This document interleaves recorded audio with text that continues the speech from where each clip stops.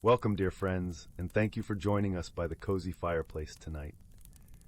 We're so grateful for your time as we embark on a journey of relaxation and sweet dreams. Let the warmth of the fire and the magic of our story soothe your mind. Have a peaceful night and dream beautifully.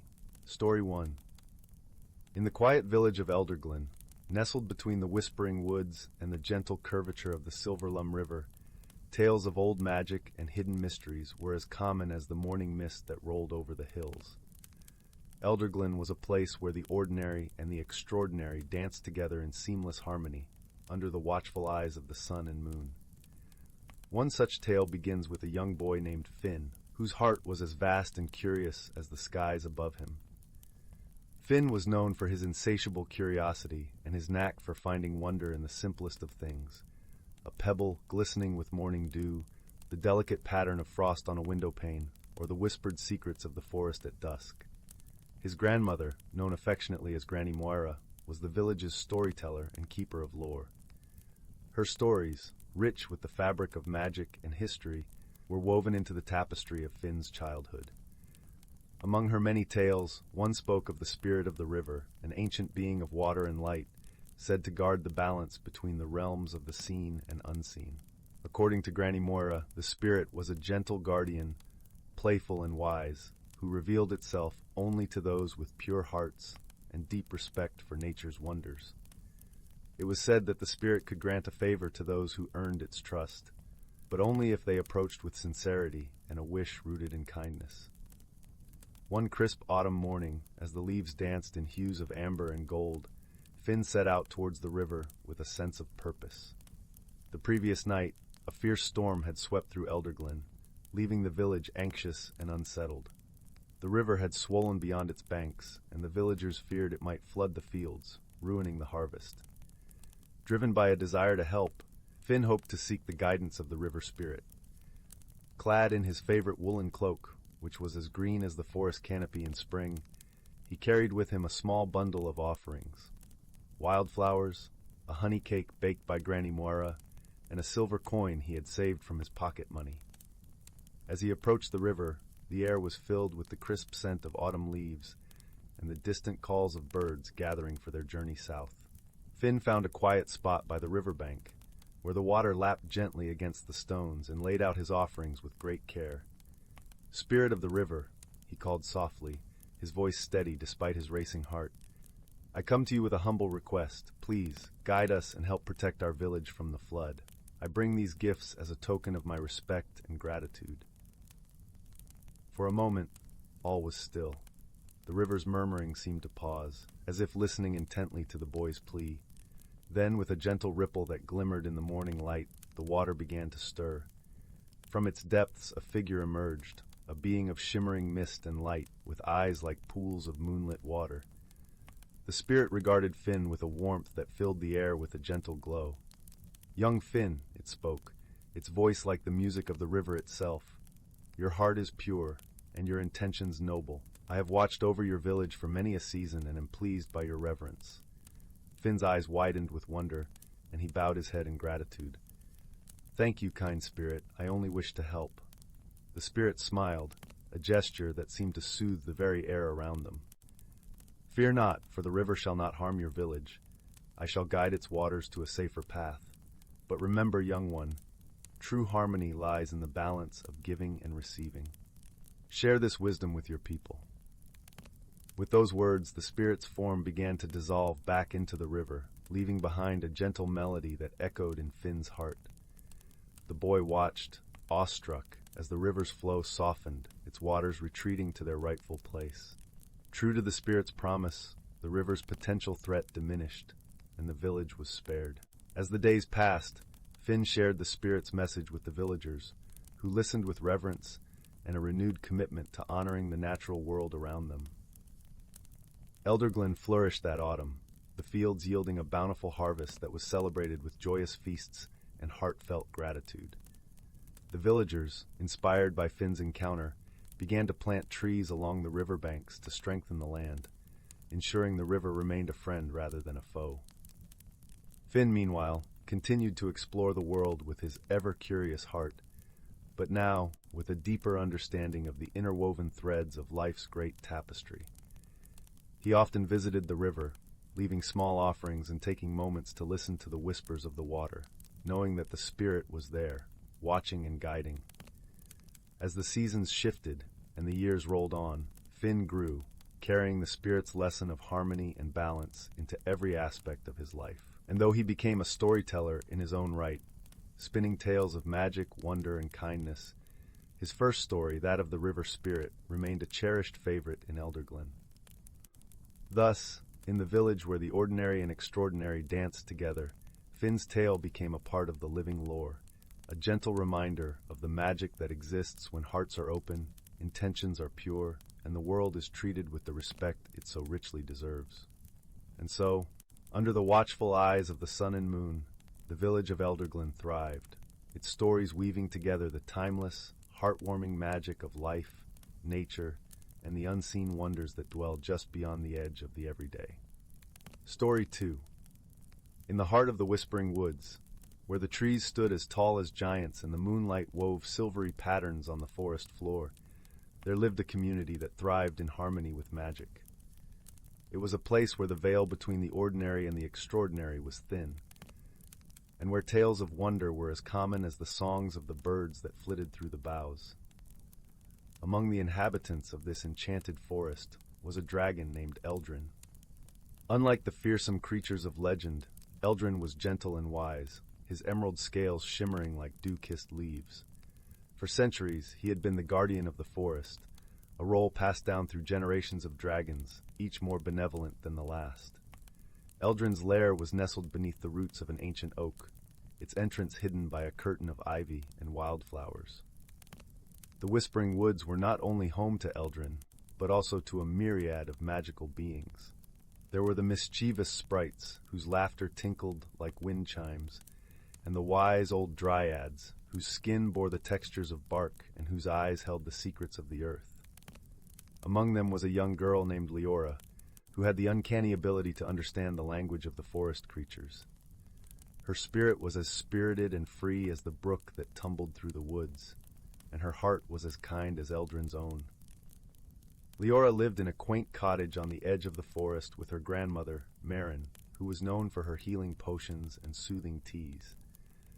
It was said that Marin's brews could mend a broken heart as easily as a broken bone. Leora often accompanied her grandmother on foraging trips, learning the art of potion making and the delicate balance of nature. One crisp autumn morning, as the leaves blazed in hues of gold and crimson, Leora ventured deeper into the forest than she had ever dared. The air was filled with the scent of earth and pine, and the whispers of ancient magic hummed beneath her feet. She had heard tell of a rare herb that bloomed only once a century, a flower with petals like spun silver that could amplify the healing properties of any potion. It was called the moon blossom, and it was said to grow only in the heart of the forest, where sunlight rarely touched the ground. As Leora wandered through the trees, her senses attuned to the forest's rhythm, she came upon a clearing bathed in a soft, ethereal glow. In the center of the clearing stood a single moon blossom, its petals unfurled to catch the light of the sun. Leora approached with reverence, her heart swelling with a mix of awe and gratitude.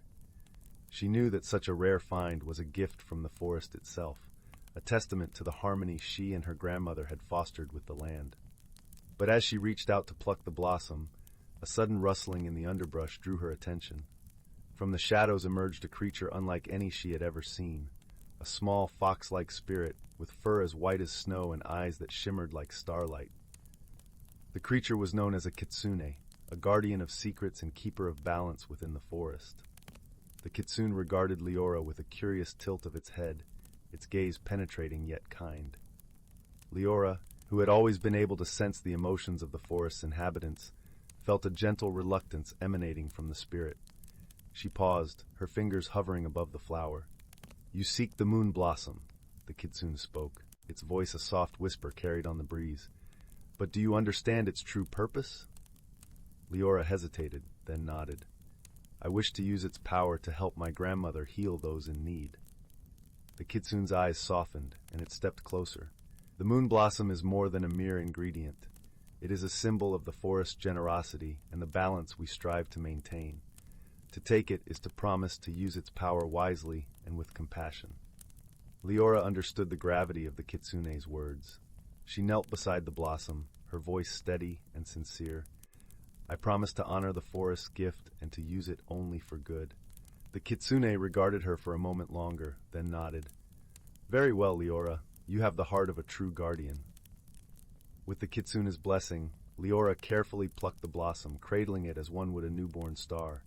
She felt a warmth spread through her, a sense of connection to something vast and ancient. As she made her way back to the cottage, the forest seemed to hum with approval, the leaves rustling in a gentle symphony. That evening, under the watchful gaze of the moon, Leora and Marin brewed their most potent potion yet. The moon blossom infused the concoction with a brilliance that shimmered like liquid moonlight. Word of the miraculous potion spread quickly, and soon people from villages near and far came seeking its healing touch. True to her promise, Leora used the potion sparingly, and only for those in dire need. With each life it touched, the forest's magic seemed to grow stronger, the bonds between its inhabitants deepening in ways unseen. Elderglen, who watched over the forest from his lair, felt a profound sense of peace. The harmony he cherished was thriving, thanks to the kindness and wisdom of those who called the Whispering Woods home. As the dragon closed his eyes, lulled by the gentle lullaby of the forest, he knew that the guardianship of the woods was in good hands. And so the Whispering Woods continued to flourish, a place where magic flowed as freely as the streams, and where the line between legend and reality blurred like the edges of a dream. In the heart of it all were Leora and Marin, whose love for the forest and its creatures ensured that the magic of the moon blossom and the spirit of the Whispering Woods would endure for generations to come. Story 3. Once upon a time, in a verdant valley nestled between towering mountains, there lived a peculiar yet endearing community. This valley was home to an array of magical creatures, all coexisting in harmony with the lush natural world around them. Among the valley's residents were the green folk, a race of gentle, tree-like beings whose roots were deeply entwined with the forests that blanketed the hills. Their bark-like skin shimmered with vibrant hues, and their leafy hair swayed in the gentle breeze. The green folk were the guardians of the flora, tending to the trees and shrubs with a nurturing touch that brought forth abundant blooms and luscious fruits.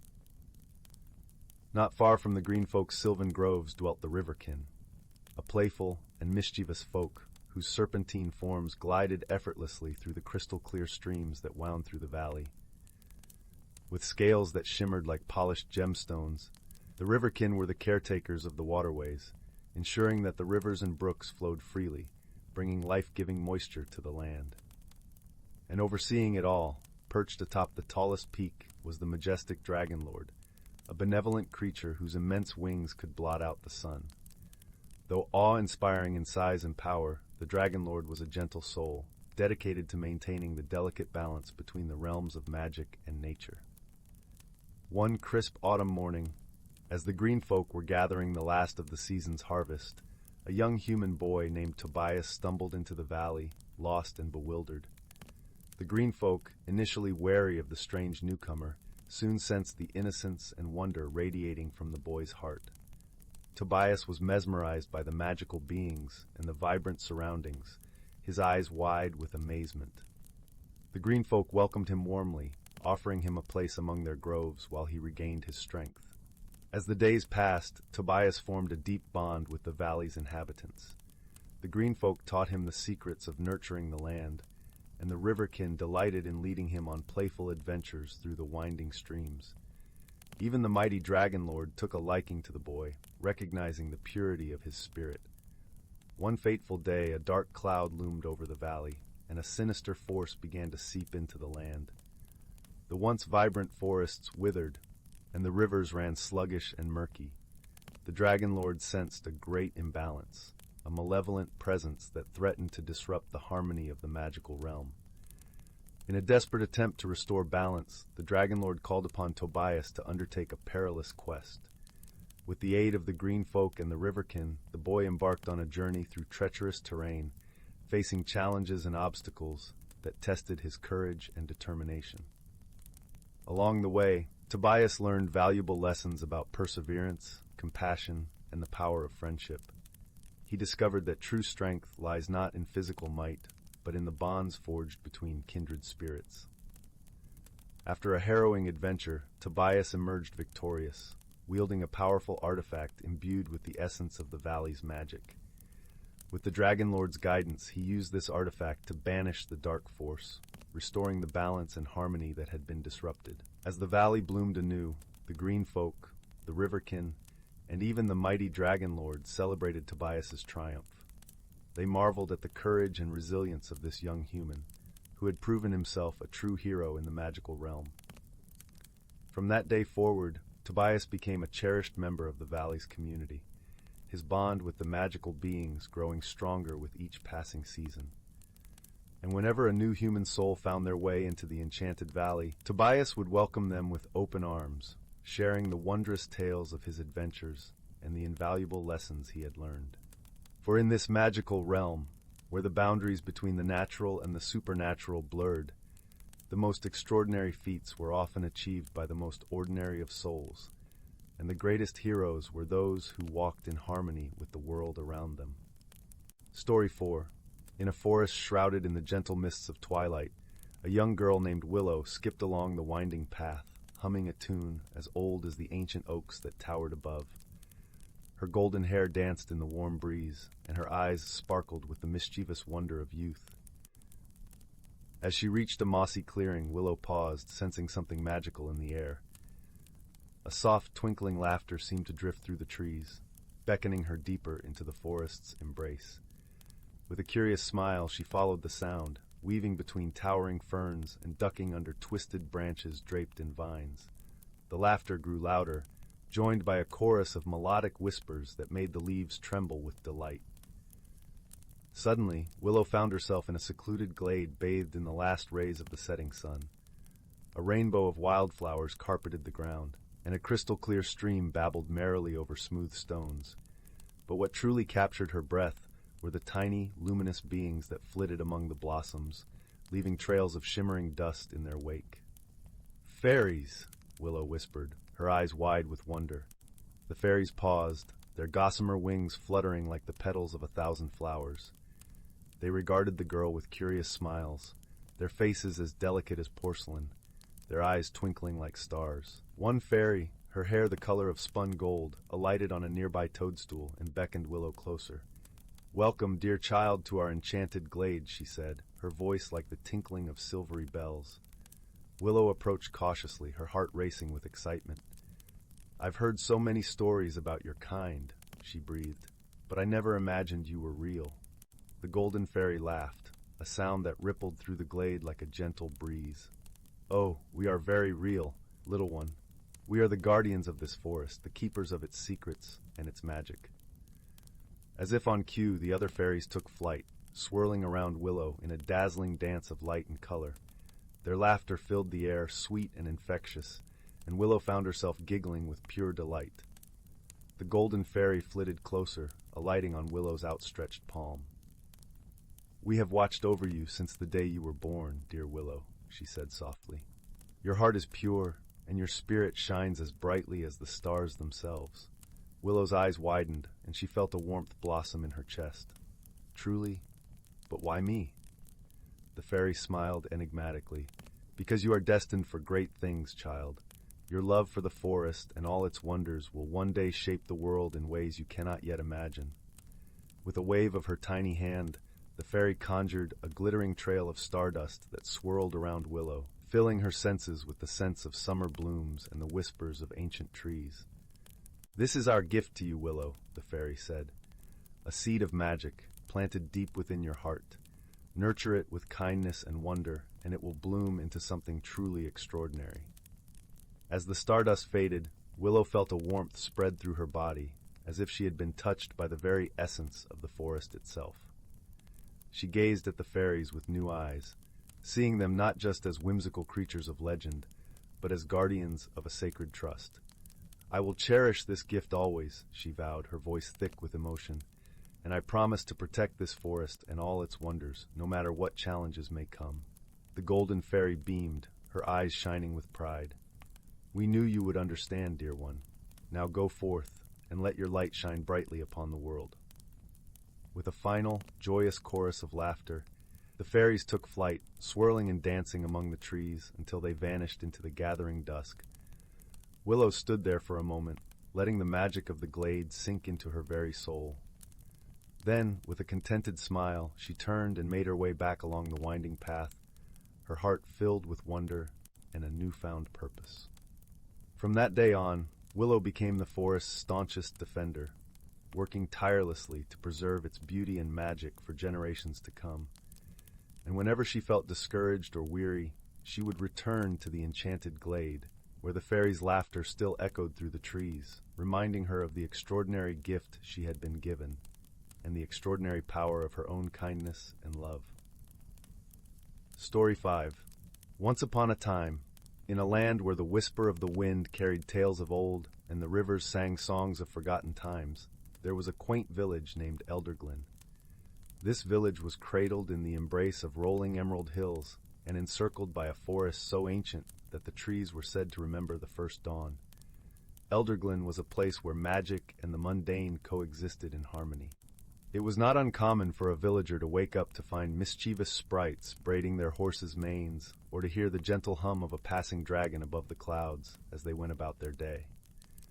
These dragons were not fearsome beasts of legend, but rather wise and gentle creatures who delighted in the company of humans and the simple joys of life.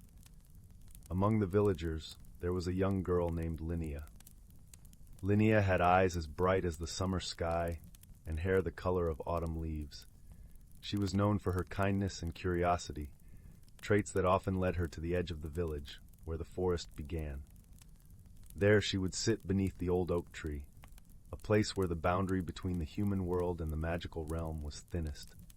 One evening, as the sun dipped below the horizon, painting the sky in hues of lavender and rose, Linnea sat under the oak tree, her heart filled with a gentle yearning. She loved Elderglen deeply, but she felt a pull toward the mysteries hidden within the forest's depths. As she pondered these thoughts, a soft rustling caught her attention. Emerging from the shadows was a creature unlike any she had seen before. It was a dragon, yet not as large as the ones that flew overhead. Its scales shimmered like opal in the fading light, and its eyes were a deep, understanding green. Linnea felt no fear. Instead, a quiet sense of recognition settled over her. "Hello, Linnea," the dragon spoke, its voice a melodic blend of the wind's whisper and the brook's babble. "You know my name?" Linnea asked, her curiosity piqued rather than alarmed. "Indeed," the dragon replied, "for I am Eloria, the keeper of the forest's heart. I have watched over Elderglen and its people for many centuries." Linnea's eyes widened in wonder. "Why have you come to me?" Eloria's gaze was gentle. "I felt your longing, child. The forest senses these things. There is a harmony here that must be maintained, and it seems you might be part of it." Intrigued and honored, Linnea listened as Eloria spoke of the balance needed between the human world and the magical realm. The forest thrived because of this delicate equilibrium, a harmony that was starting to waver due to a disturbance deep within the heart of the woods. "There is a spirit," Eloria explained, "one who has become restless and forgotten its duty to the balance. It needs a gentle reminder of the old ways, and perhaps a touch of your human warmth." Linnea agreed to help, feeling a sense of purpose swell within her. The next morning, she prepared for her journey, packing a small satchel with bread, cheese, and a flask of water. Eloria promised to guide her, and together they ventured into the forest. The deeper they walked, the more the air thickened with magic. Trees with bark like silver and leaves that glowed softly in the dim light surrounded them. The very ground seemed to pulse with an ancient rhythm that Linnea could feel in her bones. After a day's journey, they reached a clearing bathed in a soft, ethereal glow. In the center of this clearing stood a figure, neither Holy Spirit nor entirely human, an embodiment of the forest's essence. It was the spirit Eloria had spoken of, and its form shimmered like sunlight through morning mist. The spirit turned to them, its expression a mix of confusion and sorrow. "Why do you disturb my slumber?" it murmured, voice echoing like the rustle of leaves. Linnea stepped forward, her heart steady and calm. Great Spirit, she began, we come not to disturb, but to remind you of your place in this world. The forest needs your watchful eye and your gentle care to flourish. The spirit's eyes, pools of shifting light, focused on Linnea. I have forgotten, it admitted, a note of regret in its voice. Forgotten the beauty and the duty. Linnea smiled, a warmth spreading through the clearing. Then let us remember together, she said softly, extending her hand. The spirit hesitated, then reached out, its form solidifying slightly as it touched her hand. In that moment, a connection was rekindled. The spirit remembered the joy of the sun filtering through leaves, the laughter of the brook, and the song of the wind as it danced through the branches. Eloria watched with a knowing smile as the spirit, now filled with purpose and peace, began to weave itself back into the forest's tapestry. The balance was restored, and the forest seemed to sigh with relief. With their task complete, Linnea and Eloria returned to Elderglen. The villagers welcomed them back, sensing something had shifted, though they knew not what. Linnea shared her story, and the people of Elderglen listened with awe and gratitude. From that day forward, Linnea became a bridge between the two worlds, often visiting the forest to ensure the harmony remained.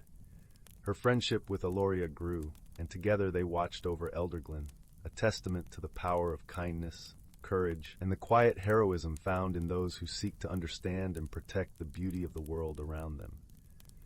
And so, under the watchful eyes of dragons and the gentle guidance of spirits, Elderglen thrived, a beacon of harmony and hope in a land where magic was as natural as the breeze through the trees. Story 6. In the humble village of Eldergrove, nestled between lush valleys and towering mountains, life unfolded at a gentle pace. The villagers went about their daily tasks, tending to fields, weaving baskets, and gathering by the river to exchange stories passed down through generations.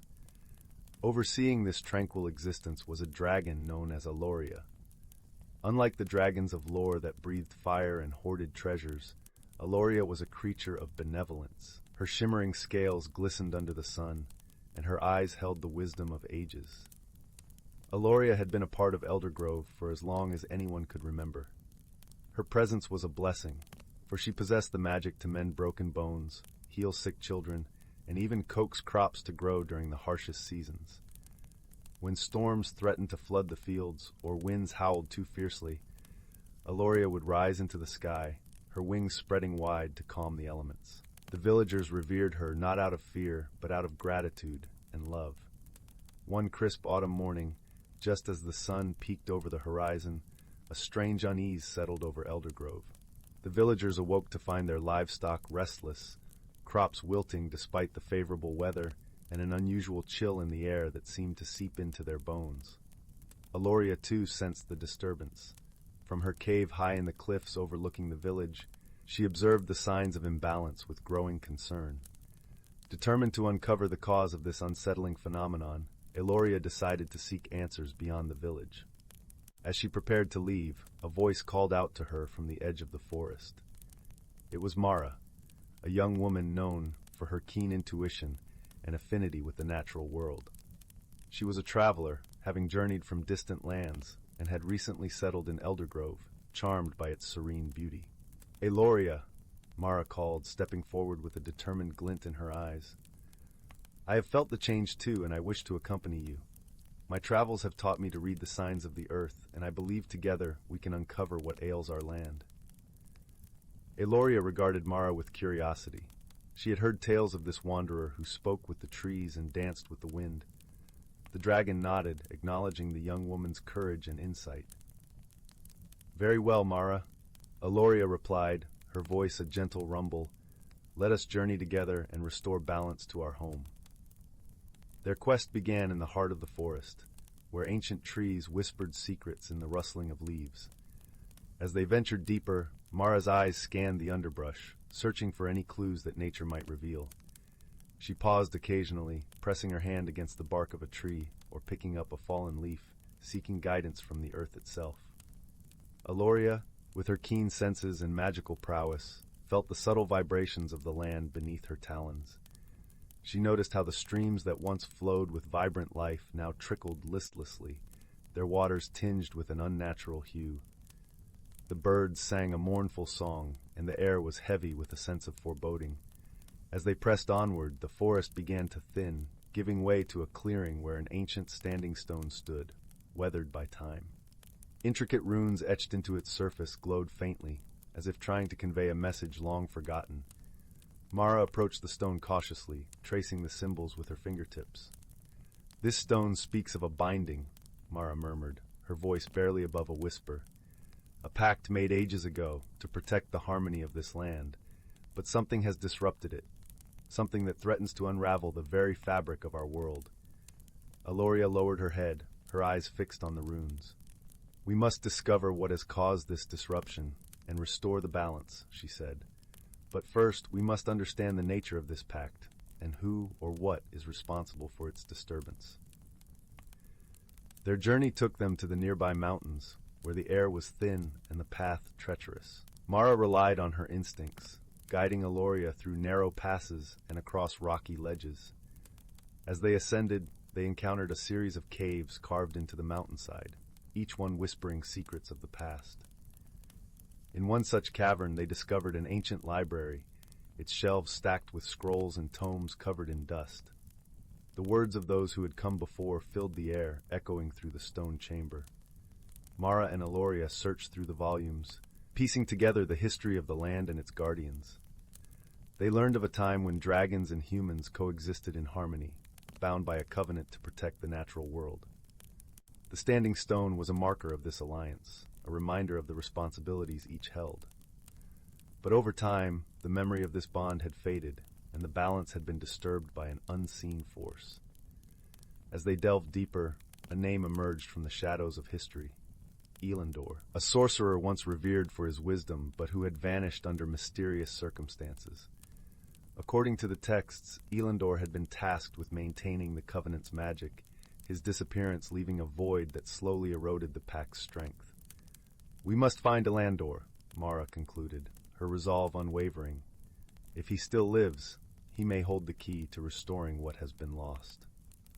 Their search led them to the heart of the mountains, where the air crackled with latent energy. Here they found a hidden valley, its entrance veiled by cascading waterfalls and dense mists. Eloria sensed the presence of powerful magic, a force that both beckoned and warned them to tread carefully.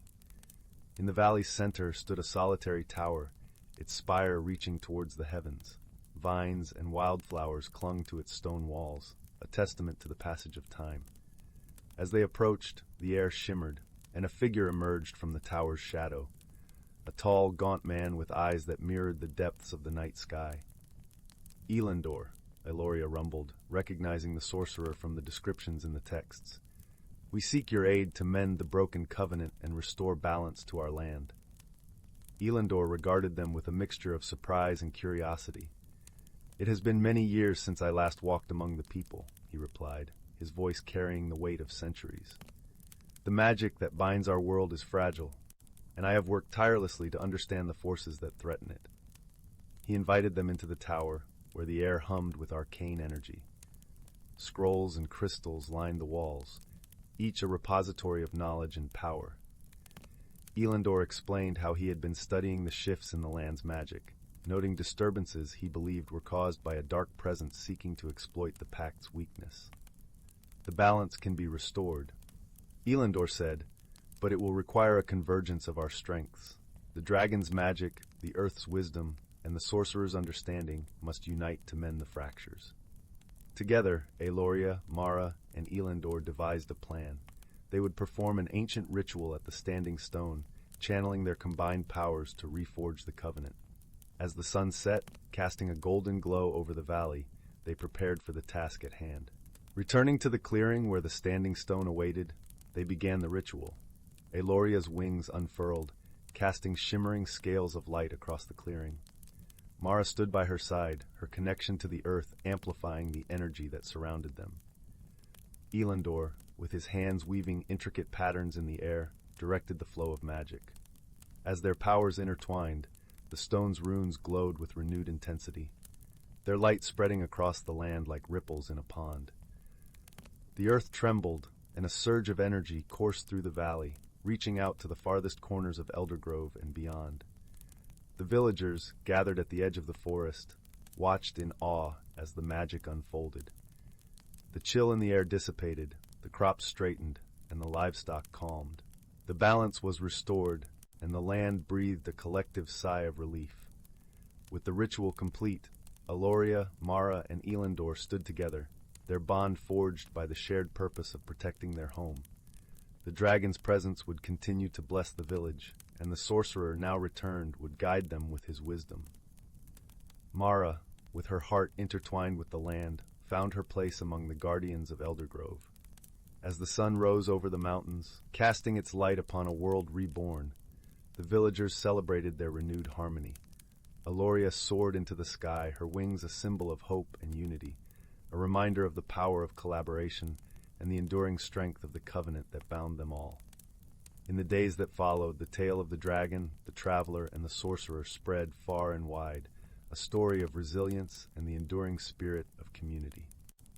Eldergrove thrived, its people forever grateful for the guardians who watched over them, and the lessons learned about the true meaning of helping others, with understanding, unity, and love. In the heart of the whispering woods, where the trees leaned close to exchange secrets with the wind, there lay a quaint little village named Elderglen. This was a place where the ordinary brushed shoulders with the extraordinary. Here the sunrise was often accompanied by the gentle tunes of a flute-playing pixie, and the sunset was painted with the fiery flight of dragons returning to their roosts in the distant mountains. Elderglen was cradled by the arms of nature, with its cottages nestled amidst lush greenery, their roofs blanketed in moss and vines that wove intricate patterns over the thatched shingles.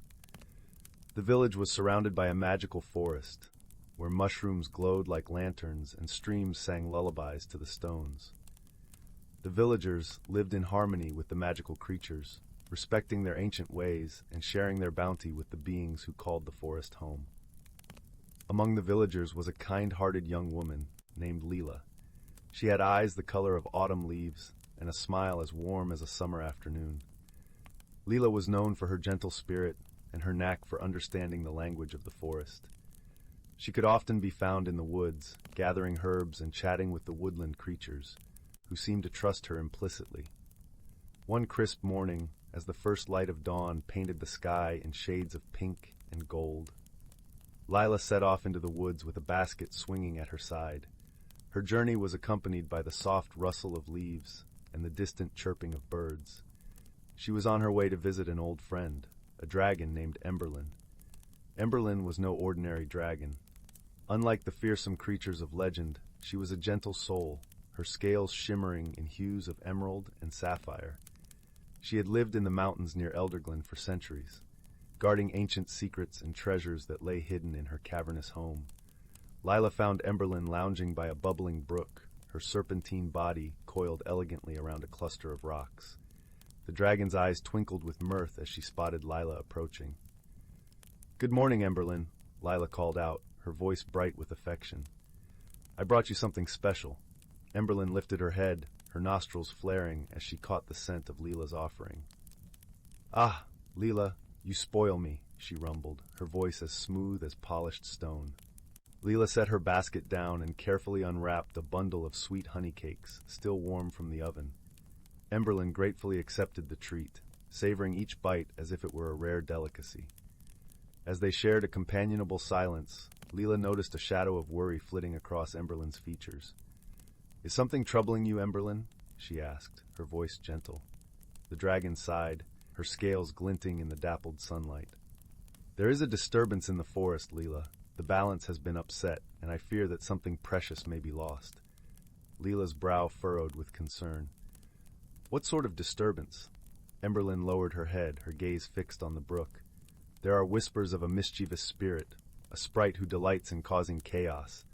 It has been leading travelers astray and disturbing the peace of our woodland home." Leela nodded thoughtfully. "Then we must find a way to restore the balance. Perhaps if we understand what the sprite wants, we can help it find its place without causing harm." Emberlin regarded Lila with admiration. "Your heart is as wise as it is kind, dear Leela. Let us seek the sprite together, and perhaps we can coax it into harmony." With the sun climbing higher in the sky, Leela and Emberlyn set off deeper into the forest. The dragon moved gracefully through the trees, her presence a comforting shadow at Leela's side. They followed the winding paths, listening for the telltale signs of the sprite's mischief. As they walked, the forest seemed to hold its breath, the usual chorus of sounds muted as if in anticipation. It wasn't long before they stumbled upon a curious sight, a cluster of mushrooms arranged in a circle, their caps glowing with an ethereal light. In the center of the circle danced a tiny figure, its form flickering like a candle flame. The sprite was indeed a creature of mischief, its laughter tinkling like wind chimes as it twirled and leapt. But there was something else in its eyes, a glint of loneliness, a longing for something just out of reach. Lila approached the circle, her steps careful and respectful. "Hello, little one," she called softly. "My friend and I have come to talk." The sprite paused in its dance, regarding Lila with curiosity. It hovered in the air, its wings a blur of color. "Talk? Why would you want to talk to me?" it asked, its voice high and melodic. "We understand that you've been feeling restless," Lila replied. "The forest is your home, just as it is ours. We want to help you find your place here." The sprite tilted its head, considering her words. "I'm not like the others. I don't fit in," it admitted, its voice tinged with sadness. Emberlyn spoke then, her voice gentle yet firm. "Every creature has a role to play, a purpose that only they can fulfill. Perhaps you have yet to discover yours." The sprite fluttered closer, its eyes wide with wonder. "What could I possibly do?" Lila smiled, her heart full of kindness.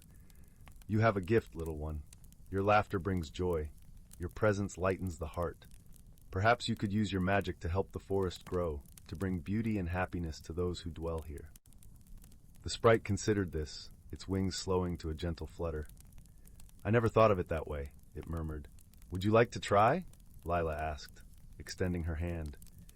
The sprite hesitated for a moment, then nodded. It reached out, its tiny fingers brushing against Lila's palm. "I would like that very much." With a newfound sense of purpose, the sprite joined Leela and Emberlyn on their journey through the forest. Together, they worked to restore the harmony that had been disrupted, using the sprite's magic to heal and nurture the land. Under Lila's guidance, the sprite learned to channel its energy into creating beauty and wonder. Flowers bloomed in vibrant colors, streams sparkled with renewed clarity, and the forest came alive with a sense of joyous tranquility. As the days turned into weeks, the sprite's presence became a cherished part of Elderglen. The villagers welcomed it with open arms, grateful for the lightness it brought to their lives. And the sprite, once lonely and misunderstood, found a family among the people and creatures of the forest. Lila watched with pride as the sprite flourished, its laughter ringing out like a melody of hope. She knew that the forest had found its balance once more, and that the harmony between magical beings and the natural world would endure. In the heart of the whispering woods, where the trees leaned close to exchange secrets with the wind, the village of Elderglen thrived, a testament to the quiet heroism of friendship and understanding. And as the sun set each evening, painting the sky in hues of pink and gold, Lila would gaze out over the forest, her heart full of gratitude for the magic that lived in every corner of their enchanted world. Story 8. In a hidden valley, nestled amidst towering peaks and ancient forests, a peculiar village thrived in harmony with the magical beings that called this realm their home. Here humans lived side by side with sprites, nymphs, and benevolent dragons, weaving an enchanting tapestry of coexistence. One such dragon, a majestic creature named Aurelia, had been the guardian of this valley for centuries. Her iridescent scales shimmered like 1,000 gemstones, and her wise eyes held the wisdom of ages past. Aurelia was revered not only for her power, but also for her gentle nature and unwavering commitment to protecting the delicate balance between the realms. On a crisp autumn morning, as the leaves danced upon the breeze, a young girl named Willow ventured into the forest, her basket swinging by her side. She hummed a merry tune, her golden curls bouncing with each step. Willow was no ordinary child, for she possessed a rare gift, the ability to communicate with the spirits that dwelled within the trees and streams. As she meandered along the winding path, Willow heard a faint whisper carried upon the wind. She paused, her keen ears attuned to the gentle voices of the forest. "A young sapling needs your aid, dear child," murmured the ancient oak beside her. Without hesitation, Willow followed the whispers, her feet leading her deeper into the verdant embrace of the woods. There, she found a tiny sapling, struggling to break through the dense undergrowth, its delicate leaves wilting under the weight of fallen branches. With tender care, Willow cleared away the debris, allowing the sapling to bask in the warm sunlight. As she knelt beside the fragile plant, she noticed a glimmer of movement in the corner of her eye. Turning, she gasped in awe as a tiny sprite emerged from beneath a mushroom cap, its gossamer wings fluttering like a hummingbird's. "Thank you, kind one," the sprite chirped, its voice like tinkling bells. "You have saved this young tree from a dire fate." Willow smiled, her eyes shining with delight at the sight of the ethereal creature. "It is my honor to tend to the forest's children," she replied softly. The sprite nodded, its luminous eyes twinkling with mischief. "As a token of our gratitude, we shall bestow upon you a most wondrous gift." With a wave of its delicate hand, the sprite summoned a swirl of glittering dust that enveloped Willow, infusing her with a newfound power. From that day forth, Willow could not only hear the whispers of the forest, but also understand the language of all living beings, from the majestic dragons to the humblest insects. Her gift became a bridge between the realms, fostering unity and compassion. As the years passed, Willow's reputation as a gentle protector of nature grew, and she became a beloved figure in the valley. She would often venture into the heart of the forest, lending her aid to any creature in need, be it a lost fawn or a dragon hatchling separated from its kin. One fateful day, as Willow tended to a grove of ancient willows, she sensed a disturbance rippling through the fabric of the valley. The trees whispered of an approaching darkness, a force that threatened to disrupt the delicate balance they had maintained for centuries. Without delay, Willow sought out Aurelia, the wise dragon guardian. She found the magnificent creature perched atop a craggy peak, her eyes fixed upon the distant horizon. "Aurelia, the forest speaks of a looming peril," Willow called out, her voice tinged with concern. The dragon turned her regal head, her gaze soft yet resolute. "Indeed, my dear Willow, a malevolent force stirs, seeking to sow discord and disharmony between our realms." Willow's heart sank, but she steeled her resolve. "What must we do to protect our home and its inhabitants?" Aurelia's wings unfurled, casting a warm glow upon the valley below. "We must stand united, human and magical beings alike, for it is only through the strength of our bond that we can weather this storm." And so, Willow became the emissary of unity, her gentle voice carrying a message of hope and resilience to every corner of the valley. She rallied the nymphs, sprites, and fauns, reminding them of the sacred ties that bound them to the humans and the land they called home. Together, they wove intricate wards of protection, drawing upon the ancient magic that flowed through the valley's veins. Aurelia soared overhead, her powerful presence a beacon of strength and courage. When the darkness finally descended upon the valley, it found not a fractured realm, but a united front. Humans, dragons, and magical beings standing shoulder to shoulder, their hearts beating as one. The malevolent force could not breach the impenetrable wall of their shared love and reverence for this enchanted sanctuary. As the last tendrils of darkness dissipated, a collective sigh of relief swept through the valley. Willow stood tall, her eyes shining with pride, for she had witnessed the true power of unity, a force mightier than any darkness that dared to threaten their harmonious existence. From that day forth, the tale of Willow and Aurelia became a cherished legend, passed down through generations. It was a reminder that even in the face of adversity, the bonds of friendship and respect between all beings could overcome any challenge, ensuring that the magic of their valley would endure for eternity. Story 9. In the quaint village of Eldergrove, nestled on the edge of the whispering woods, life followed the gentle rhythms of the seasons. Its cobblestone streets weaved between timber-framed cottages, each with gardens brimming with wildflowers. The air was perpetually filled with the sweet scent of honeysuckle and the crisp freshness of pine. Among the villagers was a young girl named Alara, known for her kindness and a heart full of dreams.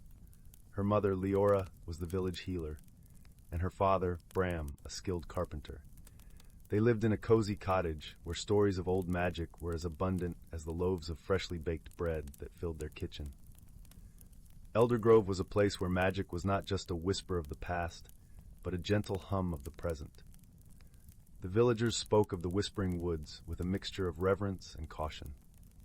It was said that the woods were home to creatures of wonder and mystery, dragons with scales that shimmered like morning dew, spirits of the forest who danced in the moonlight, and talking animals who guarded ancient secrets. Alara had always been enchanted by these tales. Her nights were filled with dreams of befriending a dragon or unraveling the mysteries of the forest spirits. Her favorite story was about the Eldergrove dragon, a magnificent creature whose scales changed colors with the seasons. It was said that the dragon was the guardian of the woods and that it possessed a heart as vast as the ocean and as warm as the summer sun. One crisp autumn morning, as leaves of gold and crimson fluttered to the ground, Alara set out on her usual walk to gather herbs for her mother. The sun filtered through the trees, casting dappled shadows on the forest floor. As she wandered deeper into the woods, she heard a soft rustling, accompanied by the faintest of sighs. Curiosity piqued, Alara followed the sound until she stumbled upon a small clearing. There, nestled among the fallen leaves, was a creature unlike any she had ever seen. It was a dragon, no larger than a goat, with scales that shimmered in all the hues of autumn. Its eyes, the color of amber, looked up at her with a mix of curiosity and vulnerability. One of its wings was bent at an awkward angle, and it let out a soft whimper as it tried to stand. "Oh, you poor thing," Alara whispered, her heart swelling with compassion. She approached cautiously, speaking in soothing tones. "Don't worry, I won't hurt you." The dragon blinked slowly, as if understanding her words. Alara gently placed her hand on its snout, feeling the warmth of its breath and the gentle thrum of its heart. She knew she had to help. With a sense of purpose, she gathered soft moss and leaves, creating a makeshift bed for the creature. Then she carefully examined its wing, realizing it was sprained, but not broken. "Stay here," she instructed softly. "I'll be back with something to help." Racing back to the village, Alara gathered supplies from her mother's apothecary. She returned to the clearing with a basket full of healing salves and bandages. The dragon watched her with trusting eyes as she applied the ointment and wrapped its wing with gentle hands. As the days turned into weeks, Alara visited the dragon every day. She named him Ember for the way his scales glowed like the embers of a fire. Under her care, Ember's wing healed, and the bond between them grew stronger. They spent hours exploring the forest, with Ember perching on Alara's shoulder or scampering by her side. One evening, as twilight painted the sky in shades of lavender and rose, Alara and Ember sat by a babbling brook. The sound of water mingled with the rustle of leaves, creating a melody that seemed to echo the heartbeat of the earth.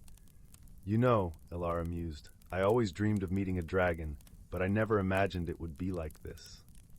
Ember nuzzled her cheek, his scales cool against her skin. A soft rumble of contentment reverberated through him, and Alara laughed, her heart light with joy. But as the first frosts of winter began to touch the land, Alara knew that their time together would soon change. Dragons, even those as small as Ember, were creatures of the wild, destined to roam the skies and forests. She could see the longing in his eyes, a yearning for the freedom of the open air. One morning, as snowflakes began to dance from the heavens, Alara led Ember to the edge of the forest. The village lay behind them, a tapestry of smoke and warmth, while the world beyond stretched endless and vast. "It's time, isn't it?" she said softly, her voice tinged with both sadness and understanding.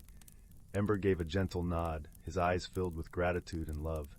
He stretched his wings, now strong and healed, and let out a sound that was both song and farewell. Alara wrapped her arms around him, feeling the strength and warmth of his scales one last time. "Fly, Ember," she whispered. "Fly and be free."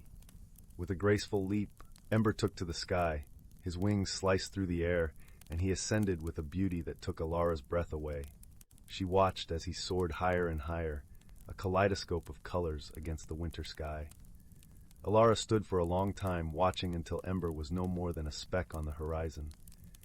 She felt a tear slip down her cheek, but it was a tear of joy, not sorrow, for she knew that some bonds were unbreakable, stretching across distances and time.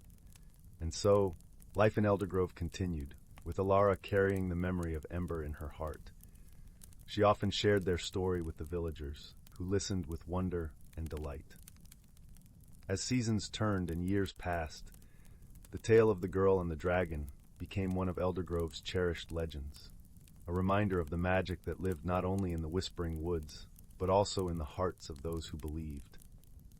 And in the quiet moments of dawn and dusk, when the sky was painted with the colors of the earth, Alara would look to the horizon, knowing that somewhere, out there, Ember was flying free, just as he was meant to be.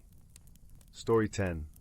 In the heart of the Eldergrove forest, where the trees spanned beyond sight and whispered secrets of ancient times, there lived a dragon unlike any other. Her name was Celestia, and unlike her fiery kin, Celestia was a dragon of the skies, her scales shimmering with hues of twilight and dawn. She carried within her the breath of gentle winds and soft rains, and her heart was as vast as the open sky. Celestia had a special bond with the forest, for she was its protector. The trees entrusted her with their stories, and in return, she watched over the creatures and spirits that called the forest home. Her favorite place was the Glimmering Glade, a hidden meadow where the sunlight danced upon the grass like diamonds, and the air was always filled with the sweet scent of honeysuckle and wildflowers. One golden morning, as Celestia soared above the treetops, she noticed a cloud of worry hovering over the forest. The winds had whispered to her that something was amiss. As she descended gracefully into the Glimmering Glade, she found a gathering of creatures. Foxes with their tails fluffed in anxiety, rabbits with long ears twitching nervously, and even the usually playful pixies were subdued, their wings fluttering with unease. At the center of the gathering stood Elder Mossfoot, an ancient stag with antlers as grand as the forest itself. His eyes, wise and deep, met Celestia's with a troubled gaze. "Celestia," he rumbled, his voice like the rustle of leaves, "a shadow has fallen upon our land. The Heartstone, the very essence of the Eldergrove, has dimmed. Without its light, the forest will wither." The Heartstone was a mystical gem, hidden deep within the roots of the tallest oak. It was said to be the heart of the forest, keeping its magic alive and vibrant. Celestia felt a pang in her heart, for she knew the importance of the Heartstone to their world. Without hesitation, she promised to find the cause of its dimming and restore the light. As she took flight once more, the creatures of the forest watched her with hopeful eyes. Celestia's journey took her across the Eldergrove, where she sought the counsel of the oldest trees and the wisest spirits. From the whispering reeds by the silver stream, she learned that the Heartstone's light was linked to the harmony of the forest. If disharmony arose, the stone would lose its glow. Determined to uncover the source of the disharmony, Celestia flew deeper into the forest, where the trees grew so thick that sunlight barely touched the ground. Here, she found a small, secluded clearing where a young girl sat upon a fallen log, her face streaked with tears. Her name was Alara, a kind-hearted soul known to the forest creatures for her gentle spirit and healing touch. Celestia landed softly beside her, her presence as calming as the softest breeze. "Why do you weep, dear child?" she asked, her voice a melodic whisper.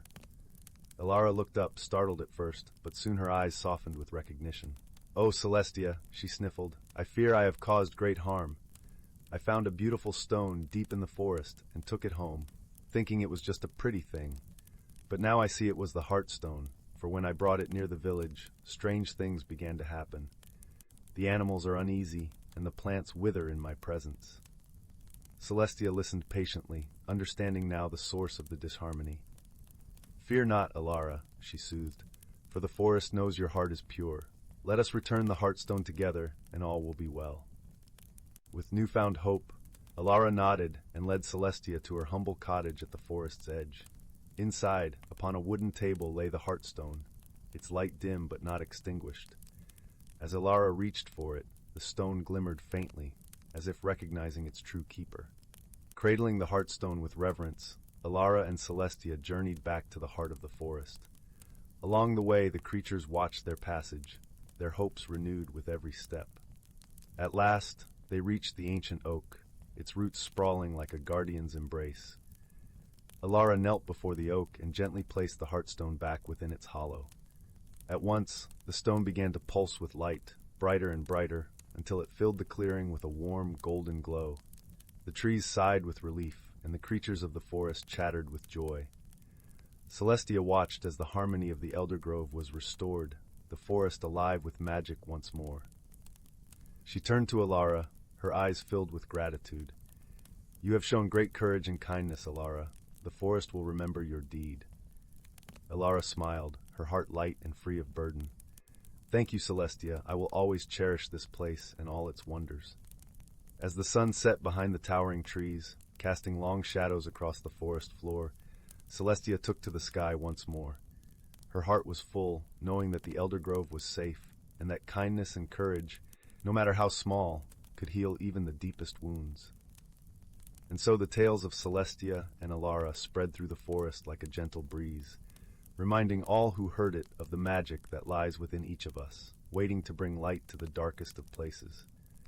The Elder Grove thrived, its heart strong and vibrant, watched over by a dragon of twilight and dawn, and a girl whose spirit was as gentle as the whispering winds. Story 11. In a hidden valley, nestled between towering mountains and ancient forests, there lived a kind-hearted dragon named Ember. Her scales shimmered like molten gold in the sunlight, and her eyes sparkled with the warmth of 1,000 campfires. Ember was the protector of the valley, watching over the creatures that called this enchanted place home. One crisp autumn morning, Ember awoke to the sound of rustling leaves and giggling laughter. She peeked out from her cozy cave and spotted a group of mischievous forest sprites dancing among the trees. These playful beings were known for their love of pranks and their ability to blend seamlessly with the natural world. As Ember watched, one particularly daring sprite darted towards a nearby stream where a family of beavers was hard at work building their dam. With a flick of his wrist, the sprite conjured a shower of colorful leaves that swirled around the beavers, causing them to lose their focus and scatter in confusion. Ember couldn't help but chuckle at the sprite's antics, but she also knew that their playfulness could sometimes cause unintended chaos. She stretched her wings and took to the skies, gliding effortlessly towards the stream. As she landed gracefully on the bank, the sprites froze in their tracks, their eyes wide with a mixture of awe and apprehension. Ember was a majestic sight to behold, but she had a kind and gentle demeanor that put even the most mischievous creatures at ease. "Good morning, little ones," Ember said, her voice rumbling like distant thunder. "I see you're enjoying the beautiful autumn day." The sprites nodded sheepishly, suddenly aware of the disruption they had caused to the beavers' work. "While I appreciate your playful spirits," Ember continued, "we must always remember to respect the balance of nature and the hard work of others." The sprites hung their heads, their cheeks flushed with embarrassment. Ember leaned closer and lowered her voice conspiratorially. "Now, if you promise to help the beavers with their dam, I might just know of a patch of wild berries ripe for the picking." The sprite's eyes lit up with delight, and they eagerly agreed to Ember's proposal. With a gentle nudge of her snout, she guided them towards the beavers, who had begun to rebuild their dam with renewed determination. Over the next few hours, Ember watched as the sprites and beavers worked side by side, their laughter and hard work creating a harmonious symphony in the valley. The sprites used their magic to shape the branches and twigs, while the beavers expertly wove them together with their skilled paws. As the sun began to set, casting a warm glow over the valley, Ember led the sprites to the berry patch she had promised. They feasted joyfully on the sweet fruits, their bellies full and their spirits high. Ember looked around at the peaceful scene, her heart swelling with pride. In this valley, where magic and nature coexisted in perfect harmony, even the smallest creatures played their part in maintaining the delicate balance. And Ember, with her gentle guidance and unwavering kindness, ensured that this balance would remain undisturbed for generations to come. As the stars began to twinkle in the night sky, Ember curled up in her cave, her tail wrapped around her body like a warm embrace.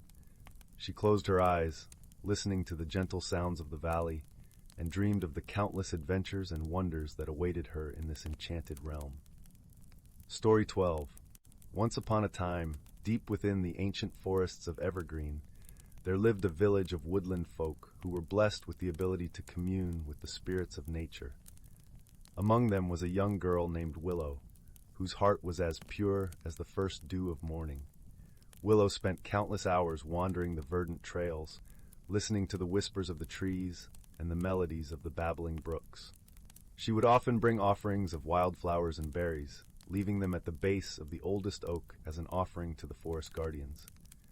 One misty dawn, as Willow knelt before the ancient oak, a faint shimmer caught her eye. Slowly, a radiant figure began to materialize, a glowing spirit with eyes like pools of starlight. "Fear not, child," the spirit spoke in a voice that echoed like wind chimes. "Your kindness has not gone unnoticed, and we are grateful for your reverence." Willow's heart fluttered with wonder as the spirit introduced herself as Sylvana, the protector of these ancient woods. "There is a great imbalance in the forest," Sylvana explained, her ethereal form shimmering with concern. "A darkness has taken root, and the very lifeblood of the land is fading." Without hesitation, Willow vowed to help in any way she could. Sylvana smiled warmly and bestowed upon her a magical amulet carved from a fallen branch. "This will guide you on your quest and grant you the ability to understand the language of all living things." Armed with the amulet and her unwavering courage, Willow set out on a journey that would test her resolve and her connection to the natural world. She traversed misty hollows and shadowed glens, seeking the source of the darkness that threatened the delicate balance. Along the way, she encountered wondrous beings: a wise old owl who shared ancient lore, a mischievous brook sprite who led her through a labyrinth of fallen logs, and even a kind-hearted dragon whose scales shimmered like emeralds in the dappled sunlight. With each encounter, Willow's understanding of the forest deepened, and her bond with the spirits grew stronger. She learned of the intricate web that connected all living things, and how even the smallest disturbance could ripple through the entire ecosystem. Finally, after many trials and tribulations, Willow came upon a clearing where a twisted, gnarled tree stood like a blight upon the land. Its roots were like tendrils of shadow, slowly sapping the life force from the surrounding flora and fauna. Summoning her courage, Willow approached the malevolent tree, her amulet pulsing with a warm, golden light. She could sense the despair and anguish that had taken root within its withered bark, the echoes of an ancient wrong that had festered for centuries. With a gentle touch, Willow placed her hand upon the twisted trunk, and the amulet flared to life. In that moment, she understood the tree's pain, a sorrow born from the thoughtless actions of humans long ago. And in that understanding, she found the key to heal the land. Willow sang a soothing melody, weaving her voice with the whispers of the wind and the murmurs of the earth. Slowly, the darkness began to recede, and the twisted tree's bark smoothed as it was bathed in the warm radiance of the amulet's light. As the last tendril of shadow retreated, the forest seemed to take a collective breath, and life bloomed anew. The trees stood taller, the flowers unfurled their vibrant petals, and the very air hummed with the songs of birds and insects. Sylvana appeared once more, her ethereal form glowing with pride. "You have restored the balance, child," she said, her voice carrying the weight of ancient gratitude. "The forest will forever remember your kindness and your unwavering connection to the rhythm of life." From that day forward, Willow became a guardian of the forest, using her gift to maintain the delicate harmony between the magical and the natural. And whenever the shadows threatened to encroach, she would sing her melody, reminding all who heard it of the beauty and wonder that blossoms when we walk in step with the world around us. Story 13: The Dragon's Gift. In the heart of the ancient whispering woods, where the trees spoke in hushed tones and the rivers sang lullabies, there lived a peculiar dragon named Elderglen. Unlike the fearsome creatures of legend, Elderglen was a gentle soul, known for his shimmering scales that mirrored the colors of autumn leaves, and a heart as warm as the hearth in a cozy cottage. Elderglen's home was a hollowed-out oak, its branches stretching towards the sky like open arms. The dragon had chosen this spot for its tranquility, where sunlight danced through leaves, creating a mosaic of light on the forest floor. Every morning, the forest awoke to the sound of Elderglen's melodic hum, a song that brought peace to every creature of the woods. Despite his serene existence, Emberlin harbored a secret longing, a desire to connect with the villagers who lived on the outskirts of the forest. They often spoke of dragons with both fear and awe, tales passed down through generations that painted dragons as fearsome beasts. Emberlin wished to show them a different side, to befriend them and share the wonders of the forest. One crisp autumn day, when the air was filled with the scent of pine and the leaves rustled like whispers from the past, Emberlin decided to venture closer to the village. He carefully selected a gift, something that would speak to the villagers' hearts, a basket of shimmering stones, each imbued with a gentle warmth that reflected his own kind nature. As he approached the village, Emberlin took care to remain hidden, his large body weaving between the trees with the grace of a shadow. He placed the basket at the edge of the forest, a safe distance from the villagers' homes, and retreated to watch from behind a thicket. The first to discover the basket was a young girl named Lila. Known for her curiosity and fearless spirit, she often wandered the forest's edge, her imagination painting stories of magical creatures and hidden realms. When she found the basket, her eyes widened with wonder. She reached out to touch one of the stones, its warmth spreading like sunlight through her fingers. Lila hurried back to the village, the basket clutched tightly in her arms. She found her grandmother, who sat by the fire weaving baskets, and eagerly shared her discovery. The villagers gathered around, their faces a tapestry of curiosity and caution. The stone's warmth and beauty were undeniable, and they wondered what magic had brought them such a gift. As the days passed, the villagers began to notice small changes. The harvest was more bountiful, the weather more favorable, and there was a sense of calm that settled over the village like a comforting blanket. Lila, with her child's intuition, suspected the stones were a sign of goodwill from the forest, a bridge between their world and the magical realm they had always feared. One evening, as the sun dipped below the horizon, painting the sky in hues of gold and rose, Lila decided to return the gesture. She gathered a bundle of wildflowers, their colors vibrant under the fading light, and ventured to the forest's edge. She placed the flowers where she had found the stones, hoping the mysterious benefactor would understand her gratitude. Hidden among the trees, Emberlin watched with a heart full of joy. The simple gesture of the wildflowers spoke volumes, a silent promise of friendship that filled him with hope. Encouraged, he began to leave small gifts more frequently, clusters of sweet berries, feathers from rare birds, and smooth pebbles that shimmered like stars.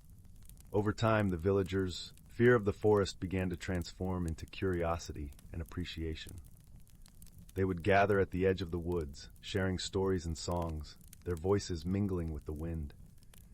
They learned to see the forest not as a place of danger, but as a realm of wonder, where magic thrived and life blossomed in harmony. Lila became the bridge between the village and the forest, her sense of adventure leading her deeper into the woods. She often caught glimpses of Emberlin, a flash of scales, or the soft rustle of leaves in his wake. She never spoke of him to the others, understanding the importance of keeping his secret, but she cherished their silent companionship. Years passed, and the bond between the village and the forest grew stronger. The villagers learned to live in harmony with the land, guided by the subtle wisdom of the forest. Emberlin, though still unseen, became a guardian spirit in their tales, a gentle dragon who watched over them from the shadows. One day, as the first snow of winter blanketed the earth, Lila, now grown into a wise and beloved leader, stood at the forest's edge. She had brought with her a book, its pages filled with the stories and songs of her people, a gift for the dragon who had become an unseen part of their lives. Emberlin, watching from his hidden perch, felt a warmth spread through him that had nothing to do with the stones he had once gifted. He understood the power of stories, how they could weave bonds stronger than any magic. With a heart full of gratitude, he accepted the gift, knowing their friendship would endure for generations to come.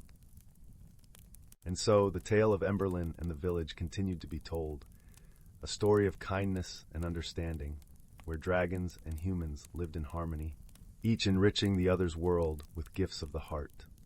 Story 14. Once upon a time, in the heart of the verdant realm of Elderglen, a land where the trees whispered secrets and rivers sang ancient songs, there lived a young girl named Alara. Elderglen was a place where magic danced like sunlight through the leaves, and every pebble, breeze, and brook had its own story to tell. Alara, with her curious heart and kind spirit, was beloved by all, both the people of her village and the magical creatures that dwelled in the surrounding forest. Alara lived with her grandmother, a wise woman known throughout the village for her knowledge of herbs and her gentle smile that could calm the wildest storm. Her grandmother taught Alara the language of the forest, the rustling leaves, the murmuring streams, and the soft cries of the night creatures. "Listen, Alara," her grandmother would say, "for every sound has a story, and every story has a lesson." One crisp autumn morning, as the first hues of dawn painted the sky, Alara ventured into the forest. Her basket was filled with wildflowers, and her heart with the thrill of adventure. The forest, with its towering oaks and ancient pines, was alive with the songs of birds and the rustle of unseen creatures. She wandered along the winding path, her feet finding their way with the ease of familiarity, until she reached a clearing she had never seen before. In the center of the clearing stood an ancient willow tree, its gnarled branches trailing like the robes of an old sage. Alara felt drawn to it, sensing an aura of gentle wisdom emanating from its bark. As she approached, she noticed something extraordinary. A dragon, small and shimmering like a silver moonbeam, was nestled among the roots, its eyes closed in peaceful slumber. Alara had heard tales of dragons from her grandmother, majestic creatures that soared through the skies and guarded hidden realms, but never had she imagined she would see one so close and so small. This dragon, no larger than a cat, seemed to be a hatchling, its scales glistening in the morning sun. Her heart swelling with wonder and compassion, Alara knelt beside the dragon. As she did, its eyes fluttered open, revealing orbs of the deepest blue, like the heart of a summer lake. The dragon regarded her with a gaze that was both ancient and innocent, a contradiction that made Alara smile. "Hello, little one," she whispered softly, reaching out her hand. The dragon tilted its head, a curious expression flitting across its delicate features, before it nuzzled against her fingers with a purr that resonated like distant thunder. Alara sensed a bond forming, a connection that transcended language and spoke to the heart. She knew she was meant to help this creature, though she did not yet understand how. For the next few days, she returned to the willow tree, bringing the dragon food she foraged from the forest, sweet berries, plump mushrooms, and the occasional honeycomb. The dragon, whom she named Silas, grew stronger with each passing day, his scales shining brighter, his playful antics a source of endless delight for Alara. One evening, as the sun dipped below the horizon and the sky was a tapestry of stars, Silas began to glow softly, his body pulsing with an inner light. Alara watched in awe as the dragon unfurled his tiny wings, now shimmering with a spectral gleam. It was then that a gentle voice, like the rustle of leaves, drifted through the clearing. It was the voice of the ancient willow, speaking with the wisdom of ages and the kindness of a guardian. "Alara," the tree intoned, "you have shown great kindness and courage. Silas is a dragon of the moon, destined to guide the light through the darkest nights. But he needs your help to find his way to the celestial lake, where moonbeams are born and where he will learn to harness his power." Alara listened, her heart full of resolve. She understood now that her bond with Silas was part of a greater tapestry, a story written among the stars. She promised the willow she would guide Silas to the celestial lake, wherever it might be. The next morning, with her grandmother's blessing and a satchel of provisions, Alara and Silas set out on their journey. The path led them through enchanted groves and over misty hills, past ancient standing stones and bubbling brooks that whispered encouragements. The forest watched over them, its creatures appearing now and then to offer guidance. A wise old owl to point them northward, a family of foxes sharing a hidden path through a thicket, and a chorus of frogs whose song hinted at the nearing lake. As they traveled, Alara and Silas grew inseparable, their friendship a beacon of warmth and joy. Alara marveled at the beauty of the world around her, each step a discovery, each breath a blessing. Finally, after many days of travel, they arrived at the celestial lake. It was a place of ethereal beauty, the water a mirror of the night sky above, infused with the glow of countless stars. Moonlit ripples danced across its surface, casting a gentle light that illuminated the scene with otherworldly radiance. Silas, sensing the magic of the place, took to the air with a jubilant leap. His wings caught the moonlight, transforming him into a streak of silver that soared across the sky. Elara watched, her heart swelling with pride and a touch of sadness, knowing that her friend was about to fulfill his destiny. As Silas circled above the lake, he emitted a soft, melodious cry that resonated with the very soul of the night. The stars seemed to shimmer in response, their light gathering around him in a radiant halo. It was a moment of pure magic, a song of the skies, a dance of the heavens. Suddenly, the lake itself responded, a column of light rising from its depths, shimmering with all the colors of the moon. Silas dove into this celestial beam, his form melding with the light, becoming one with the essence of the moon. Elara watched, tears of joy streaming down her cheeks, as Silas became a part of the night sky, a new star twinkling brightly, a guardian of the night. The forest around her was silent, as if in reverence of the moment. The willow tree's voice echoed softly in her mind, a gentle reassurance that Silas would always be with her, watching over Elderglen, illuminating the darkness with his light. Elara returned home, her heart full of stories and her spirit alight with the magic of friendship and adventure. She would tell the tale of Silas, the moon dragon, to her grandmother and to the children of the village, ensuring that the bond between the magical and the mundane would live on. And so, in the heart of Elderglen, where the trees whispered secrets and rivers sang ancient songs, the story of Elara and Silas became a cherished legend, a reminder that kindness and courage could light even the darkest of nights. As the years passed, Elara grew older, her heart forever touched by the magic of her journey. She became a wise storyteller, her tales weaving the threads of the forest and the stars, enchanting all who listened. And on clear nights, when the moon shone brightly, a new star could be seen twinkling in the sky. A little dragon, watching over his friend and the land they loved.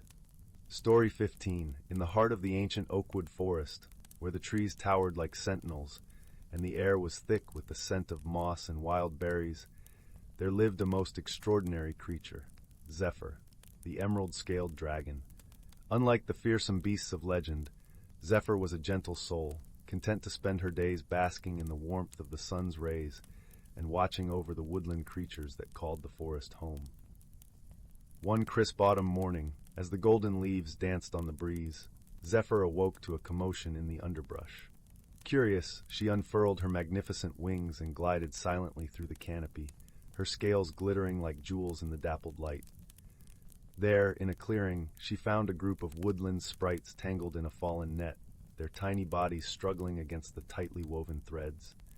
Without hesitation, Zephyr landed softly beside them, her amber eyes filled with concern. "Fear not, little ones," she rumbled in her deep, soothing voice. "I shall free you from this snare." With her powerful claws, she carefully untangled the net, taking care not to harm the delicate sprites. One by one, they fluttered free, their gossamer wings beating with relief and gratitude. As the sprites gathered around her, Zephyr felt a warmth in her heart, for she knew that these mischievous creatures were the very essence of the forest's magic. They were the ones who coaxed the flowers to bloom and the trees to bear fruit, and their laughter was the music that filled the woodland air. "Thank you, noble dragon," said the eldest sprite, her voice like the tinkling of a silver bell. "We were ensnared by a wandering hunter, and without your aid, our fate would have been most dire." Zephyr bowed her great horned head. "Think nothing of it, dear friends. The forest is my home, and all who dwell within its embrace are under my protection." From that day forth, a bond was forged between the dragon and the sprites, a bond that would weave itself through the fabric of the forest for generations to come. Whenever the sprites found themselves in peril, whether caught in a sudden storm or tangled in the brambles, they would call upon Zephyr, and she would come to their aid, her mighty wings casting shadows like a sheltering cloak. In return, the sprites bestowed upon Zephyr the gift of their magic, weaving spells of protection and prosperity around her lair. They whispered to the trees to grow tall and strong, providing her with a canopy of shade, and they coaxed the wildflowers to bloom in vibrant hues, creating a tapestry of color for her pleasure. As the seasons turned and the years passed, Zephyr became a legend among the creatures of the forest, her name spoken with reverence and awe. And though she herself never sought fame or glory, her selfless acts of kindness and her unwavering devotion to the harmony of the natural world inspired all who crossed her path. For in the depths of the oakwood forest, where the magic of the sprites danced on the wind and the ancient dragon kept watch, there was a reminder that true strength lies not in might or power, but in the bonds of friendship and the courage to protect those most precious and vulnerable. Story 16. In the heart of the magical forest, where sunlight filtered through a canopy of emerald leaves, the unseen spirits bustled about their tasks. These ethereal beings, woven from the very essence of the forest, moved like whispers in the wind, their presence felt but never seen. They were the keepers of balance, the invisible hands that nurtured saplings, guided rivers along their courses, and whispered to the animals in dreams. Each spirit held a purpose, and through their silent work, the forest thrived. The spirits were diverse in form and function. Some were small and delicate, flitting like fireflies, dedicated to the care of flowers and grasses. Others were larger, more robust, resembling the ancient oaks they tended. They communicated without words, their intents and desires expressed through the rustling of leaves or the gentle hum of bees. Together, they formed a symphony of nature, ensuring the rhythm of life continued without interruption. But one day, the harmony was shattered. A tremor, subtle at first, rippled through the forest, disrupting the equilibrium that the spirits had so carefully maintained. Trees groaned as if in pain, their roots struggling to hold on to the shifting earth. Streams once clear and babbling became murky and stagnant. The animals grew restless, their instincts warning them of impending danger. The spirits gathered in a hidden glade, their forms shimmering with concern. They had never before revealed themselves to the outside world, for their work was meant to be unseen, a quiet force of nature. Yet the disturbance was beyond their ability to correct alone. They needed help from someone who could walk both the worlds of the seen and unseen. As if answering their unspoken plea, a traveler unwittingly wandered into the forest. This traveler, a young woman named Alara, had embarked on a journey to explore the mysteries of the world beyond her village. Her heart was kind, and her curiosity boundless, qualities that drew her to the magical forest. She had heard whispers of its wonders, of creatures and landscapes that existed nowhere else, and she longed to see them for herself. Alara was not a stranger to the woods, but the deeper she ventured, the more she sensed something was amiss. The air was heavy with unease, and the usual melodies of birds and insects were replaced by an eerie silence. It was then that the spirits decided to reveal themselves. As Alara paused by a crystal-clear pond, the water began to ripple, though there was no breeze. From its depths emerged a figure, glistening and translucent, its form shifting like the play of light on water.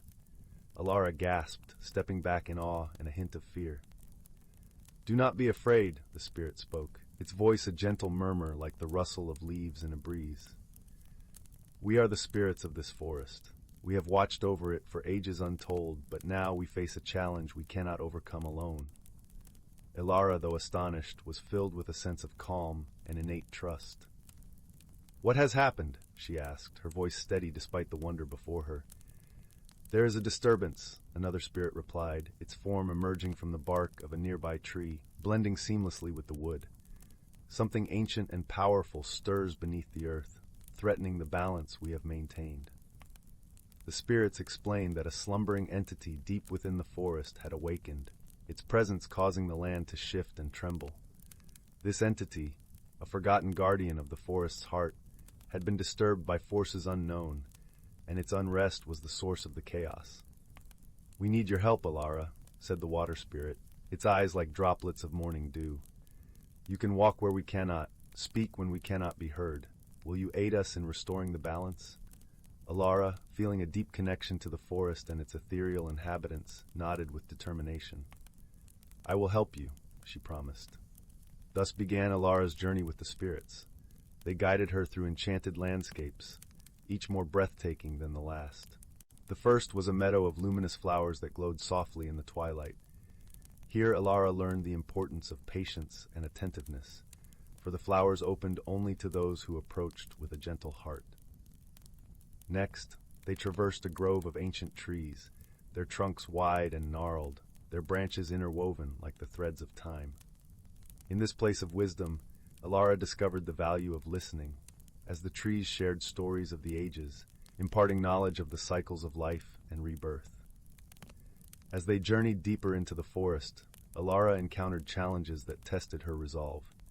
In a mist-shrouded valley, she faced illusions that played on her fears and doubts.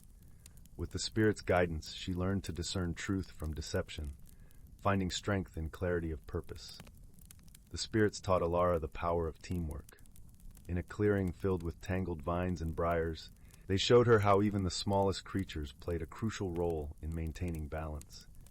Together, they untangled the vines, freeing the trapped sunlight to nourish the earth below.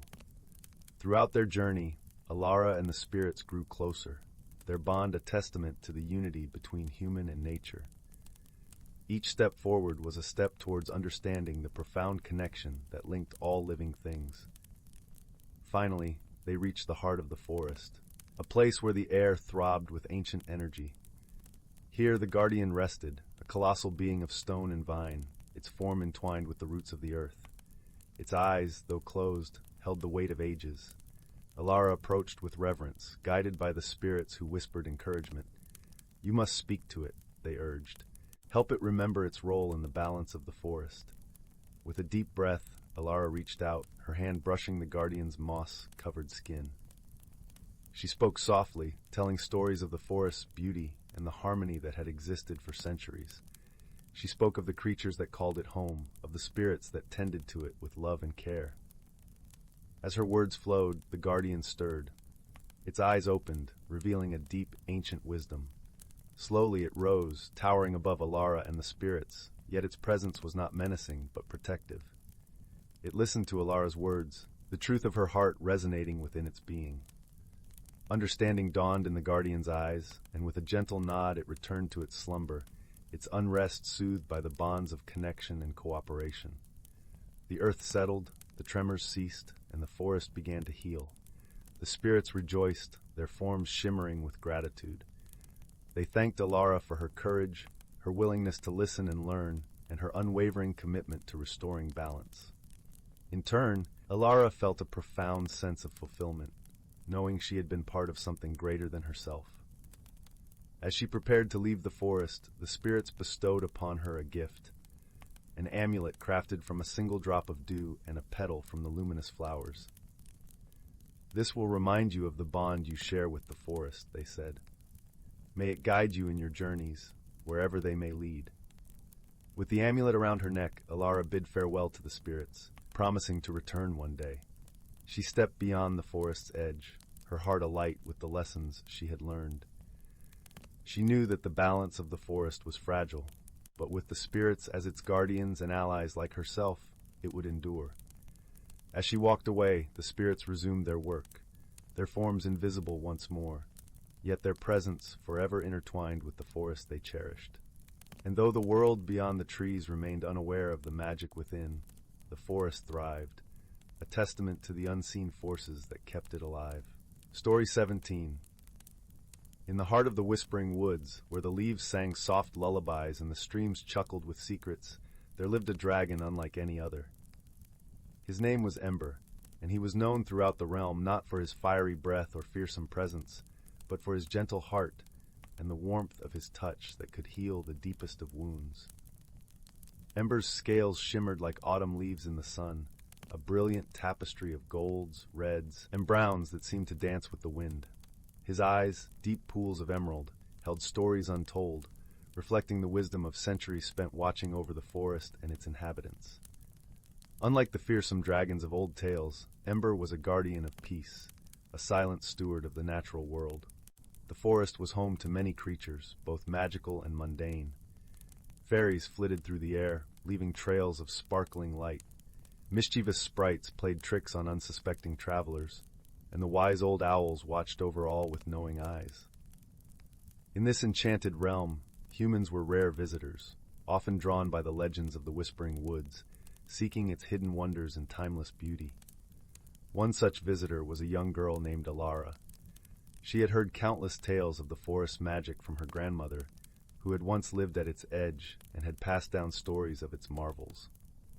With her heart full of curiosity and a spirit brimming with adventure, Alara set out to see the woods for herself, hoping to catch a glimpse of the fabled dragon guardian. Alara's journey led her along winding paths, through sun-dappled glades and beneath towering oaks that whispered ancient secrets. She marveled at the beauty around her, from the vibrant carpets of wildflowers to the melodic symphony of birdsong. As dusk began to settle over the forest, painting the sky in hues of lavender and rose, Alara found herself at the foot of a great hill. Atop the hill, silhouetted against the setting sun, stood Ember, his majestic form outlined in soft golden light. Alara's heart skipped a beat as she gazed upon the dragon, who was more magnificent than she could have ever imagined. With a deep breath, she summoned the courage to approach him, her footsteps gentle upon the earth. Ember turned his head, his eyes meeting Alara's with a gaze that seemed to pierce into her very soul. Yet there was no fear in her heart, only awe and a profound sense of peace. She felt the warmth of his presence wash over her, as if the sun itself had come to rest beside her. "Greetings, child of the forest," Ember rumbled, his voice a gentle thunder that resonated in the air. "What brings you to these ancient woods?" Alara smiled, a little shy but filled with determination. "I came to see the wonders of the Whispering Woods," she replied, her voice steady, "and to meet you, Ember, the guardian of this magical land." Ember chuckled softly, a sound like distant thunder rolling across the hills. "You have traveled far for such a young one. The forest holds many secrets, but it is the heart that truly sees them. Tell me, what do you seek in these woods?" Alara pondered his question, her gaze drifting over the landscape, the vibrant tapestry of life woven into every leaf and blade of grass. "I seek to understand," she said finally, "to learn the stories of this place and to be a part of its magic." Ember nodded, a wise glint in his eyes. "Then you shall learn, little one.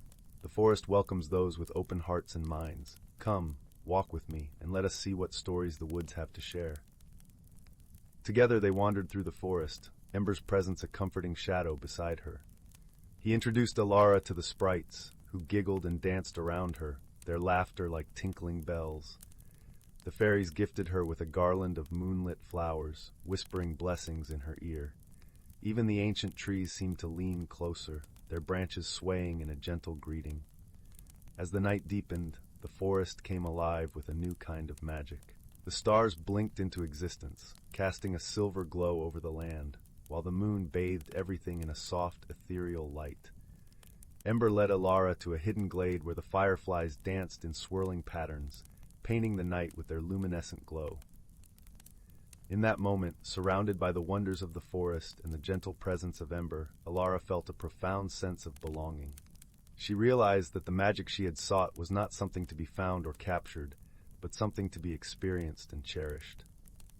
As dawn approached, the first light of day spilling over the horizon, Ember turned to Alara with a smile. "You have seen much and learned well, Alara. Remember, the magic of the Whispering Woods is a part of you now. Carry it with you always." Alara nodded, her heart full of gratitude. "Thank you, Ember. I will never forget the wonders of this place and the kindness of its guardian." With a final, gentle touch of his nose, Ember bid her farewell, watching as she made her way back through the forest, the path now familiar and welcoming. As she walked, Alara knew that she would return one day, drawn back by the call of the woods and the promise of new stories waiting to be discovered. And so the legend of the Whispering Woods grew, with tales of a young girl who befriended a dragon and learned the true magic of the forest. The story spread far and wide, inspiring others to seek the wonders of the natural world, to listen to its whispers, and to cherish the harmony that exists between all living things. For in the heart of the Whispering Woods, under the watchful gaze of a gentle dragon, the spirit of adventure and the magic of nature lived on. A timeless tale of wonder and friendship that would never fade. Story 18. In a secluded valley, nestled between ancient mountains and whispering forests, there lived a community of gentle folk who cherished the harmony of the natural world. Among them was a young girl named Willow, whose eyes sparkled with curiosity and whose heart overflowed with kindness. One crisp autumn day, as Willow wandered through the golden-leafed woods, she stumbled upon a peculiar sight, a tiny dragon curled up beneath a twisted oak tree. Its scales shimmered like polished emeralds, and its wings were delicately folded, rising and falling with each peaceful breath. Willow drew closer, captivated by the creature's beauty, but her footsteps disturbed a pile of fallen leaves, startling the dragon awake. It unfurled its wings, ready to take flight, but Willow held out her hand in a gesture of friendship. "Fear not, little one," she said softly. "I mean you no harm." The dragon regarded her with curious eyes, and something in Willow's gentle demeanor must have put it at ease, for it settled back down, watching her intently. From that day on, Willow and the dragon forged an unbreakable bond. She would bring it berries and nuts, and in return, it would share stories of its adventures through the skies, soaring above clouds and dancing among the stars. As the seasons changed, their friendship deepened, and Willow learned the ways of the dragons, their ancient wisdom, and their profound respect for nature. She marveled at how these mighty creatures lived in harmony with the world around them, their very existence intertwined with the ebb and flow of the elements. One day, as Willow sat by the dragon's side, she noticed a peculiar glimmer in the undergrowth. Upon closer inspection, she discovered a small, intricately carved stone, adorned with symbols she didn't recognize. The dragon explained that it was a relic from a bygone era, a talisman imbued with magic by the ancient ones. Willow's eyes grew wide with wonder, and she begged the dragon to teach her the ways of this forgotten magic. The dragon, recognizing the purity of her heart and her reverence for the natural world, agreed. Under the dragon's tutelage, Willow learned to harness the energies of the earth, the wind, and the water. She communed with the spirits of the forest, who whispered secrets of healing and growth. And as her powers blossomed, she became a guardian of the valley, using her magic to nurture the land and protect its inhabitants. One winter's eve, as snow blanketed the valley, Willow was startled by a commotion in the nearby village.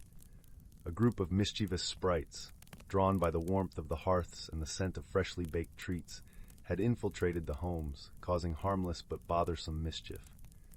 Willow, ever the peacekeeper, ventured forth to negotiate with the sprites. With her gentle words and a promise of a grand feast in their honor, she convinced them to leave the villagers' homes untroubled. That night, beneath the starry sky, Willow and the villagers hosted a joyous celebration, sharing stories and dancing around the bonfires as the sprites played their merry tunes. As the years passed, Willow's legend grew, and she became known as the Keeper of the Valley, a protector of the balance between the magical and the mortal realms. With her dragon companion ever by her side, she ensured that the harmony between all living beings was preserved, and that the wonders of the natural world were cherished and revered.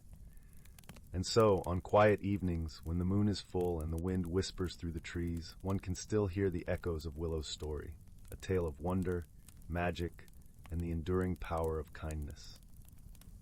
A comforting bedtime story to remind us all of the beauty that lies within the world and within our own hearts. Story 19. In a secluded valley nestled between gentle hills and shaded woodlands, there lay the village of Eldergrove. It was a place where time seemed to stretch and curl like the morning mist over the meadows, a village cradled by nature's embrace, where the air was always sweet with the scent of blooming wildflowers and the songs of chirping crickets. This village was not ordinary, for it was whispered among the villagers that Eldergrove was a haven for magical beings. The villagers shared stories of kind-hearted dragons soaring across the skies during twilight, their scales shimmering like 1,000 stars. They spoke of mischievous spirits who danced in the moonlight, their laughter echoing through the trees. And of course, there was the legend of the Heartstone, a mystical gem said to reside in the heart of the forest, granting a wish to those who found it with pure intentions. In Eldergrove, there lived a young girl named Alara. Her spirit was as free as the wind that swept through the valley, and her heart as warm as the sun that kissed the hills each morning. Alara had a curious nature and a love for stories, especially those about the magical world that lay just beyond the village boundaries. Her grandmother, an elder with eyes as bright as the moon, often shared tales of the Heartstone. "It listens," she would say, her voice a gentle melody. "Only those who listen back, with a heart open and true, will find it." Alara cherished these tales, her imagination painting vivid pictures of her own adventures. But more than anything, she dreamed of meeting a dragon. She longed to understand the creatures that soared through her dreams, their wings painting the sky.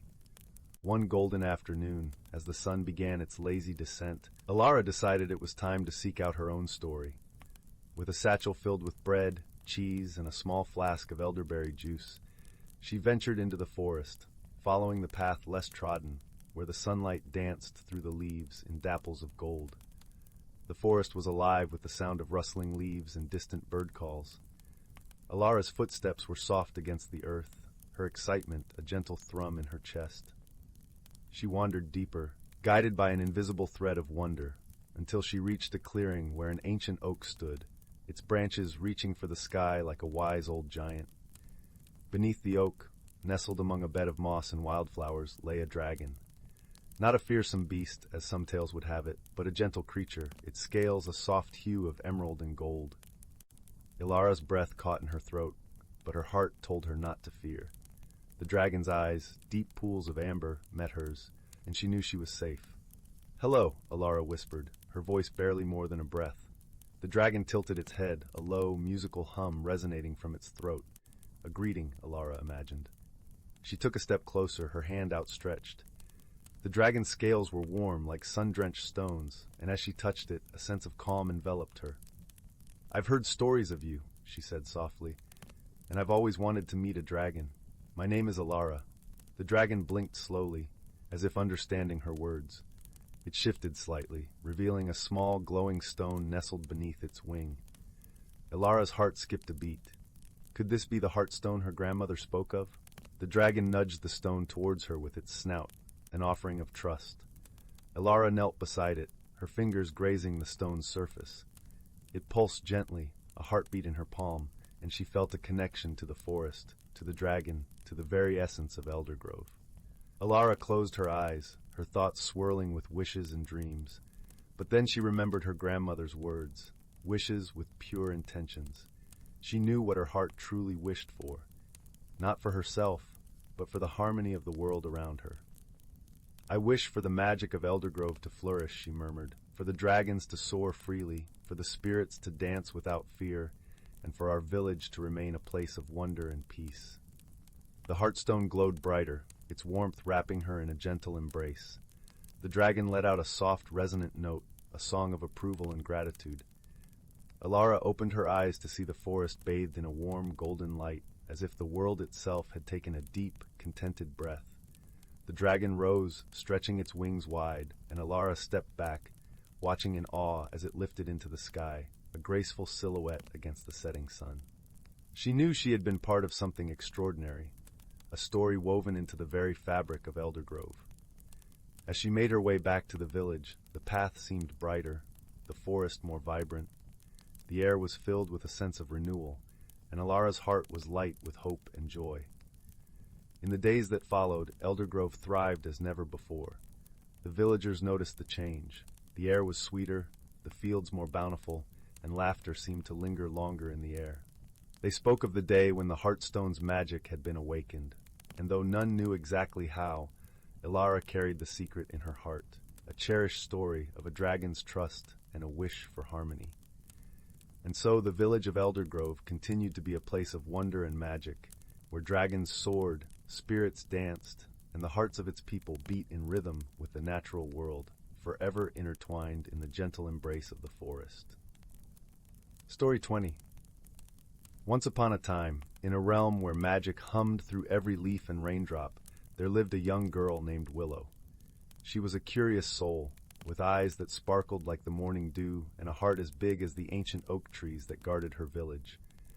Willow's home was nestled deep within the evergreen forest, a place where the trees whispered secrets to those who listened closely enough.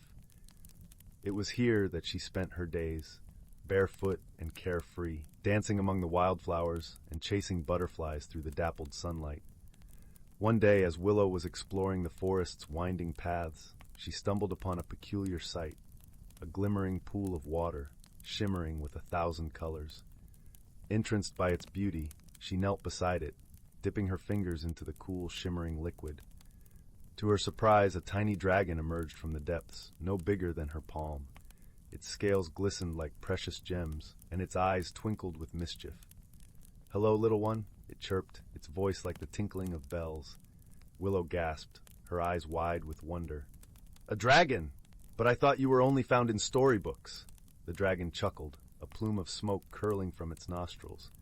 "We dragons are quite real, my dear. We simply choose to remain hidden from those who have lost their sense of wonder." From that day forward, Willow and the dragon became the dearest of friends. She named him Ember for his fiery scales and the warmth of his spirit. Together they explored the forest's hidden wonders, chasing fireflies through twilit glades and listening to the ancient tales whispered by the trees. One night, as they sat beneath the stars, Ember shared a secret with Willow. "There is a sacred grove," he said, "where the oldest and wisest trees stand guard. In their boughs dwell the forest sprites, mischievous beings who bring laughter and joy to the world." Willow's eyes lit up with excitement. "Can we go there? Oh, please say we can." Ember nodded, and with a flick of his tail, they were off, soaring through the night sky on wings of starlight. The sacred grove was a place of breathtaking beauty, where the trees stood tall and proud, their branches intertwined like the embrace of old friends. And there, among the leaves, Willow caught glimpses of the forest sprites, tiny beings with wings like gossamer and faces that shone with mirth. At first, the sprites were shy, darting behind the safety of the bark at Willow's approach. But Ember reassured them, and soon they were surrounding the girl, their musical laughter filling the air. From that night on, Willow became a part of their world, joining in their merry dances and listening to their tales of mischief and wonder. The sprites taught her the secrets of the forest, how to coax the flowers into bloom, and how to speak the language of the birds. As the seasons turned, Willow grew from a curious child into a kind and compassionate young woman, her heart forever bound to the magic of the evergreen forest. And whenever she felt the weight of the world upon her shoulders, she would seek solace in the company of Ember and the sprites, their laughter and love reminding her that magic still lived, even in the darkest of times. For in that realm, where the veil between the mundane and the mystical was thin, Willow had learned that true wonder came not from grand gestures or epic quests, but from the simple joys of friendship, laughter, and a deep appreciation for the beauty that surrounded her. And so she lived, a bridge between the world of mortals and the realm of magic, her heart forever entwined with the whispers of the forest and the dreamlike dance of the sprites. A reminder that even in the darkest of nights, there was always a spark of wonder waiting to be found. Story 21. Once upon a time, deep in the heart of an ancient forest, there lived a kind-hearted dragon named Ember.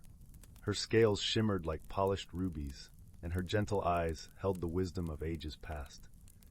Ember was the guardian of these woods, a protector of the delicate balance between magic and nature. In this enchanted realm, sprites and fairies danced among the trees, their laughter echoing through the canopy. Glowing mushrooms dotted the mossy ground, illuminating the winding paths that led to secret glades and babbling brooks. It was a place where even the most ordinary things seemed infused with wonder. One crisp autumn day, Ember was roused from her slumber by a commotion near the edge of the forest. She unfurled her wings and took to the skies, soaring over the treetops until she spotted a small village nestled among the pumpkin patches and cornfields. A young boy named Liam was huddled beneath an oak tree, clutching a tattered satchel to his chest. His eyes were wide with fear as a group of older children taunted him, trying to snatch the bag from his grasp. Ember landed softly on a nearby branch, her tail swishing behind her. "What seems to be the trouble here?" she rumbled, her voice rich and resonant. The bullies froze, their mouths agape at the sight of the magnificent dragon. "It's a monster," one of them stammered, before they all turned and fled in terror. Liam, however, remained rooted to the spot, his gaze locked on Ember. You're a dragon," he breathed, his grip loosening on the satchel.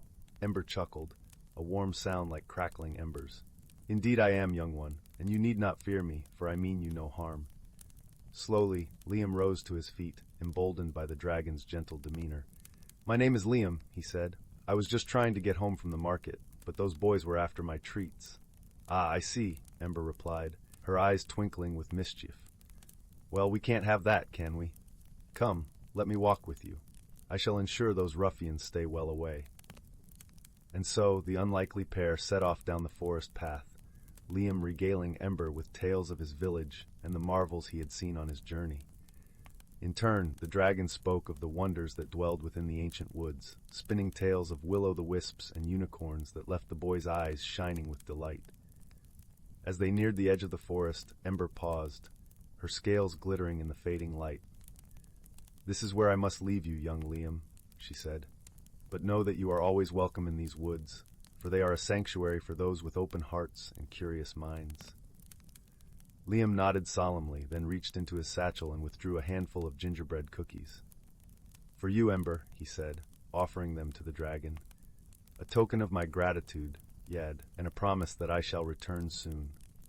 Ember dipped her head, accepting the treats with a gentle puff of smoke. "These shall be a most cherished gift," she rumbled, "and I shall await your return with great anticipation." With one last fond glance, Liam turned and made his way home, his heart filled with the magic of the forest and the memory of his newfound friend. From that day forth, the villagers spoke in hushed tones of the benevolent dragon who watched over the woods, and whenever a child wandered too far into the trees, it was said that Ember would appear, guiding them safely back to the path with her gentle wisdom and the promise of wondrous tales to come. Story 22, The Starfire Dragon and the Fernwood Grove.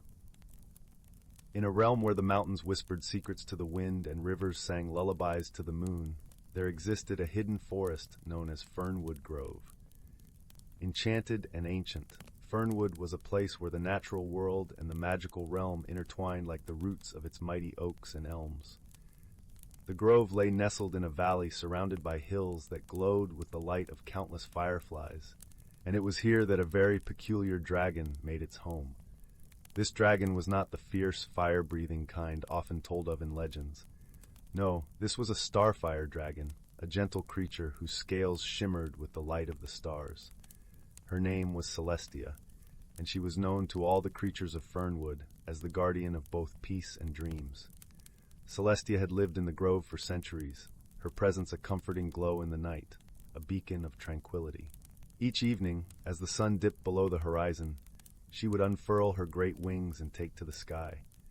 The stars would follow her path, forming constellations that told stories of old, while her soft, radiant light would cast a protective spell over the forest. Despite her celestial duties, Celestia was not alone in her guardianship. The forest was filled with creatures of magic and wonder, each contributing to the harmony of Fernwood. There were the mischievous will-o'-wisps, tiny spirits that danced like living sparks in the air. They loved to play tricks, making the leaves rustle with laughter, or guiding travelers gently back to their paths when they wandered too far. In the heart of the grove stood a great ancient tree known as the Elder Elm. It was said that the tree's roots reached down to the very heart of the earth, and its branches touched the sky. Within its hollow trunk lived the forest elders, wise and kind beings made of bark and leaf. They were the keepers of all stories and lore, their voices like the rustling of leaves in the breeze. Every so often, Celestia would visit the Elder Elm to listen to the tales of yore and to share her own adventures. One such evening, as the moon hung like a silver lantern in the sky, Celestia landed gracefully before the great tree. The forest elders emerged, their eyes twinkling with the wisdom of ages. "Ah, Celestia," began Elder Alder, his voice deep and warm, "what brings you to our humble abode tonight?" "I come seeking the tale of the night flower," replied Celestia, settling her luminous body comfortably against the roots. "It is said that its bloom can mend what has been broken and heal what has been hurt." "A tale as old as the stars themselves," mused Elder Willow, her voice a gentle breeze. "The night flower blooms once every 100 years, deep in the heart of the enchanted glade, where the veil between worlds is thinnest." Celestia listened intently, her eyes reflecting the constellations above. The elders spoke of a time long ago when the grove had been in peril, and how the night flower had blossomed, its petals glowing with a light that drove away the darkness. "It is nearing time for the night flower to bloom once more," said Elder Oak, his voice like the creaking of ancient branches. "But it is guarded by the forest itself, and only those with pure intentions may find it." With this knowledge, Celestia took to the sky once more, her heart set on finding the night flower. The grove was peaceful, yet she sensed a growing restlessness in the land, an unease that whispered of change. As she soared above the forest, she spotted a flicker of movement below. It was a young girl, no more than 10 summers old, wandering through the woods with a look of determination on her face. Her name was Elara, and she was known to the creatures of Fernwood as a friend to all living things. Her gentle nature and kind spirit beloved by even the shyest of creatures. Curious, Celestia descended quietly, watching as Elara approached the edge of the enchanted glade. The girl carried a small satchel, and with each step she murmured softly to herself, her words lost to the gentle rustle of leaves. Drawn by the girl's courage and purity of heart, Celestia landed softly behind her. "What brings you here, young one?" she asked, her voice soft and melodic like the tinkling of distant chimes. Startled at first, Elara turned, her eyes wide with awe as she beheld the starfire dragon. "Oh, Celestia!" she exclaimed, bowing her head respectfully. "I seek the night flower. My village is in need. The crops have withered, and the river runs dry. The elder says only the night flower can restore life to our lands." Celestia's heart swelled with admiration for the brave young girl. "Then we shall search together," she declared, her presence a comforting glow beside Elara. Guided by Celestia's light and the whispers of the forest, they ventured deeper into the enchanted glade. The air was thick with magic, each step resonating with an ancient energy that hummed beneath their feet. As they walked, the will-o-wisps appeared, their playful laughter echoing through the trees, lighting the path with their gleeful dance. Hours passed, or maybe moments. It was hard to tell in a place where time flowed like a river, bending and curving at its whim. Finally, they reached a clearing bathed in the soft glow of moonlight. At its center stood the night flower, a blossom of ethereal beauty, its petals shimmering with all the colors of a dream. Elara approached slowly, her heart pounding with hope and trepidation. She reached out a hand, hesitating for a moment before gently touching the flower's delicate petals. As if in response, the night flower began to glow brighter, its light spreading through the clearing, washing over the trees and the sky. Beside her, Celestia watched with a serene smile. She could feel the magic of the forest stirring, awakening as the night flower's power unfurled. The trees seemed to sigh with relief, their leaves rustling in gratitude, while the earth beneath them thrummed with renewed life. With great care, Elara plucked a single petal from the night flower, cradling it as if it were the most precious of treasures. "Thank you," she whispered, her voice filled with reverence. As they made their way back through the forest, the path illuminated by Celestia's glow and the playful will-o-wisps, Elara felt a sense of peace settle over her. She knew that with the night flower's blessing, her village would thrive once more. When they reached the edge of Fernwood Grove, Celestia paused, her luminous gaze meeting Elara's. "Remember, young one," she said softly, "the true magic of the night flower lies not just in its power to heal, but in the purity of heart that seeks it." Elara nodded, understanding more than ever the importance of kindness and courage. With a grateful heart, she bid farewell to Celestia, promising to return and share stories of her village's renewal. As Elara disappeared into the dawn-touched horizon, Celestia took to the sky once more, her heart aglow with the knowledge that the harmony of Fernwood and the world beyond had been restored, at least for now. And so, the Starfire Dragon continued her watch over Fernwood Grove, a guardian of peace and dreams, her presence a shining reminder of the magic that lay in the heart of every living being, waiting to blossom like the night flower beneath a sky full of stars. Story 23. In a faraway land nestled between mist-laden mountains and an endless ocean of whispering trees, there was a village known as Elderglen. It was a place woven with magic, where the line between the mortal and the mystical was as thin as morning dew on the petals of the moonflower. Elderglen was the heart of many fantastical tales, and this one begins with a humble baker named Clara. Clara was known throughout Elderglen not just for her exquisite pastries, but for the warmth that seemed to radiate from her very soul. Her bakery, the Hearth's Delight, was a haven for weary travelers and villagers alike, a place where the crackling of the stone hearth mingled with the sweet scent of vanilla and honey. One crisp autumn morning, as the leaves danced in shades of amber and gold, Clara was preparing her famous apple tarts. She hummed a gentle tune, her hands moving rhythmically, when she noticed something peculiar. A soft rustling, like the sound of a gentle breeze through the willows, came from the open window. Peering out, she saw a tiny creature caught in the brambles outside. It was a sprite, no taller than a buttercup, with gossamer wings that sparkled like frost-kissed cobwebs. Its eyes were wide and shimmering, reflecting the hues of the forest. Clara, with a heart as tender as her pastries, carefully freed the sprite from the thorns. "Thank you, dear Clara," the sprite chirped, its voice as light as a whispering brook. "I am Lirel, and I owe you a debt of gratitude." Clara smiled, brushing a stray lock of hair from her face. "There's no need for debts between friends, Lirel. Are you hurt?" "Only my pride," Lirel admitted with a playful wink, dusting off her wings. "But I am quite well, thanks to you." From that day on, Lirel became a frequent visitor to the Hearth's Delight, often flitting about the bakery, leaving trails of pixie dust that seemed to make the pastries even more delicious. The villagers noticed the added sparkle in Clara's confections and would often joke about the magic in her baking. As the days turned colder and the nights longer, an air of anticipation settled over Elderglen. The villagers were preparing for the Frost Moon Festival, a time when the veil between the worlds was at its thinnest, and the magical creatures of the forest would join in celebration. Clara decided to create a special treat for the occasion, frost moon cakes, inspired by the stories her grandmother had told her.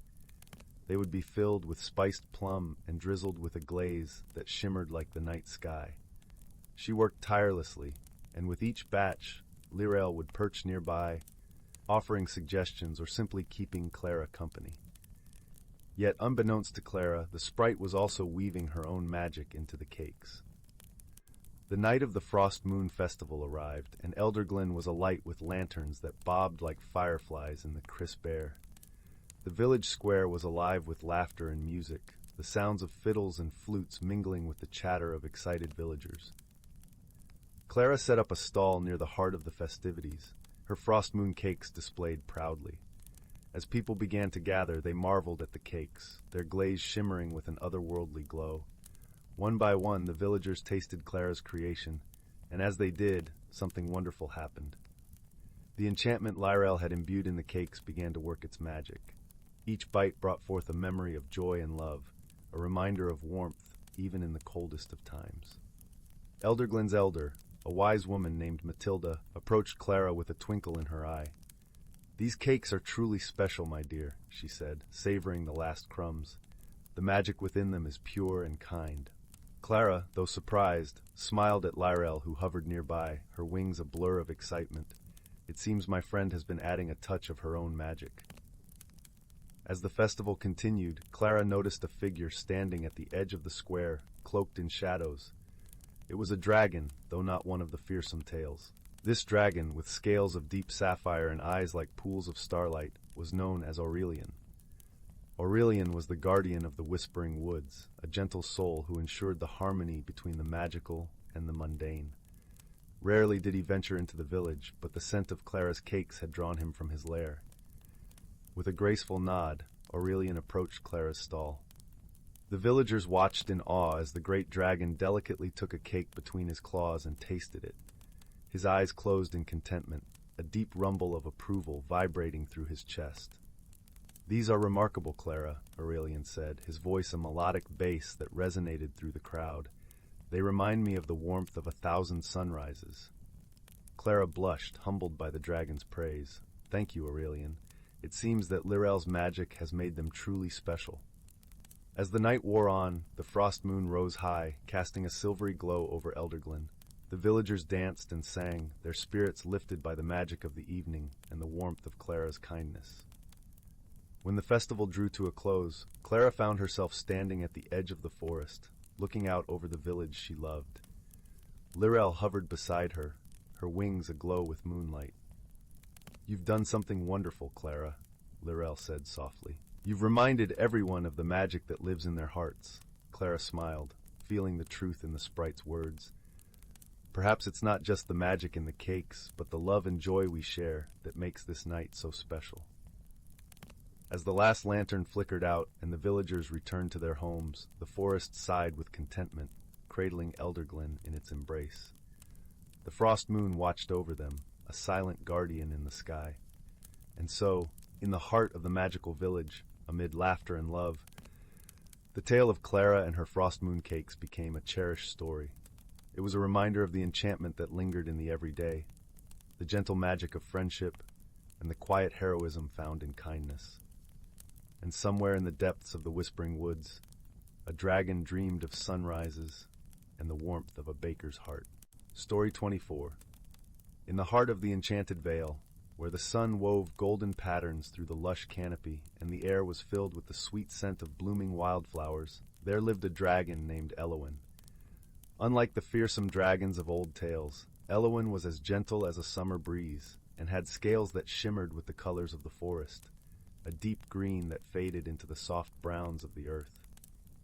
Her eyes, bright and curious, reflected the many shades of the woods she called home. Elowin's lair was not a cave filled with treasures, but a cozy hollow beneath the roots of the great oak, a tree so ancient its branches seemed to touch the stars themselves. The hollow was lined with soft mosses and fragrant herbs, gathered from the forest floor by her nimble claws. Here, Elowin would spend her days listening to the songs of the birds and the whispers of the leaves, feeling the heartbeat of the forest. The vale was a place where magic and nature lived in harmony, and it was said that its heart was guarded by Elowin's gentle presence. The creatures of the forest, from the smallest mouse to the proudest stag, all knew her as their protector and friend. She would often use her magic to help those in need, mending broken wings, soothing ailing trees, and guiding lost wanderers back to their paths. One such wanderer was a young girl named Marigold. She lived at the edge of the vale, in a small cottage with her grandmother, a wise woman who knew much about herbs and healing. Marigold had grown up listening to her grandmother's stories of the dragon of the vale, tales of kindness and bravery that filled her with wonder. Yet she had never seen Elowin herself, for the dragon was as elusive as a dream, appearing only to those whose hearts were open to the magic of the world. One bright spring morning, as the first light of dawn kissed the dew-drenched leaves, Marigold set out into the forest. She carried with her a basket of freshly baked bread and a small jar of honey, gifts for the creatures of the woods. Her grandmother often spoke of the importance of giving back to the land that nurtured them, and Marigold took these lessons to heart. As she wandered deeper into the forest, the familiar paths gave way to a tangle of vines and ferns, and soon she found herself in a part of the vale she had never seen before. The air was thick with an ancient magic, and the trees seemed to lean closer, their branches forming a protective canopy overhead. She paused, sensing the presence of something wondrous nearby. In a small clearing, bathed in dappled sunlight, lay Elowin. Her eyes closed as she basked in the warmth of the day. Marigold's breath caught in her throat, for the dragon was even more magnificent than she had imagined. Her heart swelled with a mixture of awe and delight, and without thinking, she stepped forward, her feet barely making a sound on the soft earth. Elowin opened one large eye, the color of fresh leaves, and regarded Marigold with gentle curiosity. The girl felt no fear, only a profound sense of peace and belonging. She set down her basket and approached slowly, her hand outstretched as if to greet an old friend. "Hello, Elowin," she whispered, her voice barely above the rustle of the leaves. To her surprise, Elowin nodded, a soft rumble of welcome vibrating through the ground. Encouraged, Marigold sat beside the dragon, offering her the bread and honey. Elowin sniffed the air appreciatively, her nostrils flaring, and with a delicate touch, she accepted the gifts, savoring them with a contented sigh. They spent the morning together, Marigold sharing stories of her life at the edge of the vale, while Elowin listened, her eyes half closed in serene enjoyment. Marigold spoke of her grandmother's teachings, the little garden they tended, and the small adventures she found in her everyday life. In turn, Elowyn shared glimpses of the ancient wisdom of the forest, showing Marigold how to listen to the songs of the trees and understand the language of the wind. As the sun climbed higher in the sky, casting long shadows through the trees, a chill breeze swept through the clearing. Marigold shivered, and Elowyn, noticing her discomfort, curled her great body around the girl, shielding her from the wind. It was then that Marigold noticed something unusual. Around Elowyn's neck was a delicate chain, from which hung a small, polished stone that glowed with an inner light. "What is that?" Marigold asked, her eyes wide with curiosity. Elowyn lowered her head, allowing Marigold a closer look. "It is a gift from the heart of the forest," the dragon's voice rumbled softly, a sound like the distant echo of thunder. "It helps me protect the vale and all who dwell within it." Marigold reached out to touch the stone, feeling its warmth beneath her fingers. She could sense its power, a quiet strength that spoke of harmony and balance. It was a part of the forest's magic, a reminder of the interconnectedness of all things. "Can anyone have such a gift?" Marigold asked, wonder in her voice. Elowyn shook her head gently. "It is given only to those who guard the balance of the world. But know this, little one, you too have a gift of kindness and understanding. Cherish it, for it is as powerful as any magic." Marigold nodded, feeling a sense of purpose blossoming within her. She realized that her small acts of kindness, the way she cared for her garden, and her love for the stories her grandmother told, were all part of the magic of the Vale. As the day wore on, Marigold knew it was time to return home, but she felt no sadness. She knew she could return to the clearing whenever her heart longed for the company of the dragon and the magic of the forest. With a grateful heart, she bid Elowyn farewell, promising to visit again soon. The dragon watched her depart, a gentle smile in her eyes, knowing that the Vale had gained a new guardian in the young girl. Back at her cottage, Marigold shared her adventure with her grandmother, who listened with a knowing smile. "The forest has chosen well," her grandmother said, her voice full of pride. "Remember, Marigold, the magic of the world is in the small things we do each day." And so Marigold continued her life at the edge of the enchanted vale, her heart forever touched by the gentle wisdom of Elowyn. She grew to become a wise woman in her own right, her gifts of kindness and understanding bringing peace and harmony to all who crossed her path. The vale thrived under the watchful eyes of its dragon and the quiet heroism of the girl who had befriended her. And it was said that on still nights, when the moon was full and the stars shone brightly, the laughter of a dragon and a young girl could be heard echoing through the trees, a melody of friendship and magic that would linger in the hearts of all who listened. Story 25. In the heart of the tranquil village of Elderglen, nestled amidst rolling hills and verdant forests, there lay a secret known only to its residents, a dragon named Seraphel, whose scales shimmered with the colors of dawn. Unlike the fearsome tales spun in distant lands, Seraphel was a creature of benevolence, revered more as a guardian than a beast. For centuries, Seraphel watched over Elderglen, using its magic to nurture the land and its people. When crops faltered, a brush of its wings would bring rain. If illness struck, a gentle breath would weave a healing mist. The villagers, in turn, cherished and respected their protector, offering gifts of honey and fresh fruits, and singing songs of gratitude by the dragon's lair at the edge of the whispering woods. Yet, one fateful morning, an uneasy stillness gripped the village. The usual chorus of singing birds was absent, and a peculiar haze clung to the air. The villagers gathered in the square, their faces etched with concern. The elders, wise in the ways of the land, spoke in hushed tones about the strange malaise that seemed to seep from the earth itself, drying wells and withering crops. Seraphel, sensing the disturbance, unfurled its massive wings and soared into the sky, casting a shadow of reassurance over Elderglen. As the dragon glided above, it noticed something amiss, a dark, creeping blight spreading from the northern woods, a place long untouched by human hands. Among those gathered in the square was a young healer named Alaric, known for his keen mind and gentle heart. Unlike the others, Alaric had always been curious about the world beyond the village, often venturing into the woods to gather herbs and listen to the whispers of the trees. When he learned of the dragon's flight, a resolve kindled within him. "I will go with Seraphel," Alaric declared, stepping forward. "Perhaps together we can uncover the source of this blight and restore balance to our land." The villagers murmured in surprise, for none had ever dared to accompany the dragon beyond the village's protective bounds. But Alaric's determination was unwavering, and Seraphel, recognizing a kindred spirit, descended gracefully, offering a gentle nod of approval. With a sense of purpose binding them, Alaric climbed onto Seraphel's back, feeling the warmth of the dragon's scales beneath him. They soared toward the northern woods, where tangled shadows and ancient secrets awaited. As they traveled, Alaric marveled at the world from above, fields of golden wheat stretching like a patchwork quilt, rivers glistening like silver ribbons, and the majestic expanse of the whispering woods, where light danced through the leaves in a kaleidoscope of colors.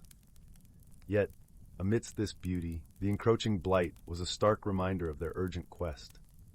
Upon reaching the edge of the northern woods, Seraphel and Alaric landed softly, the dragon's wings folding like a protective cloak around them. The air here was heavy, laden with a strange acrid scent that stung the nostrils. The trees, once vibrant, stood twisted and gnarled, their bark marred by dark veins that pulsed with an unnatural energy. Alaric dismounted, his boots sinking into the soft, damp earth. He knelt, examining the soil, and found it cold and lifeless. "This is no ordinary blight," he murmured, tracing the veins with his fingertips. "It's as if the land itself is poisoned." Seraphel, too, felt the disturbance, a deep thrumming in the earth that resonated with its ancient magic.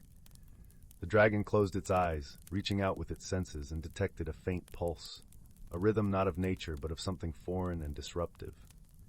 Guided by this pulse, they ventured deeper into the woods, where the shadows thickened and the air grew colder. Alaric's heart pounded with a mix of fear and anticipation, yet the presence of Seraphel beside him was a constant comfort. As they pressed onward, they encountered signs of a struggle, a broken branch, claw marks gouged into the bark, and the faintest scent of smoke lingering in the air. Alaric's mind raced with possibilities, each more troubling than the last. Finally, they arrived at a clearing where the source of the blight revealed itself. At the center stood a monolithic stone, ancient and covered in runes that glowed with a dark, unsettling light. Surrounding it were fragments of shattered crystal, and at its base a swirling pool of inky blackness from which the blight seemed to emanate. "This stone," Alaric whispered, his voice barely audible over the ominous hum that filled the air. "It's a conduit, a focus for some dark magic." Seraphel, sensing the danger, let out a low rumble, its eyes fixed on the stone. The dragon's magic, pure and untainted, clashed with the malevolent force, creating a palpable tension in the clearing. "We must act," Alaric said, determination hardening his features. "If this magic is allowed to spread, it will consume not just Elderglen, but the entire realm." Together, they devised a plan. Alaric would attempt to disrupt the rune's power with his own healing magic, while Seraphel would channel its energy to contain and neutralize the blight. It was a risk, but there was no other choice.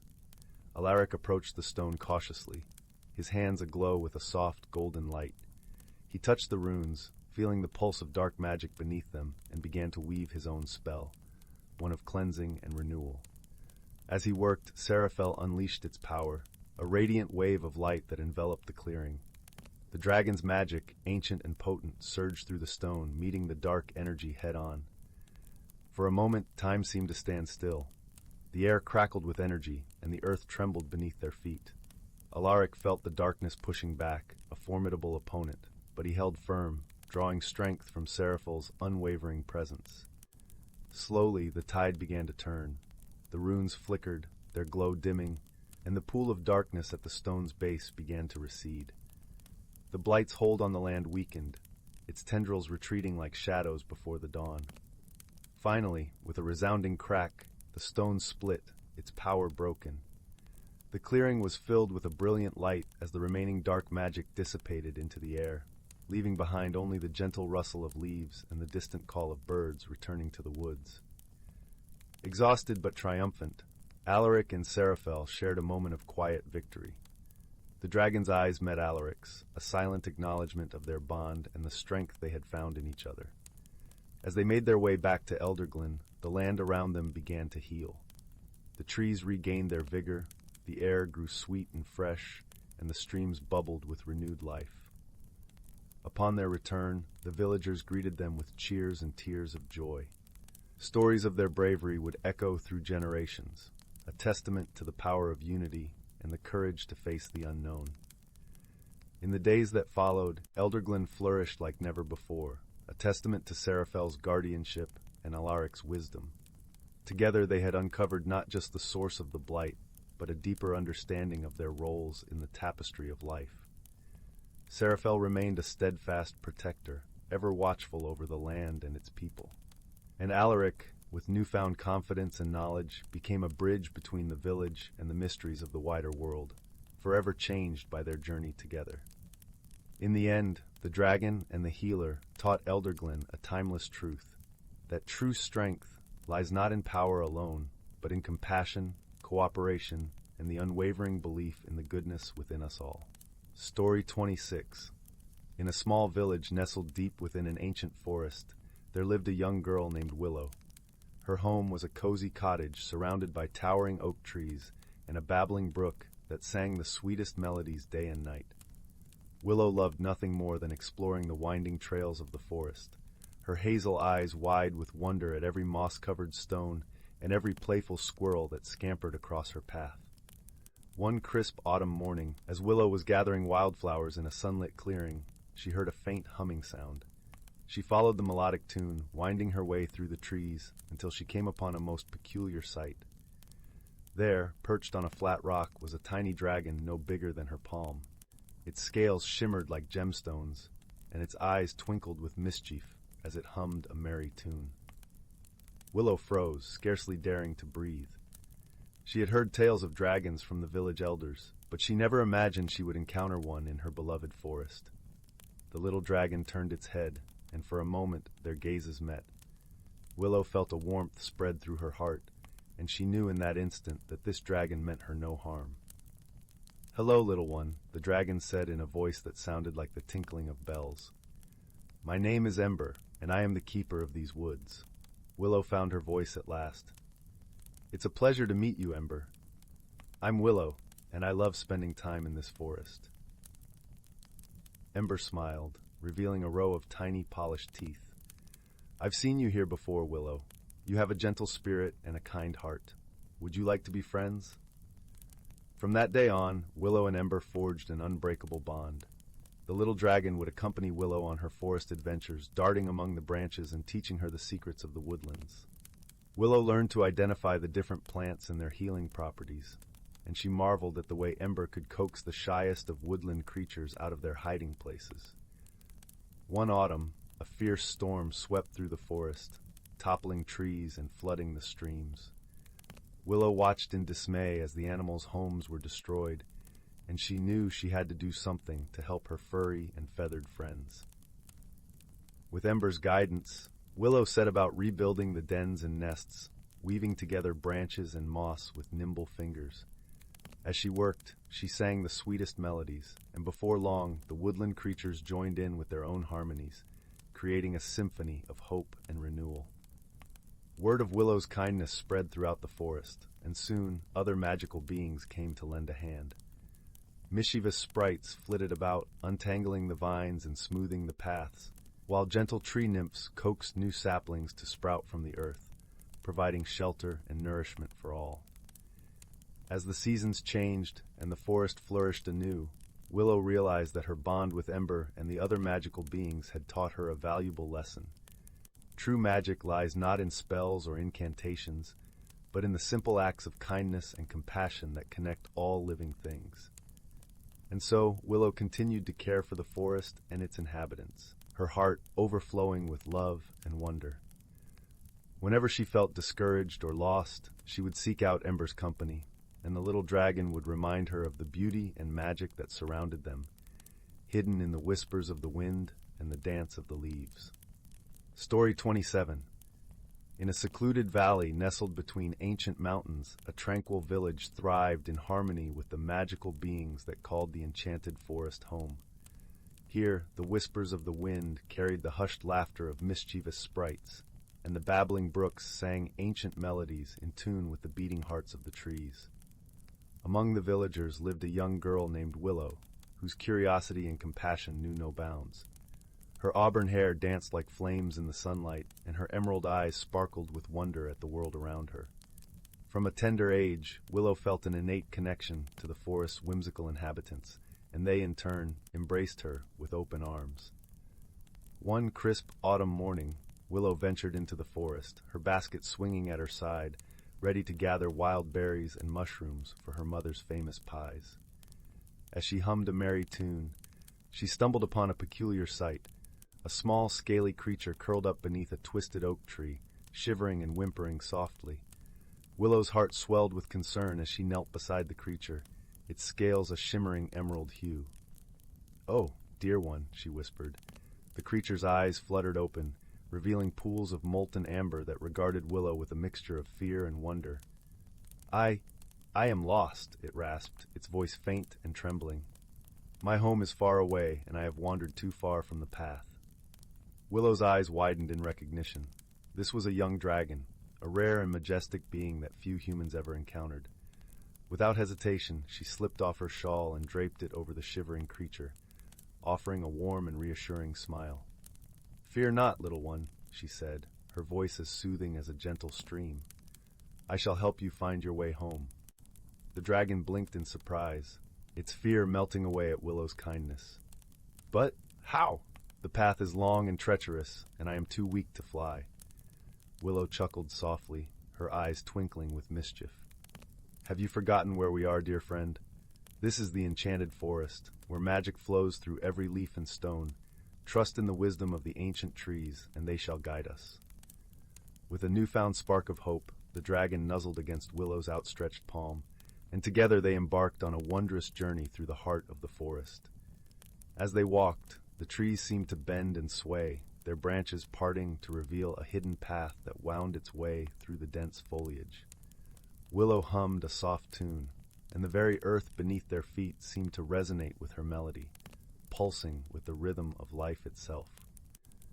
Along the way, they encountered whimsical creatures that most humans never laid eyes upon.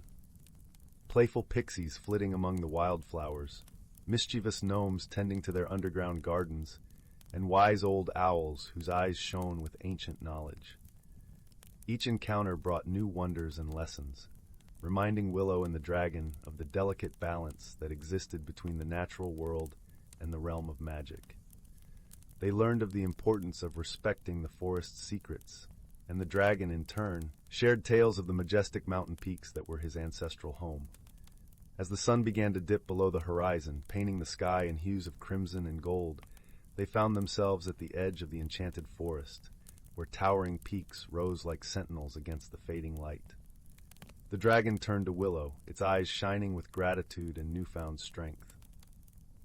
"Thank you, dear friend," it said, its voice rich and resonant. "Without your guidance and kindness, I would have been lost forever." Willow smiled warmly, reaching out to gently stroke the dragon's brilliant scales. "It was my honor to walk beside you and to learn from the wisdom of the forest.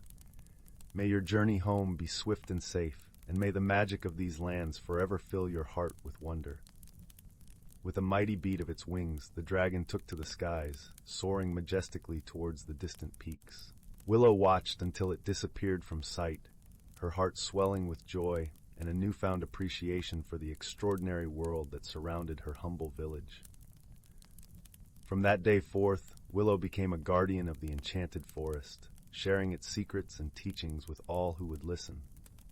And whenever she gazed up at the mountains, she knew that her draconian friend was there, watching over the land with vigilance and grace, a reminder of the enduring bond between humankind and the magical realms. Story 28, The Whispering Woods and the Tale of Lyra and the Moonlit Dragon. Once upon a time, nestled between the rolling hills and the shimmering streams, lay a quaint little village known as Elderglen. This village was surrounded by the Whispering Woods, an ancient forest where the trees swayed gently and often shared secrets with the wind. The villagers spoke of the woods with a mixture of reverence and awe, for it was home to magical beings and creatures that danced in the moonlight. In Elderglen, there lived a young girl named Lyra. With her fiery red hair and bright green eyes, she was known for her adventurous spirit and a heart as kind as the summer sun.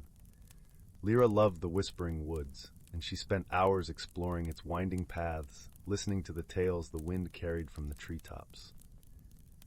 One clear, starry night, as Lyra lay on a grassy knoll just outside the woods, she noticed something unusual glistening in the sky. It was a magnificent dragon, silhouetted against the full moon. But this was no ordinary dragon. Its scales shimmered like silver, and it moved with the grace of a flowing stream.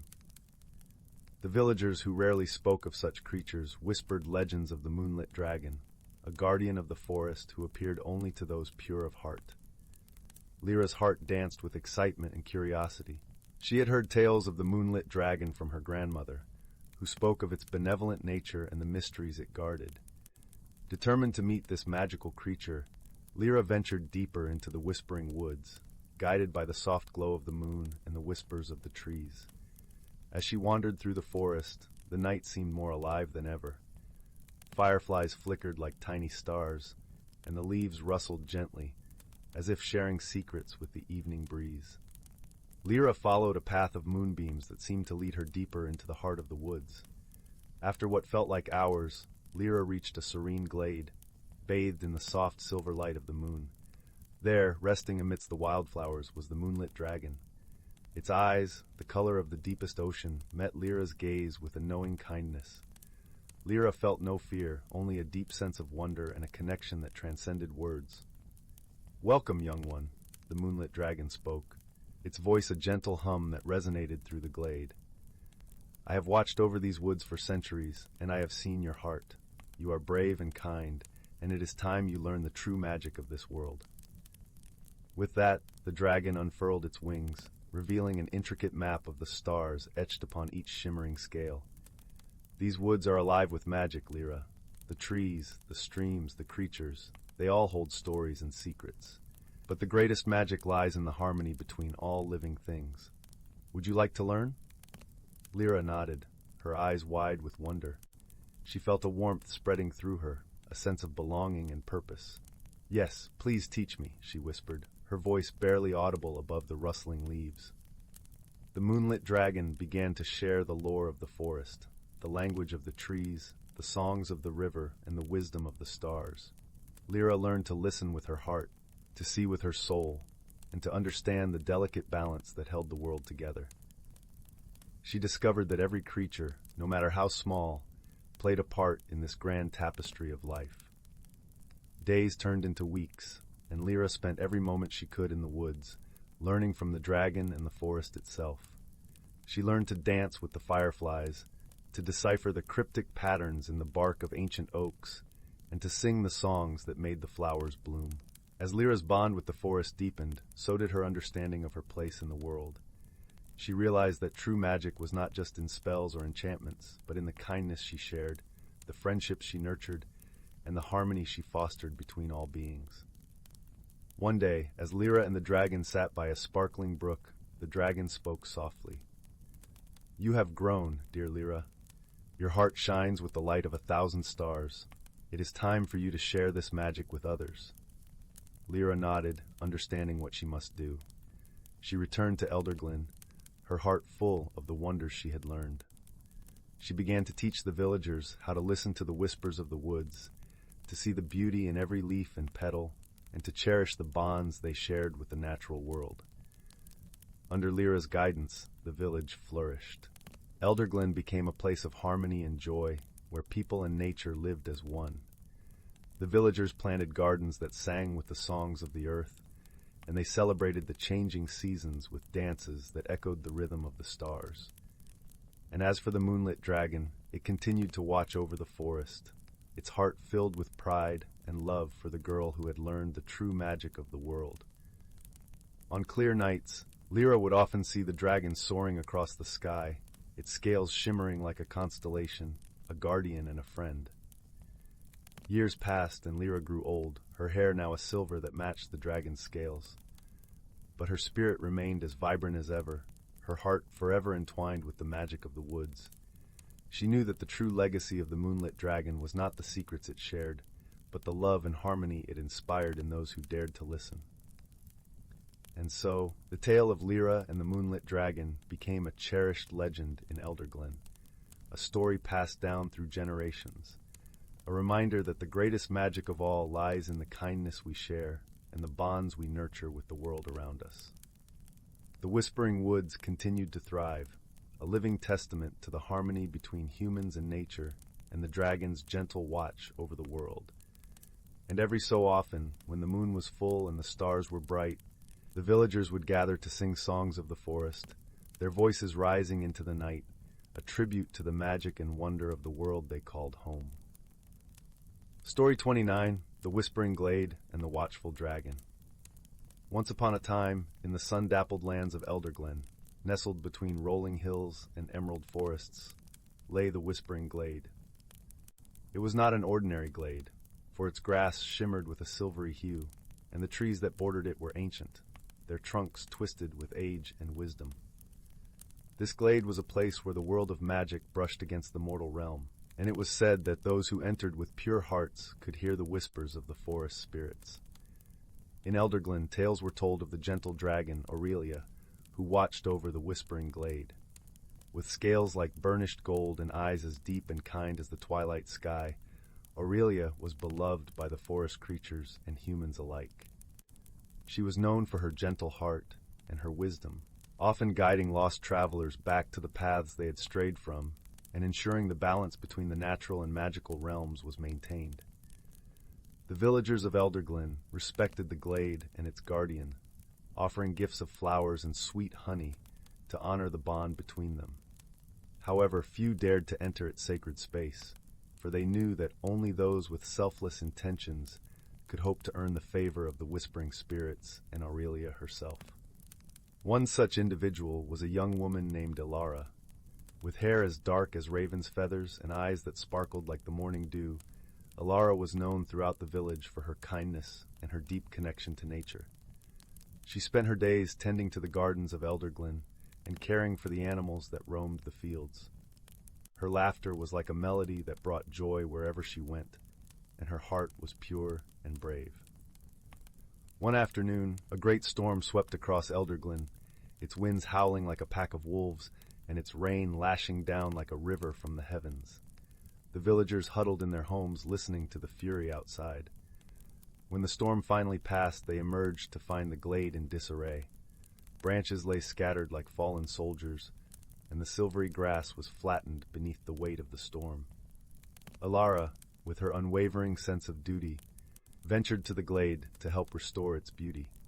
As she gently cleared the debris, she heard a soft murmur, like a breeze weaving through the leaves. The whispers of the spirits were faint but filled with concern. They spoke of a disturbance in the balance, of a mischief that threatened the harmony they cherished. Determined to uncover the source of this trouble, Elara listened closely to the whispers, her heart open to the guidance they offered.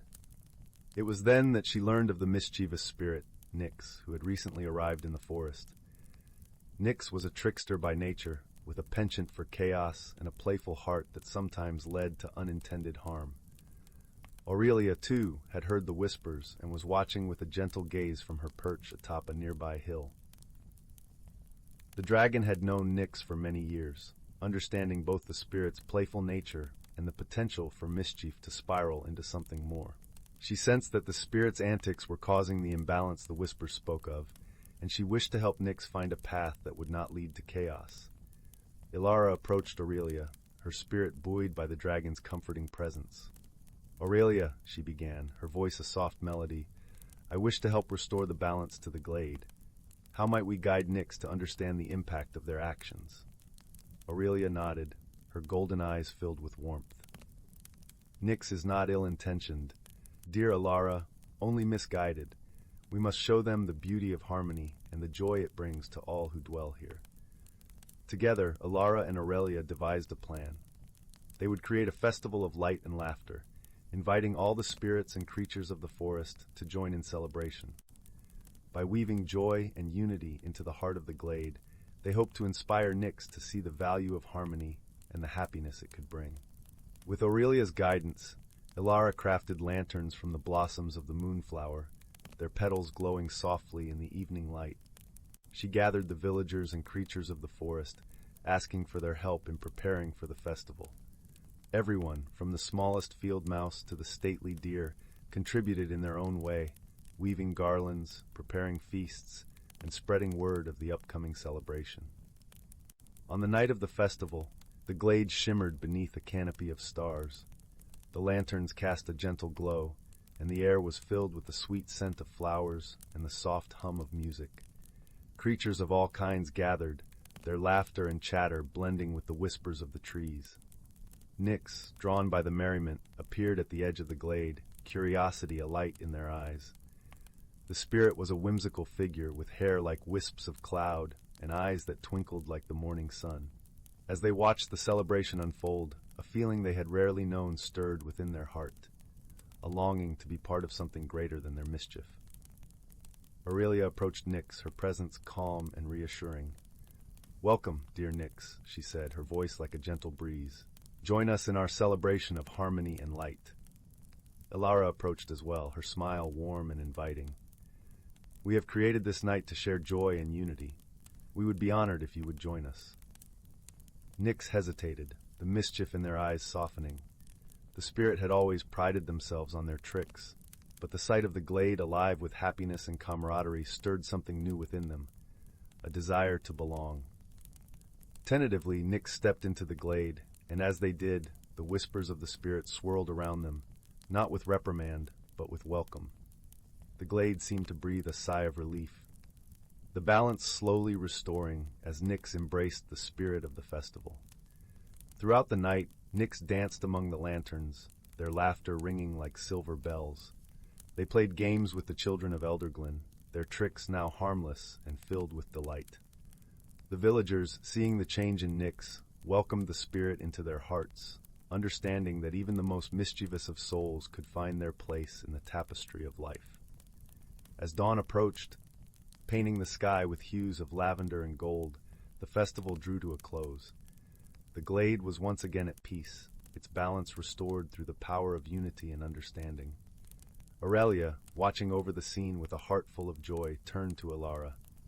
"You have done a great thing this night, dear Ilara. By opening your heart, you have shown Nyx the true beauty of harmony." Ilara smiled, her spirit aglow with fulfillment. "It was not I alone, but the kindness of all who dwell in Elderglen that made this possible. We are all part of this wondrous world, and together we can ensure it thrives." Nyx, now a cherished friend to all, approached Ilara and Aurelia, gratitude shining in their eyes. "Thank you," they said, their voice a melody of sincerity. "You have shown me the joy of belonging, and I shall cherish this feeling always." And so in the land of Elderglen, the Whispering Glade remained a place of harmony and wonder, watched over by its gentle dragon, and embraced by all who lived in its embrace. Ilara continued her work, tending to the gardens and spreading joy wherever she went, while Nyx brought laughter and lightheartedness in their own playful way. In the end, it was not just magic that bound the forest and its inhabitants together, but the simple, profound power of understanding and love. And in the heart of the glade, amid the ancient trees and silvery grass, the whispers of the spirits sang a song of unity that would echo through the ages, a testament to the beauty of all beings living in harmony. Story 30. Title: The Whispering Tides of Elderglen. Once upon a time, nestled in the heart of the vast and verdant Elderglen forest, lay the tiny village of Willowbrook. Its quaint stone cottages were adorned with ivy and blooming flowers, and the air was perpetually filled with the sweet scent of honeysuckle and the gentle hum of bees. Willowbrook was a place where magic and nature lived in harmony, where the river sang its secrets, and the trees whispered ancient tales.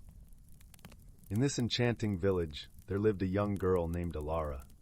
She was known for her kindness and her deep love for the natural world. Her days were spent wandering through the forest, befriending the woodland creatures, and listening to the stories that the wind carried through the branches. Ilara had a special bond with the river that flowed through Willowbrook. It was said to be a living entity, a spirit that watched over the village and its people. The villagers called it the Whispering Tide because it seemed to speak in soft, lilting tones that only those who truly listened could understand. One golden afternoon, as Alara sat by the riverbank, she noticed something unusual. The water, usually clear and sparkling, was clouded and turbulent. The river's song, normally a soothing melody, sounded distressed and confused. Concerned, Alara dipped her fingers into the water, feeling a shiver run up her spine. "What's troubling you, dear river?" she whispered, her voice barely louder than the rustling leaves. To her surprise, the river responded, its voice a gentle murmur in her mind. "A shadow has fallen upon the forest, young one, a darkness that seeks to drive out the light and silence the songs of the earth." Alara's heart ached at the thought of her beloved forest in peril. She knew she had to do something to help. Gathering her courage, she decided to seek the counsel of the wise elder oak, an ancient tree that stood at the center of the forest, revered by all as the keeper of knowledge and history. As she made her way through the forest, the trees seemed to lean closer, their leaves whispering words of encouragement. The forest creatures, sensing her purpose, followed her in a silent procession. Rabbits, foxes, deer, and birds of every hue, all united by a shared love for their home. When Alara finally reached the elder oak, she felt a wave of awe. The tree's massive trunk was etched with intricate patterns, each telling a story of times long past. Its branches stretched skyward, a testament to its age and wisdom. "Elder oak," Alara began, her voice steady despite the tremor in her heart, "the Whispering Tide is troubled. A darkness threatens our forest. What can be done to save it?" The elder oak's leaves rustled gently, and a deep, resonant voice echoed in Alara's mind. "Brave child, the darkness you speak of is the work of the shadow wraiths, malevolent spirits that feed on fear and despair. They seek to extinguish the light of our realm." Alara felt a chill at the mention of the shadow wraiths, but she refused to be cowed. "How can we defeat them, elder oak?" "Their power lies in isolation and division," the elder oak replied.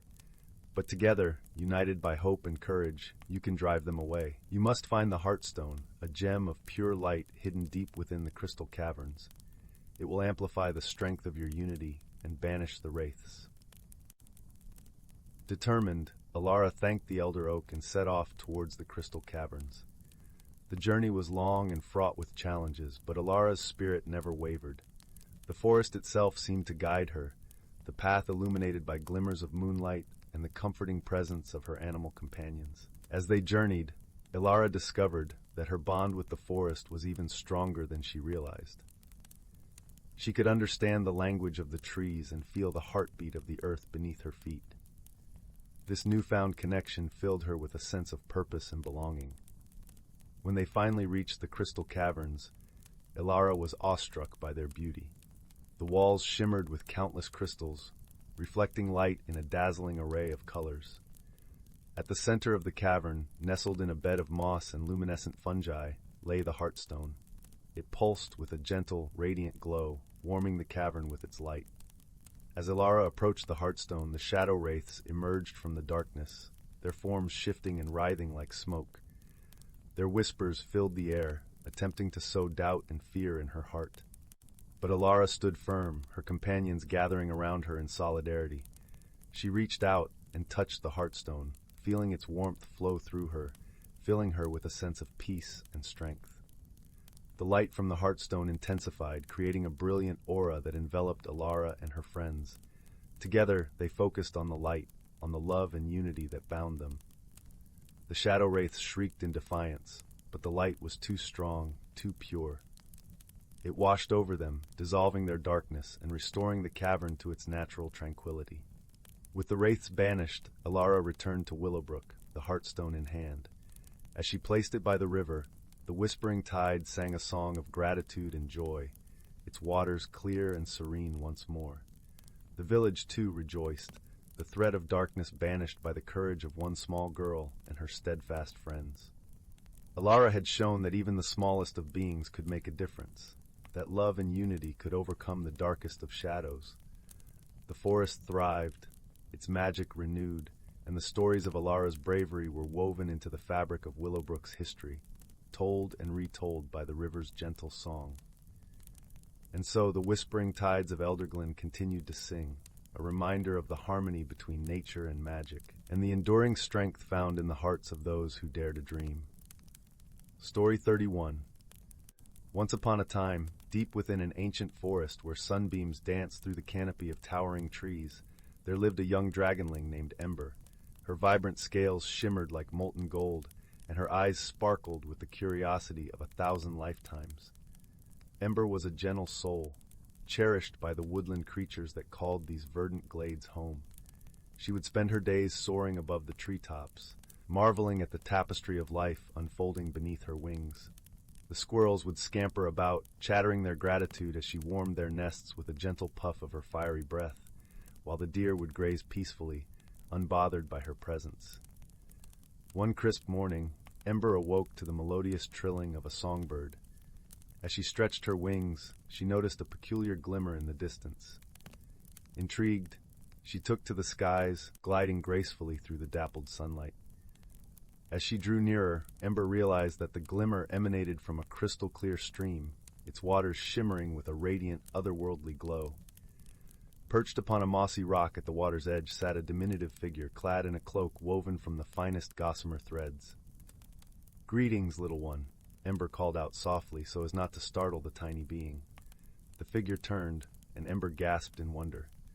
Before her sat a sprite, a magical creature so delicate and ethereal that it seemed to shimmer like a dream itself.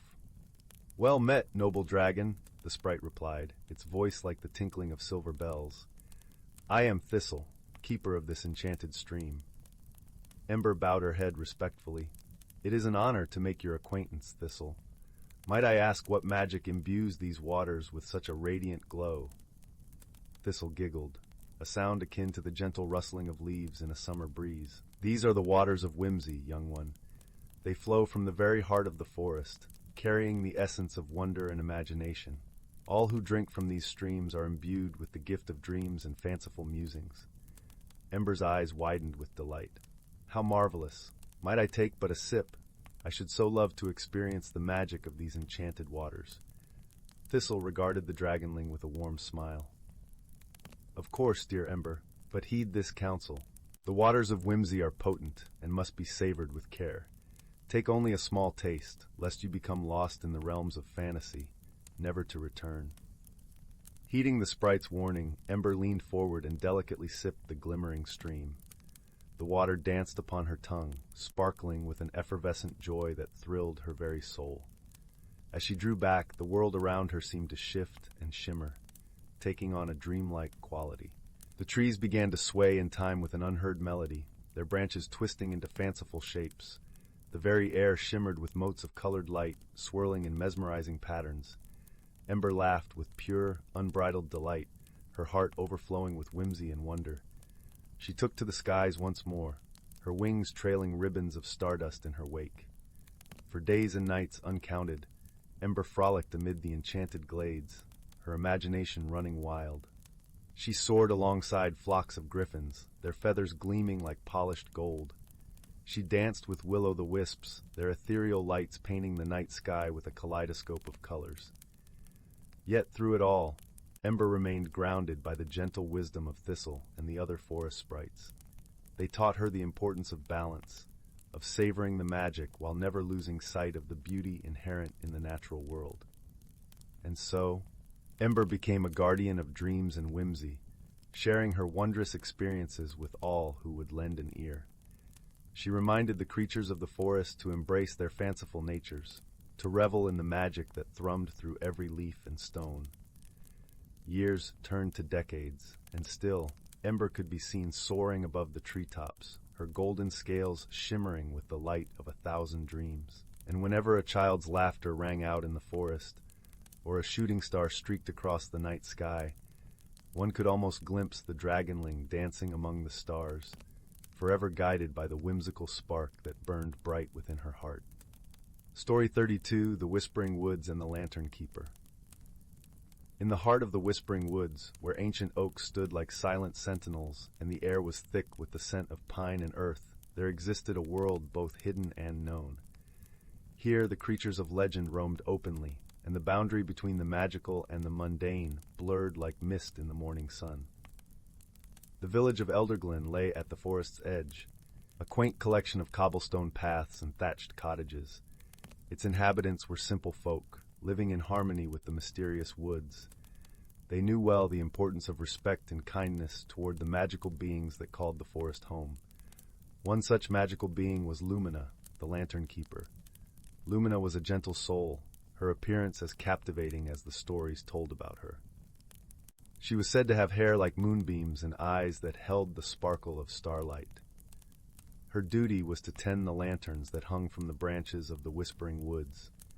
These lanterns were no ordinary lights. They were the spirits of the forest, guiding travelers and protecting the woodland creatures. Each lantern contained a flicker of life, a fragment of the forest's essence, and Lumina's touch was required to keep them burning bright. Every evening, she wandered through the woods, her footsteps light and her heart full of purpose, carrying her lantern staff from which a multitude of tiny lights danced and twirled. The villagers of Elderglen loved Lumina dearly. They often spoke of her in hushed, reverent tones, and children would leave small gifts of wildflowers and sweet berries at the forest's edge as tokens of gratitude for her watchful care. However, there was one among them who was not content with simply offering tokens. His name was Tom, a young boy with a curious mind and a heart as big as the sky.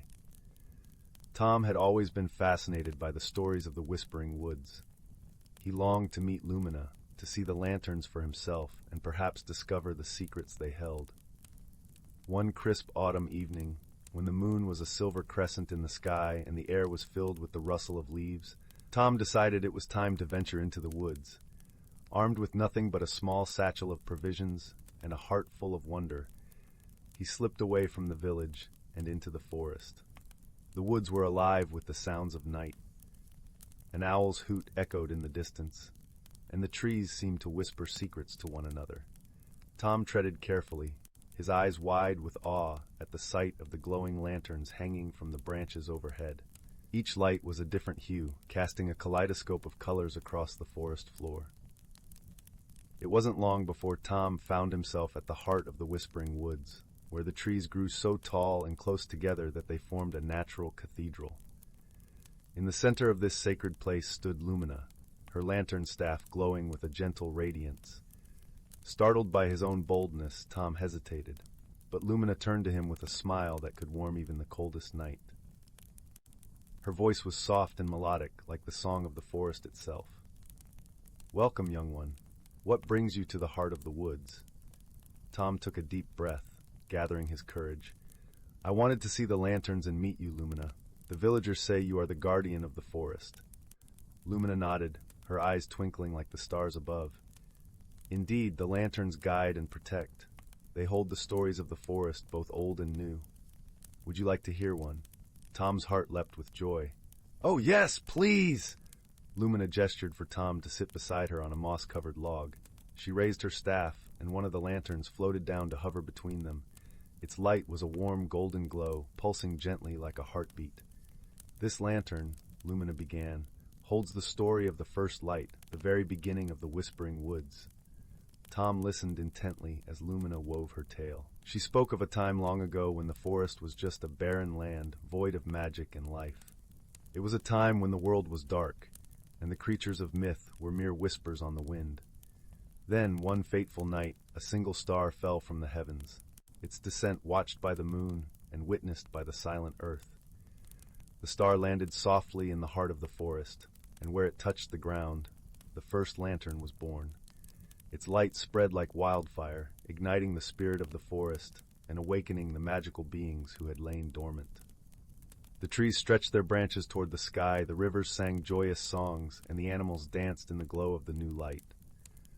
From that moment on, the Whispering Woods became a haven for all who sought solace and wonder. As Lumina finished her story, Tom sat in silent reflection, the weight of the tale settling into his heart. "It's beautiful," he whispered, his eyes shining with awe. Lumina smiled gently. "Every lantern has a story, Tom. Each one is a guardian, a memory, and a promise. And now, you are part of that story too."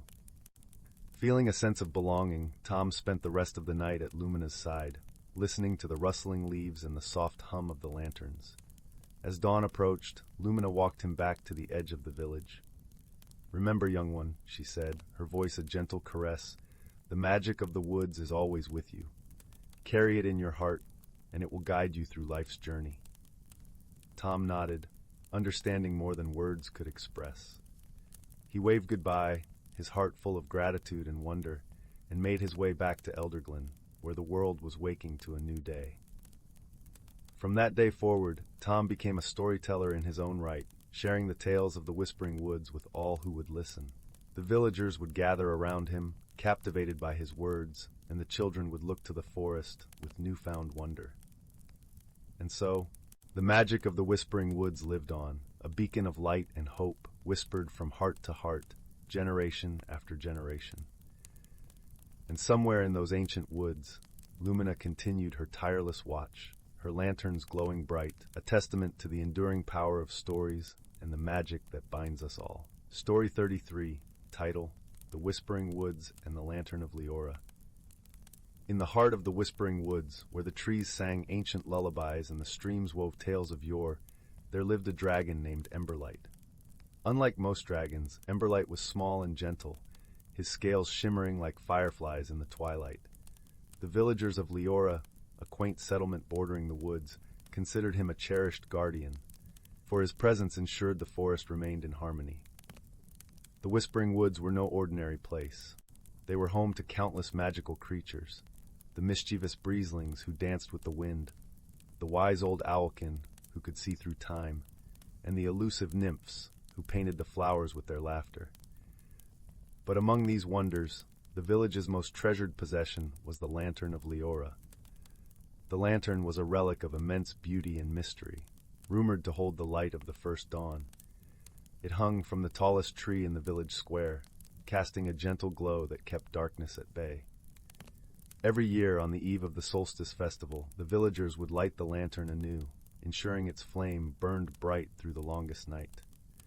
One crisp autumn morning, as the first frost kissed the leaves with silver, a peculiar visitor arrived in Leora. She was a traveler, cloaked in robes that shimmered like the northern lights, and she bore a staff as old as the mountains. Her name was Seraphina, a wanderer of the realms, known for her kindness and wisdom. The villagers welcomed her with open arms, offering her a place by the hearth and tales of their beloved lantern. Seraphina listened intently, her eyes twinkling with intrigue. She had heard whispers of the lantern's magic during her travels, and had come to witness its light with her own eyes. As the festival approached, excitement filled the air, but so did a sense of unease. The elders spoke in hushed tones, for the lantern's flame had begun to flicker, a sign it had never shown before. Some feared it was a warning, an omen of shadows lurking beyond the forest's edge. Determined to help, Emberlight ventured deeper into the woods, seeking counsel from the owlkin, who perched high in the ancient oaks. The owlkin, with eyes like pools of wisdom, hooted softly, "The lantern's light is tied to the heart of the forest. If its flame wanes, so too does the balance of magic." Emberlight knew that the forest's heart lay in the Glade of Echoes, a secret haven where the veil of worlds was thinnest. With Seraphina at his side, her curiosity now entwined with purpose, they embarked on a journey to rekindle the forest's magic.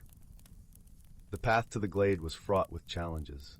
The breezlings, playful as ever, tried to mislead them with gusts of wind, giggling as they danced away. Yet Seraphina's gentle voice and Emberlight's warm glow guided them safely through the maze of trees. As they neared the glade, a chilling mist rose from the ground, wrapping tendrils of fog around their feet. "The mist is the breath of the Dreamweaver," Seraphina murmured, recognizing the ancient spirit who guarded the glade. "We must tread carefully." With a nod, Emberlight summoned a soft ember from his breath, lighting their way through the swirling haze. The mist parted, revealing the glade bathed in moonlight. There, amid the ethereal glow, stood the Dreamweaver, a creature woven from the night sky, with eyes like stars. "Why do you seek the heart of the forest?" The Dreamweaver's voice echoed, both serene and commanding. Seraphina stepped forward, her voice steady. "We seek to restore the balance, to reignite the lantern of Leora. Its light must not fade, for it binds our worlds in harmony." The Dreamweaver regarded them with an ancient gaze, seeing into their hearts. Your intentions are pure, and the forest has whispered of your coming. To rekindle the lantern, you must embrace the light within. With a wave of its nebulous hand, the Dreamweaver revealed a pool of crystal water at the glade's center. In its depths danced reflections of every star that had ever graced the skies. This pool holds the essence of your journey, your fears and hopes. To light the lantern, you must cast your own light upon it. Emberlight approached the pool, his heart alight with courage. He breathed a gentle flame, his warmth merging with the water's surface, creating ripples of light that spread throughout the glade. Seraphina followed, raising her staff. From its tip, a radiant beam of light poured forth, mingling with Emberlight's glow. The pool shimmered, and from its depths, a brilliant orb of light emerged, pulsing with the rhythm of life itself. The Dreamweaver nodded, satisfaction shimmering in its celestial form. You have rekindled the heart of the forest. The lantern's flame will burn anew, a beacon of hope and unity. With gratitude in their hearts, Seraphina and Emberlight returned to Leora. As they reached the village square, the solstice festival was underway, the air filled with laughter and song. The villagers gathered around the lantern, its light now stronger than ever, casting warmth through the longest night. Seraphina stayed in Leora for a time, sharing stories of distant lands and learning the tales of the villagers. She became a beloved figure, her presence a reminder of the magic that dwelled in kindness and unity. Emberlight continued to watch over the forest, his bond with the villagers deeper than before. The Whispering Woods thrived, its creatures living in harmony, their songs now a part of Leora's heart. And so, under the light of the lantern, the village prospered, a place where magic and the everyday danced together, a testament to the quiet heroism found in the simplest acts of courage and friendship. As the years passed, the tale of the Lantern of Leora became legend, woven into the very fabric of the Whispering Woods, a story told by firelight and remembered by the stars. And in the heart of the forest, the glade of echoes whispered, forever echoing the light of those who dared to dream. Story 34, title, The Whispering Wood and the Dragon of Dreams. In the quiet village of Elderwood, nestled at the heart of an ancient forest, lived a community of kind-hearted folk who shared their lives with the magical beings of the Whispering Wood. The villagers, with their homes built from the sturdy oaks that lined the forest, knew well the enchantments that surrounded them. They lived harmoniously with the creatures of magic, understanding that their prosperity was woven with the threads of the mystical world. The forest was home to a myriad of fantastic beings, fairies with wings that shimmered like dew-kissed spider webs, gentle giants who tended to the trees, and mischievous sprites who played tricks on those who wandered too far from the paths. Yet among these magical inhabitants, there was one whose presence was known only through legends and the soft rustling of leaves in the night. The Dragon of Dreams. This dragon, neither seen nor heard, was believed to reside in the deepest part of the forest, where the trees grew so tall they touched the sky, and the sun's rays barely pierced the canopy. It was said that the Dragon of Dreams was a guardian of the imagination, visiting sleepers to inspire creativity and wonder.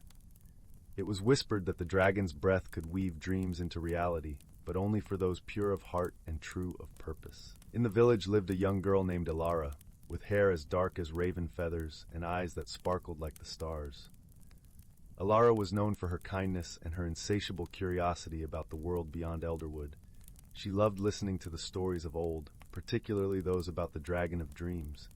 Her grandmother, wise and gentle, often told these tales as they sat by the hearth, the fire casting dancing shadows on the walls.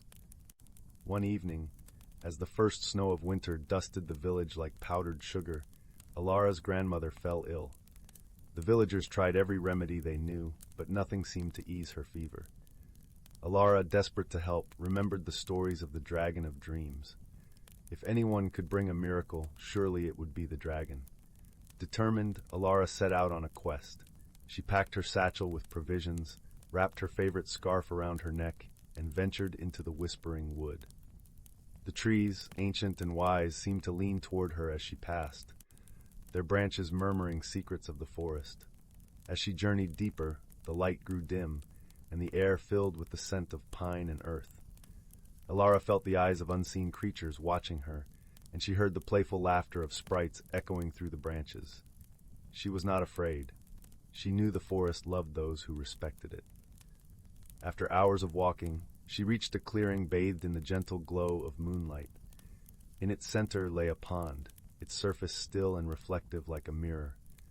Elara sensed this was a place of great power, where the boundaries between the world of dreams and reality blurred. She knelt by the pond, closed her eyes, and whispered a heartfelt plea to the dragon of dreams. "Please," she said, "help my grandmother. Bring her dreams of health and strength." For a moment there was silence, the kind that stretched like the pause between heartbeats. Then the waters began to ripple, and a soft, warm breeze enveloped Elara. She opened her eyes to see a figure emerging from the shadows of the trees, a dragon unlike any she had ever imagined. It was a creature of ethereal beauty, its scales shimmering with the colors of twilight, and its eyes, deep and wise, held the knowledge of countless ages. The dragon's presence was both comforting and awe-inspiring, and Elara felt a deep sense of peace wash over her. "You have come far, young one," the dragon spoke, its voice a melodic whisper that seemed to carry the essence of dreams. "Your heart is pure, and your love is strong. What you seek shall be granted." With a gentle breath, the dragon exhaled a mist of shimmering stardust that danced across the clearing, enveloping Elara in a cocoon of light. As the mist settled, Elara felt a warmth bloom in her chest, filling her with hope and gratitude. "Thank you," she whispered, tears glistening in her eyes. The dragon nodded, its form slowly fading into the shadows once more. "Remember, Elara, dreams are the seeds of reality. Nurture them with love, and they will grow." With those parting words, the dragon of dreams vanished, leaving the clearing quiet and serene.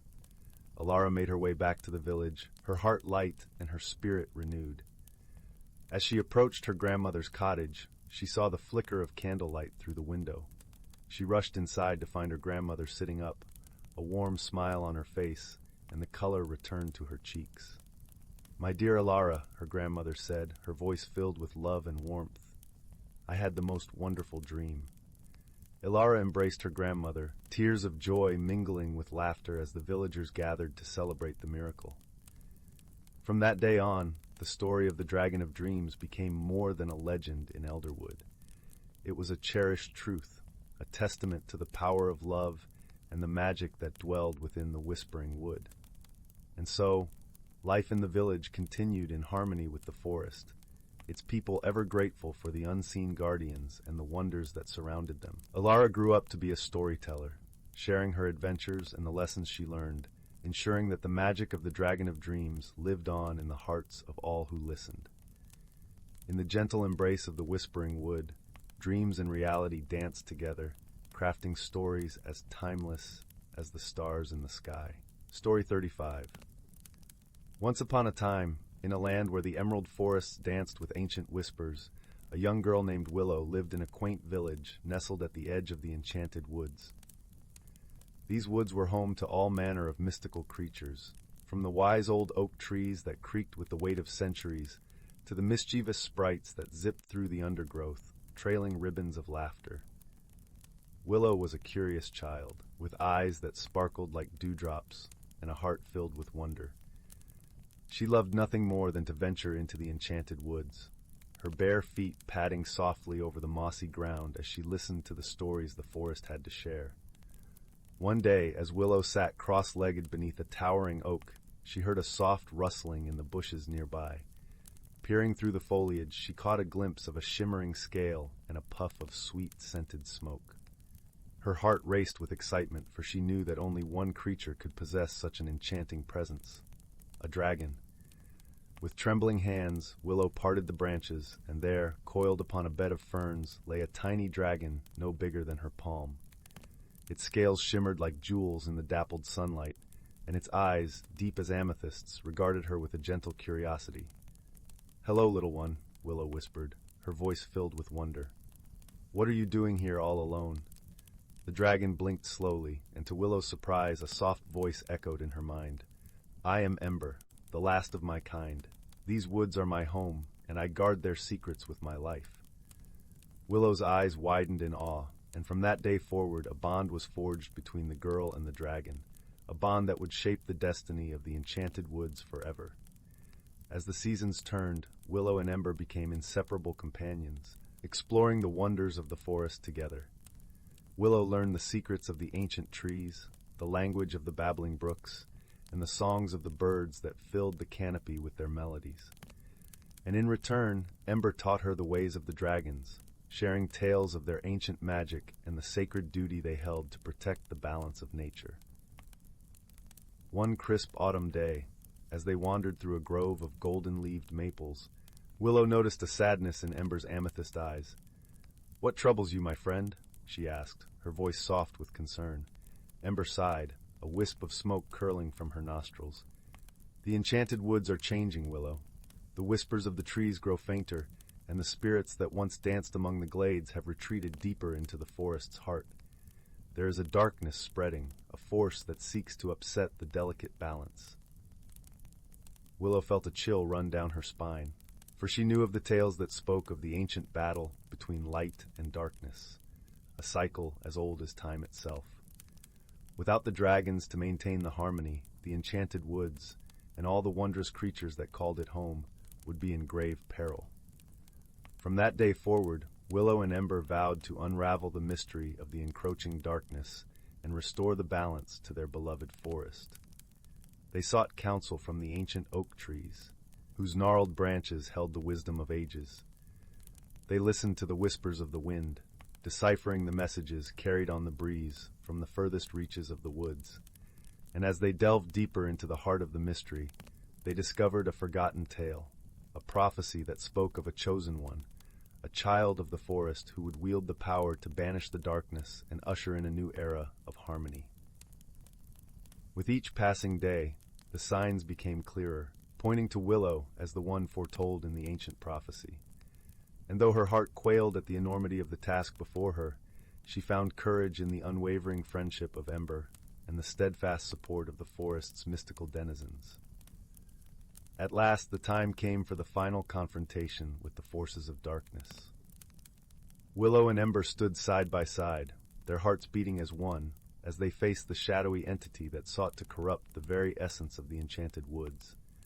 In a blinding flash of light and a deafening roar, the ancient magic was unleashed, and the darkness was banished from the forest forever.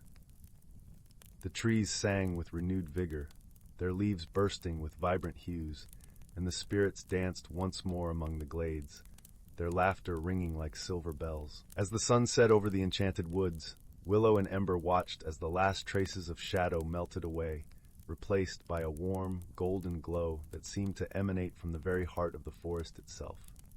From that day forward, Willow became the guardian of the enchanted woods, her bond with Ember and the mystical creatures growing ever stronger. And though the years passed and Willow's hair turned silver as moonlight, her eyes never lost their sparkle of wonder. For she knew that as long as the magic of friendship and harmony endured, the enchanted woods would forever remain a place of enchantment and joy. Story 36. In the serene village of Willowbrook, nestled in a valley surrounded by lush forests and gentle hills, there was a tradition that had been passed down through generations. Every year, as the first snows began to fall, the villagers would gather around the great stone hearth in the center of the village to share stories of the magical creatures that were said to inhabit the nearby woods. These woods, known as the Whispering Pines, were a place of mystery and enchantment. The towering trees, their branches adorned with a perpetual cloak of mist, held secrets that only the bravest or most foolhardy dared to seek out. The villagers spoke of the gentle giants, dragons who roamed the skies, their scales shimmering like the northern lights. It was said that these dragons were guardians of the land, protectors who ensured the balance between the natural world and the realm of magic. Among the villagers was a young girl named Elara, whose heart was filled with curiosity and wonder. She had grown up listening to the tales of the Whispering Pines, her imagination painting vivid pictures of the magical beings that lived just beyond her reach.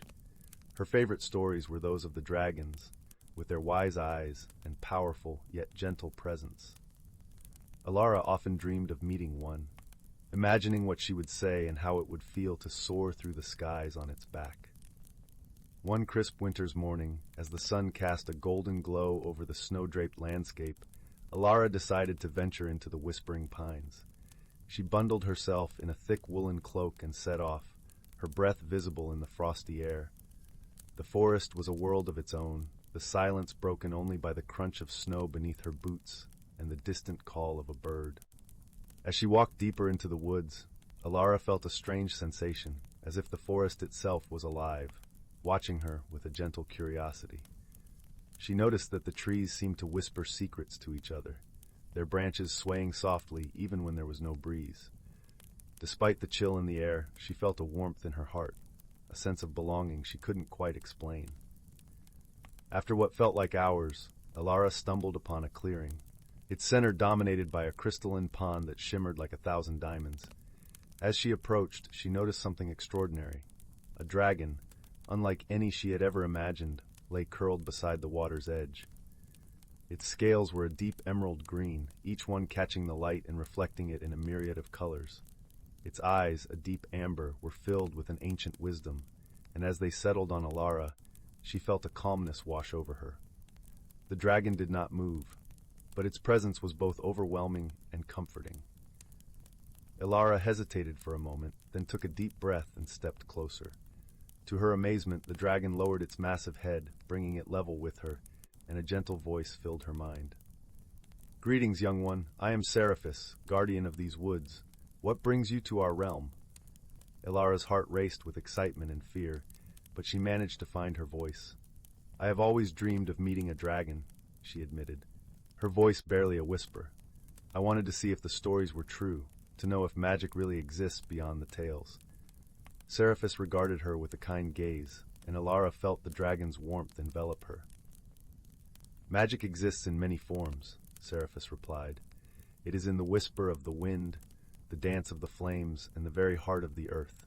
But the greatest magic of all lies within you, within the choices you make and the kindness you share."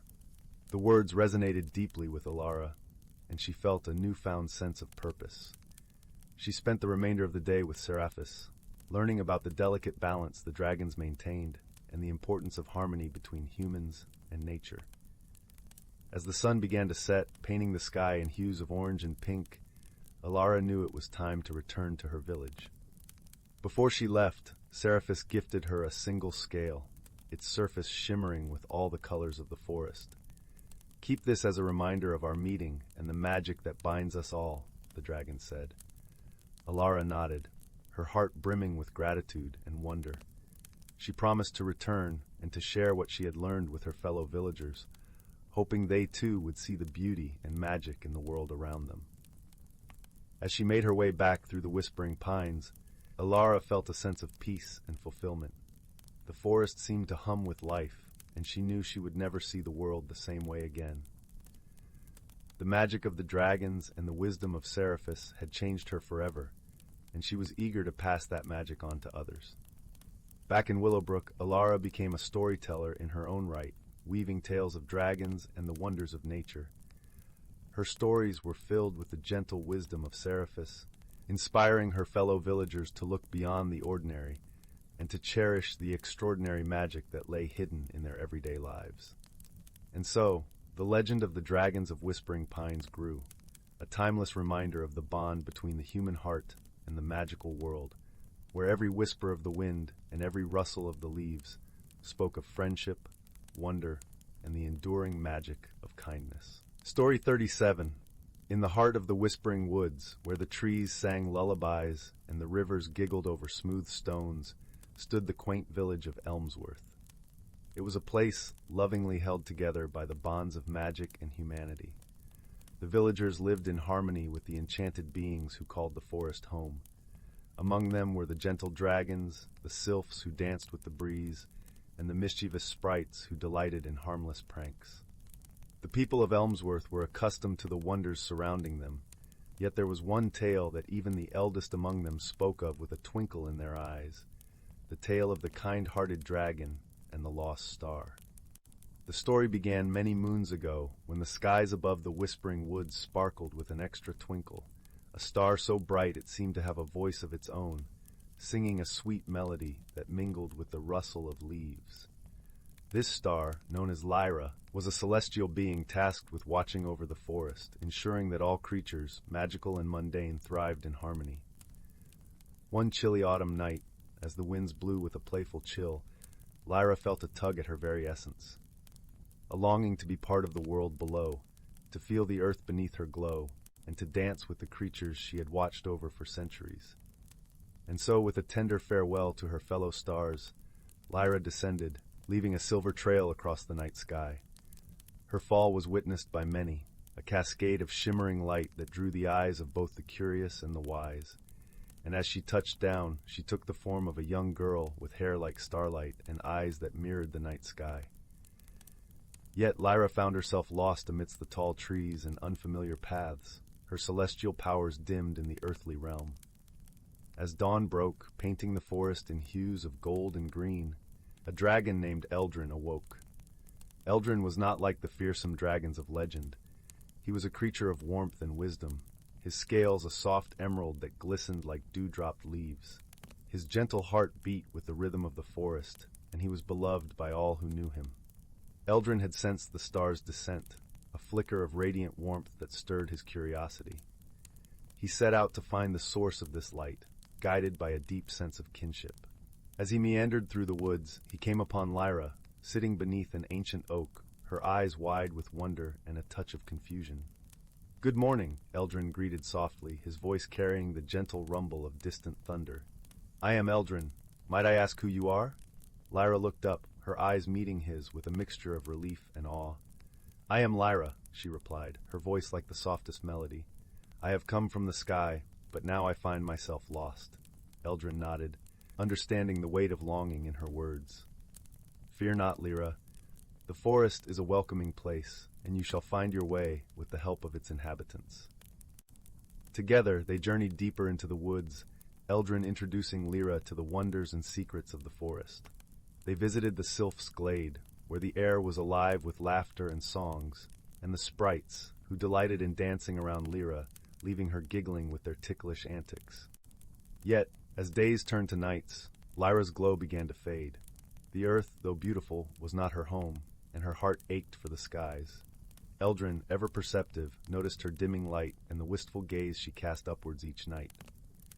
"Is there a way for you to return?" Elderglen asked one evening, as they sat beside a bubbling brook, the moon casting silvery shadows around them. Lyra sighed, her starlight eyes clouded with uncertainty. "I know not how to return. I fear I may have lost my way forever."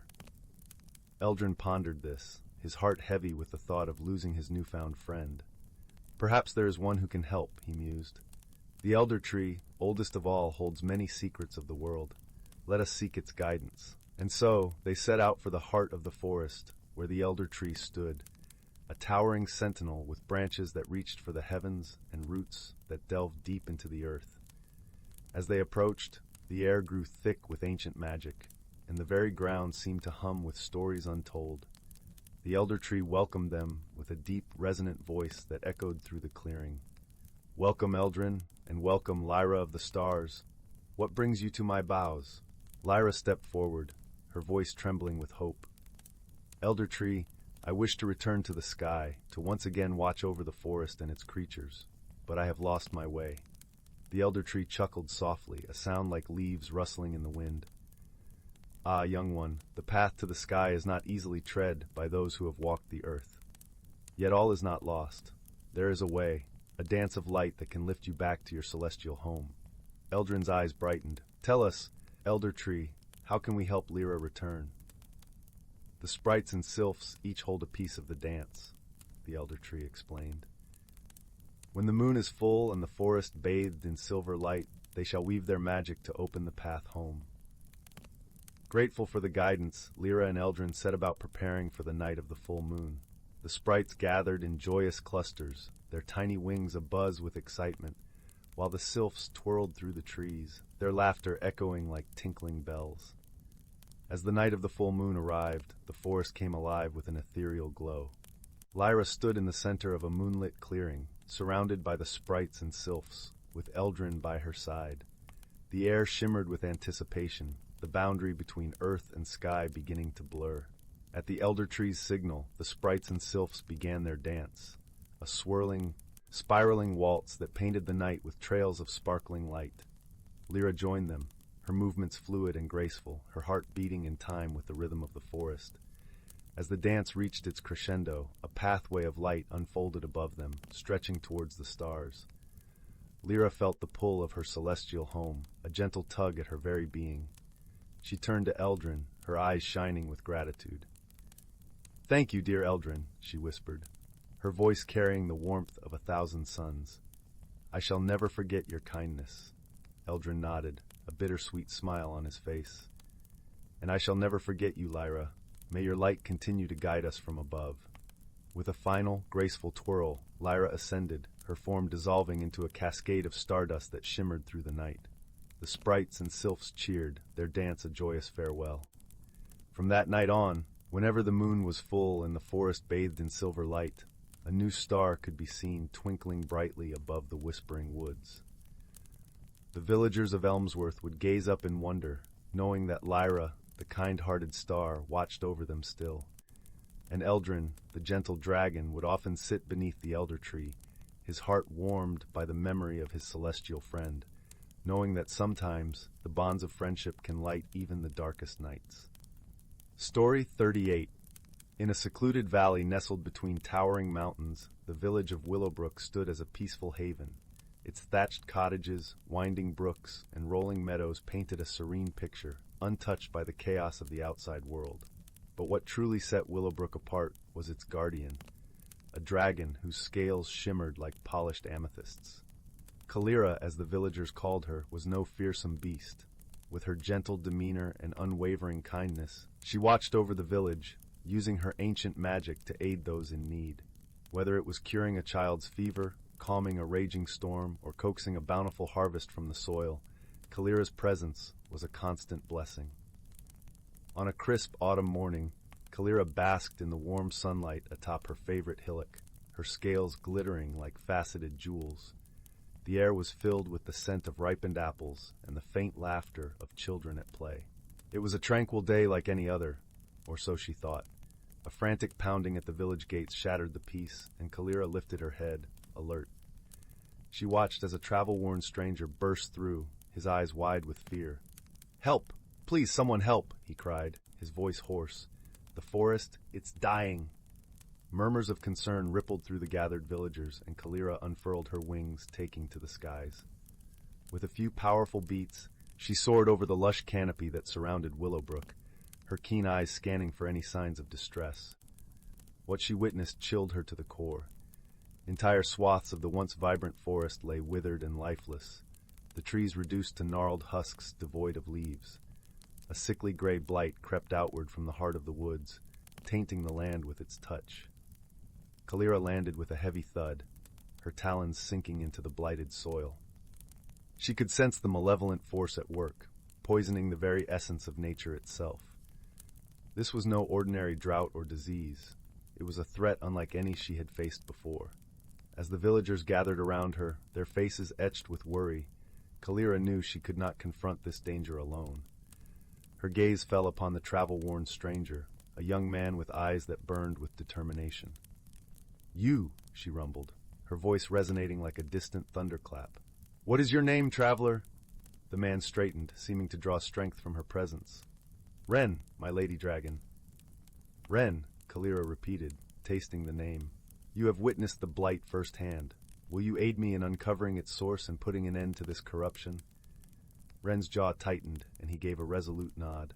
It would be my honor, and so their quest began, an unlikely partnership forged between a dragon and a mortal man. Together, they ventured into the heart of the blighted forest, navigating through the twisted, lifeless boughs. The deeper they delved, the thicker the miasma of corruption hung in the air, suffocating and oppressive. Kalira could sense the land's agony, its once vibrant energy withering away. She channeled her magic, trying to soothe the tormented earth, but the blight resisted her efforts, pulsing with a malign force. Wren proved invaluable, his keen hunter's eyes spotting subtle clues amidst the desolation. tracks, disturbed foliage, and other signs of recent activity. They followed the trail, their path leading them ever deeper into the heart of darkness. At last, they stumbled upon a clearing where the blight seemed to originate. In the center stood an ancient, gnarled oak, its bark twisted and blackened as if scorched by unholy flames. Kalira recoiled, her instincts screaming in warning. This was no ordinary tree. It was a nexus of corruption, poisoning the land with its mere presence. As they approached cautiously, a figure emerged from the shadows cast by the twisted oak. A tall, gaunt figure, cloaked in tattered robes, its face obscured by a deep cowl. "Who dares trespass upon my domain?" a raspy voice demanded, laced with malice. Kalira stepped forward, her wings unfurling in a show of power.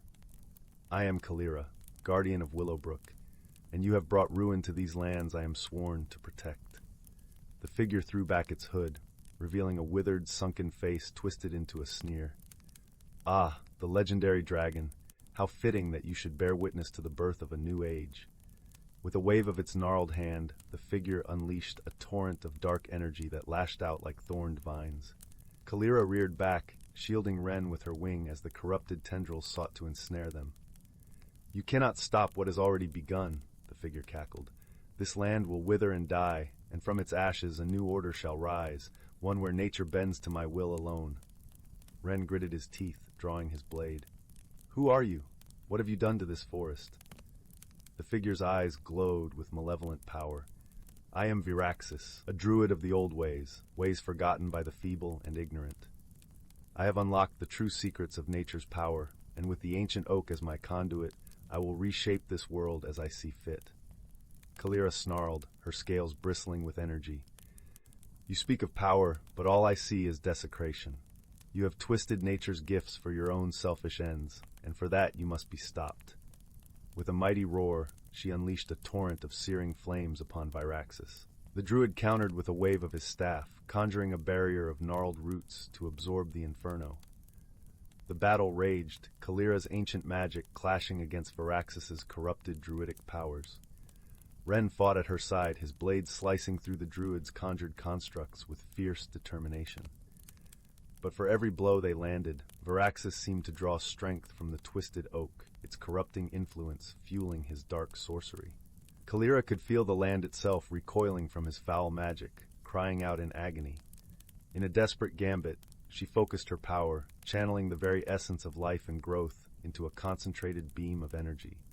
The verdant torrent tore through Viraxis's defenses, searing into the heart of the ancient oak. The druid howled in rage and pain as his conduit began to wither and crack. The blight that had consumed the forest flickered and wavered, its grip on the land loosening. With a final defiant snarl, Viraxis unleashed a maelstrom of dark energy. Kalira braced herself, shielding Ren with her body as the corrupting force washed over them. When the chaos subsided, the druid was gone, banished by the shattering of his corrupted nexus. The ancient oak lay in smoldering ruin, its twisted form reduced to ash. Kalira slumped to the ground, her energy spent. Ren rushed to her side, his face etched with concern. "Are you all right, my lady?" he asked, his voice laced with worry. Kalira managed a weary smile. "I will be, young one. The land, it is healing." Indeed, as they looked around, the first tender shoots of new growth were already poking through the scorched earth. The miasma of corruption had dissipated, and the air felt crisp and pure once more. In the days and weeks that followed, Kalira and Ren worked tirelessly to aid the forest's recovery. With the druid's blight vanquished, nature's resilience prevailed, and the vibrant greens of new life soon reclaimed the land. As they stood amid the rejuvenated woodland, Ren turned to Kalira with a grateful smile. "Thank you for allowing me to be part of this journey. I have learned so much from you about the true meaning of guardianship and the sacred balance of nature." Kalira regarded him fondly. "It is I who should thank you, Ren. Your bravery and determination were invaluable in our quest, and you have reminded me that while dragons may be mighty, we are not alone in our duty to protect this world." With a contented sigh, she settled upon the soft grass, her scales glittering in the dappled sunlight. "This land is my home, and I will always be its guardian. But now, I know that there are others who share that sacred charge, mortals and dragons alike, united in our love for nature's wonders." And so the dragon and the traveler parted ways, each carrying with them the lessons of their journey. Kalira remained in Willowbrook, her presence a comforting constant for the villagers who called her friend and protector. And though the blight had been vanquished, the story of their quest would be passed down through generations, a reminder that even in the darkest of times, hope blooms anew when the guardians of the land stand united. Story 39. In a quaint village nestled amid the rolling hills, where wildflowers danced in the breeze and sunlight dappled through ancient oak trees, there lived a young girl named Willow. She had a heart full of kindness and a curiosity that knew no bounds, drawn to the whispers of magic that seemed to permeate every corner of her enchanted world. One crisp autumn morning, as Willow ventured into the forest to gather berries for her grandmother, she stumbled upon a sight that left her breathless. A magnificent dragon, its scales shimmering like jewels, lay curled beneath a canopy of golden leaves. The creature's eyes were closed, its chest rising and falling rhythmically as it slumbered. Willow's first instinct was to flee, for she had heard tales of dragons breathing fire and causing destruction. Yet, as she studied the creature's serene expression, she felt a strange sense of calm wash over her. This was no fearsome beast, but rather a being of immense power and grace, at peace with the world around it. Gathering her courage, Willow inched closer, her heart pounding in her chest. As she drew near, the dragon's eyes fluttered open, revealing depths of ancient wisdom and kindness that took her breath away. "Fear not, little one," rumbled the dragon in a voice that resonated like thunder, yet held a gentle warmth. "I mean you no harm." Willow, enchanted by the creature's words, felt her apprehension melt away. "What brings you to our humble forest, noble dragon?" she asked, her voice trembling with awe. The dragon let out a deep, rumbling chuckle that seemed to vibrate through the very earth. "I am merely a guardian, little Willow, here to watch over the harmony between the magical beings and the natural world." Willow's eyes widened with wonder. "Magical beings? You mean the fey folk and sprites my grandmother speaks of?" The dragon nodded sagely. "Indeed, child. This forest is home to many wondrous creatures, some seen, others unseen. It is my duty to ensure that their presence enriches the land rather than disrupting the delicate balance." From that day forward, Willow became the dragon's faithful companion, their bond growing stronger with each passing season.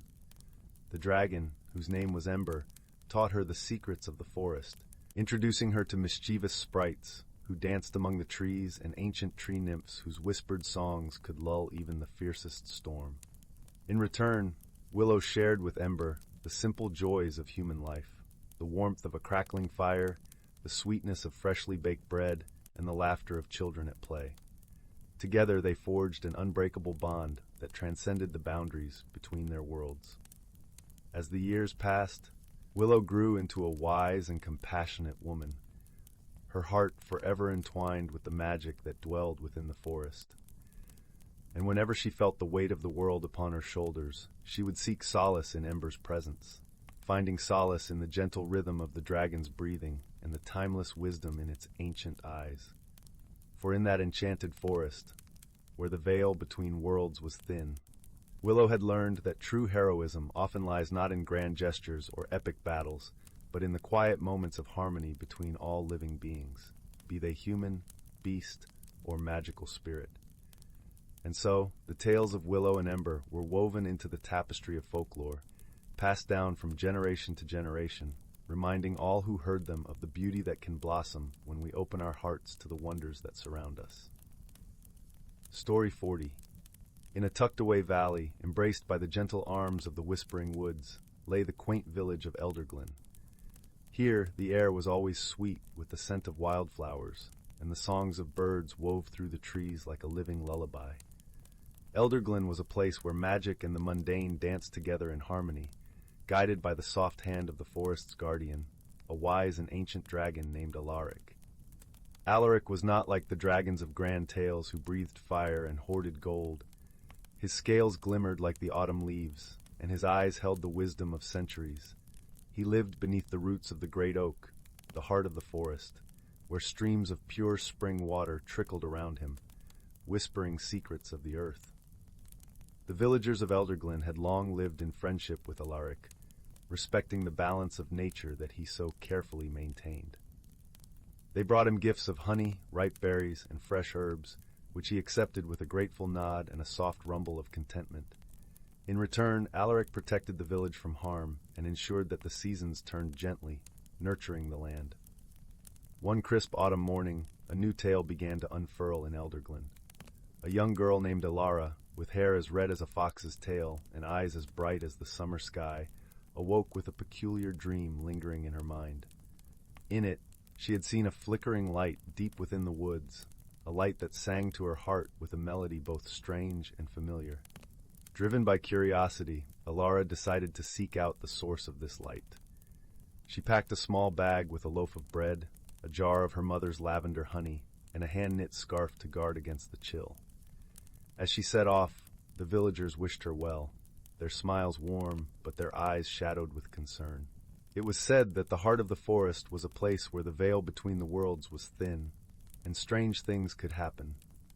The path wound like a ribbon through the trees, and as Alara walked, the forest seemed to open its arms to her.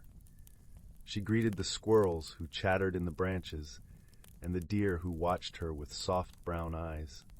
Every step brought her deeper into the embrace of ancient oaks and whispering pines, until the village was but a memory, and only the forest and its secrets remained. As the sun dipped lower in the sky, casting long shadows across the forest floor, Alara found herself at the edge of a small clearing. In its center stood a stone circle, weathered by time and covered in moss. And there, hovering above the stones, was the light from her dream, a tiny glowing spirit, no larger than a firefly, flitting joyfully in the air. "Hello," Alara called softly, her voice a gentle thread in the stillness.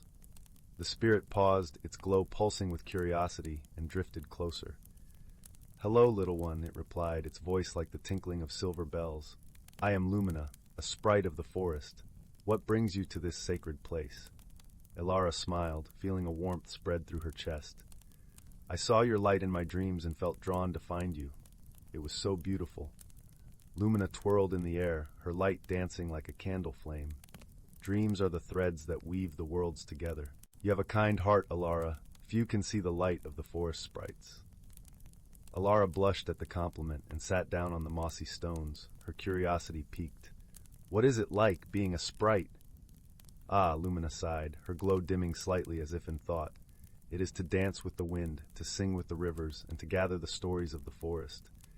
We sprites are the keepers of memories, and every leaf that falls tells a tale." As they talked, Alara felt a kinship with Lumina she had never known before, and soon the shadows of the forest grew long, and the stars began to twinkle like scattered diamonds in the sky. Alara knew she should return home, but something held her back. "Stay a while longer," Lumina urged, sensing her hesitation. "The night holds a magic all its own." Alara nodded, settling in as the night deepened. The clearing filled with the soft chorus of crickets, and the moon cast a silvery glow over the world. Lumina began to hum a melody, ancient and soothing, and Alara found herself swaying gently to its rhythm. Just then, the ground trembled ever so slightly, and from the shadows of the trees, Alaric emerged, his presence like a gentle storm. He lowered his head to Alara, his eyes reflecting the stars above. "Good evening, young Alara," he rumbled, his voice deep and melodic. "I see you have met Lumina, one of my dearest friends." Alara smiled up at the dragon, feeling no fear, only awe. "Yes, Alaric, she has been telling me about the stories of the forest." Alaric settled beside them, the earth sighing beneath his weight. "The forest is a tapestry of life, each thread a tale waiting to be told, and tonight you are part of it." Together they watched as Lumina's light danced among the stars, painting the night with dreams and whispers of forgotten times. Alara listened to Alaric's tales of the forest, of the seasons turning, and of the harmony between all living things. She felt the weight of the stories settle into her heart, a comforting warmth that would guide her always. As dawn began to blush the sky with its first light, Alara knew it was time to return to Elderglen. Lumina gifted her a single, glowing seed from the heart of the forest, a token of their newfound friendship and the magic they had shared. With a promise to return, Alara bid farewell to Alaric and Lumina, her heart full and her spirit light. As she made her way back through the whispering woods, she carried with her the knowledge that the world was filled with wonders, and that even the smallest light could illuminate the darkest paths. And so, in the village of Elderglen, beneath the watchful eyes of the dragon and the playful spirits of the forest, Alara grew into a storyteller, weaving tales that warmed the hearts of her people and reminded them of the magic that lingered in every leaf, every stone, and every breath of wind. And the forest watched over them all, forever whispering its secrets to those who dared to listen. Story 41.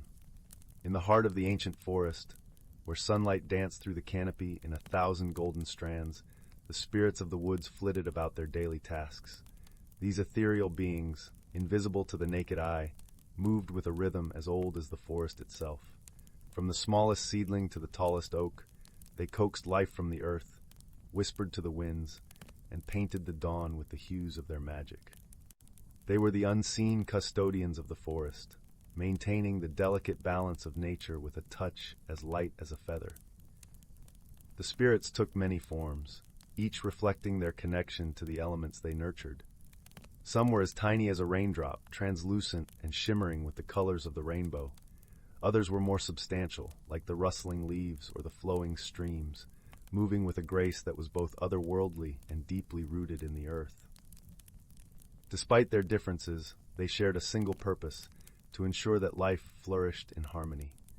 For centuries, the spirits had worked unnoticed, their existence known only to the creatures of the forest.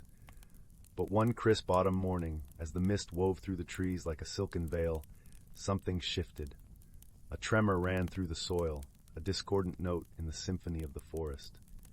The spirits paused, their senses attuned to the disturbance that rippled through their realm. At the edge of the forest, where the trees gave way to a rolling meadow, a traveler appeared. They were a solitary figure, wrapped in a cloak the color of twilight, their steps hesitant yet filled with a quiet determination. The traveler paused, sensing the change in the air, the subtle way the forest seemed to hold its breath. The spirits, curious and cautious, watched from the shadows. They had long avoided contact with humans, knowing the unpredictability that lay within the hearts of those who walked on two legs. But this traveler was different. There was an aura about them, a gentle strength that resonated with the spirit of the forest. As the traveler took another step, a soft rustle echoed through the trees, like 1,000 whispers carried on the breeze. The spirits, deciding to reveal themselves, appeared before the traveler in a shimmering cascade of light. The traveler gasped, eyes wide with wonder, as the spirits danced around them, their forms shifting and swirling like living dreams. "Do not be afraid," chimed the spirits, their voices like the rustling leaves. "We are the guardians of this forest, and we seek your help." The traveler, heart pounding with both fear and awe, nodded. "What has happened here?" they asked, their voice barely above a whisper. "A disturbance has upset the balance," the spirits replied, their tones tinged with urgency. "Something unnatural has taken root, and we need your aid to set things right." The traveler hesitated for a moment, then nodded once more. "Tell me what I must do." And so began their journey, an odyssey through a world that was both familiar and strange. The spirits led the traveler deeper into the forest, where the air was thick with magic, and every creature seemed to watch with knowing eyes. They guided their new ally through enchanted glades where the sunlight danced in kaleidoscopic patterns, across streams that sang with the voices of long-forgotten songs, and over hills where the grass whispered ancient secrets. Each step brought new challenges and lessons. In a grove where the trees were twisted and gnarled, the traveler learned the power of patience, coaxing the reluctant branches to bloom under the gentle guidance of the spirits. In a meadow where flowers bloomed in a riot of color, they discovered the importance of harmony, weaving the chaotic beauty into a symphony of life. As they journeyed, the bond between the traveler and the spirits grew stronger. They shared stories of their worlds, finding common ground in their love for the earth and its creatures. The traveler, once an outsider, became an integral part of the forest's tapestry, their heart beating in time with the rhythm of the land. But the path was not without peril. In the shadow of a mountain that loomed like a sleeping giant, they encountered the source of the disturbance, a dark, twisted force that sought to consume the life of the forest. It was a creature born of shadow and spite, its presence a blight upon the land. The spirits, their luminescence dimmed by the creature's malice, rallied around the traveler. Together, they devised a plan to confront the darkness, drawing upon the strength of the earth and the wisdom of the ages. The traveler, armed with newfound courage, faced the creature, their hearts steady and their spirit unyielding. The battle was fierce, the air crackling with energy as light clashed with shadow. The spirits lent their power to the traveler, weaving a shield of shimmering light that deflected the creature's attacks. The traveler, guided by the spirit's whispers, struck with precision and determination, each blow a testament to the bond they had forged. In the end, it was not force that defeated the creature, but understanding. The traveler, sensing the pain and loneliness at the heart of the darkness, reached out with compassion. The spirits joined their voices with the travelers, offering solace and healing to the creature that had once been their enemy. Slowly, the darkness receded, its power broken by the light of empathy and forgiveness. With the threat vanquished, the forest sighed in relief, the balance restored. The spirits, their forms now glowing with renewed vitality, thanked the traveler for their bravery and kindness. The traveler, humbled by the experience, realized that they had been changed by the journey, their heart forever intertwined with the magic of the forest. As the sun set behind the mountains, casting the world in a warm golden glow, the traveler prepared to leave. The spirits, gathered around them in a luminous circle, offered a final gift, a small carved talisman that pulsed with the light of the forest. "Take this," they said, their voices a gentle caress. "It will remind you of your time here and the bond we share." The traveler, clutching the talisman, nodded, tears glistening in their eyes. "I will never forget," they promised, their voice filled with gratitude. With a final farewell, the spirits faded into the twilight, their forms merging with the shadows of the trees. The traveler, now a part of the forest story, turned and walked away, their steps light and their heart full. As they disappeared into the evening mist, the forest settled into a peaceful slumber, its guardians once more unseen but ever present, watching over the land with quiet devotion. And though the world beyond the trees remained unaware, the forest knew that its balance had been restored, thanks to the courage of a traveler who had answered the call of the spirits. Story 42. In a quaint village nestled between rolling emerald hills and the edge of an ancient, whispering forest, there lived a young girl named Alara. Her hair flowed like streams of sunlight, and her eyes sparkled with the curiosity of someone who saw the world as an unending wonder. Alara was known throughout the village for her love of stories and the peculiar habit of wandering off into the woods, much to the chagrin of her dear grandmother, who often warned her of the mischief the forest spirits could play. Yet Alara was not afraid, for she had always believed the forest held secrets that danced just out of reach, waiting for someone brave enough to find them. Her heart was filled with a yearning to discover the magic whispered in the rustle of leaves and the babble of brooks that trickled through the woods. One crisp autumn evening, as the setting sun painted the sky in hues of amber and rose, Alara felt the familiar tug of adventure. She slipped on her cloak, took a small satchel of bread and cheese, and with a soft promise to return before the moon rose high, she ventured into the forest. The air was cool and carried the earthy scent of fallen leaves, and as Alara walked deeper into the woods, she hummed a melody her grandmother used to sing. It was a song about the forest spirits, playful creatures that danced in the moonlight and watched over the trees. Her voice carried through the trees, and soon she was joined by the gentle chorus of the forest, crickets chirping, owls softly hooting, and the distant call of a nightingale. As twilight deepened, the path before Alara seemed to shimmer, guiding her to a small clearing she had never seen before. At its center stood a tall, ancient oak tree, its branches reaching skyward like the arms of a wise old guardian. Entranced, Alara drew closer and noticed something extraordinary. A door, carved intricately into the oak's trunk, with patterns that seemed to shift and dance as she watched. With a thrill of excitement and a touch of trepidation, Alara reached out and traced her fingers over the carved wood. To her astonishment, the door creaked open with a soft sigh, revealing a warm, golden light from within. She stepped inside, her heart pounding with wonder. The space beyond was unlike anything she had ever imagined. It was a room filled with shelves upon shelves of books, scrolls, and curious artifacts. The air was rich with the scent of old parchment and a hint of something floral and sweet. At the center of the room stood a large round table, and perched on it was a dragon, no bigger than a cat, its scales shimmering like polished emeralds. The dragon tilted its head, regarding her with eyes that glowed softly like lanterns in the dark. "Ah, a visitor," it said, its voice a melodic whisper that seemed to echo around the room. "It has been many seasons since last we had company." Alara, her eyes wide with wonder, found her voice. I didn't mean to intrude, I was just curious." The dragon chuckled, a sound like the tinkling of chimes. "Curiosity is a gift, dear child. What brings you to the heart of the enchanted oak?" Alara hesitated, unsure of how to put her feelings into words. "I wanted to see the magic of the forest," she finally said, "to understand the stories my grandmother told me." The dragon nodded, its expression thoughtful. "Stories carry the essence of truth wrapped in the silk of imagination. Here, in this place, the stories of the forest are kept safe." It gestured with a claw toward the shelves. "Each book holds a tale of the world beyond what eyes can see." With reverence, Ilara approached the shelves, her fingers brushing over the spines of the books. Each one seemed to pulse with life, as if eager to share its story.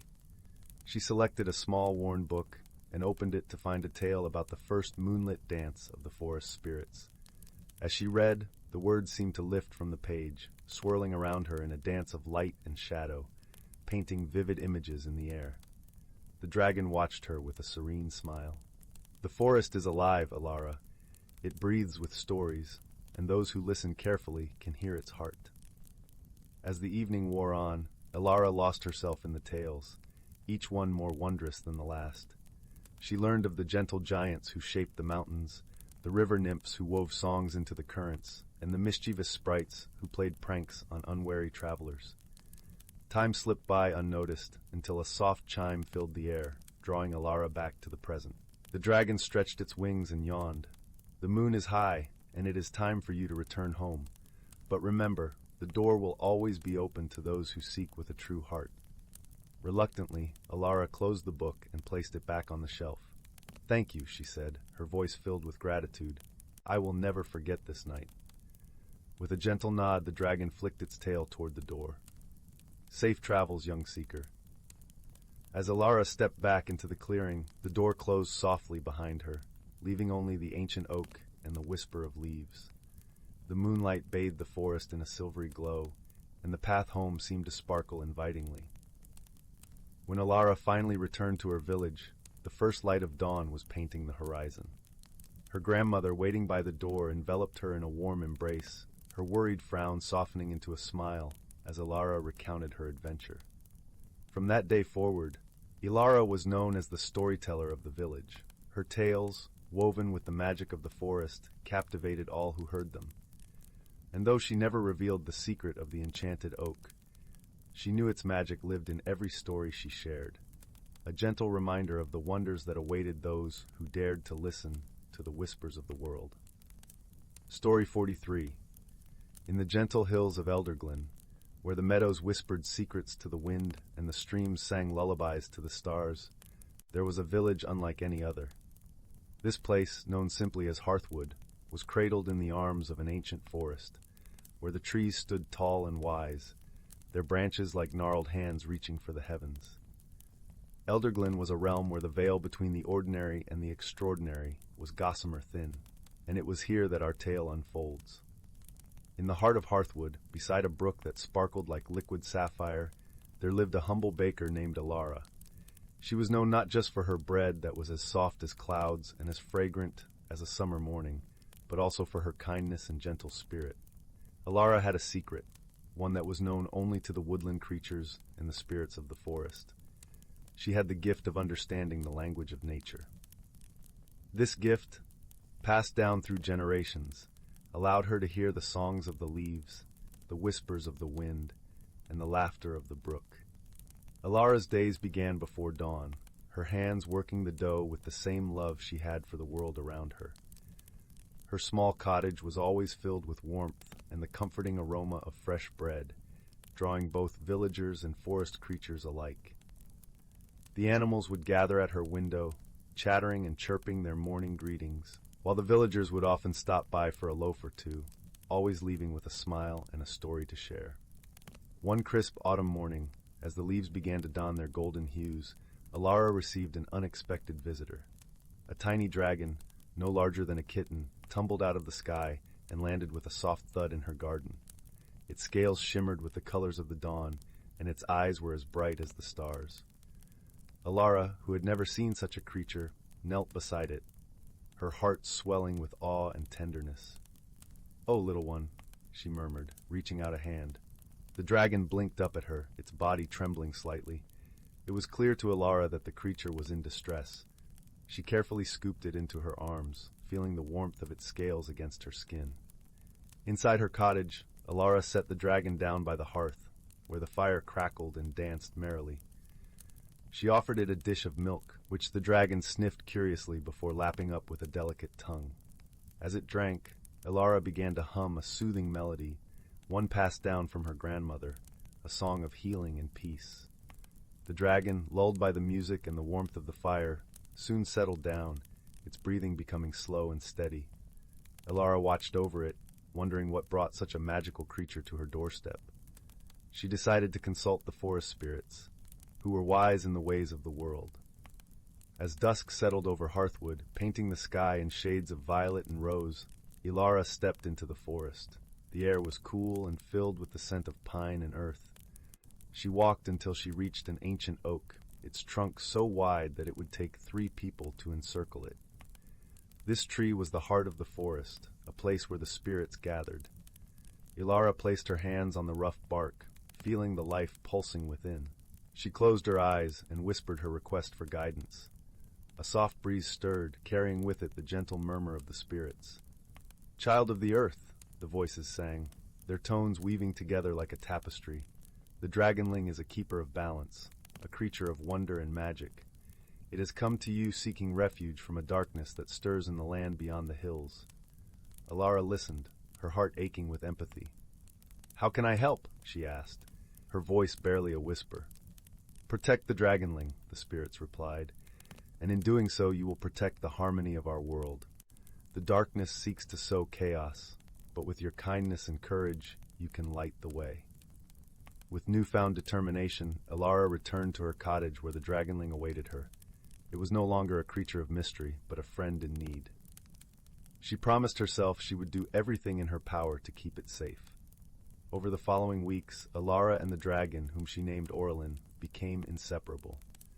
The dragonling would accompany her as she tended to her garden, its bright eyes watching her every move.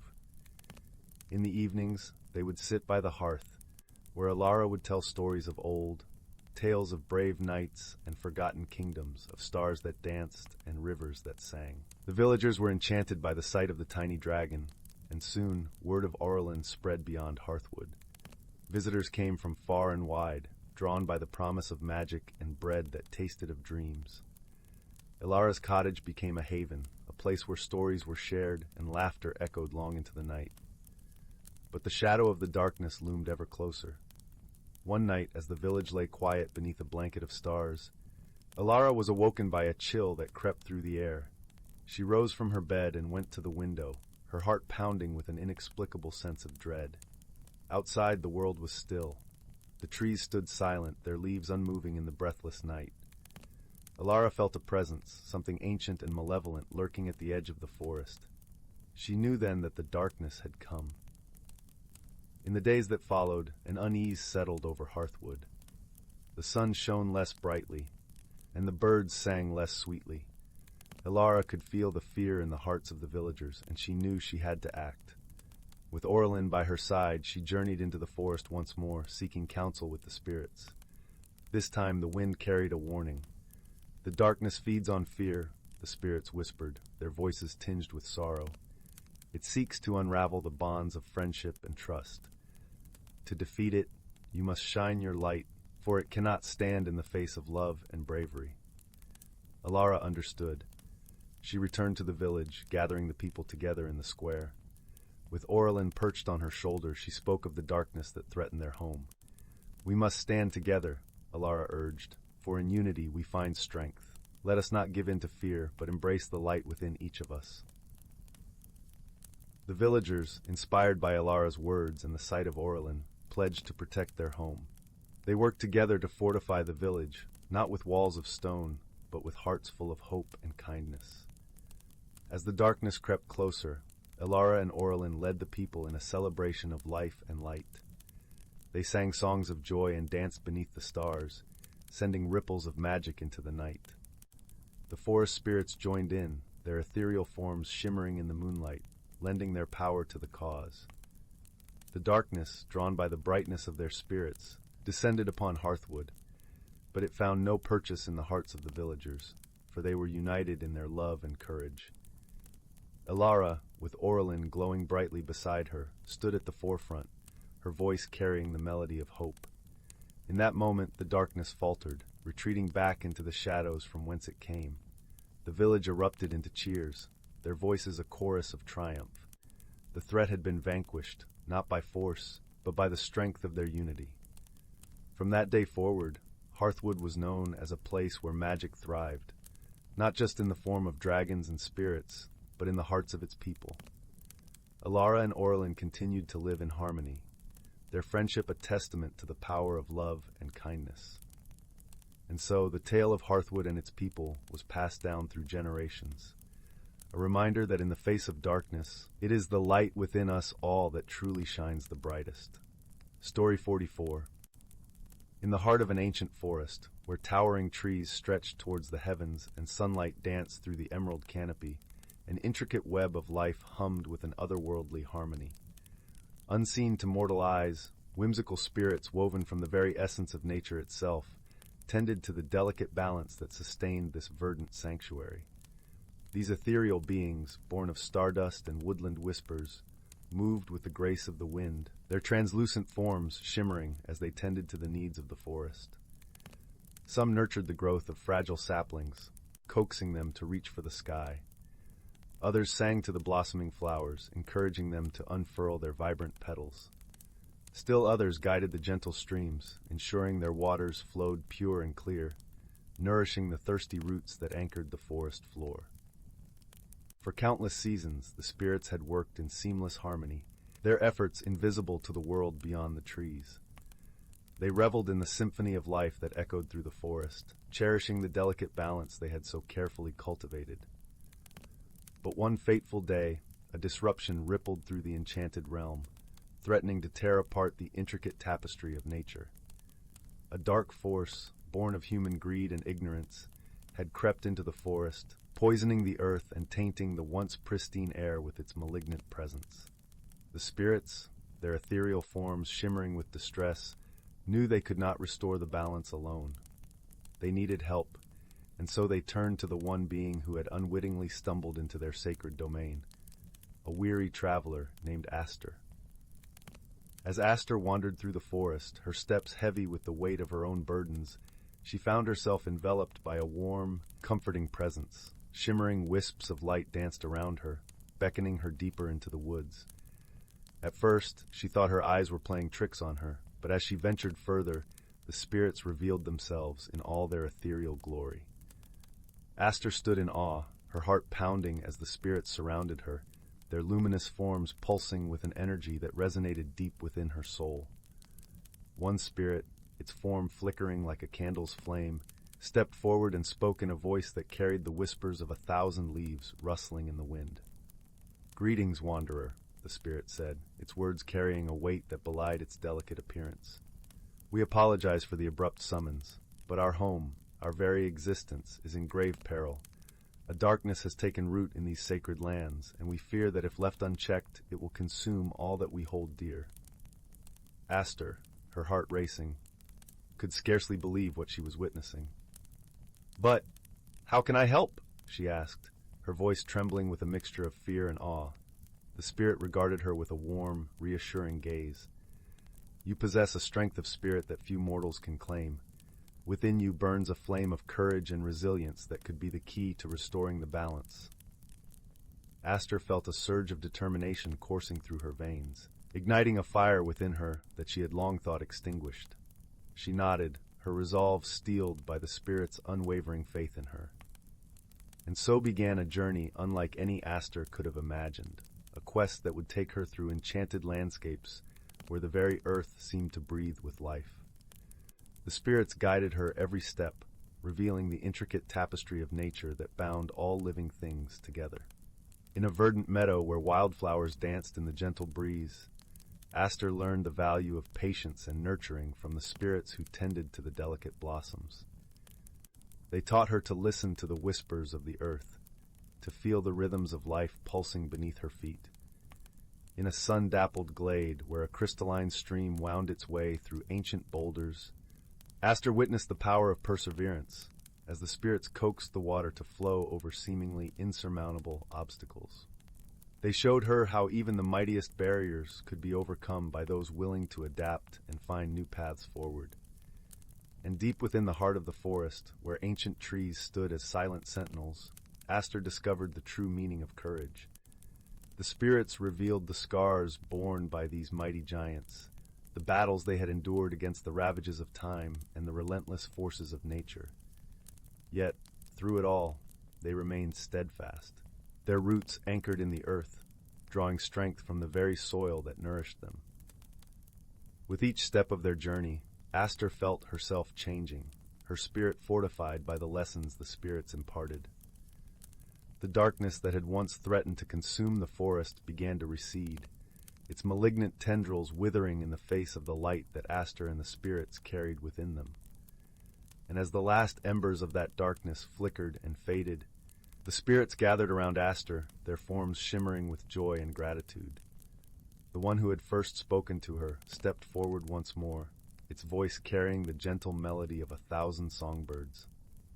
"You have done what few mortals could, wanderer," it said, its words infused with a warmth that embraced Aster's very soul. "You have restored the balance, and in doing so you have taught us all a valuable lesson, that courage, resilience, and a deep connection to the rhythms of life are the greatest weapons against the forces that seek to disrupt the harmony of nature."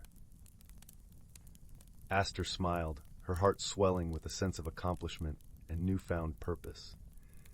She knew that her journey had only just begun, that the lessons she had learned in the enchanted forest would guide her footsteps for the rest of her days. As she turned to depart, the spirits surrounded her once more, their luminous forms blending into a dazzling kaleidoscope of light and color. And in that moment, Aster knew that she was forever bound to the whimsical beings who had shown her the true meaning of courage, teamwork, and the unbreakable connection between all living things. Story 45, The Tale of Elleri, the Forest Whisperer. In a hidden nook of the realm of Arendelle, where the sky kissed the earth and the rivers sang their eternal melodies, lay the village of Wisteria Hollow. It was a place untouched by time, cradled by dense woods where sunlight danced through emerald leaves and whispered secrets to those who would listen. The villagers lived in harmony with the forest, guided by the wisdom of Elleri, the Forest Whisperer. Elleri was not an ordinary woman. She had an enigmatic aura, a gentle presence that calmed even the fiercest of storms. Her hair was woven with vines and blossoms, and her eyes sparkled with the deep green of the forest itself. She spoke with the trees, sang with the streams, and danced with the shadows of the moonlit glades.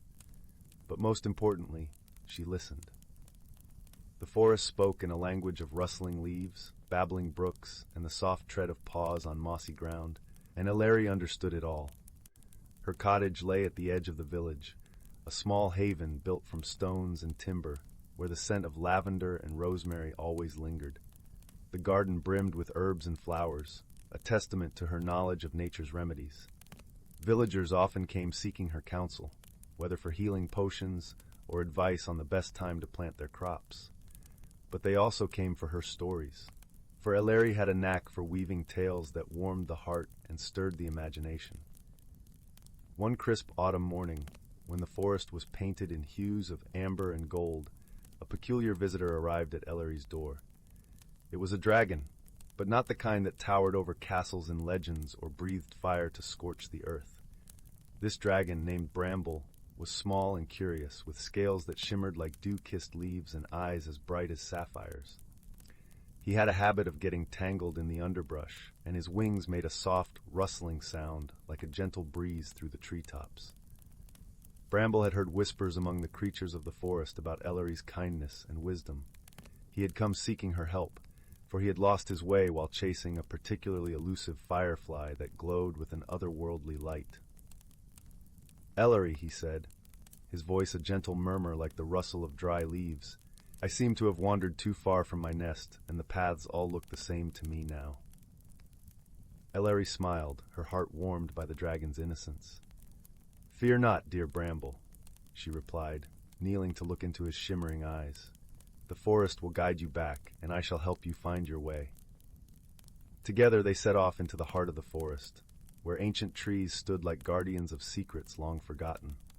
Ellery listened to the whispers carried by the wind, understanding the language of the forest as naturally as one breathes. Bramble flitted beside her, his wings brushing against the ferns and his tail leaving a trail of rustling leaves. As they walked, Ellery told Bramble stories of the forest, of Sylvan, the wise old owl who had seen 1,000 sunsets, and of the mischievous will-o'-the-wisps who played tricks on unwary travelers. Bramble listened with rapt attention, his eyes wide with wonder. "The forest is alive with magic," Ellery said softly, "but it is also patient and forgiving. It always remembers those who care for it." As they ventured deeper, Ellery noticed a subtle change in the air. The forest seemed restless, like a child unable to sleep. She paused, placing her hand on the bark of an ancient oak, and closed her eyes to listen more closely. It was then she heard it, a soft, mournful song carried by the wind. It was a tune of longing, of something lost and deeply missed. Ellery's heart ached at the sound, for she knew it was the call of the nightingale spirit, a guardian of the forest who had retreated into silence many moons ago. Bramble felt the change too, a shiver of magic that brushed against his scales. "What is that song?" he asked, his voice a whisper. "It is the nightingale spirit," Ellery said, her voice tinged with sadness. "She sings of a lost companion, a star that once fell from the sky to light her nights. It was a bond of friendship and love, severed by time and distance." Bramble's heart swelled with empathy. "Can we help her find it?" he asked, his eyes bright with determination. Ellery smiled, touched by the dragon's compassion. "Perhaps we can," she replied, "but first we must seek the guidance of the elder oak." The elder oak was the heart of the forest, a colossal tree whose branches stretched towards the stars and whose roots delved deep into the earth, weaving the tapestry of life. It was said that the tree had witnessed the dawn of time itself, and its wisdom was unparalleled.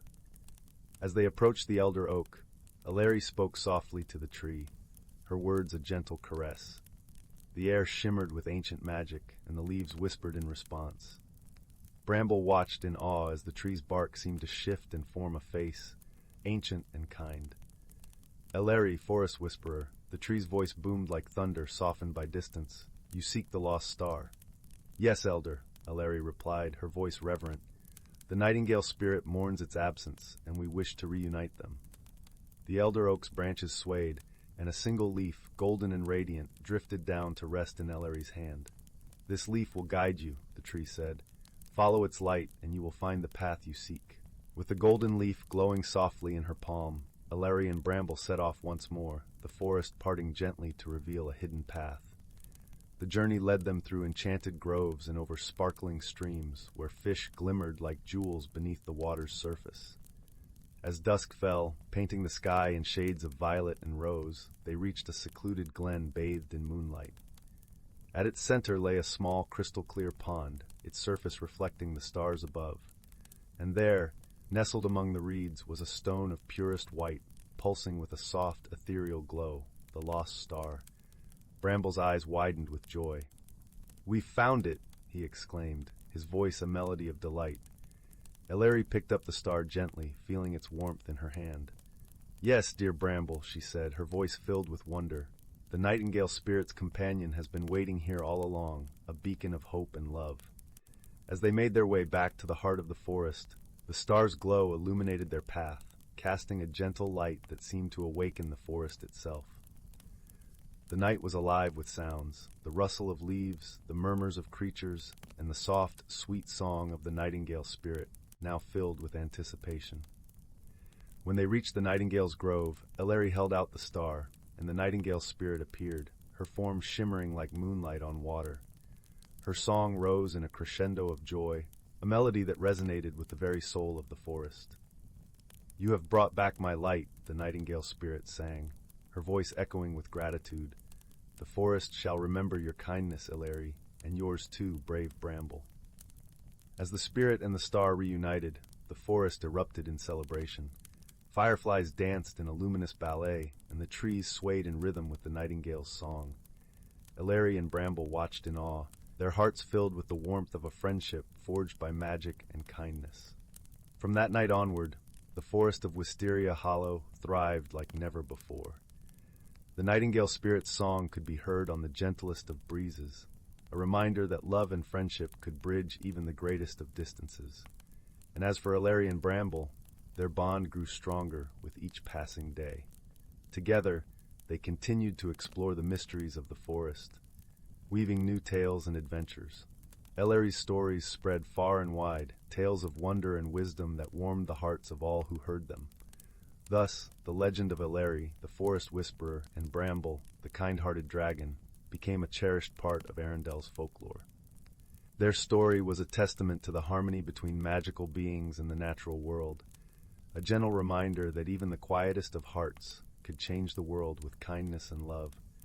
And the forest, with its timeless magic, continued to thrive, forever embracing those who listened to its whispers. Story 46. In a land where the sun kissed the mountains each morning and the moon wrapped the valleys in silver at night, there lay the small village of Eldergrove. Nestled at the edge of the enchanted forest, Eldergrove was a place where the extraordinary was as much a part of life as the ordinary. The villagers lived in harmony with the magical creatures of the forest, sharing stories and laughter with the woodland sprites and exchanging gifts with the wise old owls. At the heart of Eldergrove stood an ancient tree, the Great Elder, whose branches stretched wide and high, providing shelter and wisdom to all.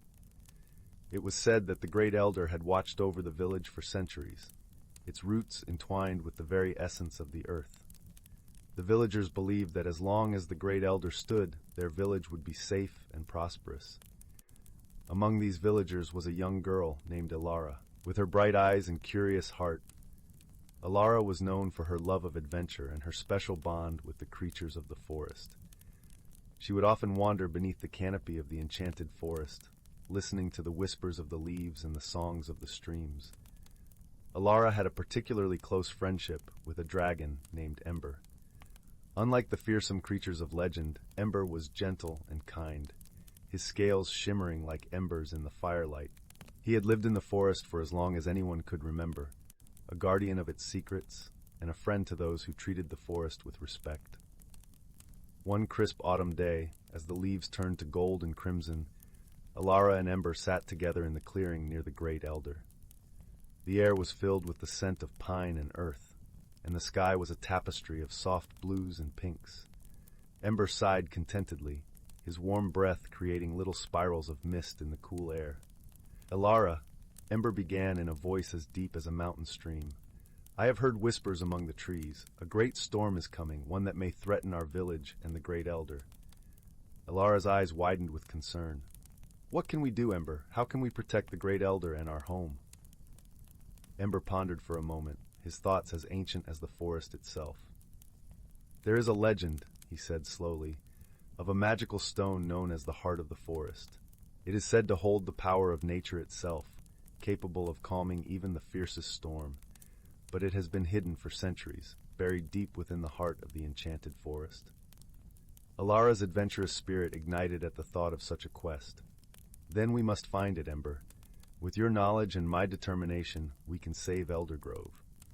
And so, with the sun setting behind the mountains, painting the sky in hues of orange and purple, Elara and Ember set off into the depths of the forest.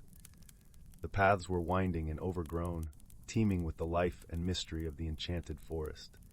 Creatures of all kinds watched them with curious eyes, rabbits peeking from burrows, deer grazing in the shadows, and birds flitting from branch to branch. As they journeyed deeper, the forest seemed to come alive around them. The trees whispered secrets in the wind, guiding their steps with gentle nudges and rustling leaves. Ilara and Ember followed these signs, trusting in the magic of the forest to lead them to their destination. After hours of walking, they reached a clearing illuminated by the soft glow of moonlight. In the center stood a stone altar, covered in moss and surrounded by wildflowers. It was here, the whispers had said, that the heart of the forest lay hidden. Ilara approached the altar with reverence, her heart pounding with anticipation. She reached out, brushing away the leaves and debris that had accumulated over the centuries. Beneath her fingertips, she felt a pulse, a warmth that seemed to resonate with the very heartbeat of the earth. With a gentle touch, Ilara uncovered the heart of the forest.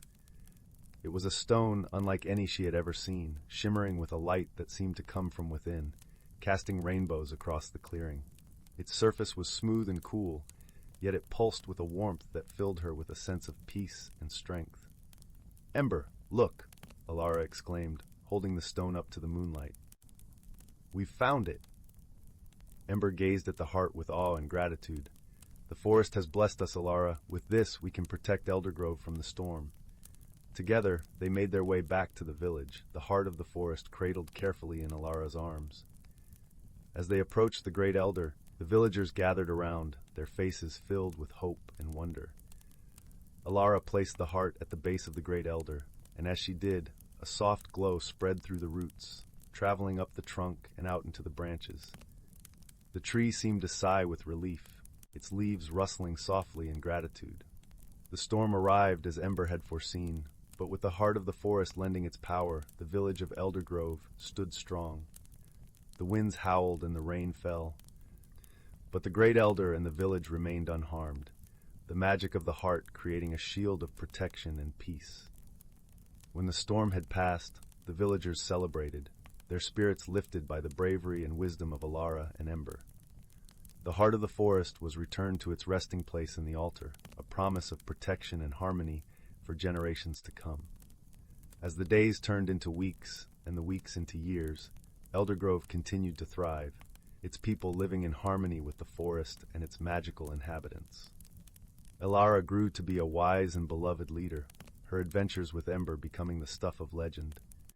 And so, beneath the watchful gaze of the great elder, the village of Eldergrove flourished, a testament to the power of friendship, courage, and the enduring magic of the natural world. Story 47. In the serene village of Elderglen, where the whispering winds carried secrets from the nearby enchanted forest, there was a tale as old as time itself. It was said that deep within the heart of the forest lived Ilara, the last of the Stardust Dragons. She was a creature of pure magic, her scales shimmering with the light of 1,000 stars, and her breath laced with the fragrance of blooming nocturnal flowers.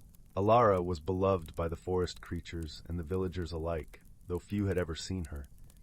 Her presence was felt in the gentle rain that nourished the crops, the twinkling fireflies that danced in the night, and the mysteriously bountiful harvests that blessed the village every autumn. The people of Elderglen knew that their prosperity was intertwined with the well-being of Ilara and the enchanted forest she called home. Among the villagers was a young woman named Elowyn, known for her kind heart and unwavering curiosity about the magical world. Elowyn lived with her grandfather, a wise old man who often told tales of the Stardust Dragons and their role in maintaining the balance of nature. His stories filled Elowyn with wonder, and she longed to see Ilara with her own eyes. One crisp autumn evening, as the village celebrated the festival of the harvest moon, Elowyn sat with her grandfather under the ancient oak tree that stood at the edge of the village. The moon hung low in the sky, casting a silvery glow over the fields. "Grandfather," Elowyn began, her voice barely a whisper over the gentle rustle of leaves, "do you think it's true that Ilara grants wishes to those who prove themselves worthy?" Her grandfather chuckled softly, his eyes twinkling like the stars. "Ah, the stories say many things, dear Elowyn, but remember, it's not the wish itself that brings change, but the journey and the heart behind it." Inspired by his words, Elowyn resolved to seek out Ilara. She believed if she could meet the dragon, she might better understand the magic that bound their world together. With the first light of dawn, Elowyn set off into the forest, guided by the soft luminescence of the morning mist. The forest was alive with the sounds of nature's symphony, the chirping of crickets, the melodious calls of birds, and the rustle of leaves as the forest spirits flitted between the trees. Elowyn walked with care, her heart open to the wonders around her. She wove through ancient trees, each step bringing her deeper into the heart of the forest. As the sun reached its zenith, Elowyn found herself in a clearing unlike any she had seen before. It was a place where time seemed to stand still. The air was thick with magic, and the ground sparkled with stardust. In the center of the clearing lay a serene pool, its waters reflecting the sky like a mirror. Elowyn approached the pool and knelt beside it, her heart pounding with anticipation. She had heard tales of this place, where the boundary between the mortal world and the realm of magic was thinnest. As she gazed into the water, she saw not just her reflection, but the shimmering image of a magnificent dragon. Alara emerged from the depths of the forest, her presence as gentle as the moonlight. Her eyes, wise and kind, met Elowyn's, and in that moment a silent understanding passed between them. Elowyn felt a warmth spreading through her, a sense of belonging she had never known before. "Why have you come, young one?" Alara's voice was like a gentle breeze, carrying the scent of wildflowers. Elowyn hesitated, her hands trembling slightly. "I wanted to understand," she said finally, "to learn about the magic that connects us all. I want to help keep our world in balance." Alara's gaze softened, and she nodded approvingly. "The desire to learn and protect is a noble one, but remember, true magic lies in the harmony of all living things." With a flick of her tail, Alara stirred the water of the pool. It shimmered and swirled, revealing visions of Elderglen and the forest, their fates intertwined. Elowyn watched, entranced, as she saw the seasons change, the villagers work together, and the forest spirits dance. "You see," Alara continued, "the magic of our world is not just in the dragons or the spirits, but in the love and care we show each other. It is in the bonds we forge and the kindness we share." Elowyn nodded, understanding dawning in her heart. She realized that her journey was just beginning, and that she had a role to play in the story of Elderglen and the enchanted forest. As the sun began to set, casting a golden hue over the clearing, Alara bestowed a gift upon Elowyn, a single scale, radiant with stardust. "Keep this close," the dragon said, "and remember the magic within you." With a heart full of gratitude and newfound purpose, Elowyn returned to her village. She shared her experience with her grandfather, who listened with pride and joy. Together, they worked to strengthen the bonds between the villagers and the forest, ensuring a future where magic and nature thrived in harmony. And so, the tale of Elowyn and Alara became another cherished story in Elderglen, a reminder of the quiet heroism found in kindness, curiosity, and the ever-present magic of the natural world. As the years passed, Elowyn's legacy lived on, inspiring generations to cherish the bonds that united them with the enchanted forest and the last Stardust Dragon. Story 48. The Whispering Grove and the Tale of Nettle the Kind. In the heart of the ancient Whispering Grove, where the trees were as tall as castles and their leaves glistened like emeralds, there lived a peculiar community of magical beings. Among them were the gentle oak folk, with their bark-like skin and leafy hair, the playful brook sprites that danced upon the streams, and the wise old dragon, Eldorath, who had scales like silvered moonlight. But perhaps the most unusual of all was Nettle, the kind-hearted gnome with a heart as big as the forest itself. Nettle was not the tallest of gnomes, nor the strongest, but he was beloved by all for his unwavering kindness. His hat, a deep forest green, was adorned with a single feather from a friendly finch, and his boots, worn but sturdy, whispered softly with every step he took through the grove. The Whispering Grove was a place of harmony, where the whispers of ancient trees carried tales from times long past, and where magic flowed as freely as the streams. Yet, even in this serene setting, challenges arose that tested the bonds of its inhabitants. One crisp autumn morning, as the first golden leaves began to fall, a shadow passed over the grove. It was the shadow of a storm unlike any other. a magical tempest that threatened to unravel the very fabric of the grove's peace. The storm was conjured by a mischievous wind spirit named Zephyr, who had grown bored with the tranquility of the forest and sought to stir things up a bit. The winds howled and leaves swirled, creating a cacophony that unsettled the grove's denizens. Elderoth, with his vast wings, tried to calm the storm by creating gusts of his own, but Zephyr's mischief proved too wild and unpredictable. In the midst of the chaos, Nettle realized that this was no ordinary storm. It was filled with the laughter of a spirit that had lost its way. He paused to listen, truly listen, to the whispers of the grove, discerning between the natural rustling of leaves and the playful taunts of the wind spirit. With a deep breath, Nettle set out to find Zephyr. He journeyed past the shimmering streams where the brook sprites hid beneath the waves, their laughter now silenced by worry. He waded through thickets where the oak folk stood still as statues, their limbs creaking like ancient doors. Though the winds buffeted him, his heart remained steadfast. Finally, Nettle reached the heart of the storm, a swirling vortex of leaves where Zephyr danced unseen. "Oh, Zephyr," Nettle called out, his voice gentle but firm. "Why do you stir such disquiet?" The winds paused, and for a moment there was silence. Then, with a playful gust, Zephyr revealed himself, a small, shimmering figure with eyes like twinkling stars and a grin that could charm the sun. "I meant no harm, dear Nettle," Zephyr replied, his voice a soft breeze. "I merely sought to play, but it seems I have misjudged my own strength." Nettle nodded, understanding that even spirits could sometimes lose sight of the impact of their actions. "We all enjoy a bit of fun, Zephyr, but perhaps we can find a way to play that brings joy rather than fear." Zephyr pondered this, his form swirling like mist in the morning light. "And how might we do that, wise Nettle?" With a twinkle in his eye, Nettle suggested a game, a dance of winds that would weave through the grove without disturbing its peace. Together they crafted a symphony of breezes, gentle and melodic, that rustled the leaves in a harmonious dance. The brook sprites emerged once more, giggling as they joined in the playful currents, and the oak folk swayed with the rhythm, their ancient limbs moving in a graceful ballet. Elderoth watched from above, his heart warmed by the sight of harmony restored. He let out a deep, rumbling laugh that echoed through the grove, a sound like distant thunder, yet filled with mirth. As the day turned to dusk, the storm became a gentle breeze, and the grove returned to its serene state. Zephyr, now content with his newfound understanding, promised to visit often, but only to bring gentle winds and laughter. Nettle, his task complete, returned to his favorite spot beneath an old willow, where he sat and listened to the whispers of the grove. He knew that every being, whether great or small, had a place in the harmony of the forest.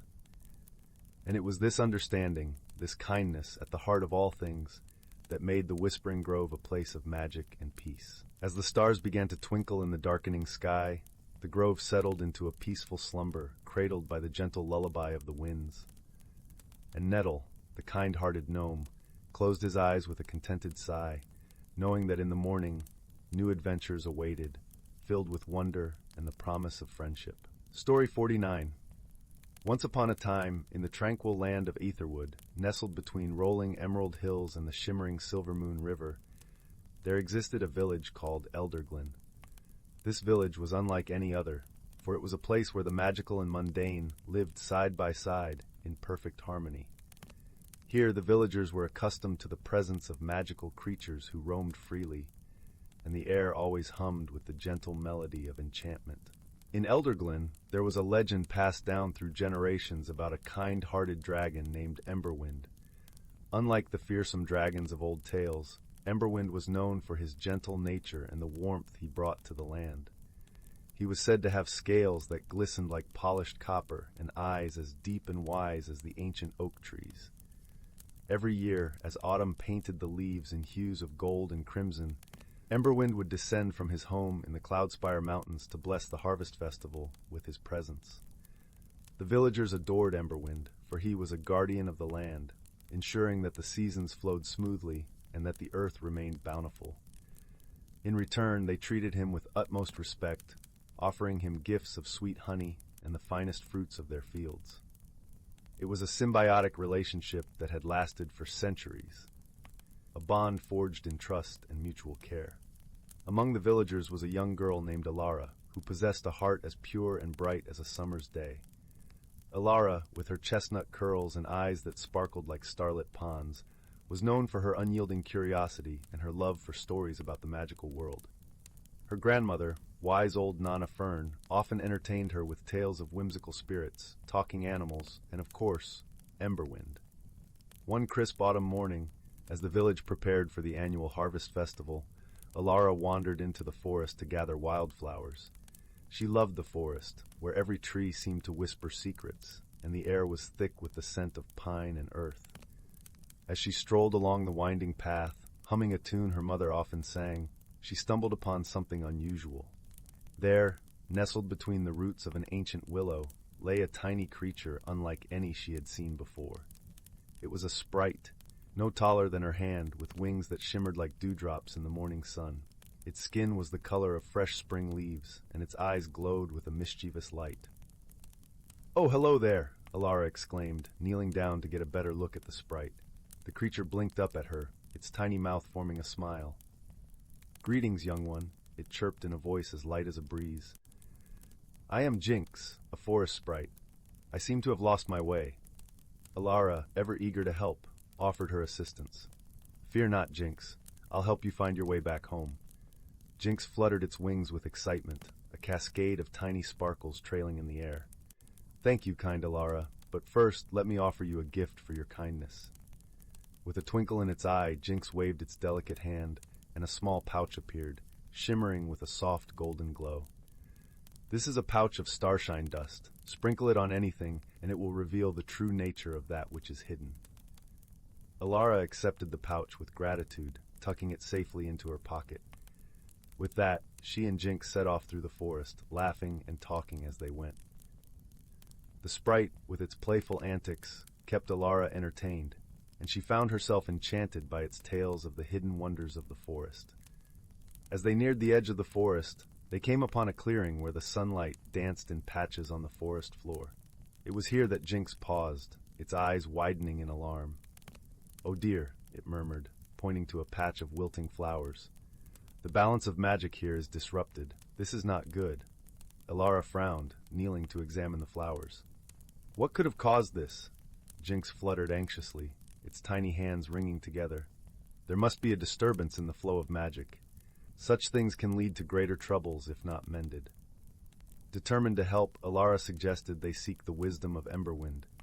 "He will know what to do," she assured the sprite. With Jinx perched on her shoulder, they made their way back to the village, where preparations for the festival were in full swing. The villagers greeted Alara warmly, their faces alight with anticipation for Emberwind's arrival. As the sun began its descent, casting a golden glow over the village, the sound of mighty wings beating the air heralded the dragon's approach. The villagers gathered in the town square, eyes fixed on the sky, as Emberwind gracefully landed, his majestic form casting a long shadow. Alara, with Jinx still perched on her shoulder, approached the dragon with a respectful bow. "Great Emberwind," she began, her voice clear and steady, "we seek your guidance. There is a disturbance in the forest, and the magic is unbalanced." Emberwind lowered his great head, his wise eyes meeting Alara's. "You have done well to bring this to my attention, young one," he rumbled, his voice as deep as the earth itself. "Such disturbances can indeed herald greater woes." With a gentle nod, he gestured for Alara and Jinx to accompany him to the forest. As they walked, Emberwind's presence seemed to breathe life into the surroundings, the wilting plants perking up as if in response to his aura. At the clearing, Emberwind examined the wilting flowers with a thoughtful gaze. "This is the work of a misaligned ley line," he concluded. "The magic here has been diverted, causing an imbalance." Alara, remembering the pouch of starshine dust, offered it to Emberwind. "Perhaps this can help?" The dragon, with a nod of approval, instructed Alara to sprinkle the dust over the affected area. As she did so, a soft glow enveloped the clearing, revealing the faint outline of a shimmering thread of magic, twisted and tangled. "Ah, there it is," Emberwind murmured, his eyes narrowing with concentration. With a wave of his claw, he gently untangled the ley line, setting it back on its true course. The change was immediate. The flowers straightened, their colors brightening, and the air seemed to hum with a renewed vibrancy. Jinx clapped its tiny hands in delight, fluttering around Alara's head like a joyous butterfly. "Thank you, Emberwind," Alara said, her heart swelling with gratitude, "and thank you, Jinx, for your help." Emberwind inclined his head, a warm smile on his draconic lips. "It is we who owe you thanks, Alara. Your kindness and courage have restored the balance." With the crisis averted, Alara returned to the village with Emberwind and Jinx, where the festival was just beginning. The villagers danced and sang, their spirits lifted by the presence of their beloved dragon and the successful resolution of the forest's troubles. As the stars twinkled in the night sky, Alara sat with her family, listening to the music and watching the flickering lights of the lanterns that adorned the village. Jinx flitted around, spreading its own brand of mischief and joy, much to the delight of the children. That night, as Alara lay in bed, she thought of the day's adventures and the friends she had made.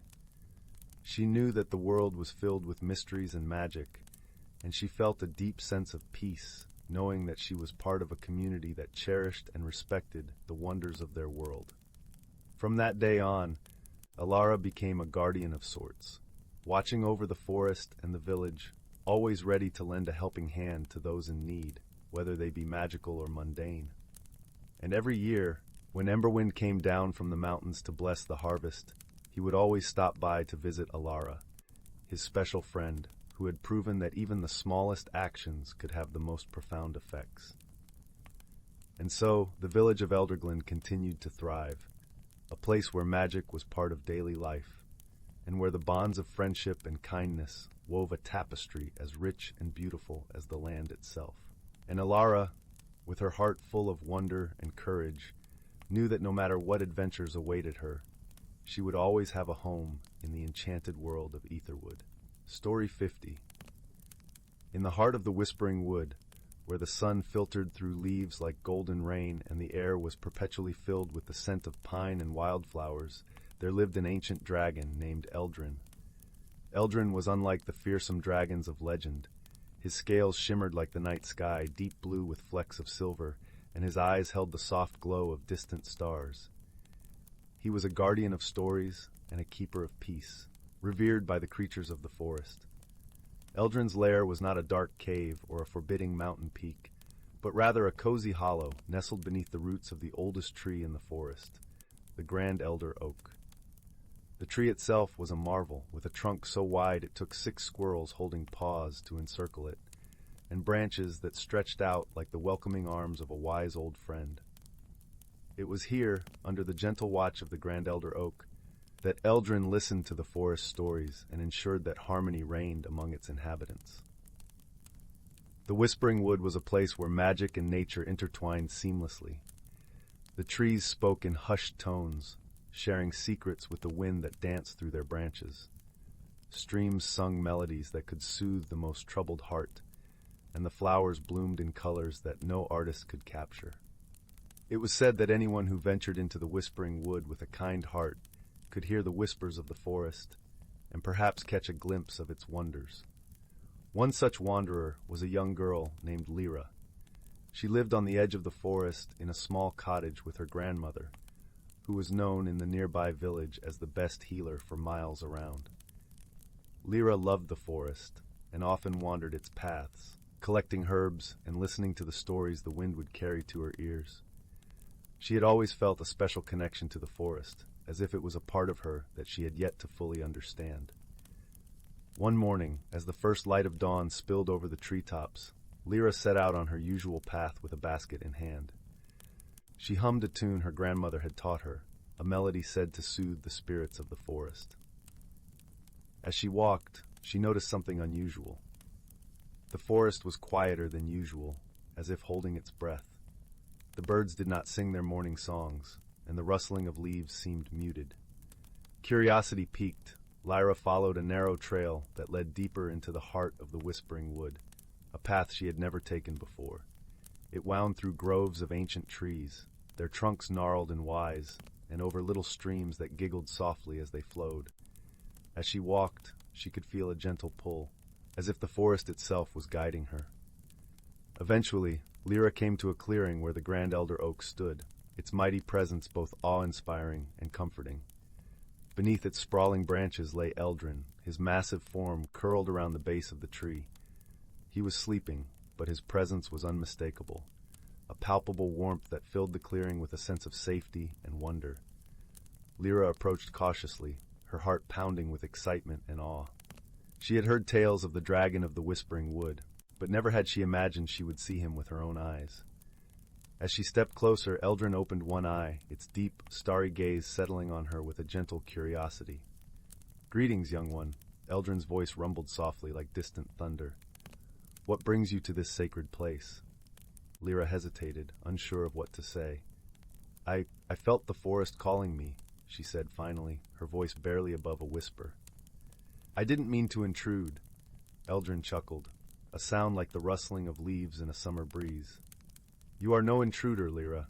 The forest knows its friends, and you have been a friend to it for many years." Lyra's eyes widened in surprise. "You know my name?" "The forest speaks to me, just as it speaks to you. It has watched you grow, seen your kindness and curiosity," Elderglen replied. "And now, it has brought you here because there is something only you can do." "What is it?" Lyra asked, her heart swelling with a sense of purpose. Elderglen lifted his head, nodding towards the grand elder oak. "The tree is old, as am I. Its roots run deep, connecting to the very heart of the forest. But there is a darkness spreading, a shadow that threatens to upset the balance. It is a sickness that only a pure heart can heal." Lyra nodded, determination lighting her eyes. "What must I do?" Elderglen unfolded a wing, revealing a small, glowing seed nestled among his scales. "This seed holds the light of the forest. Plant it at the base of the grand elder oak, and it will drive away the shadow." Lyra took the seed carefully, feeling its warmth seep into her fingers. It pulsed gently like a heartbeat, and she knew it was alive with the magic of the forest. She approached the grand elder oak, kneeling at its base. With utmost care, she dug a small hole and placed the seed within, covering it with the rich earth. As she stood back, a soft glow emanated from the spot where the seed lay buried. It spread like ripples in a pond, washing over the clearing and into the forest beyond. The air was filled with the sound of 1,000 whispered voices, a chorus of relief and joy. Elderglen watched with a contented smile. "You have done well, Lyra. The forest will remember this day." Lyra felt a warmth in her chest, a bond with the forest that was deeper than ever before. "Thank you, Elderglen," she said, turning to face the dragon, "for trusting me." Elderglen nodded, his eyes twinkling like stars. "Remember, young one, the forest is always with you. You have a gift, a connection to its magic. Cherish it, and it will guide you always." With those words, Elderglen settled back down, his eyes closing as he resumed his watchful rest. Lyra left the clearing, her heart light and her spirit soaring. She returned to her grandmother's cottage, the forest whispers following her, a song of gratitude and peace. And so, in the heart of the Whispering Wood, balance was restored, thanks to the courage of a young girl and the timeless wisdom of a dragon. The forest thrived, its magic deepening with each passing season, a reminder that even the smallest among us can bring about the greatest change. Story 51. In the village of Elderglen, nestled at the foot of the Misty Mountains, the dragon known as Zephyra had been the guardian for centuries. Unlike the tales of dragons that inspired fear and dread, Zephyra was revered for her gentle nature and wisdom. Her scales shimmered with an iridescent glow, reflecting the colors of the sky, and her eyes, deep and knowing, seemed to hold the secrets of the universe. Zephyra's magic was an intrinsic part of Elderglen's life. She would often alight upon the village square, her vast wings stirring the air with a gentle breeze. With a single breath, she could heal the sick, her warm, golden mist dissolving ailments and easing pain. The farmers would thank her for the timely rains she summoned, ensuring their crops flourished. In times of dispute, her presence alone would inspire peace and understanding amongst the villagers. She was not just a guardian, she was an integral part of their lives. One crisp autumn morning, as the leaves began to turn, a strange unease settled over Elderglen. The skies, usually clear and bright, were marred by a persistent, swirling darkness. The crops, despite the recent rains, began to wither inexplicably. The village elders, worried and confused, sought Zephyra's counsel. Zephyra landed softly in the village square, her eyes narrowing as she surveyed the darkened skies. She could sense a disturbance in the natural balance of the land, something beyond the ordinary cycles of the seasons. As she pondered the mystery, a young villager named Alara approached her. Alara was known for her curiosity and adventurous spirit, often exploring the forests and hills beyond the village. "Zephyra," Alara began, her voice steady but curious, "I have seen strange things in the forest. The animals are restless, and the trees seem to whisper warnings. I believe there is something amiss beyond our village." Zephyra regarded Alara with interest. She had always admired the girl's courage and intuition. "Alara, your observations may be key to understanding this disturbance. Will you accompany me on a journey to uncover the truth?" Alara's eyes sparkled with determination. "I would be honored, Zephyra. Together, we can solve this mystery." And so, the dragon and the young villager set forth, leaving Elderglen behind. They traveled through the dense forests of elder tree wood, where the trees towered like ancient sentinels. As they ventured deeper, the air grew cooler, and an eerie stillness enveloped them. Zephyra's presence reassured Alara, her warm scales a comforting beacon in the growing shadows. As they journeyed, Zephyra shared stories of the land's history, tales of ancient times when dragons and humans lived in harmony. Alara listened with fascination, her understanding of their world deepening with each revelation. She learned that Zephyra's role as a guardian was not just to protect, but to maintain the balance between the natural world and the human realm. Their path led them to the heart of the forest, where they discovered the source of the disturbance, a hidden valley, shrouded in perpetual twilight.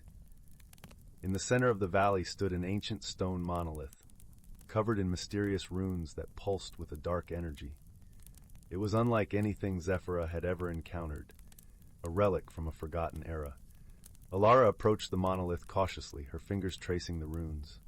"These symbols, they seem familiar," she murmured, recalling stories her grandmother had told her as a child. "They speak of a time when the harmony of the land was disrupted by greed and power." Zephyra nodded, her gaze fixed on the monolith. "This artifact is a remnant of that time, a conduit of imbalance. We must find a way to neutralize its power and restore the natural order."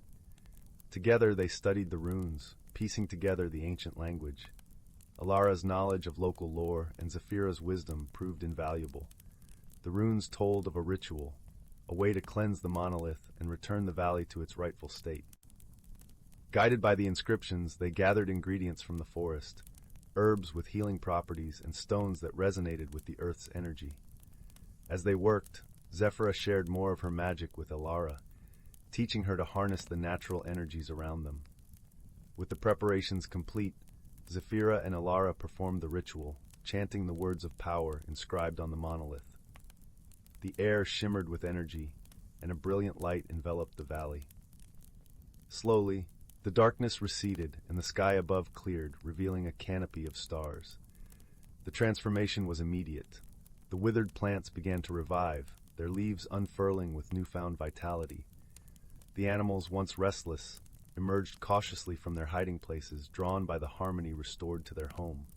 As they made their way back to Elderglen, Alara and Zephyra reflected on their journey. They had not only saved the village, but had also deepened their understanding of the delicate balance that sustained their world.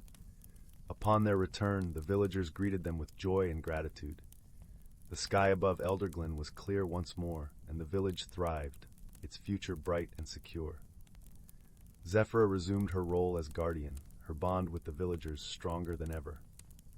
Alara, inspired by her adventure, continued to explore and learn, sharing her newfound knowledge with those around her.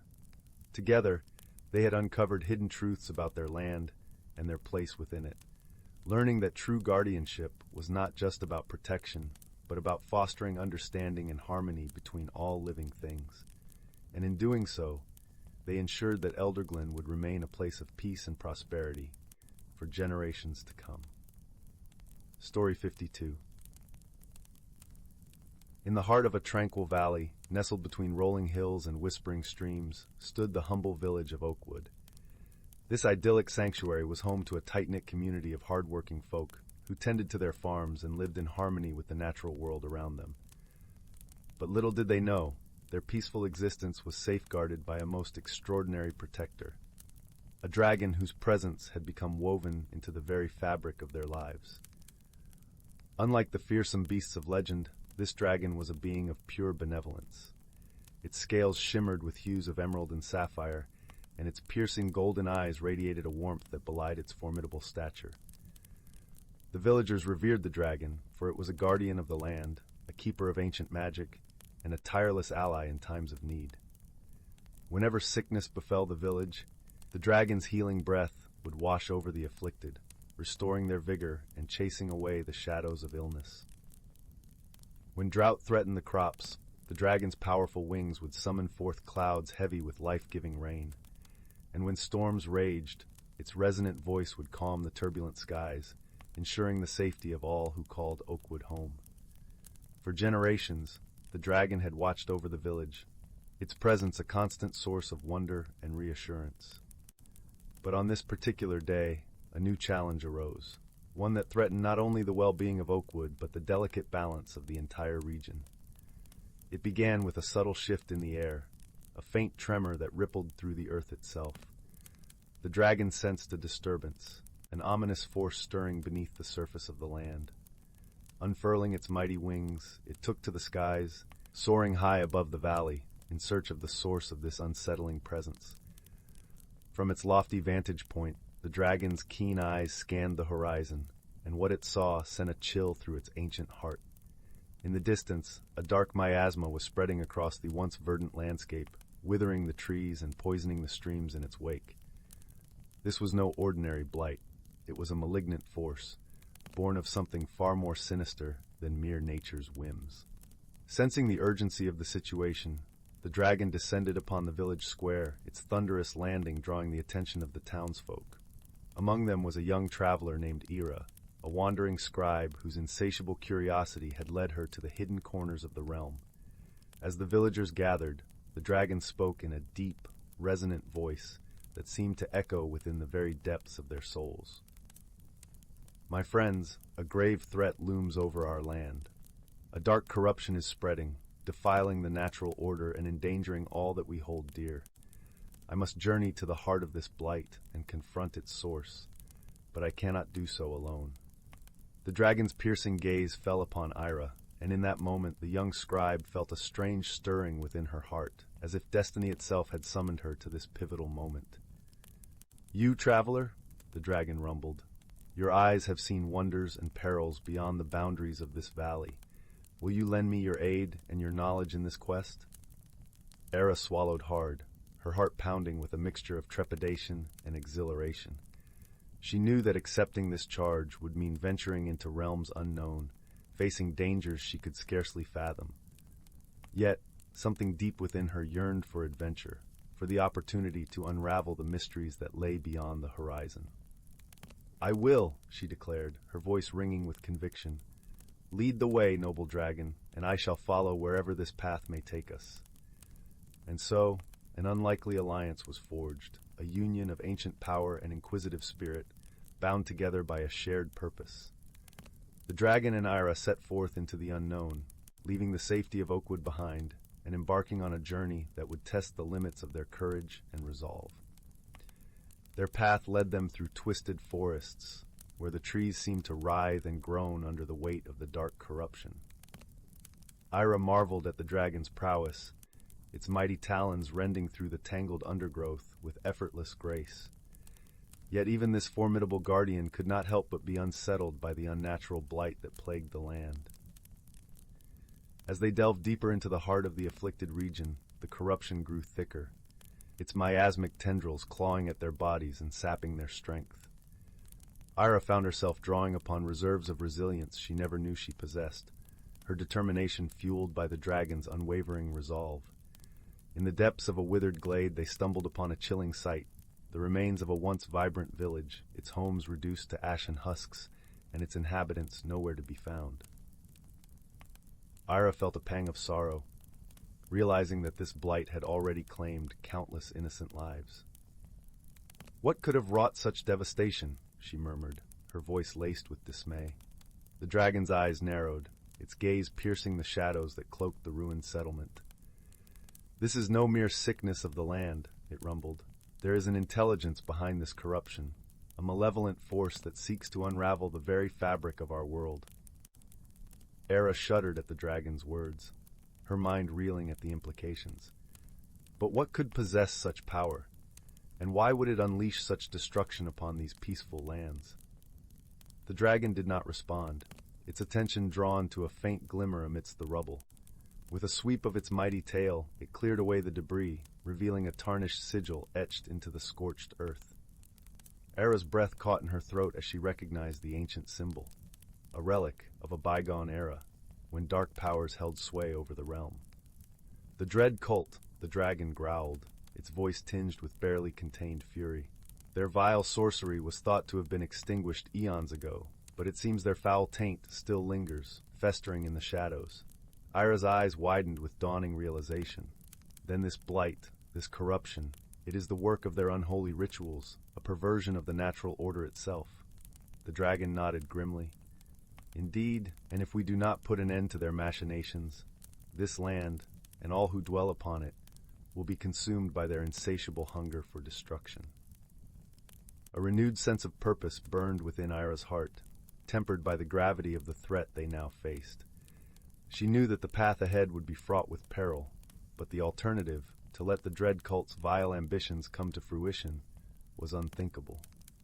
With the dragon as her guide, Ira pressed onwards, her steps fueled by a newfound determination to unravel the mysteries that lay before them. Their journey took them through treacherous mountain passes, where the very air seemed to hiss with malignant energy, and across vast, blighted plains where naught but twisted husks remained of the once vibrant flora.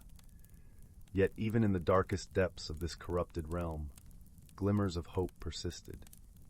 The dragon's ancient magic, coupled with Ira's resourcefulness and keen intellect, proved a formidable bulwark against the encroaching blight.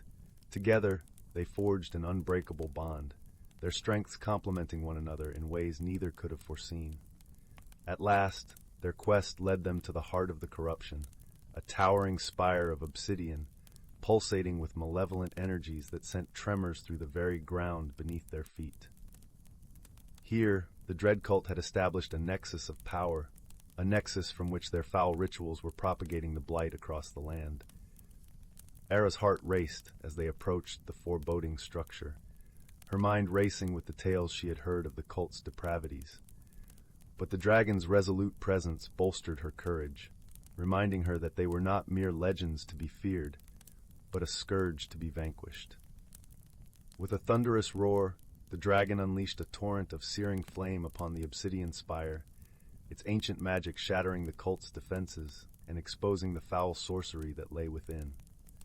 Era watched in awe as the dragon's fury laid waste to the cultists' unholy rituals, unraveling the dark tapestry they had woven across the land. Yet, even as the blight began to recede, a new threat emerged. A towering figure clad in tattered robes, its face obscured by a twisted mask that seemed to drink in the shadows around it. This was the cult's high priest, a being of immense power and malice, bent on unleashing untold devastation upon the world. The dragon and the high priest clashed in a cataclysmic battle, their respective magics colliding in a maelstrom of light and darkness. Era could only watch, her heart pounding in her chest as the two titans grappled for dominance. In the midst of the chaos, she caught a glimpse of something, a glimmer of hope amidst the shadows. Reaching deep within herself, she tapped into a wellspring of courage she never knew existed, and with a defiant cry, she hurled herself into the fray. Her actions, though seemingly insignificant in the face of such titanic forces, proved to be the tipping point. The high priest's focus wavered, and in that fleeting moment, the dragon seized its advantage, unleashing a torrent of pure, unbridled power that shattered the cult's defenses and banished the high priest's twisted form from the realm. As the dust settled and the echoes of battle faded, Ira found herself standing amidst the wreckage, her heart pounding with the exhilaration of victory. The dragon regarded her with newfound respect, its golden eyes shining with gratitude and admiration. "Your bravery knows no bounds, young scribe," it rumbled. "Without your unwavering spirit, this day might have taken a far darker turn." Ira felt a swell of pride at the dragon's words, but also a profound sense of humility. She had embarked on this quest as a mere traveler, seeking adventure and knowledge. But in the crucible of this ordeal, she had discovered a strength within herself that transcended her wildest imaginings. As they made their way back to Oakwood, the land around them seemed to breathe a collective sigh of relief. The blight had been vanquished, and the natural order was slowly but surely reasserting itself. Trees unfurled their verdant leaves, streams danced with renewed vigor, and the air itself seemed to hum with the promise of rejuvenation. Upon their return, the villagers greeted them as heroes, their faces aglow with gratitude and wonder. But Era knew that the true victory belonged not to her or the dragon alone, but to the indomitable spirit of those who dared to stand against the encroaching darkness. In the days and years that followed, Era's tale became woven into the fabric of Oakwood's lore, a testament to the power of courage, resilience, and the unbreakable bonds that unite all who call this land home. And though the dragon remained ever vigilant, its watchful gaze sweeping across the verdant expanse of the valley, it knew that the true guardians of this realm were not just the ancient protectors, but the unwavering hearts of those who called it home. Story 53. Once upon a time in the verdant heart of the Whispering Woods, where the trees sang with the voices of ancient spirits, there lay a small village named Elderglen. This village was nestled at the foot of the Silver Peak Mountains, known for their shimmering snowy caps that glistened like beacons under both sunlight and moonlight. Elderglen was a place where magic subtly intertwined with daily life, where the extraordinary seemed almost ordinary to those who called it home. In this quaint village lived a young girl named Alara, whose heart was as boundless as the sky. She had hair the color of autumn leaves and eyes that sparkled like the morning dew. Alara was known for her kindness, her laughter, a melody that could brighten even the gloomiest day. She lived with her grandmother, Mira, a wise woman who was the village healer and knew more about the woods and its mysteries than anyone else. Alara loved exploring the Whispering Woods with her best friend, a lively squirrel named Pip. Pip was no ordinary squirrel. He had fur that glimmered with hints of gold and eyes as sharp as a hawk's. Together, they ventured through the woods, discovering hidden glades and secret streams, always looking out for the magical creatures that called the forest home. One crisp autumn morning, as the first frost of the season embraced the leaves with its icy touch, Alara and Pip set off on another adventure. The woods were alive with the sound of rustling leaves and the whisper of the wind, which carried the scent of pine and earth. As they wandered deeper into the forest, they stumbled upon a clearing they had never seen before. In its center stood an ancient oak tree, its trunk twisted and gnarled, its branches stretching out like welcoming arms. Alara felt a strange pull towards the tree, as if it were calling to her. As she approached, she noticed something unusual. Nestled among the roots was a small silver key, glinting in the dappled sunlight. Curiosity piqued, Alara picked it up, feeling an inexplicable warmth spread through her fingertips. "What do you think it unlocks, Pip?" she asked, holding the key up to examine it closely. Pip chattered excitedly, his tiny paws twitching with anticipation. "Perhaps it's a key to a hidden treasure, or maybe it opens a door to another world." Alara laughed, the sound echoing through the clearing. "Whatever it is, we must find out." As they continued their journey, the woods seemed to change around them, as if guiding them towards something extraordinary. They walked for what felt like hours until they reached a part of the forest that was unfamiliar to them. There, they found an old stone archway, entwined with ivy and moss, and at its center a door of ancient wood, intricately carved with scenes of dragons, spirits, and stars.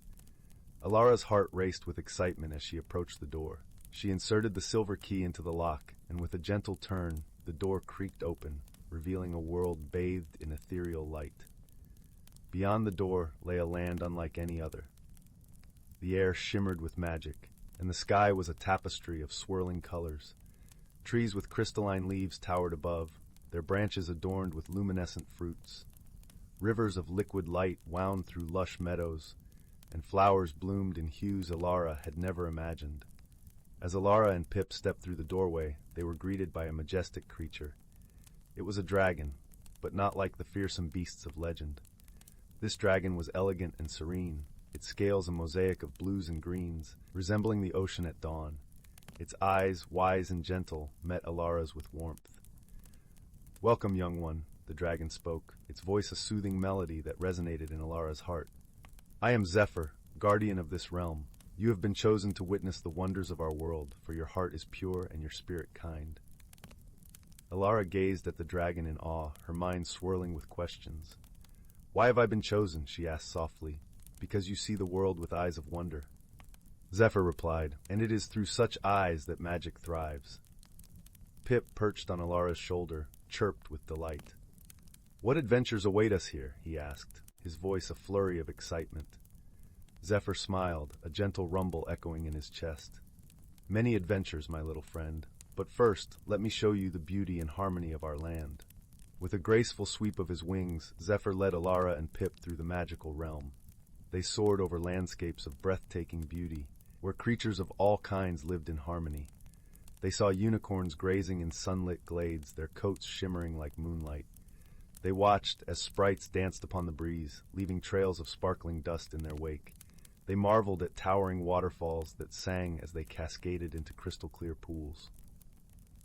As they journeyed, Alara learned about the delicate balance that sustained this enchanted world. Zephyr explained how the dragons nurtured the land, using their magic to ensure the cycles of nature continued uninterrupted. The spirits of the forest, who whispered through the trees, kept the wisdom of the ages alive, sharing their knowledge with those who listened. Alara and Pip stayed in this magical realm for what seemed like days, though time flowed differently here. They learned of the traditions and stories that bound the creatures together, and Alara found herself growing more connected to the world with each passing moment. One evening, as the sky blazed with the colors of a setting sun, Zephyr led them to a secluded grove where ancient stones formed a circle. In the center of this circle, a gentle light pulsed from the ground, casting a warm glow that filled the grove with peace. "It is time for you to return to your world," Zephyr said, his voice tinged with a note of wistfulness. "But remember, Alara, the magic of this realm resides within your heart. Share it with others and let it guide you." Alara nodded, tears of gratitude glistening in her eyes. "Thank you, Zephyr, for everything." With a final, gentle smile, Zephyr touched his snout to Alara's forehead, and a wave of warmth spread through her. She closed her eyes, feeling the magic settle within her soul. When she opened her eyes again, Alara found herself standing before the ancient oak tree in the whispering woods, the silver key still in her hand. The sun had set, and the first stars of the night twinkled above, mirroring the magic that now lived within her. Pip chattered softly, nuzzling against her cheek. "That was the most wondrous adventure, wasn't it?" Alara laughed softly, her heart full of joy. "It was indeed, Pip, and now we have a tale to share with Elderglen." As they made their way back to the village, Alara felt a new sense of purpose. She knew that the magic of the enchanted realm would always be with her, a guiding light in both her life and the lives of those around her. And so, Alara lived her days sharing stories of wonder and magic, inspiring her fellow villagers to see the world through eyes of wonder and to cherish the harmony between the magical and the mundane. Elderglen thrived, a place where the extraordinary wove seamlessly into the fabric of everyday life, where hearts were open and dreams were boundless. And in the heart of the whispering woods, the ancient spirits continued to sing their timeless song, a melody that resonated with the magic of the world and the kindness of Alara's heart. Story 54. In the heart of the village, nestled between verdant hills and a shimmering river, lived a dragon named Alindra. Unlike the fearsome dragons of legend, Alindra was a gentle soul, her scales glistening with iridescent hues under the sun. With her wise eyes and a heart full of kindness, she had become the guardian of the village, a role she cherished deeply. Alindra's magic was subtle, yet profound. She could heal the sick with a mere breath, summon rain to quench the thirst of parched fields, and calm the fiercest storms with a soothing melody that resonated from her ancient heart. The villagers loved her dearly, often bringing her gifts of fresh fruits and hand-woven garlands, tokens of their gratitude and affection. One crisp autumn morning, as a gentle mist rolled over the hills, a young traveler arrived at the village. His name was Arin, a wandering scholar with a curious mind and a satchel full of books and oddities collected from his journeys. Aaron had heard tales of Elindra's benevolence and had come to witness it himself, hoping to learn from the dragon's wisdom. As Aaron settled into the village, an unexpected calamity unfolded. The river, usually a source of life and abundance, began to recede rapidly, leaving the fields dry and the villagers worried. Fish, once plentiful, became scarce, and the vibrant greenery that bordered the riverbank started to wither. The villagers turned to Elindra, hopeful that she could remedy this mysterious ailment. Elindra, troubled by the river's unnatural behavior, decided to investigate.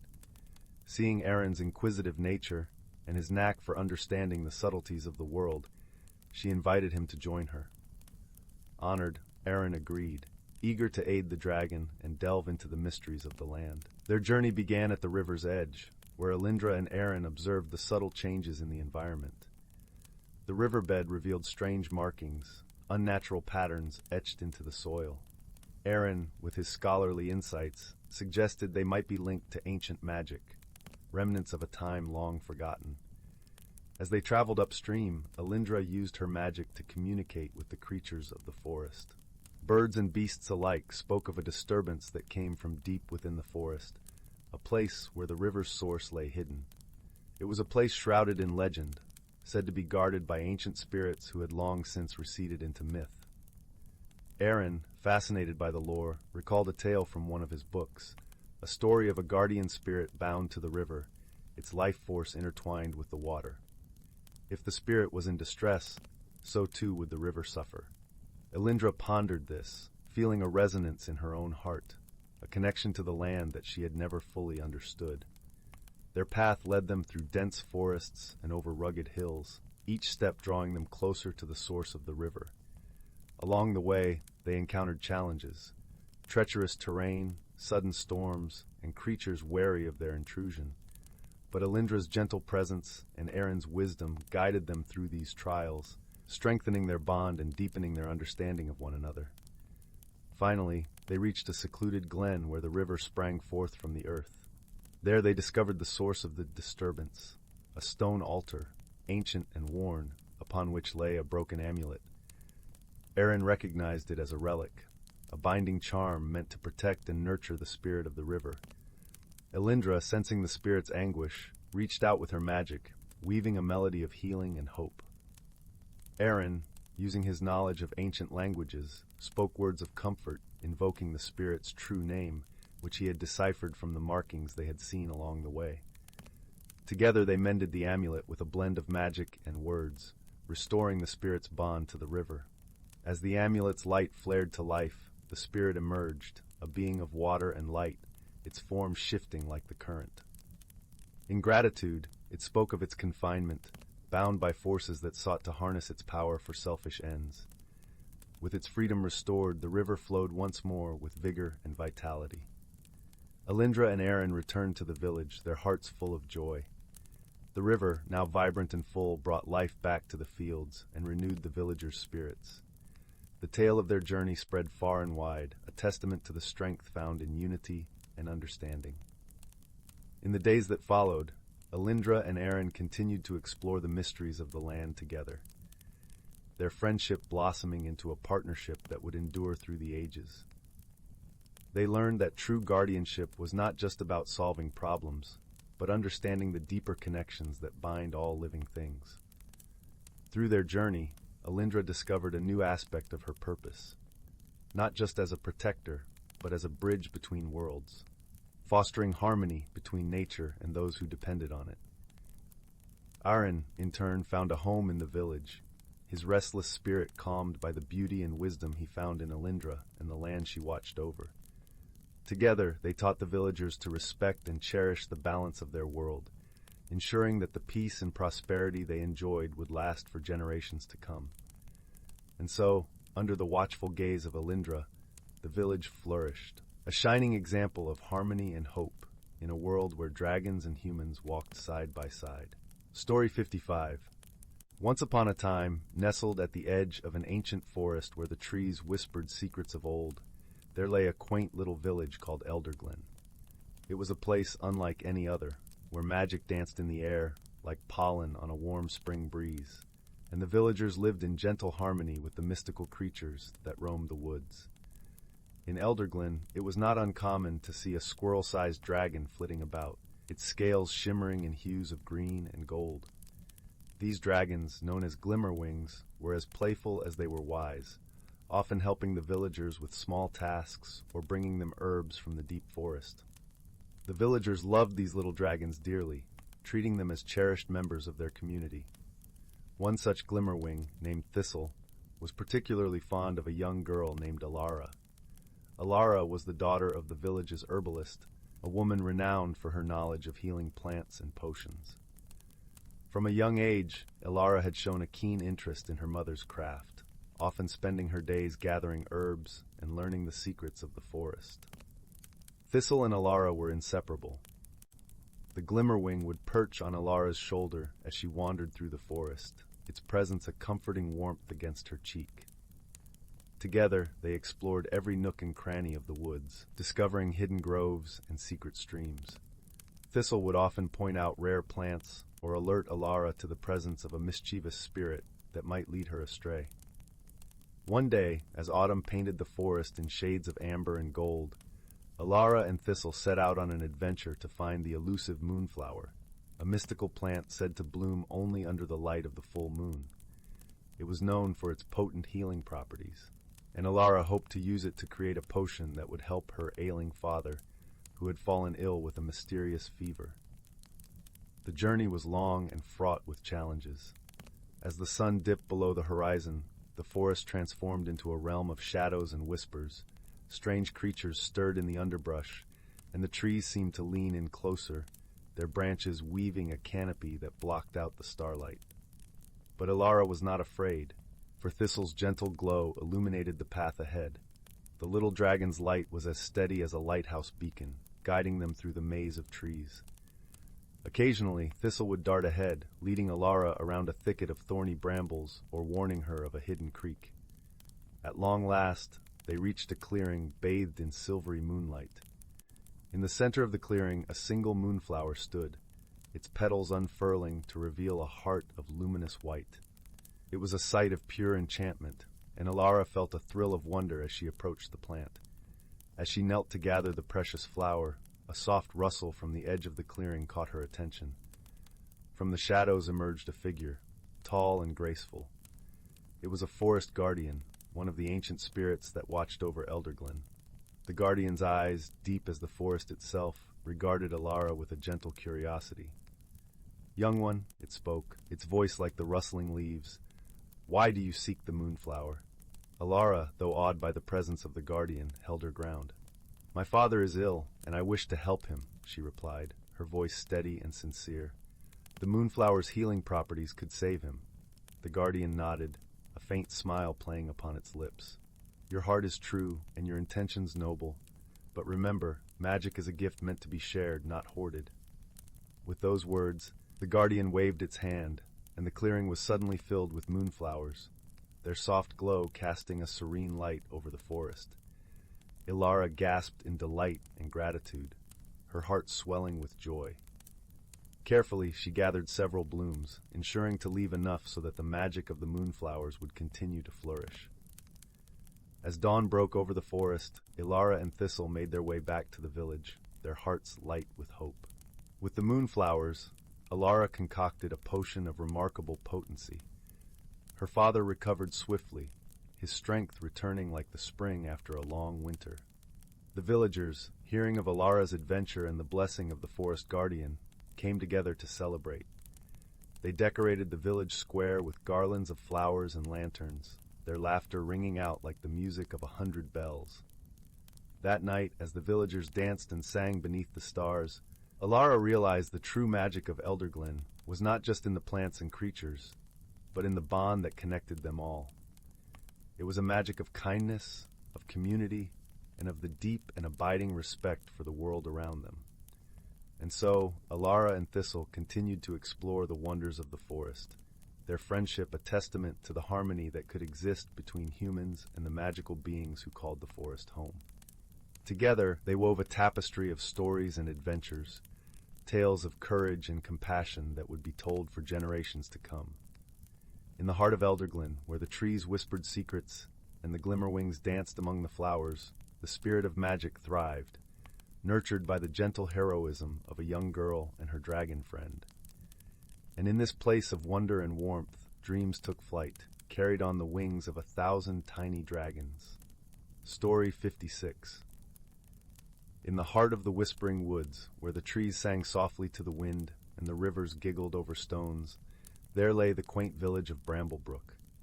It was a place where magic and nature danced together in harmony, and where tales of wonder were as abundant as the wildflowers that carpeted the meadows.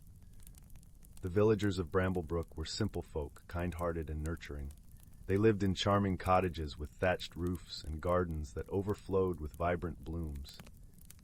Each home had its own unique touch of enchantment, whether it be a door that sang a gentle tune when opened, or a hearth that sparked into life with a single clap. Among the villagers was a young girl named Elara, whose eyes sparkled with curiosity and whose heart beat with the rhythm of the forest. She was known for her love of stories, especially those whispered by the elders about the legendary creatures that lived alongside them. Her favorite tales were of the kind-hearted dragon, Elderglen, a guardian of the woods who had not been seen in many years. Elderglen was said to be a magnificent creature, with scales that shimmered like emeralds and eyes as deep and wise as the ancient oaks. He was a gentle soul who watched over the woods and its inhabitants, ensuring peace and balance. But as time passed, sightings of Elderglen became rare, and he faded into the realm of legend. Elara, with her unyielding belief in the magic of the world, often wandered the forest paths, hoping to catch a glimpse of the dragon or to hear his melodious roar echo through the trees. She felt a connection to the dragon, as if they were kindred spirits bound by an invisible thread of destiny. One golden autumn afternoon, as the leaves painted the forest in hues of amber and crimson, Elara set out on her usual wanderings. The air was crisp, carrying the scent of pine and earth, and the forest was alive with the chatter of squirrels and the song of birds preparing for the winter. As she walked deeper into the woods, Elara came upon a path she had never noticed before. It was narrow and overgrown, hidden behind a curtain of hanging vines. Her heart fluttered with excitement as she pushed aside the greenery and stepped onto the path, feeling as though she had stumbled upon a secret. The path wound its way through the trees, leading her to a serene glade. In the center of the glade stood a majestic tree unlike any she had ever seen. Its trunk was wide and gnarled, and its branches stretched out like welcoming arms. There was an ancient wisdom about the tree, a sense of timelessness that resonated with Elara. As she approached, she noticed something nestled among the roots. It was a small, worn book, its leather cover etched with mysterious symbols. Elara picked it up, her fingers tracing the patterns as she felt a tingling warmth spread through her. She opened the book and found it filled with illustrations of mythical creatures, including a detailed drawing of Elderglen, the dragon. The pages were covered in a script she couldn't read, but the images spoke to her, each one telling a story of its own.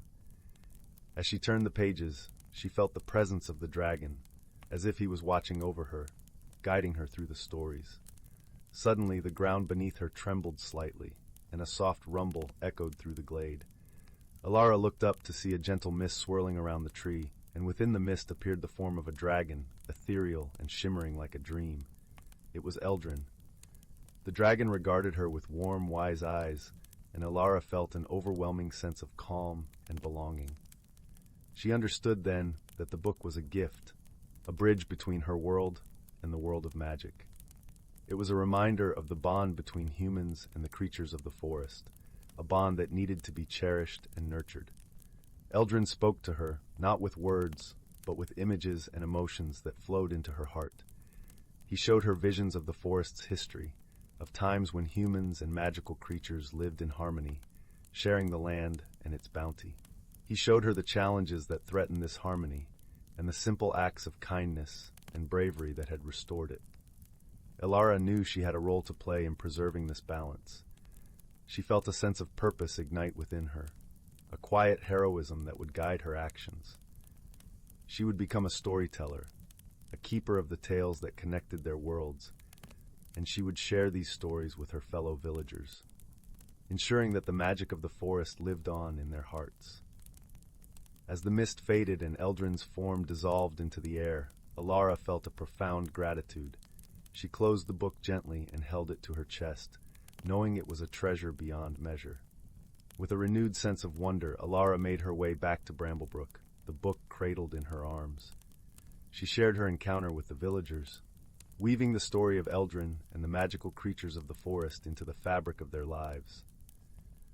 The village thrived with a newfound awareness and appreciation for the world around them, and the bond between the villagers and the magical beings of the Whispering Woods grew ever stronger.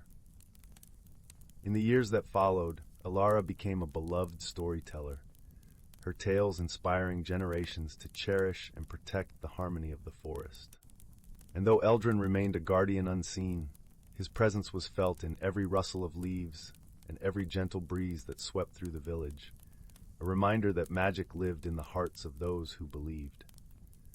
And so, under the watchful eyes of the kind-hearted dragon and the whispering trees, the village of Bramblebrook flourished, a haven of wonder and enchantment, where the magic of folklore and the beauty of nature danced together in an eternal embrace. Story 57. In the small village of Willowbrook, tucked away in a lush valley surrounded by ancient woods and rolling hills, lived a peculiar little girl named Alara. She was known throughout the village for her wild, curly hair, the color of autumn leaves, and eyes that sparkled like the starlit sky. It was said that she had a certain aura about her, one that seemed to attract the wonders of the world, both seen and unseen. Alara had a special bond with the natural world. She would often wander into the forest at dawn, her bare feet gliding over the damp, mossy ground, as she listened to the whispering of the trees and the gentle songs of the streams. Her favorite place to visit was the Glimmering Grove, a hidden clearing deep within the woods, where sunlight filtered through the canopy and danced on the forest floor like 1,000 tiny fairies. It was in this magical place that Alara first met Brindle, a dragon unlike any other. Brindle was not the fearsome creature of legend, but rather a kind-hearted, shimmering dragon with scales that glinted like polished silver. His eyes were pools of deep wisdom, and his breath carried the scent of lavender and pine. The villagers often spoke of sightings of a great beast in the forest, but none suspected the gentle nature of their winged neighbor. One misty morning, as Alara sat by the brook in the Glimmering Grove, she heard a soft rustling in the ferns behind her. Turning slowly, she found herself face to face with Brindle, his eyes twinkling with curiosity. Though startled, Alara felt no fear. She could sense the dragon's gentle soul and met his gaze with a smile. "Hello," she said softly, her voice as light as the morning breeze. Brindle nodded his great head, acknowledging her greeting. "Hello, little one," he rumbled in a voice that was both deep and soothing. "I have watched you for some time now, wandering these woods with such wonder and joy. Tell me, what brings you to this secret grove?" Alara beamed, her eyes lighting up. "I love the magic of this place," she replied. "It feels alive, like it's singing a song only I can hear." Brindle chuckled, a sound like distant thunder. "Indeed, this forest is full of magic for those who know how to listen. I have lived here for centuries, protecting its secrets and nurturing its beauty." The friendship between Alara and Brindle blossomed quickly. Each day she would visit the Glimmering Grove, and together they would share stories of the world. Alara with tales of village life, and Brindle with ancient legends of the forest. The dragon taught her the language of the trees and how to understand the murmurs of the brook. In return, Alara brought him gifts of wildflowers and sang sweet songs that she learned from her grandmother. As the seasons passed, the village of Willowbrook began to experience a peculiar change. The crops grew fuller, the livestock healthier, and the river that ran through the village sparkled with an unusual vibrancy. The villagers were puzzled but grateful for this unexpected bounty. Unbeknownst to them, it was Brindle's doing. In his time with Alara, he had come to care deeply for the village and its people, seeing in them the same kindness and simplicity he cherished in his young friend. With his ancient magic, he blessed the land, ensuring it would flourish under his watchful eye. However, not all was well in the woods. A mischievous spirit known as Vale, who thrived on chaos and confusion, had taken notice of the changes in Willowbrook. Vale was a wisp of shadow and whimsy, flitting through the trees and weaving illusions that led travelers astray. She was intrigued by the sudden prosperity of the village and the presence of a dragon in her domain. One evening, as the sun dipped below the horizon and the forest was painted in hues of gold and violet, Vale approached the glimmering grove. She found Alara and Brindle engaged in their usual conversation, the air around them shimmering with Brindle's magic. "Greetings, O great dragon," Vale called out, her voice as silky as the night. "I see you have made a friend in this charming child." Brindle turned his gaze to the spirit, his expression wary but polite. "Greetings, Vale. What brings you to our grove?" "I merely wish to see for myself the dragon who has brought such fortune to Willowbrook," Vale replied, her form swirling like smoke. "I must admit, I am curious about your intentions." "My intentions are simple," Brindle said calmly. "I wish to protect and nurture this forest and those who dwell within it." Vale laughed, a sound like the tinkling of wind chimes. "Such noble goals, but surely you must be weary of such responsibility. Wouldn't it be easier to let things take their natural course?" Alara, sensing mischief in Vale's words, stepped forward. "Brindle's magic is a gift, not a burden," she said firmly. "The village has thrived because of his kindness, and we are grateful." Vale's eyes glinted with mischief. "Ah, sweet child, you have such faith. But tell me, what would you do if this magic were to vanish? If the village needed saving, would you rise to the challenge?" Alara hesitated, her heart fluttering with uncertainty. I suppose I would do whatever I could to help," she replied softly. Vale's laughter echoed through the grove. "Very well, let us see what the future holds," she said, her form dissolving into the evening mist. With that, the spirit was gone, leaving Alara and Brindle in a silence that felt suddenly heavy with the weight of what might come. In the days that followed, the magic that had blessed Willowbrook began to wane.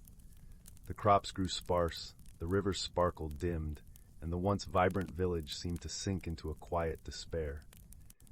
Fearful whispers spread among the villagers, and though none knew of Brindle's magic, they sensed that something precious had been lost. Alara watched with a heavy heart as her beloved village struggled.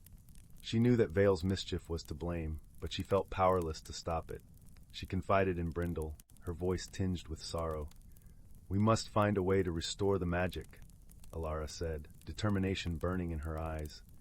"We cannot let Vale's mischief undo all the good you have done." Brindle nodded, his gaze filled with gentle encouragement. "You are right, little one. The magic of this land is not mine alone to give or take. It is woven into the hearts of those who live here. Perhaps there is a way for us all to bring it back." Alara pondered his words, her mind racing with possibilities. She remembered the stories Brindle had shared, tales of ancient rituals and forgotten songs that could awaken the forest's power. And so, with a heart full of hope, she devised a plan. She gathered the villagers in the square, her voice carrying over the murmurs of uncertainty. "I know things seem bleak," Alara began, "but I believe we can restore the magic that once blessed our village. We must work together, just as we always have, and trust in the strength of our community." The villagers listened, their eyes filled with a mixture of doubt and hope. Alara's conviction was contagious, and slowly they began to nod in agreement. Under her guidance, the villagers embarked on a journey of rediscovery. They returned to the old ways, celebrating the changing seasons with joyous festivals and heartfelt songs. They tended the land with renewed care, planting seeds of gratitude and love alongside their crops. Alara and Brindle worked tirelessly, weaving their own magic into the fabric of the village. Alara taught the children the ancient songs, their voices rising like a chorus of hope. Brindle, ever watchful, lent his strength to the land, his presence a comforting balm to all who felt his gentle magic. As the days passed, the village slowly blossomed. The fields turned green with promise, the river sparkled with life, and the villagers found joy in their shared purpose. The spirit of the forest, awakened by their efforts, sang with vibrant energy, its magic flowing freely once more. Vale, watching from the shadows, was both surprised and amused. She had not expected such resilience from the villagers or the quiet strength that Alara possessed. In her heart, the spirit felt a flicker of admiration for the girl who had dared to defy her mischief. In time, the village of Willowbrook thrived as it had never before, its people bound together by a newfound appreciation for the magic that surrounded them. Alara and Brindle's friendship deepened, their bond a testament to the harmony that could exist between the natural and the magical worlds. And so the tale of Willowbrook became legend, a story of a little girl with autumn in her hair and stars in her eyes, a gentle dragon with a heart full of kindness, and a mischievous spirit who learned, in her own way, to appreciate the quiet heroism of everyday people. In the end, it was not just the magic of the forest that saved the village, but the magic within each heart, a magic that shone brightest when shared with others. And in that harmony, the people of Willowbrook found their true strength, living happily ever after, in a world where wonder and whimsy danced hand in hand. Story 58. In a hidden valley, tucked between mist-capped mountains, there was a small village where the rhythms of nature danced in perfect harmony with the magic that lingered in every stream and ancient oak. Here, the wise and kind-hearted villagers lived side by side with the mystical beings that called the forest home. One such being was Zephyr, a gentle dragon with scales that shimmered like emeralds in the dappled sunlight. Though his size was imposing, his heart was as warm as the summer breeze that carried his name. Zephyr had a deep love for all living things, and he served as a guardian of the forest, using his mighty wings to clear fallen trees after storms and his fiery breath to carefully tend to the undergrowth. In a cozy cottage at the edge of the village lived an old woman named Alara. Though her hair was silver and her face lined with the wisdom of many seasons, her spirit remained as vibrant as the wildflowers that adorned her windowsills. Alara was a skilled herbalist, and she spent her days tending to her beloved garden, collecting the precious herbs and flowers that grew in abundance. One crisp autumn morning, as Alara was gathering the last of her lavender blooms, she heard a rustling in the bushes nearby. Peering through the branches, she was surprised to see a tiny figure, no larger than her hand, with gossamer wings and a mischievous grin. "Why, hello there," Alara chuckled, recognizing the forest sprite before her. "And what sort of trouble are you stirring up today, little one?" The sprite, whose name was Willow, giggled and darted around Alara's head. "No trouble, dear lady," she chirped, though I did happen to overhear the most delightful rumor. Alara raised an eyebrow, knowing that sprites were infamous for their love of gossip and harmless pranks. And what rumor might that be? Willow leaned in conspiratorially, her wings fluttering with excitement. "They say that deep in the whispering woods there grows a flower unlike any other, a blossom with petals as soft as moonbeams, and a fragrance that can soothe even the heaviest of hearts." Alara's eyes widened, for she had never heard of such a wondrous flower. As an herbalist, the thought of discovering a new plant with healing properties filled her with curiosity and longing. "And where, pray tell, might one find this extraordinary bloom?" she asked, already envisioning the ways she could use it to help the villagers. Willow grinned impishly. "Ah, but that's the trick, isn't it? The Whispering Woods are vast, and the flower's location is a closely guarded secret, known only to the most ancient of trees." Alara knew that the Whispering Woods were a place of great magic, where the very trees seemed to whisper their secrets to those who would listen. It was said that only those with pure hearts and a deep reverence for nature could hope to unravel the forest's mysteries. Undeterred, Alara gathered her most trusted herbs and set off into the woods, her heart filled with determination. As she walked, she greeted the towering oaks and ancient pines, thanking them for their shade and the oxygen they provided. Deep in the heart of the forest, Alara came upon a clearing bathed in golden sunlight. Here the trees seemed to lean in closer, their branches swaying gently as if in conversation. Alara sat cross-legged on the mossy ground, closed her eyes, and listened.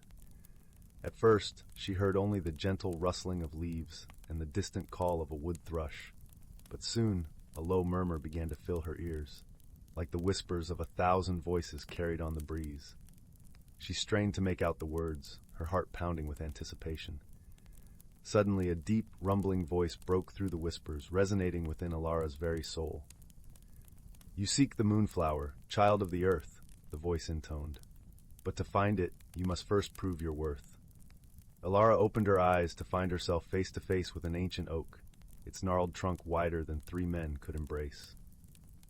She gasped, for she had never heard a tree speak before. "What must I do?" she asked, her voice trembling with awe. The oak regarded her with its timeless gaze. "Deep within these woods there dwells a great beast, a dragon whose fiery breath has scorched the earth and whose rage knows no bounds. He is a force of destruction, and he threatens the very balance of this forest. Only one with a pure heart and a deep love for all living things can hope to calm his fury." Alara's heart sank, for she knew of the dragon the oak spoke of, a fearsome beast that had terrorized the forest for generations. But she also knew that she could not turn back, not when the chance to find the fabled moonflower was within her grasp. With a deep breath, Alara thanked the ancient oak and set off deeper into the woods, her steps fueled by a newfound determination. As she walked, she gathered every herb and flower she could find, weaving them into a fragrant garland. At last, she came upon a clearing where the ground was charred and the trees bore the scars of a dragon's fury. In the center of the devastation, a massive crimson dragon lay coiled, smoke billowing from his nostrils as he slumbered fitfully. Alara's heart pounded in her chest, but she refused to be deterred. Slowly she approached the dragon, her footsteps light and her movements calm. As she drew nearer, the dragon's eyes snapped open, blazing with an all-consuming rage. "What foolish mortal dares to trespass here?" the dragon bellowed, his voice like thunder. But Alara did not flinch. Instead, she lifted the fragrant garland and draped it around the dragon's neck. "Great one," she said softly, "I mean you no harm. I come only to seek understanding and to ask why such fury burns within your heart." The dragon regarded her warily, his eyes narrowing, but as the soothing scents of the garland wafted around him, a strange calm seemed to settle over his massive form. "I was not always this way," the dragon rumbled, his voice now tinged with sorrow. "Once I was a protector of these woods, a guardian of the balance between nature and magic. But then the humans came, felling trees and poisoning the streams with their greed. I tried to stop them, but my anger grew until it consumed me, and I became the very force of destruction I had sworn to prevent." Alara listened intently, her heart aching for the dragon's pain. "But surely not all humans are driven by greed," she said gently. "There are those among us who revere nature, who seek to live in harmony with the forest and all its inhabitants." The dragon seemed to consider her words, his fiery gaze softening ever so slightly. "Perhaps you speak true," he murmured. "But how can I trust that your kind will not continue to despoil this place I have sworn to protect?" Alara reached out and placed her hand on the dragon's scaled snout, her touch as light as a feather. "By allowing me to show you," she said, "the forest has already begun to heal, and with your help, we can restore the balance that was lost." In that moment, a profound connection seemed to pass between them, a shared understanding of the sacred bond between all living things. The dragon's eyes closed, and when he opened them again, the rage that had once burned there had been extinguished, replaced by a deep, abiding peace. With a grateful nod, the dragon rose to his full, imposing height, and Alara realized with a start that this was none other than Zephyr, the legendary guardian of the forest. Together they set to work, Zephyr using his mighty wings to clear the charred remains of the devastation, while Alara carefully tended to the scorched earth, planting seeds and singing softly to coax new life from the soil. As the seasons turned, the clearing began to transform, vibrant wildflowers blooming amid the fresh greenery. And in the center of this newfound oasis, a single flower, unlike any other, unfurled its petals, a blossom as delicate as moonlight, with a fragrance so pure and sweet that it seemed to carry the very essence of hope and healing. From that day forward, Alara and Zephyr worked side by side, stewarding the forest and ensuring that the balance between nature, magic, and the human world was preserved. And whenever the weight of the world grew too heavy, they would retreat to the moonflower's glade, where its ethereal beauty and soothing aroma would remind them of the profound harmony that existed between all living things. In the hidden valley, the villagers came to know Alara as the Moonflower Keeper, for she shared the precious blossom's restorative powers with all who needed them. And Zephyr was revered as the forest's eternal guardian, his mighty wings ever vigilant against those who would seek to disrupt the delicate equilibrium. Thus, magic and nature intertwined once more, the ancient rhythms of the valley echoing through the generations, a reminder that even in the darkest of times, hope can blossom anew, as radiant and everlasting as the moonflower itself. Story 59. In the heart of the peaceful village of Elderglen, nestled between rolling hills and dense forests, lived a dragon named Seraphel. Unlike the fearsome creatures of legend, Seraphel was a benevolent guardian, cherished by the villagers for generations. With scales of a soft iridescent blue and eyes that shimmered like emeralds, Seraphel was a symbol of hope and harmony. Her magic was gentle, woven into the fabric of the village's daily life. She healed the sick, brought rain to parched fields, and ensured the seasons flowed smoothly. The village thrived under Seraphel's watchful gaze. Farmers harvested bountiful crops, children played safely in the sun-dappled meadows, and elders spun tales of the dragon's wisdom by the fireside. Yet one morning, a shadow fell upon Elderglen. The air hung heavy with an unsettling stillness, and whispers of unease rippled through the village. It began subtly, a strange discoloration in the river that wound through the village, turning its crystal-clear waters into a murky, lifeless gray. The fish vanished, and the crops near the river's banks wilted inexplicably. Concerned villagers gathered at Seraphel's cave, seeking her counsel. Seraphel listened intently, her heart heavy with worry. "This is no ordinary ailment," she spoke, her voice a gentle rumble. "Something has disturbed the balance of our land. I must investigate." As Seraphel prepared to leave, a young villager named Alara stepped forward.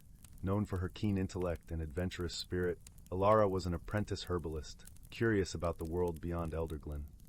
"Let me accompany you, Seraphel," Alara implored. "My knowledge of herbs and remedies might be of use." Seraphel regarded Alara with a thoughtful gaze. "Very well, Alara. Your insight could prove invaluable. Together, we shall uncover the cause of this disturbance." With a nod of determination, Alara gathered her satchel of herbs and potions, while Seraphel unfurled her magnificent wings. Together, they set off, the dragon soaring gracefully above the treetops, Alara seated securely upon her back. Their journey led them beyond the familiar borders of Elderglen, into the wild and untamed lands that lay beyond. They traversed dense forests where ancient trees whispered secrets of old, and crossed wide meadows bathed in golden sunlight. Yet, the signs of imbalance grew more evident as they progressed. Trees withered and streams dried up, the land echoing the plight of Elderglen. In the heart of the forest, they encountered a wise old owl perched upon a gnarled branch. "Hoo-hoo, travelers," the owl called, its eyes gleaming with ancient knowledge. "I have sensed the discord you seek to mend. A source of dark magic stirs deep within the earth, corrupting the life above." Seraphel nodded slowly. "Thank you, Sage One. Can you guide us to this source?" The owl fluttered down, its feathers brushing the forest floor. "Follow the path of shadows, where the sun's light fears to tread. There, beneath the roots of the oldest oak, you shall find your answer." With gratitude, Seraphel and Alara followed the owl's cryptic advice. The path grew dim and twisted, the air thick with an otherworldly chill. They soon arrived at a giant oak, its branches reaching skyward like ancient arms pleading for salvation. As they approached, Alara noticed a faint glow emanating from a crevice at the base of the tree. "Look, Seraphel," she said, pointing. "Something lies within." Seraphel lowered her head, allowing Alara to dismount. Together they examined the crevice, discovering a dark, pulsating stone nestled among the roots. It radiated a malevolent energy, the source of the corruption that plagued their land. "This stone is infused with dark magic," Seraphel observed, her voice tinged with sadness. "It must be removed, but its power is too great for me to dispel alone." Alara stepped forward, her mind racing with the knowledge she had gathered over years of study. "Perhaps we can neutralize it," she suggested, rummaging through her satchel. "I've read about certain herbs that can absorb negative energy." With Seraphel's guidance, Alara carefully placed a mixture of herbs around the stone. As she chanted a protective incantation, the herbs began to glow softly, drawing out the dark magic. The process was painstakingly slow, but gradually the stone's malevolence faded, leaving it a dull, harmless gray. As the last traces of darkness dissipated, the land around them seemed to breathe a sigh of relief. The oak's leaves rustled gently, the oppressive chill lifted, and a sense of peace returned to the forest. "You have done well, Alara," Seraphel commended, her eyes gleaming with pride. "Your knowledge and courage have restored the balance." Alara smiled, her heart swelling with a sense of accomplishment. "We did this together, Seraphel. It was your wisdom that guided us here." With the stone's power neutralized, Seraphel and Alara returned to Elderglen, where the villagers greeted them with cheers and heartfelt gratitude. The river ran clear once more, the crops sprang back to life, and harmony was restored. In the days that followed, Alara's reputation as a herbalist grew, and she became a respected figure in the village. She often visited Seraphel, sharing tales of her new discoveries and learning more about the ancient magic that flowed through the dragon and the land. Through their adventure, Alara and Seraphel had not only saved Elderglen, but had deepened the bond between dragon and human. They had uncovered hidden truths about the interconnectedness of all life and the delicate balance that must be maintained. Their journey was a testament to the power of collaboration, understanding, and the enduring spirit of kindness that could overcome even the darkest of challenges. Story 60. In a secluded valley, nestled between rolling hills and ancient forests, the village of Willowbrook thrived under the watchful gaze of a benevolent dragon. Unlike the fearsome beasts of legend, this dragon was a gentle protector, its scales shimmering with an ethereal radiance that filled the villagers with a sense of peace and wonder. The dragon's name was Aura, and its magic was woven into the very fabric of Willowbrook. Whenever a villager fell ill, Aura's warm breath would envelop them, its healing energies soothing their ailments. When storms threatened the village's crops, Aura would soar into the skies, its wings beating in a mesmerizing dance that calmed the raging winds and brought sunshine once more. As the years passed, the villagers came to cherish their draconic guardian, for Aura embodied the harmony that bound them to the land. Its presence was a constant reminder of the delicate balance that sustained their way of life, and they honored the dragon with offerings of gratitude and respect. One summer's eve, as the villagers gathered for the annual harvest festival, a disturbance rippled through the land. The trees rustled with unease, and the usually tranquil streams grew turbulent, their waters churning with a strange, unseen force. Aura sensed the disturbance and took flight, its powerful wings stirring the air as it soared high above the valley, scanning the horizon for any signs of danger. From its vantage point, the dragon spotted a distant plume of smoke rising from the northern reaches of the forest, where few dared to tread. Without hesitation, Aura descended upon the village square, its massive form casting a gentle shadow over the gathered villagers. In a voice that resonated like the rumbling of distant thunder, the dragon spoke. "My friends, a darkness stirs in the northern woods.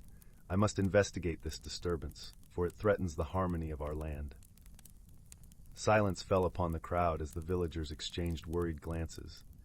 Many had heard tales of the dangers that lurked in those untamed forests, and the thought of their beloved guardian facing such perils filled them with dread. From the back of the crowd, a voice rang out, clear and determined. "I shall accompany you, noble Aura."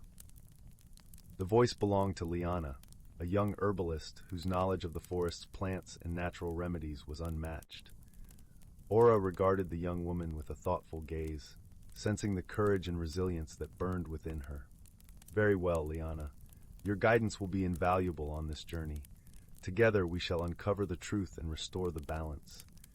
With a graceful motion, Aura lowered its neck, and Liana climbed onto its back, her heart pounding with a mix of trepidation and excitement. As the dragon unfurled its wings, the villagers erupted into cheers and well wishes, their voices echoing through the valley like a chorus of hope. Aura and Liana soared over the rolling hills and dense woodlands, their path guided by the distant plume of smoke. As they drew closer, the scent of charred earth and smoldering vegetation hung heavy in the air, a foreboding omen of the destruction that lay ahead. Finally, they reached the source of the disturbance, a vast clearing where the once vibrant forest had been reduced to blackened stumps and smoldering embers. At the center of this desolation stood a sprawling encampment, its tents and makeshift structures adorned with the banners of a notorious band of loggers and poachers. Liana gasped in horror at the sight, her heart sinking as she realized the scale of the devastation. These people, they're stripping the land bare, with no regard for the delicate balance that sustains us all. Aura let out a low, rumbling growl, its eyes narrowing with righteous fury. Their greed blinds them to the consequences of their actions. We must put an end to this desecration before it spreads further. Mustering their courage, the dragon and the herbalist ventured forth, determined to confront the loggers and poachers and find a way to restore the harmony that had been shattered. As they approached the encampment, they encountered a group of burly men, their faces smeared with soot and their eyes gleaming with unbridled avarice. One of the men, a towering figure with a thick beard and a jagged scar across his cheek, stepped forward, his gaze flickering between Aura and Liana with a mix of wariness and greed. Well, well, what have we here? A dragon and its little human pet, come to stop our work, no doubt. Aura's scales shimmered with an otherworldly light, and its voice boomed like rolling thunder. You have despoiled these sacred lands, driven by nothing but your own selfish desires. Your actions threaten the very balance that sustains all life in this realm. The scarred man sneered, his hand resting on the hilt of his axe. Balance? Pah! We're just taking what's ours, dragon. These forests are ripe for the plucking, and no overgrown lizard is going to stop us. Liana stepped forward, her eyes blazing with determination. Can't you see what you're doing? This land is more than just trees and resources to be exploited. It's a living, breathing entity, and every part of it is connected. By destroying it, you're unraveling the very fabric that sustains us all. The man's laughter was a harsh, grating sound. Spare me your tree-hugging nonsense, girl. We're just trying to make a living, and if a few trees have to fall, so be it. Aura's wings unfurled, casting a vast shadow over the encampment. Your actions have consequences that reach far beyond this clearing.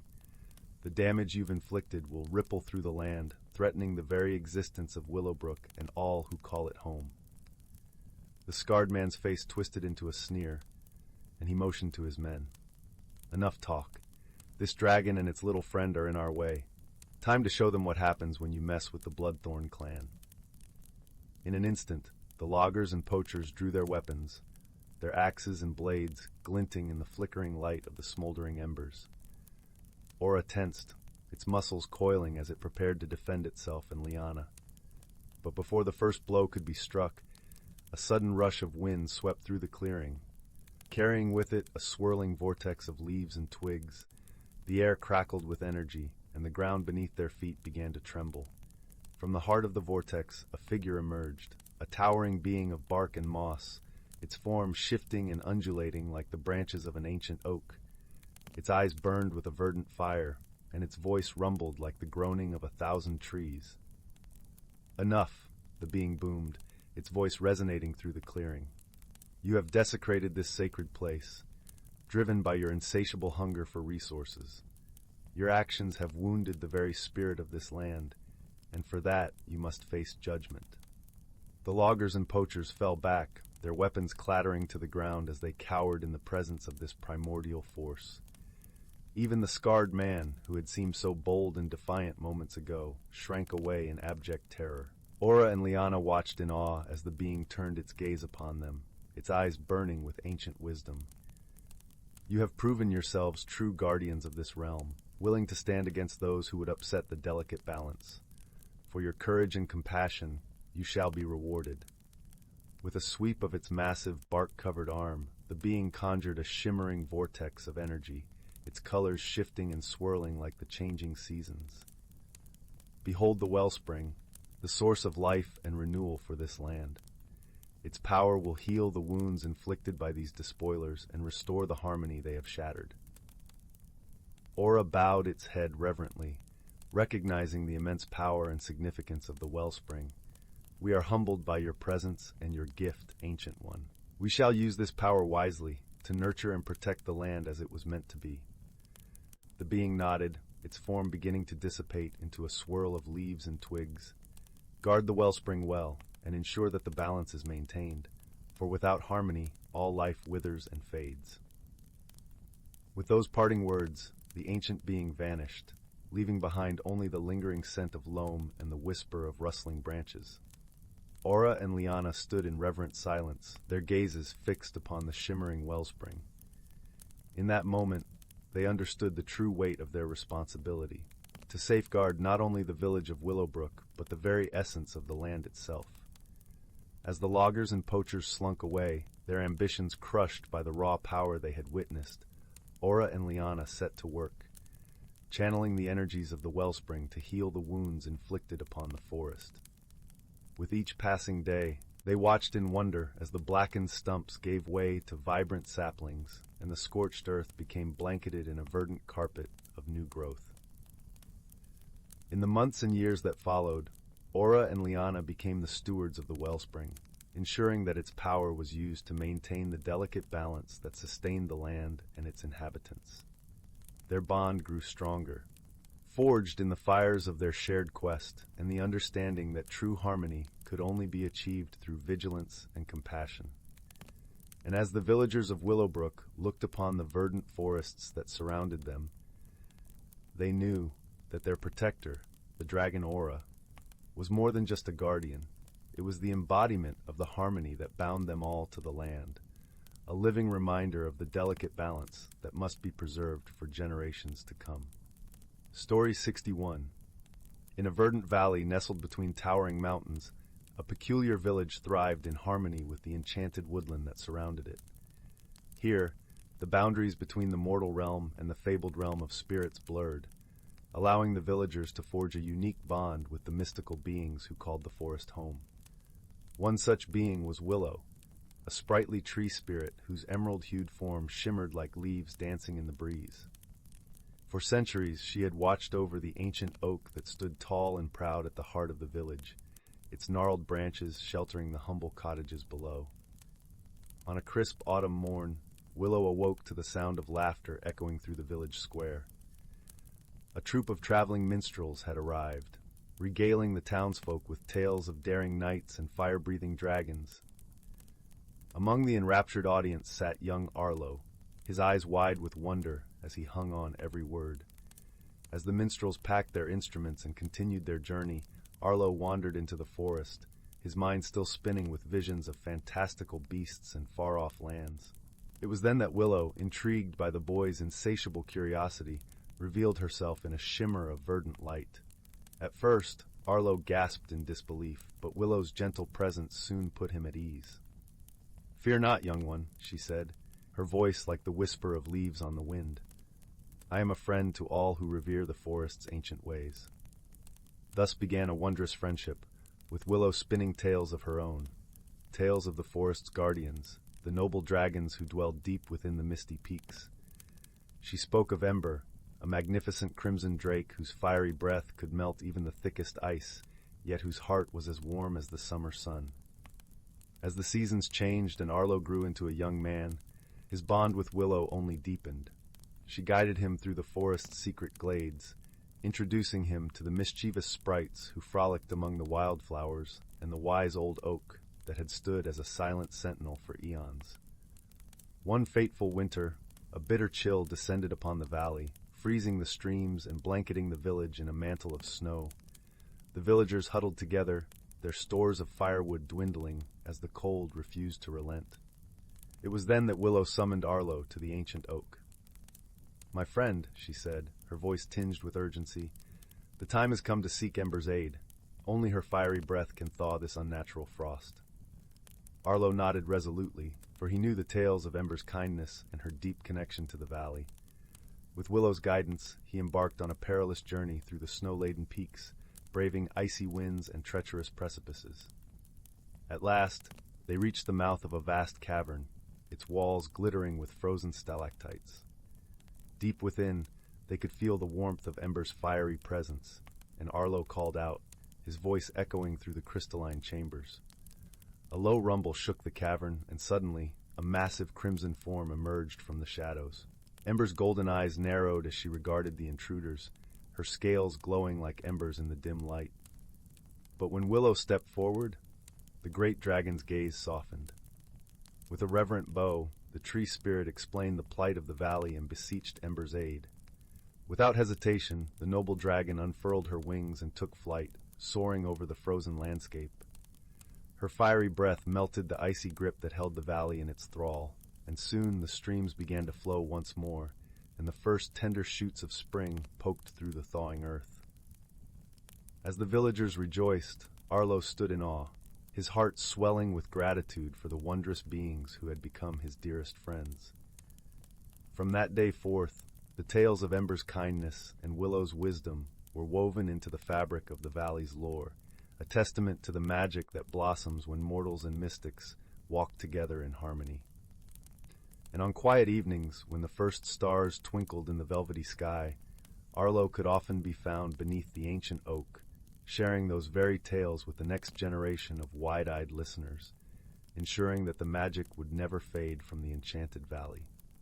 Story 62.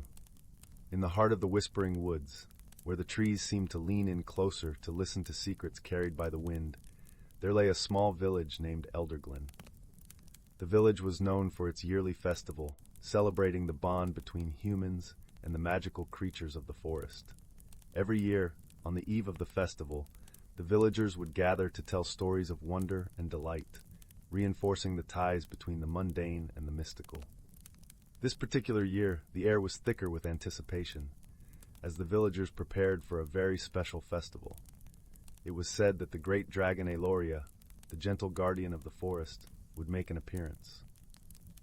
Aloria was a creature of legend, her scales shimmering with hues of emerald and gold, and her breath a warm breeze that nurtured the forest to life. She had not been seen in decades, preferring to watch over the woods from a distance, ensuring that harmony reigned. Among the villagers was a young girl named Leela. She was known for her curiosity and her deep love for the forest. With hair as wild as the thicket and eyes sparkling with the wonder of the world, Leela spent her days exploring the woods, befriending the creatures that dwelled within. Her closest companion was a mischievous spirit named Thistle, who often took the form of a fox, his bright eyes gleaming with secrets only a forest spirit could know. "Lila," Thistle chirped one sunny afternoon, as they sat by the babbling brook that wove through the heart of the woods. "Have you heard the whispers? Aloria is to come, and the forest is abuzz with excitement." Lila's heart skipped at the thought. "I've heard, Thistle, but how can we be sure? It's been so long since anyone has seen her. What if she chooses not to come?" Thistle flicked his bushy tail, sending a spray of dew into the air. "Dragons have their own way of seeing the world, little one. They know when they are needed. But perhaps if we prepare a gift, she will be more inclined to visit." Curious and full of ideas, Lila pondered what gift could possibly be worthy of a dragon. As she and Thistle wandered through the forest, she gathered the most beautiful flowers she could find, violets, daisies, and sunflowers, to weave into a garland. Meanwhile, Thistle, with his fey magic, enchanted the garland to glow softly in the dark, a beacon of warmth and welcome. The night of the festival arrived, and the village square was alive with laughter and music. Lanterns floated in the air, casting a gentle glow over the festivities. Lila, clutching her garland, watched as villagers and forest creatures mingled, sharing stories and dancing beneath the stars. As the night deepened, a hush fell over the crowd. The air shimmered with a sudden luminescence, and from the heart of the woods came a gentle rustling that grew into the rhythmic beat of great wings. Aloria, the great dragon, emerged from the shadows, her presence majestic and serene. The villagers gasped in awe as she landed gracefully amidst them. Her eyes, ancient and wise, took in the scene, and a warm chuckle rumbled from her throat, as if amused by the tiny humans gathered around her. Leela, heart pounding with both excitement and a hint of nervousness, stepped forward, her garland glowing softly in her hands. "Great Aloria," she called, her voice clear and bright, "we welcome you to our village. I have made this garland for you as a token of our gratitude and friendship." Aloria lowered her head, her breath a soft caress. "Thank you, little one," she spoke, her voice a melody of kindness and strength. "You remind me of what is precious about this world, the bonds of friendship and the love of nature." With a careful claw, Aloria accepted the garland, placing it around her neck. The flowers glowed even more brightly, their light reflected in her scales. The villagers cheered, and the festival continued with renewed joy and magic. As the night wore on, Aloria shared tales of the forest, of times long past, and of the beauty she had witnessed. She spoke of the harmony that existed when creatures of magic and humans walked side by side, and how it was something to be cherished and protected. Lila listened, enraptured by the stories, her heart swelling with a sense of purpose. She knew then that her love for the forest and its creatures was not just a fondness, but a calling to ensure that the harmony Aloria spoke of would endure.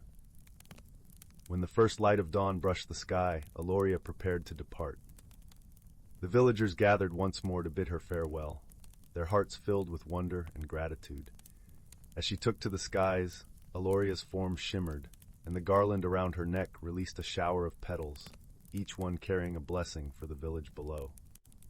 From that day on, Elderglen thrived, the bond between the villagers and the magical beings of the forest stronger than ever. Lila, with Thistle by her side, continued to explore the whispering woods, her adventures filled with new friends and endless stories. And in the heart of the forest, Aloria watched over them all, her spirit a gentle reminder of the magic that binds all living things. The tales of her visit were passed down from generation to generation, a cherished memory of a night when magic touched the hearts of all who were there. Story 63, The Tale of the Gentle Dragon and the Whispering Forest. Once upon a time, in a land where the sky kissed the mountains and the rivers sang to the valleys, there lay a forest unlike any other. This was the Whispering Forest, where the trees were ancient and wise, their leaves murmuring secrets of the past to those who listened with open hearts. This forest was home not only to creatures of fur and feather, but also to beings of magic, sprites that danced on moonbeams, gnomes that tended to the roots, and at its heart, a dragon of remarkable kindness. The dragon was named Eldrin, and he was as old as the forest itself. His scales shimmered like the emerald canopy above, and his eyes were as deep and knowing as the oldest oak. Unlike the fearsome dragons of lore, Eldrin was gentle and compassionate, a guardian of the forest and its myriad inhabitants. He had a special bond with the Whispering Forest, understanding its every rustle and sigh. Eldrin's breath could heal with its warmth, and his laughter was a melody that brought joy to all who heard it. The villagers of the nearby hamlet of Brookstone often spoke of the forest and its dragon with reverence. Eldrin was a legend among them, a figure of benevolence who had watched over their fields and homes for generations. It was said that those who ventured into the forest with pure intentions might catch a glimpse of him, and perhaps even be granted a wish. One such villager was a young girl named Alara. She had coppery curls and eyes bright with curiosity. Alara loved the forest with all her heart and spent her days exploring its wonders. She had a special knack for understanding the language of the trees, and often listened to their stories, imagining distant lands and forgotten heroes. Although she had never seen Eldrin, she felt his presence in the gentle breezes that played with her hair and in the warmth that filled her heart when she wandered beneath the canopy. One autumn day, as the leaves turned to gold and crimson, Ilara awoke to find the village in a flurry of concern. The crops had begun to wither, and the river that flowed through Brookstone was dwindling. The villagers feared a curse had befallen them, and whispers of an approaching drought spread like wildfire. Determined to help, Alara decided to seek Eldrin. She had heard tales of his wisdom and knew he would have the answer to their plight. With her heart set on this mission, she packed a small satchel with bread and honey, kissed her parents goodbye, and set off toward the Whispering Forest.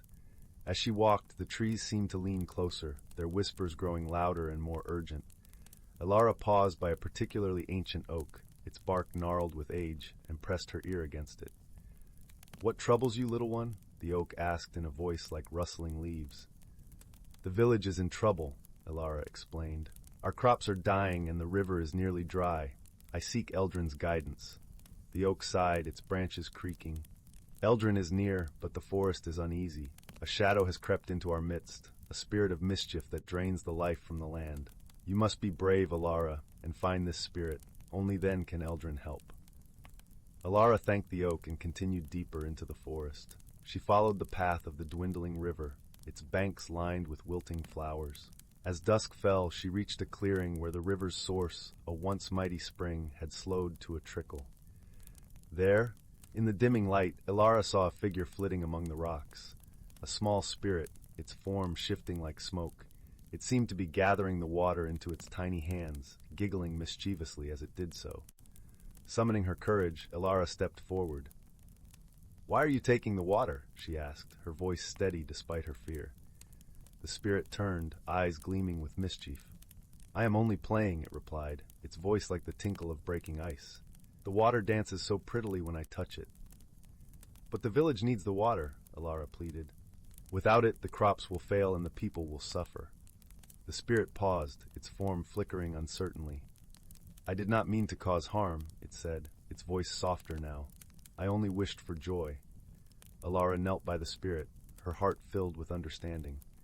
"Perhaps we can find another way to bring joy," she suggested, "without taking what others need." The spirit considered her words, then nodded. "I will return the water," it promised, "and in return, you must dance with me under the moonlight." Ilara smiled, relieved. "I would be honored." As the spirit released its hold on the spring, the water began to flow once more, gushing forth with renewed vigor. The river sang as it rushed along its course, and the forest seemed to breathe a sigh of relief. Just then, a gentle warmth enveloped the clearing, and Ilara looked up to see Elderglen emerging from the shadows. The dragon's eyes twinkled with approval as he approached, his scales catching the moonlight. "You have done well, little one," Elderglen rumbled, his voice like distant thunder. "Your kindness has restored the balance." Ilara beamed up at Elderglen. "I only wish to help," she said humbly. Elderglen lowered his massive head, his breath a comforting warmth that surrounded her. "You have shown great courage and wisdom, Ilara. The forest and I are in your debt." With that, Elderglen turned to the spirit who was hovering nearby. "And you, little one," he said with a kindly smile, "remember that true joy comes from sharing our happiness with others." The spirit nodded, its form shimmering with newfound understanding. "I will remember, Elderglen." As the moon rose high in the sky, casting its silvery glow over the forest, Ilara and the spirit began to dance. Their laughter echoed through the trees, a melody of joy that mingled with the river's song. From that day forward, the village of Brookstone flourished. The crops grew tall and plentiful, and the river flowed clear and strong. Elderglen watched over them as he always had, a silent guardian of the land. And though the villagers never saw the gentle dragon, they felt his presence in every breeze that stirred the leaves and every shaft of sunlight that warmed their fields. Ilara continued to visit the whispering forest, her heart forever bound to its magic. She became a storyteller, sharing tales of the forest's wonders and the gentle dragon who watched over them all. And with each story, the bond between the villagers and the magical realm grew stronger, a testament to the harmony that could be found when kindness and understanding reigned supreme. And so, in that enchanted land where the sky kissed the mountains and the rivers sang to the valleys, the whispering forest remained a place of wonder and magic, a haven for all who dared to dream. The end. Story 64. In a realm where mist-cloaked forests whispered secrets of old, there lived a young girl named Willow. With her wild red curls and freckles that danced like stars across her nose, she was the very embodiment of wonder and curiosity. One crisp autumn morning, Willow ventured into the heart of the ancient woods, her woven basket swinging at her side. The air was alive with the scent of damp earth and fallen leaves, and the sunlight filtered through the canopy in warm, golden ribbons. As she hummed a merry tune, a sudden rustling caught her ear. Willow froze, her eyes widening as a small, winged creature fluttered out from beneath a twisted root. It was a sprite, a tiny being with gossamer wings and a face that shone like a dewdrop. "Why, hello there," Willow whispered, her voice filled with delight. The sprite regarded her with sparkling eyes, then let out a tinkling laugh. "Greetings, little one. What brings you to our forest realm?" Willow knelt down, her smile stretching from ear to ear. "I've come to gather berries and mushrooms for my mother's famous stew. Would you care to join me?" The sprite considered her offer, then nodded eagerly. "It would be my honor, kind Willow, but first, allow me to introduce my friends." With a wave of the sprite's delicate hand, a dozen more winged beings emerged from their hiding places, each one more whimsical than the last. They danced and swirled around Willow, filling the air with their melodic laughter. Willow giggled, enchanted by their playful antics. "It's a pleasure to meet you all. My name is Willow, and I promise to tread lightly in your forest home." One by one, the sprites introduced themselves: Thistle, Dewdrop, Bramble, and more. They led Willow deeper into the woods, guiding her to the most bountiful berry patches and mushroom rings. As she filled her basket, Willow listened with rapt attention to the sprites' tales of the forest's ancient guardians, wise and benevolent dragons who watched over the land with gentle care. "Oh, how I wish I could see one," Willow exclaimed, her eyes shining with wonder. Thistle, the boldest of the sprites, flew close and whispered in her ear. "Perhaps you shall, dear Willow, but you must keep your heart pure and your intentions true." With her basket overflowing and her cheeks flushed from the crisp air, Willow bid farewell to her newfound friends and made her way back home. Little did she know that her chance encounter was just the beginning of a wondrous journey.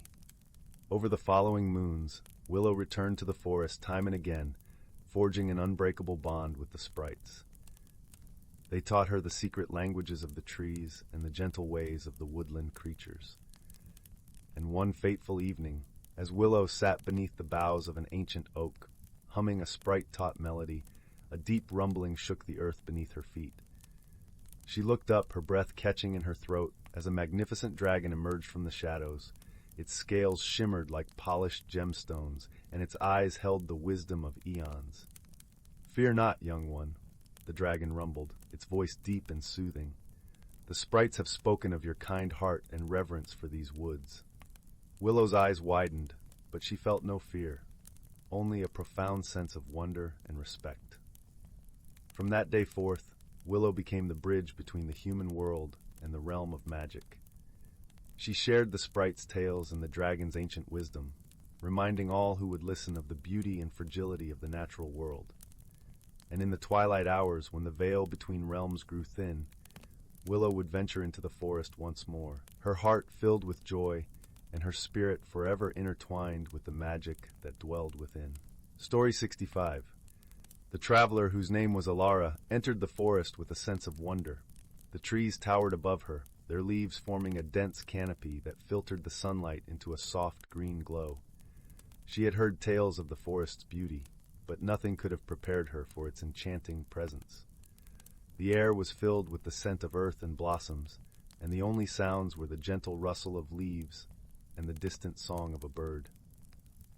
Alara was an explorer by nature, always drawn to the mysteries of the world. Her heart was open, her spirit adventurous, and her curiosity insatiable. She had spent many years traveling, seeking out the hidden corners of the world where magic still lingered. It was this thirst for discovery that had led her to the forest, a place whispered about in legends but rarely visited by humans. As she walked deeper into the woods, Alara noticed something strange. The forest, which should have been teeming with life, seemed unnaturally still.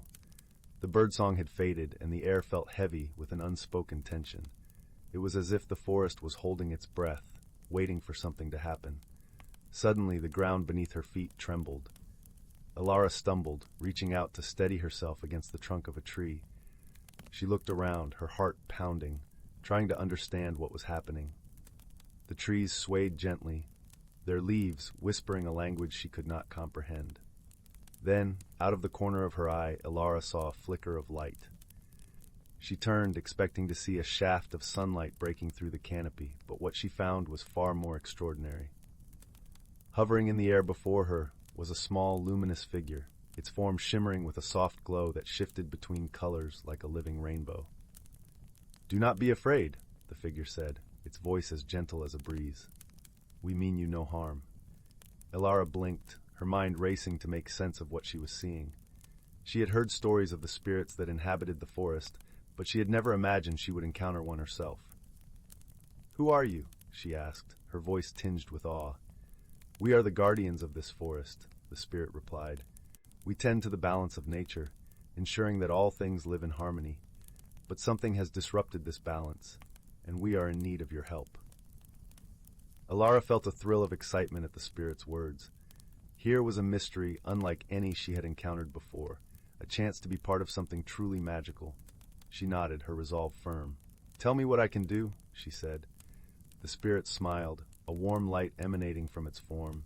"Come with us, and we will show you." With that, the spirit began to drift deeper into the forest, its light casting gentle shadows on the trees. Alara followed, her steps sure despite the uncertainty of what lay ahead. As they walked, more spirits appeared, each one unique in its glow and form, until they formed a shimmering procession that led her through the woods.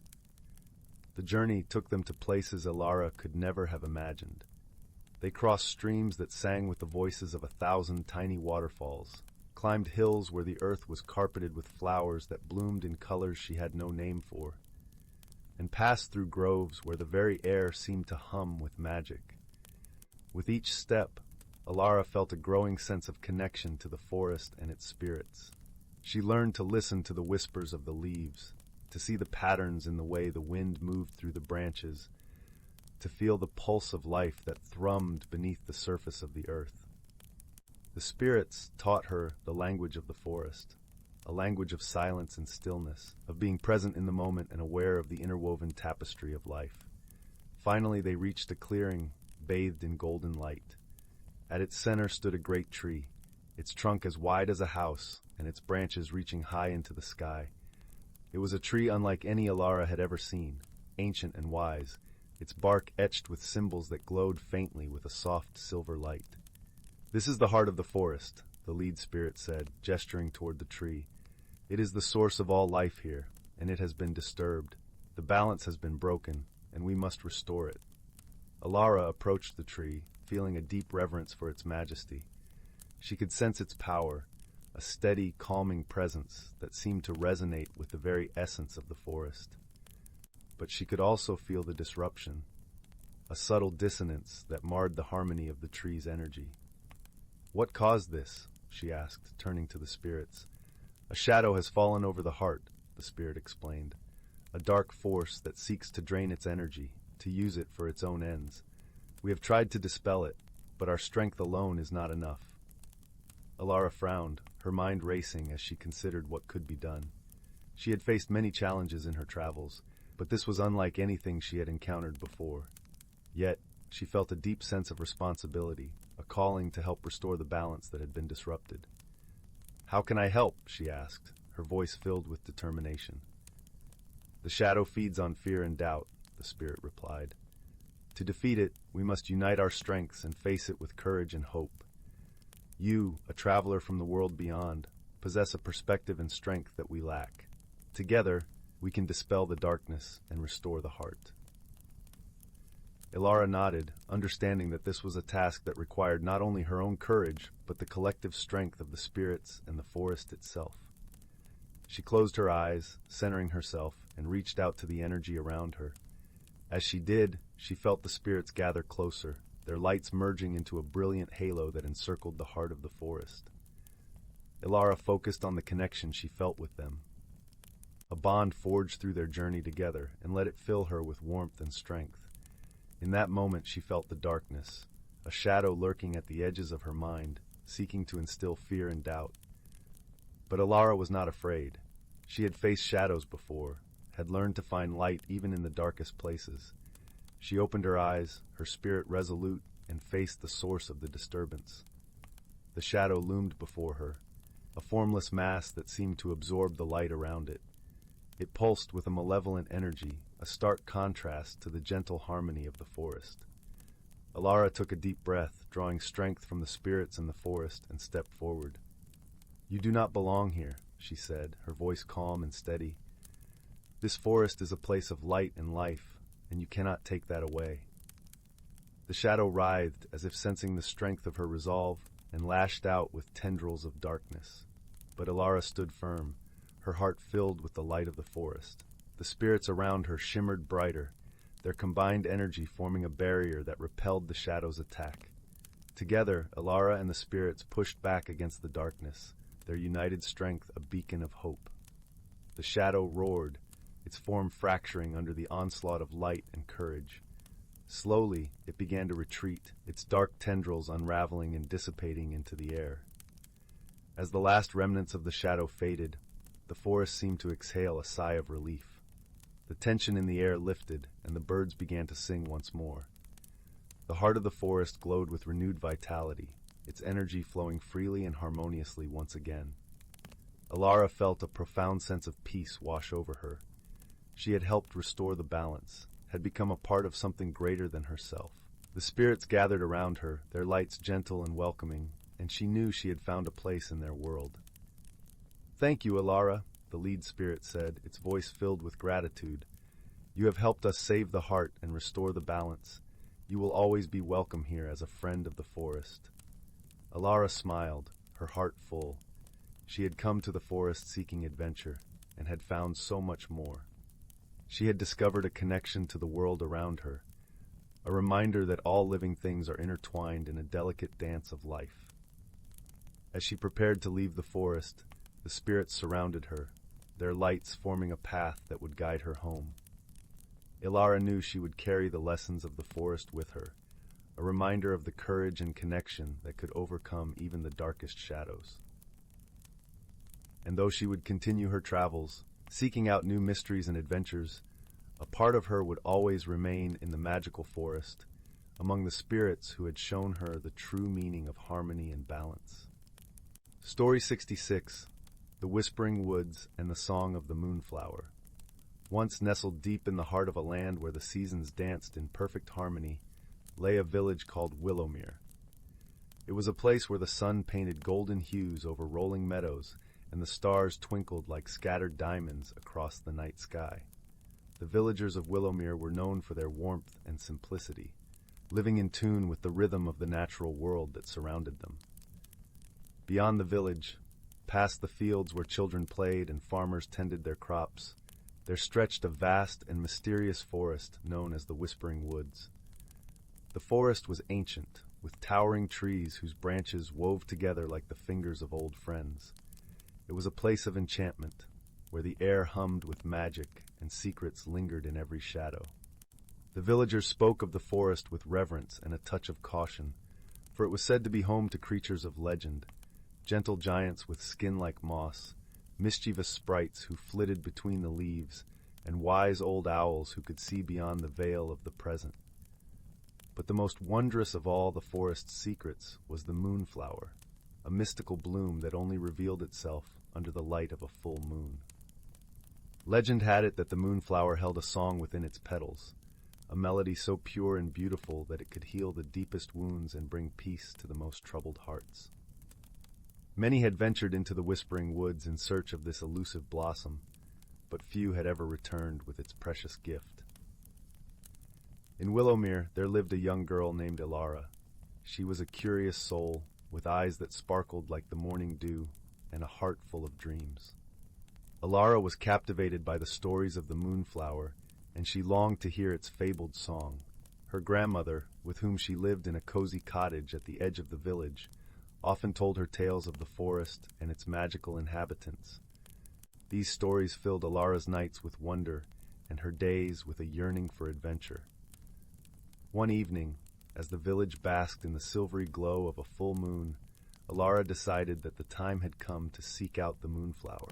She kissed her sleeping grandmother on the forehead, wrapped herself in a cloak, and set off towards the Whispering Woods, her heart pounding with excitement and a touch of trepidation. The forest welcomed her with open arms, its paths lit by the gentle light of the moon. As she ventured deeper, the trees whispered secrets she couldn't quite understand, and the night air was filled with the soft rustle of leaves and the distant hoot of an owl. Alara felt a sense of belonging, as if the forest had been waiting for her all along. As she walked, she came across a clearing bathed in moonlight, where a stream sang a soft lullaby to the rocks and reeds. There, by the water's edge, stood a creature of such grace and beauty that Alara gasped in awe, a dragon, its scales shimmering like silver in the moonlight. The dragon's eyes, wise and kind, met Alara's gaze, and she felt a warmth spread through her heart. "Do not be afraid, young one," the dragon spoke in a voice as gentle as a summer breeze. "I am Elderglen, guardian of the Whispering Woods. What brings you to this enchanted place?" Alara took a deep breath and replied, "I seek the moonflower Elderglen, for I wish to hear its song and share its beauty with my village." Eldrin nodded thoughtfully. The moonflower is a rare and precious gift, but to find it, you must first prove yourself worthy by helping those who dwell within these woods.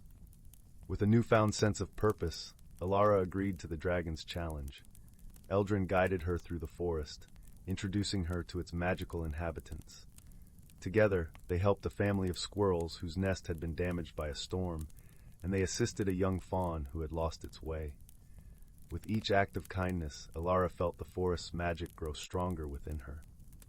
As the night wore on, Eldrin led Alara to a secluded glade where the moonlight pooled like liquid silver. In the center of the glade stood the moonflower, its petals unfurling to reveal a heart of shimmering light. Alara approached the blossom with reverence, her eyes wide with wonder. With a gentle touch, she leaned in to listen, and as the moonflower began to sing, its melody washed over her like a gentle wave. The song was unlike anything she had ever heard, sweet and serene, filled with the essence of the forest and the wisdom of the ages. It spoke of love and hope, of dreams yet to be fulfilled, and of the unbreakable bond between all living things.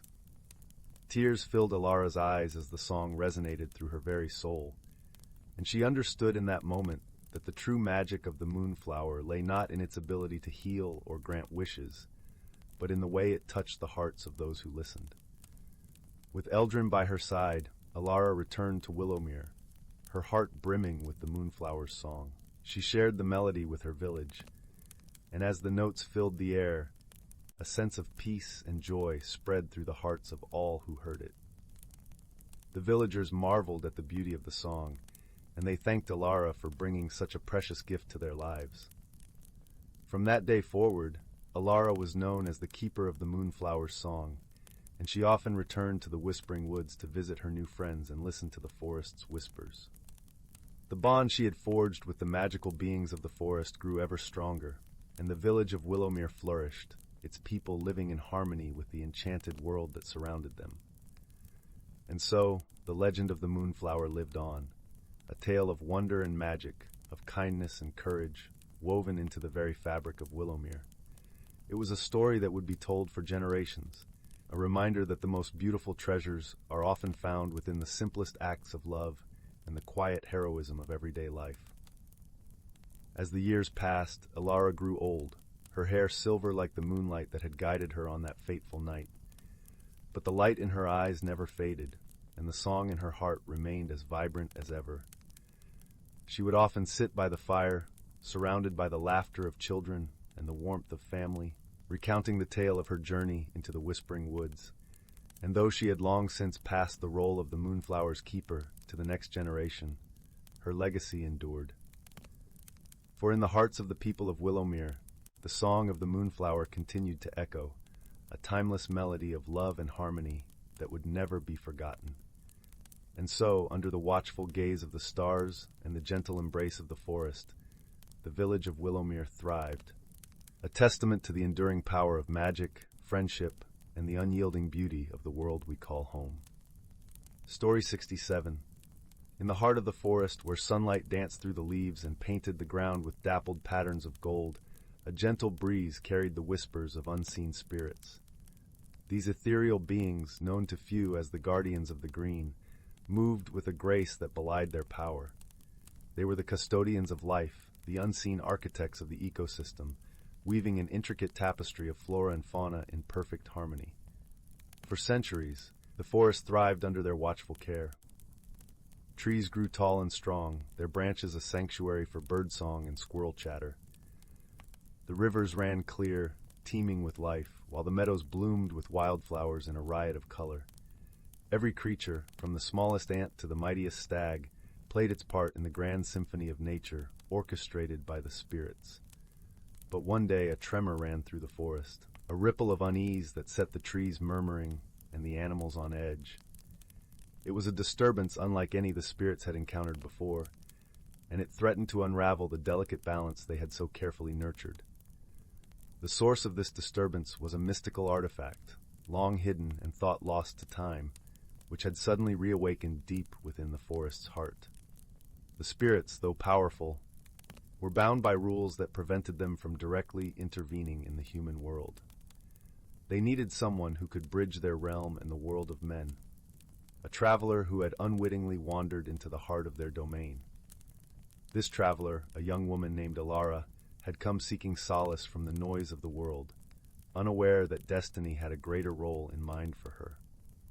Alara had always felt a kinship with nature.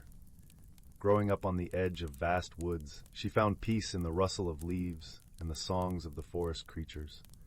Her heart was drawn to the wild places where she could wander and dream. On this particular journey, she had followed a path less traveled, guided by an inexplicable pull that seemed to whisper her name on the wind. As she ventured deeper, she began to sense something unusual, a presence that was both comforting and mysterious. It was then that the spirits revealed themselves, shimmering into view like the morning mist dissipating in sunlight. They were a sight to behold, radiant beings of light and shadow, their forms shifting like the seasons. Alara, though startled, felt no fear. Instead, she was filled with a profound sense of belonging, as if she had been waiting for this moment her entire life. The spirits, sensing her openness and her deep connection to the natural world, explained the dire situation. They spoke of the artifact, an ancient relic of great power, capable of both creation and destruction. Its resurgence threatened to tip the scales of balance, and only through the combined efforts of the spirits and a human could the forest be saved. Moved by their plight and the urgency in their voices, Alara agreed to help. The spirits bestowed upon her a gift, a pendant woven from moonlight and dreams, a talisman that would allow her to perceive the hidden magic of the forest and communicate with the spirits at will. With this new bond forged, they set out on their journey. Their path led them through enchanted landscapes, each more breathtaking than the last. They traversed glistening groves where the trees whispered secrets of the ages, crossed rivers that sang of distant stars, and climbed hillsides carpeted with flowers that bloomed in colors no human eye had ever seen. In these magical realms, Alara learned from the spirits, who shared their wisdom and guidance. They taught her of the interconnectedness of all living things, how a single drop of rain could feed the earth and give life to 1,000 seeds. She learned of courage, not as the absence of fear, but as the strength to act despite it. And most importantly, she discovered the power of teamwork, how even the smallest creature had a role to play in the grand design. Their quest was not without challenges. The artifact, awakening after centuries of slumber, had drawn dark forces to the forest. Shadows that sought to harness its power for their own ends loomed at every turn. Alara and the spirits had to outwit these adversaries, using their wits and the magic of the forest to stay one step ahead. One evening, they found themselves in a glade where time seemed to stand still. The air was heavy with the scent of honeysuckle, and the moon cast a gentle glow over everything. It was here that Alara felt a deep stirring within her, an awakening of something ancient and powerful. She realized that the key to restoring balance lay not in the artifact itself, but in the harmony of the forest, the connections between all things. The spirits guided her to a sacred grove, the very heart of the forest, where the artifact lay hidden beneath a canopy of ancient trees. With the spirits by her side, Alara approached the artifact, a stone of luminescent beauty, pulsing with energy. She could feel its power, a force both wondrous and terrifying. But instead of fear, she felt a calm resolve. She extended her hand, the pendant around her neck glowing with a light that matched the artifact's own. As her fingers brushed the stone, a surge of energy flowed through her, connecting her to the forest in a way she had never imagined. She saw visions of the past, glimpses of the future, and understood the role she was destined to play. It was a moment of perfect clarity, a realization that she was not separate from the forest, but a part of it. With this newfound understanding, Alara focused on the harmony she had learned, channeling the energy of the artifact back into the earth, returning it to its rightful place in the balance of the forest. The ground trembled as the power coursed through the roots and branches, rejuvenating the land and restoring the delicate equilibrium. The spirits, witnessing the transformation, sang a song of gratitude, their voices blending with the rustle of leaves and the calls of the night creatures. As the last notes faded, they turned to Alara, their eyes shining with pride and affection. "You have done what we could not," they said, their voices like the wind through the trees. You have restored the balance, and for that we are eternally grateful. Alara, her heart full, bowed her head. I am grateful too, she replied softly, for showing me the magic that was always there, waiting to be seen. As dawn broke over the forest, casting its golden light on a land renewed, Alara knew it was time to return to her world.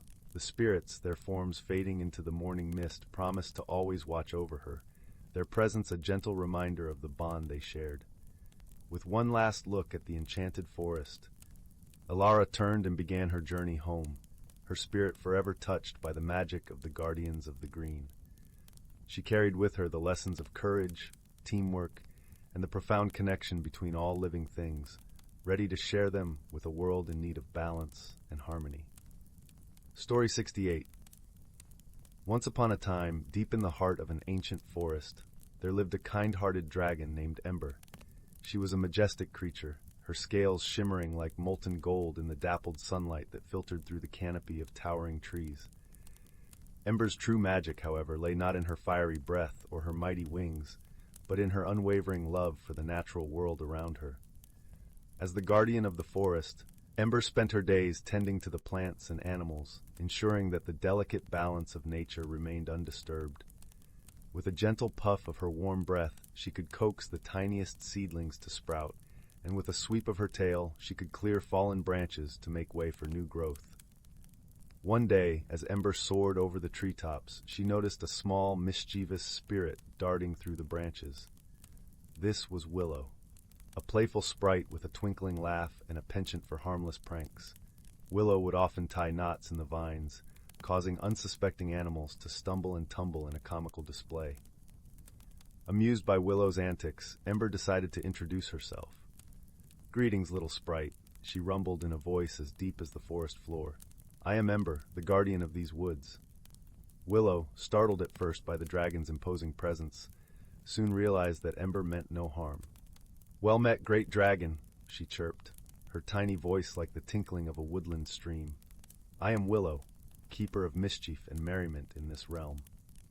From that day on, Ember and Willow formed an unlikely friendship, each appreciating the other's unique role in maintaining the harmony of the forest.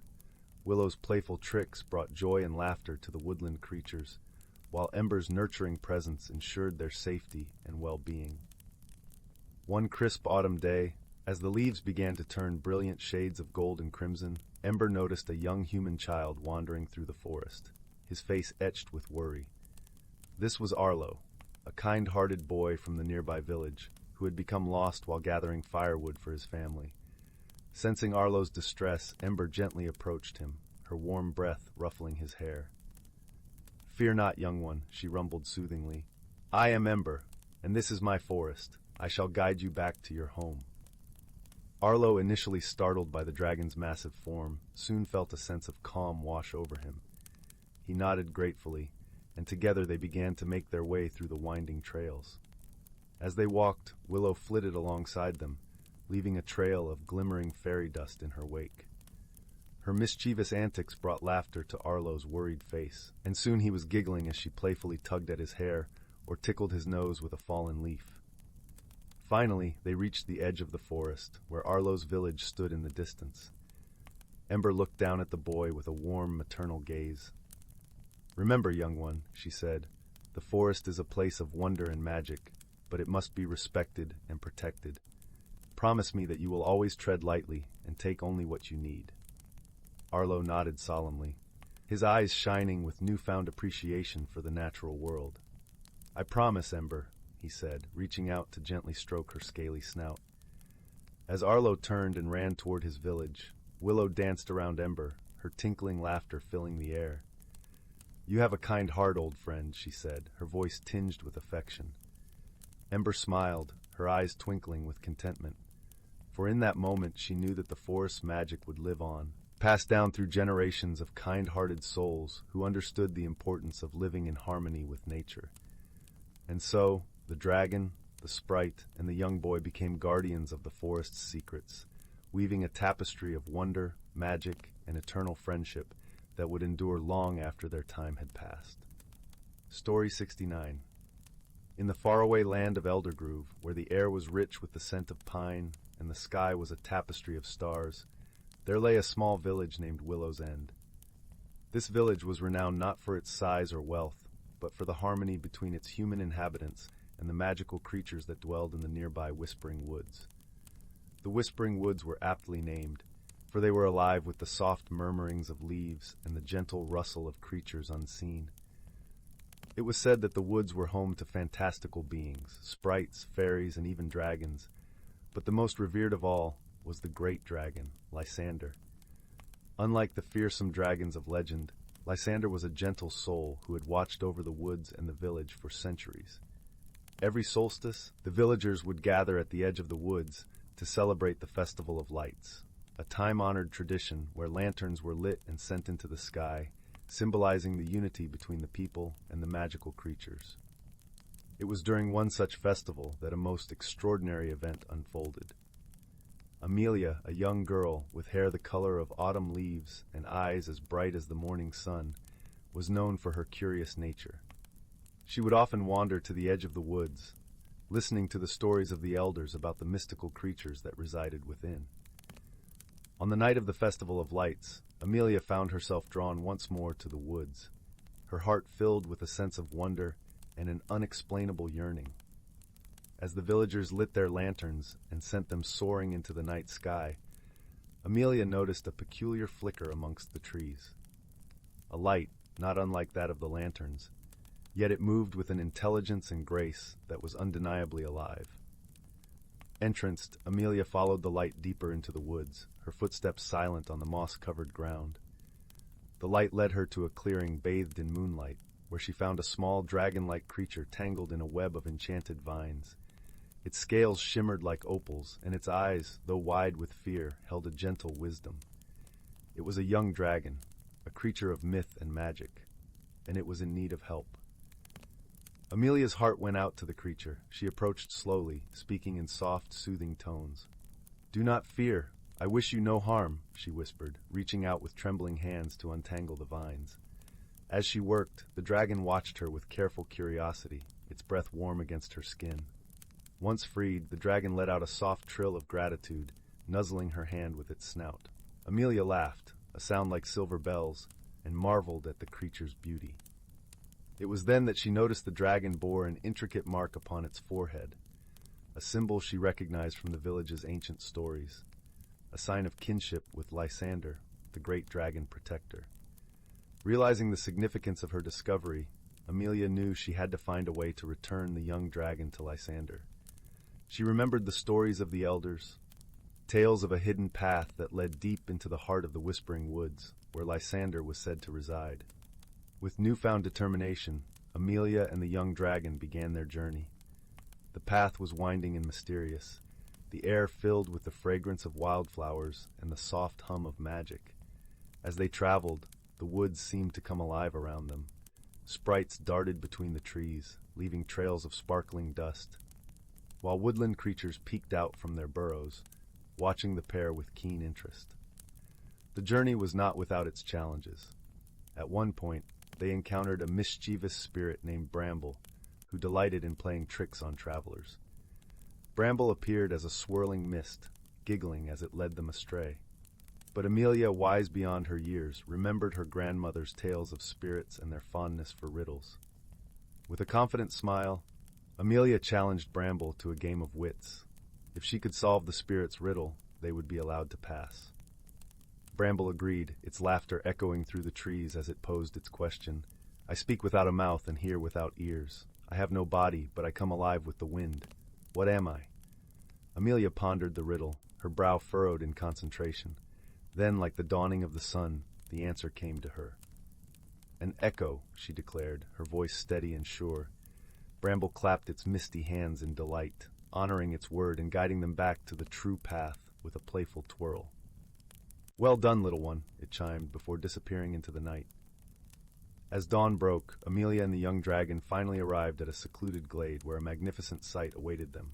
Lysander, the great dragon, lay coiled upon a bed of silver ferns, his scales gleaming like 1,000 suns. His eyes, deep and ancient, regarded them with gentle curiosity. The young dragon chirped excitedly, bounding forward to nuzzle against Lysander, who responded with a deep, rumbling purr. Amelia watched the reunion with a heart full of joy, knowing she had witnessed something truly magical. Lysander turned his gaze to Amelia, lowering his great head in acknowledgement. "Thank you, brave child."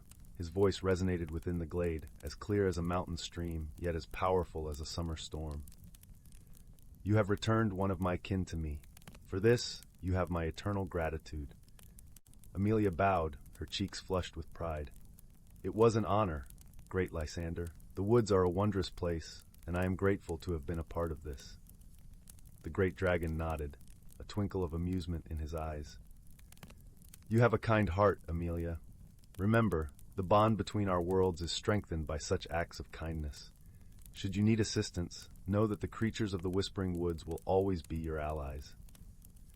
With that, Lysander lifted his wings, a majestic sweep that sent a gentle breeze through the glade. Amelia watched as the young dragon took flight beside him, their silhouettes merging with the morning sky. As Amelia made her way back to the village, the sun rose fully, casting its warm glow over Willow's End. The villagers, having noticed her absence, gathered around, eager to hear of her adventures.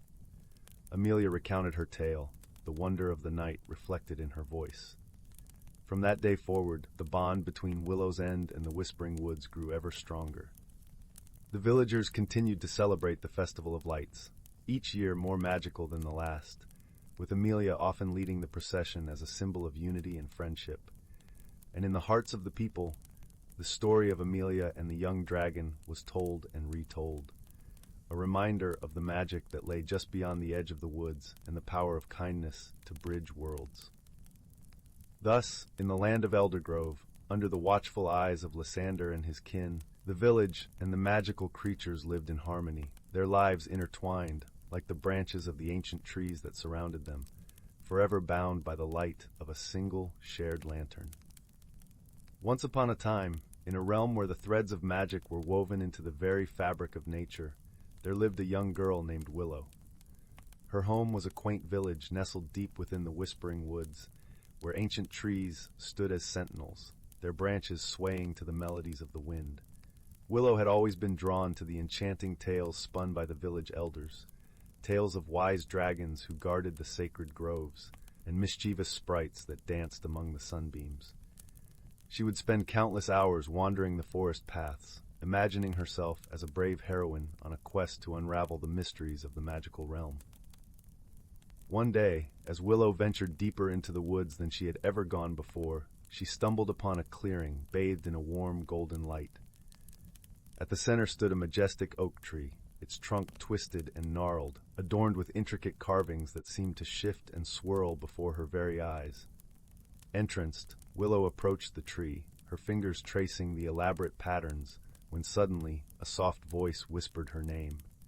"Willow, dear child, you have found the heart tree, the sacred guardian of these woods."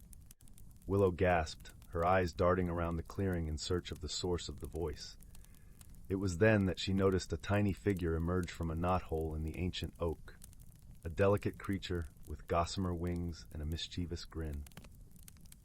"I am Zephyr, a forest sprite," the tiny being said, "and this is our realm, where the magic of nature thrives."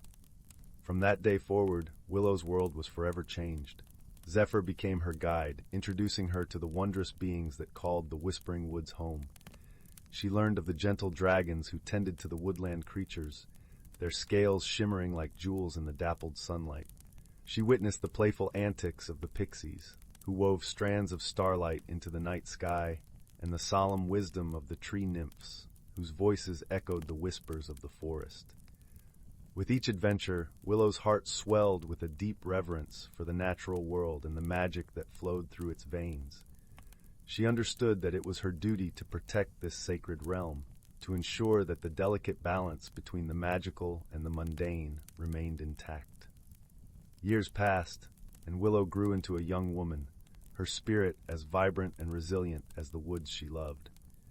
Though she walked among humans in the village, her true home was in the heart of the forest, where she acted as a bridge between the two worlds, sharing the lessons of harmony and respect that she had learned from her enchanted companions. On the eve of her 20th summer, Willow found herself standing before the heart tree once more, its ancient boughs swaying in a warm breeze. Zephyr fluttered nearby, a bittersweet smile upon his tiny face. "You have become a true guardian of these woods, Willow," the sprite said, his voice tinged with pride. "The time has come for you to embrace your destiny and take your place among the keepers of the magic."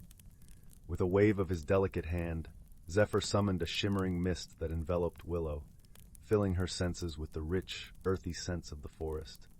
As the mist dissipated, she found herself transformed, her skin aglow with the warmth of the sun, her eyes reflecting the infinite depths of the starry night sky. From that day forward, Willow walked the paths of the Whispering Woods as a true child of nature, her spirit intertwined with the very essence of the magical realm. She guided those who had lost their way, shared the wisdom of the ancients, and ensured that the harmony between the magical and the mundane would endure for generations to come. And whenever the wind whispered through the trees, carrying the laughter of sprites and the gentle rumble of dragons, Willow would smile, knowing that the magic of the Whispering Woods would never fade, as long as there were those willing to listen to its songs. Story 71. Once upon a time, nestled in the heart of the Whispering Wood, there lay a quaint little village named Everleaf. This village was unlike any other, for it was a place where the lines between the mundane and the magical blurred in the most delightful ways. Everleaf was surrounded by towering trees whose leaves whispered secrets to those who cared to listen, and its streets were paved with cobblestones that glowed softly under the moonlight, lighting the way for those who wandered after dusk. The villagers of Everleaf were known for their kindness and hospitality, often hosting grand feasts under the starlit sky, where laughter mingled with the rustling leaves and the air was filled with the scent of honey cakes and spiced cider. But what truly set Everleaf apart was its proximity to the enchanted glade, a hidden clearing deep within the forest where magic thrived. In the enchanted glade, creatures of all sorts lived in harmony. There were the Spriggan, tiny forest spirits with mischievous grins and a penchant for pranks. They often played tricks on unwary visitors, but their hearts were as warm as the sun-dappled glade itself.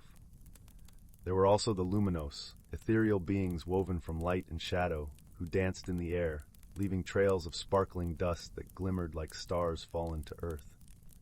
But most revered of all was a dragon named Celis. Unlike the fearsome dragons of legend, Celis was a gentle soul with scales that shimmered in hues of teal and silver. His eyes were deep pools of wisdom, and he possessed a gentle, rumbling voice that could soothe the fiercest of storms. Celis was the guardian of the enchanted glade, ensuring the delicate balance of magic and nature was maintained. One crisp autumn morning, a young girl named Alara made her way through the Whispering Wood. Alara was the daughter of the village baker, and her heart was as warm as the ovens that baked the village's bread. She had always been fascinated by the stories of the enchanted glade, and yearned to meet the magical beings that called it home. With a basket of freshly baked honey cakes in hand, Alara followed the winding paths that led deeper into the forest. The leaves crunched under her feet, and the air was filled with the earthy scent of fallen leaves. As she walked, she hummed a tune her mother sang to her as a child, a song about friendship and courage. The forest seemed to welcome her, the branches swaying gently above her head, guiding her steps to the hidden glade. When she finally arrived, the sight that greeted her was more wondrous than she had ever imagined. The enchanted glade was a kaleidoscope of colors, with flowers that sang in gentle melodies, and streams that sparkled like liquid diamonds. The air was alive with the soft laughter of the Spriggan and the shimmering dances of the Luminos. Alara stepped into the clearing, her eyes wide with wonder. She set her basket down on a moss-covered rock and called out softly, "Hello? Is anyone here?" In response, a gentle breeze swirled around her, carrying with it the laughter of the Spriggan. The tiny spirits appeared, their eyes twinkling with mischief. "Welcome, little baker," they chimed in unison, their voices like the tinkling of bells. Alara smiled at them, her heart light with joy. "I've brought honey cakes to share," she said, lifting the cloth that covered her basket. The sweet aroma filled the glade, and the Spriggan clapped their tiny hands in delight. As the Spriggan gathered around, nibbling on the cakes with glee, the ground beneath Elara's feet began to tremble softly. She looked up to see Kalis emerging from the shadows, his massive form moving with a grace that belied his size. The dragon's eyes, warm and gentle, met hers, and he bowed his great head in greeting. "Welcome, Elara," Kalis rumbled, his voice like distant thunder. "It is a rare pleasure to have a visitor from Everleaf." Elara curtsied, her heart pounding with excitement. "Thank you for welcoming me, Kalis. I've always wanted to see the enchanted glade and meet all of you." Kalis chuckled, a sound that resonated through the glade. "The glade welcomes those with kind hearts. You have brought joy to my friends with your gift." Elara beamed, feeling a warmth spread through her chest. She spent the day in the glade, playing games with the Spriggan and watching the Luminos weave patterns of light in the sky. Kalis shared stories of the forest's history, tales of ancient times when magic was new and the world was young. As the sun began to set, painting the sky in hues of orange and pink, Elara knew it was time to return to the village. The creatures of the glade gathered to bid her farewell, their eyes shining with gratitude and affection. "Come back to us, Elara," Kalis said, his voice a gentle promise. "The glade will always be here, waiting for your return." Elara nodded, her heart full of happiness. "I will, Silas. Thank you for a day I'll never forget." With a final wave, Elara made her way back through the whispering wood, guided by the soft glow of the cobblestones that lit her path. As she walked, she felt a deep sense of peace, knowing she had found a place where magic and friendship intertwined. Back in Everleaf, the villagers gathered to hear her tales of the enchanted glade. They listened with wide eyes and open hearts, knowing that Elara's adventure was a reminder of the magic that lay just beyond their doorstep. And so, the bond between Everleaf and the enchanted glade grew stronger, woven together by the threads of kindness, adventure, and the simple joy of sharing a honey cake with friends. Story 72. In the gentle heart of the whispering woods, where the trees sang with the wind and the rivers whispered secrets known only to the forest folk, there lay a village named Everglade. It was a quaint place, nestled snugly between the towering oaks and shimmering streams, where every creature lived in harmony with the natural world. The villagers were known for their kind spirits and open hearts, living side by side with the magical beings that called the woods home. Among the villagers, there was a young girl named Elara. She was known for her bright eyes, which sparkled with curiosity, and her gentle heart that beat in rhythm with the forest. Elara had a special affinity for the magical creatures of the woods, often spending her days exploring the winding paths and hidden glades, listening to the chatter of the squirrels and the songs of the birds. One crisp autumn morning, as the golden leaves danced down from the trees, Elara set off on an adventure. Her heart was light, and her spirit was as bright as the morning sun. She had heard tales of a hidden glen deep within the forest, where the mythical moondragon was said to reside.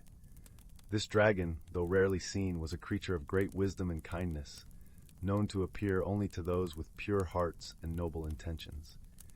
As she ventured deeper into the woods, the air grew cooler and the light softer, filtered through the canopy of leaves above. The path was winding and sometimes difficult to see, but Elara was guided by the gentle pull of her intuition and the quiet murmurings of the forest. She had packed a small satchel of honey cakes, the sweet scent of which mingled with the earthy aroma of the woods, a gift she hoped would please the dragon. Hours passed, and the sun began its descent, painting the sky with hues of pink and orange. Just as doubt began to creep into her mind, Elara stumbled upon a clearing unlike any she had seen before. The air was thick with magic, shimmering like stardust in the fading light. There, in the center of the glen, lay a serene pool that mirrored the sky above, and beside it, curled in a bed of silvery ferns, was the moon dragon. The dragon's scales glistened like polished moonstones, and its eyes, deep pools of wisdom, met Elara's with an understanding that transcended words. Elara felt a warmth spread through her chest, a feeling of belonging and peace.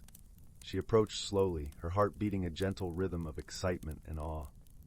"Greetings, young one," the dragon's voice rumbled softly, echoing like a distant melody. "What brings you to my hidden glen?" Elara bowed respectfully, her voice steady despite the thrill thrumming through her veins. "I've come to seek your wisdom, noble dragon. Our village is in need of guidance. The forest's balance seems disrupted, and we fear it will affect the harmony we share with its creatures." The dragon regarded her with a thoughtful gaze, its eyes reflecting the light of the setting sun. "Indeed, the balance of nature is delicate, but fear not, for your heart is true and your intentions pure. Together, we can restore what has been unsettled." With a gentle nod, the moon dragon unfurled its wings, the sound like the rustling of 1,000 leaves. Alara watched in reverence as the dragon rose into the air, its form a silhouette against the twilight sky. It circled above the glen, its presence a beacon of hope and strength. "Come," the dragon beckoned, its voice as soft as the night breeze. "Let us begin." Alara followed, her footsteps light and sure, as the dragon led her through the forest, weaving a path that she could not have found alone. They visited the ancient oaks, whose roots were entwined with the earth's heartbeats, and spoke with the rivers, whose waters carried the whispers of the world. As they journeyed, the dragon taught Alara the ways of the forest, showing her how to listen to the trees and understand the language of the wind. She learned of the delicate dance between the sun and the moon, the ebb and flow of life that sustained both the magical and the mundane. In return, Alara shared stories of her village, of the people who cherished the forest and all its wonders. She spoke of their fears and hopes, their dreams woven into the fabric of the woods. The dragon listened, its heart touched by the sincerity of her words and the warmth of her spirit. Days turned into nights, and as they traveled, the forest began to change. The trees stood a little taller, their leaves whispering once more with joy. The rivers laughed as they tumbled over stones, their waters clear and bright. The creatures of the woods, both magical and ordinary, emerged from their hiding places, drawn by the harmony that was being restored. When at last they returned to the moonlit glen, Alara felt a deep sense of fulfillment. The moondragon settled back into its bed of ferns, its eyes warm with gratitude and pride. "You have done well, Alara," the dragon said, its voice a gentle caress.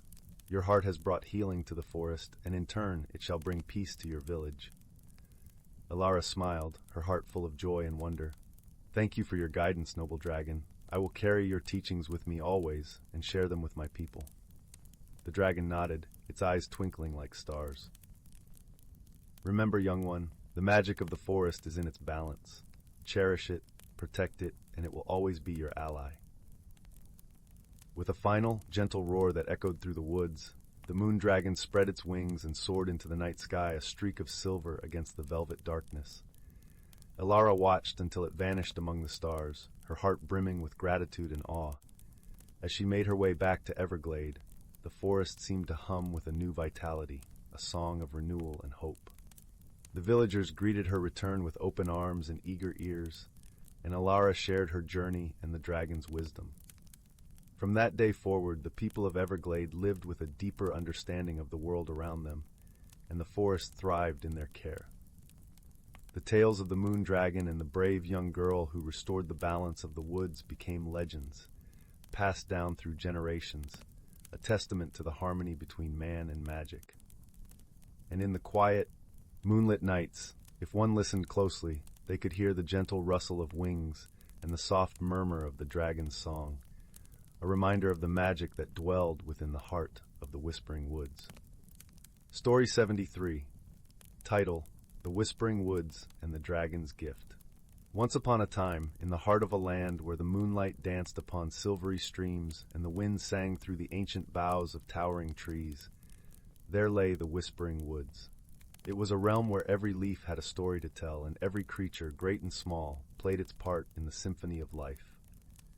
In this enchanted forest, the boundary between the mundane and the magical was as thin as a spider's silk, and the air was always alive with the scent of possibility.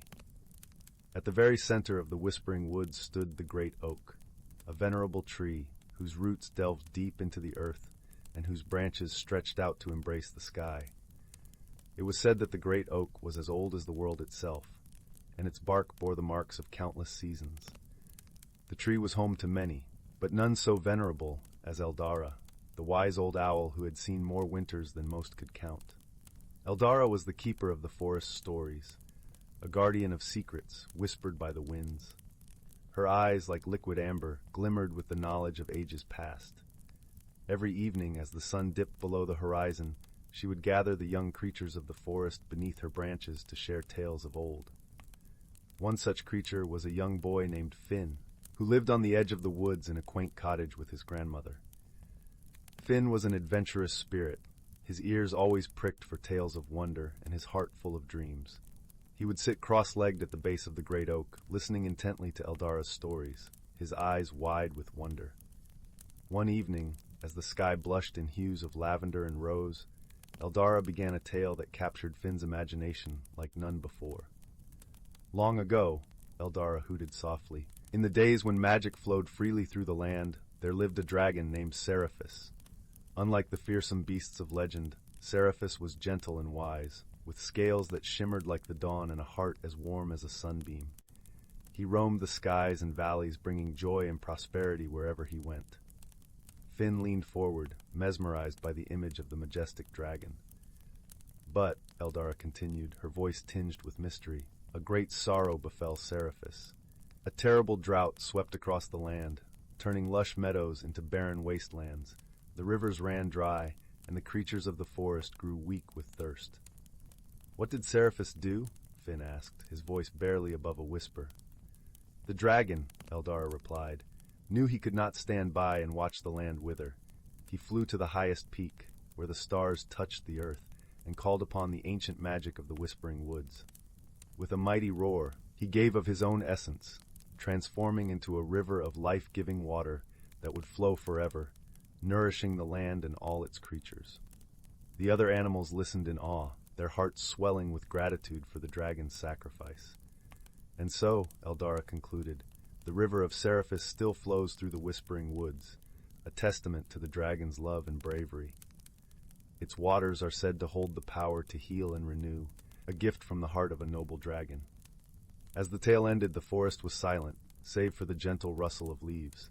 Finn sat quietly, his heart full of a newfound resolve. He felt a stirring within him, a call to adventure that he could not ignore. "Eldara," Finn said softly, "do you think the river of Seraphis could still help those in need?" Eldara gazed at him with a knowing smile. "The river's magic remains, young one, but it is the heart of a true believer that can awaken its power." With those words, Finn's mind was made up. He thanked Eldara and bid farewell to his forest friends, determined to find the legendary river and bring its healing waters to his grandmother, who had fallen ill with a mysterious ailment. As dawn broke over the Whispering Woods, Finn set out on his journey, guided by the whispers of the wind and the gentle glow of the morning sun. The path was not easy, for the forest was vast and full of hidden wonders. Yet Finn's heart was light, and his spirit was buoyed by the promise of the dragon's gift. He traveled through glades where fireflies danced in the morning mist, and across meadows where wildflowers bloomed in riotous color. Along the way, he met many creatures who offered their help. A mischievous fox who showed him hidden trails, a kind-hearted badger who shared his knowledge of the woods, and a wise old tortoise who lent Finn his map of the stars. Days turned into nights, and nights into days, until at last, Finn reached the foot of a great mountain, its peak lost in clouds. It was here, according to Eldara's tale, that the river of Seraphis began its journey through the forest. With determination in his heart and the memory of his grandmother's smile in his mind, Finn began to climb. The ascent was steep and treacherous, the path winding through rugged terrain. But Finn was undaunted, for he was guided by the spirit of adventure and the stories that had filled his dreams. At long last, as the sun began to set, painting the sky in hues of gold and crimson, Finn reached the summit. There, before him, lay the source of the river, a crystal-clear spring that bubbled forth from the rocks, its waters shimmering with an otherworldly light. Finn knelt by the spring, cupping his hands to drink. The water was cool and sweet, and as he drank, he felt a warmth spread through his body, a sensation of renewal and strength. He filled a small flask he had brought with him, the water glowing softly within. As he stood gazing at the spring, a sense of peace enveloped him, and he knew in his heart that the dragon's gift was real. The river's magic had touched him, and he felt a deep connection to the land and its stories. With the flask secured, Finn began the journey home, his steps light and his heart full of hope. The path seemed shorter now, the forest welcoming him with open arms. Along the way, he shared tales of his adventure with the creatures he met, weaving new stories into the tapestry of the whispering woods. At last, Finn reached his grandmother's cottage. The sun was setting once more, casting long shadows across the clearing. He found her resting by the hearth, her face pale, but her eyes bright with love as she saw him. "Grandmother," Finn said, kneeling beside her, "I've brought you something special." He held out the flask, and she took it with trembling hands. As she drank, a gentle glow suffused her features, and she smiled, a warmth returning to her cheeks. "Thank you, Finn," she whispered, her voice filled with gratitude. "You have a brave heart, just like the dragon of the old tales." Finn smiled, his heart swelling with pride and love. He knew that the magic of the Whispering Woods was not just in the waters of the river of Seriphus, but in every story, every creature, and every act of kindness that bound the forest together. And so, the Whispering Woods continued to thrive, its stories growing with each new generation. Finn's adventure became a cherished tale, shared under the boughs of the great oak, inspiring others to seek their own paths of wonder and courage. And high above, where the stars touched the earth, the spirit of Seriphus watched over the land, his gift a timeless reminder of the power of love, sacrifice, and the magic that flows through the heart of the world. Story 74, The Moonflower's Gift. In a secluded valley, where the mist lingered like a gossamer veil, there lived a kind-hearted dragon named Aurelia. Her scales shimmered with the iridescent hues of the northern lights, and her eyes held the warmth of 1,000 sunrises. Aurelia was the guardian of the Moonflower Grove, a verdant sanctuary where rare, luminous blossoms bloomed only under the caress of the full moon's silvery rays. These enchanted flowers possessed powerful healing properties, and Aurelia's duty was to safeguard them from harm and ensure their magic remained undisturbed. One night, as the moon reached its zenith, Aurelia sensed a disturbance in the grove. She unfurled her wings and soared over the canopy of ancient trees, her keen senses alert for any sign of danger. To her surprise, she found a young girl named Mila, sitting amongst the moonflowers, her eyes wide with wonder. Aurelia's first instinct was to protect the sacred grove, but as she watched Mila's gentle touch caress the delicate petals, she sensed no malice in the child's heart. "Dear one," Aurelia spoke softly, her voice like the whisper of a summer breeze, "how did you find this hidden place?" Mila's eyes grew even wider, but there was no fear in them. "I was following the trail of silvery lights," she replied. "They led me here, to this beautiful garden." Aurelia understood then that the moonflowers had chosen to reveal themselves to the pure-hearted child. She settled beside Mila, her massive form dwarfing the girl, yet her presence radiated warmth and kindness. "These are no ordinary flowers, little one," Aurelia explained. "They bloom only under the full moon's embrace, and their petals hold the power to heal both body and soul." Mila listened, enraptured, as Aurelia shared the tales of the Moonflower Grove and the ancient magic that flowed through its roots. As the night wore on, Aurelia noticed a sadness in Mila's eyes, a weight that no child should bear. With a gentle nudge of her snout, she encouraged the girl to share her burden. Mila's voice trembled as she spoke of her ailing grandmother, bedridden and weak, her spirit fading with each passing day. "The healers have tried everything, but nothing seems to help," she said, tears glistening in her eyes. Aurelia's heart ached for the child's sorrow. She knew then what she must do. Carefully, she plucked a single moonflower from the grove, its petals aglow with lunar magic. "Take this flower to your grandmother," Aurelia instructed. "Its essence will restore her strength and renew her spirit." Mila accepted the precious gift, cradling it gently in her hands. "Thank you, kind dragon," she whispered, her eyes shining with gratitude. As the first rays of dawn crept over the horizon, Aurelia watched Mila depart, the moonflower's radiance illuminating her path. The dragon knew she had done the right thing. For the true power of the moonflowers lay not only in their healing properties, but in the ability to mend broken hearts and rekindle hope. From that day forward, whenever the full moon rose, Aurelia would catch a glimpse of Mila visiting the grove. her grandmother's laughter echoing through the trees like the sweetest of melodies. And in those moments, the dragon's heart swelled with joy, knowing that the magic of the moonflowers had touched another life, weaving its tapestry of wonder and healing into the fabric of the world. Story 75. Once upon a time, in a land where mist-capped mountains met ancient forests, a young girl named Willow lived with her grandmother in a quaint cottage nestled among the towering pines. Though their home was humble, it was filled with the warmth of love and the magic of stories.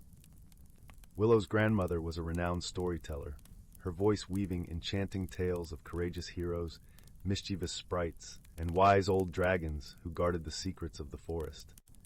Each night, as they sat by the crackling fire, Willow would eagerly listen, her eyes wide with wonder, as her grandmother brought these fantastical worlds to life.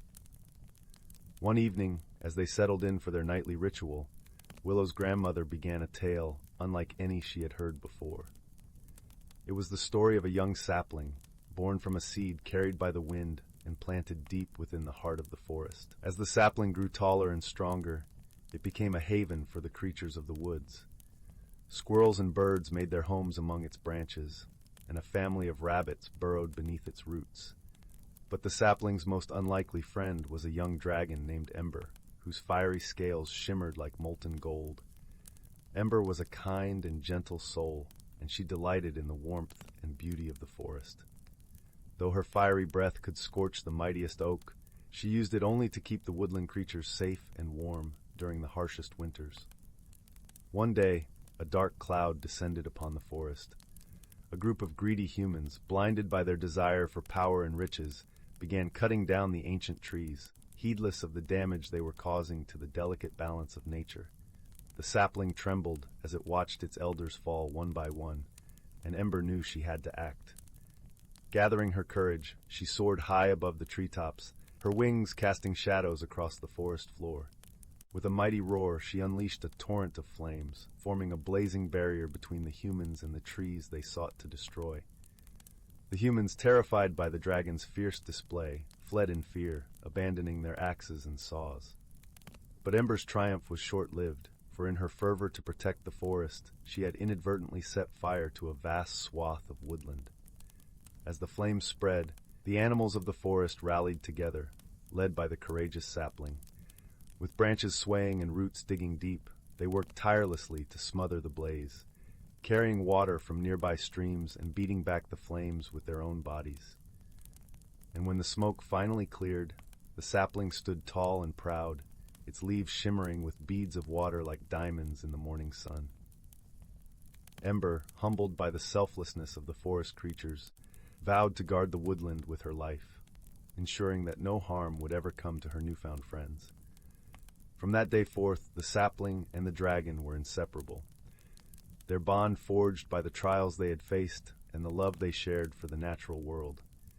And as the years passed, the sapling grew into a mighty oak, its branches providing shelter and sustenance to countless generations of forest dwellers.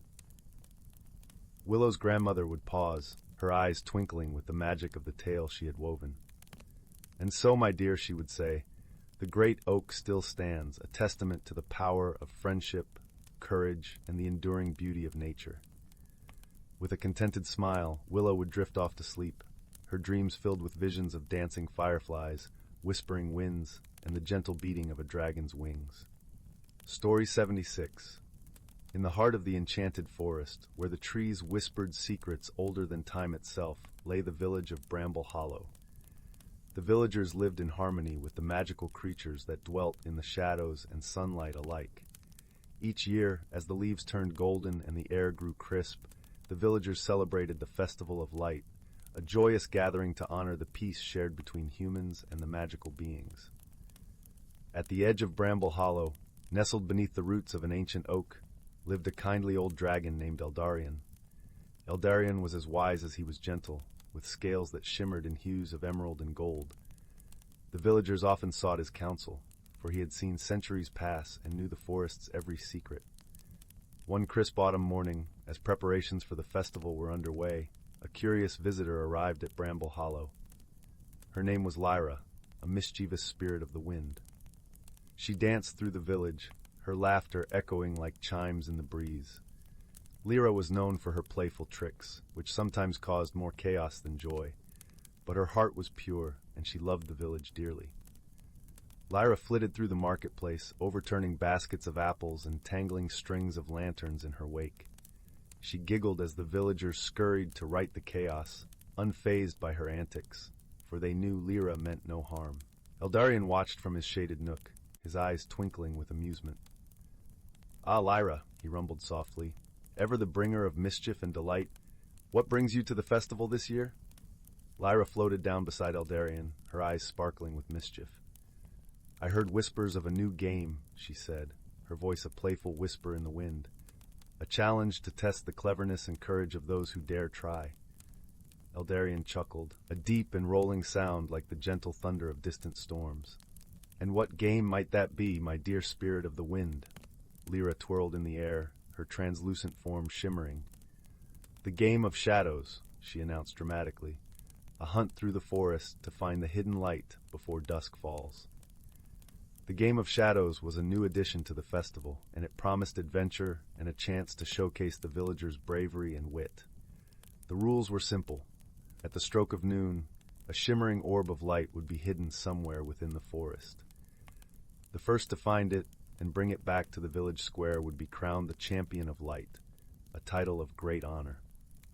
As the sun reached its zenith, a hush fell over Bramble Hollow. The villagers gathered in the square, excitement buzzing in the air like a swarm of fireflies. Eldarien, too, emerged from his lair, his presence a comforting assurance of safety and wisdom. "Let the game of shadows begin," declared the village elder, a sprightly woman named Agnes with silver hair and a smile that could melt the winter frost. And so the villagers set off, their laughter mingling with the rustle of leaves and the song of birds. Lyra, with a playful wink, vanished into the trees, her presence a gentle breeze that guided the way. Among the participants was a young girl named Eleanor.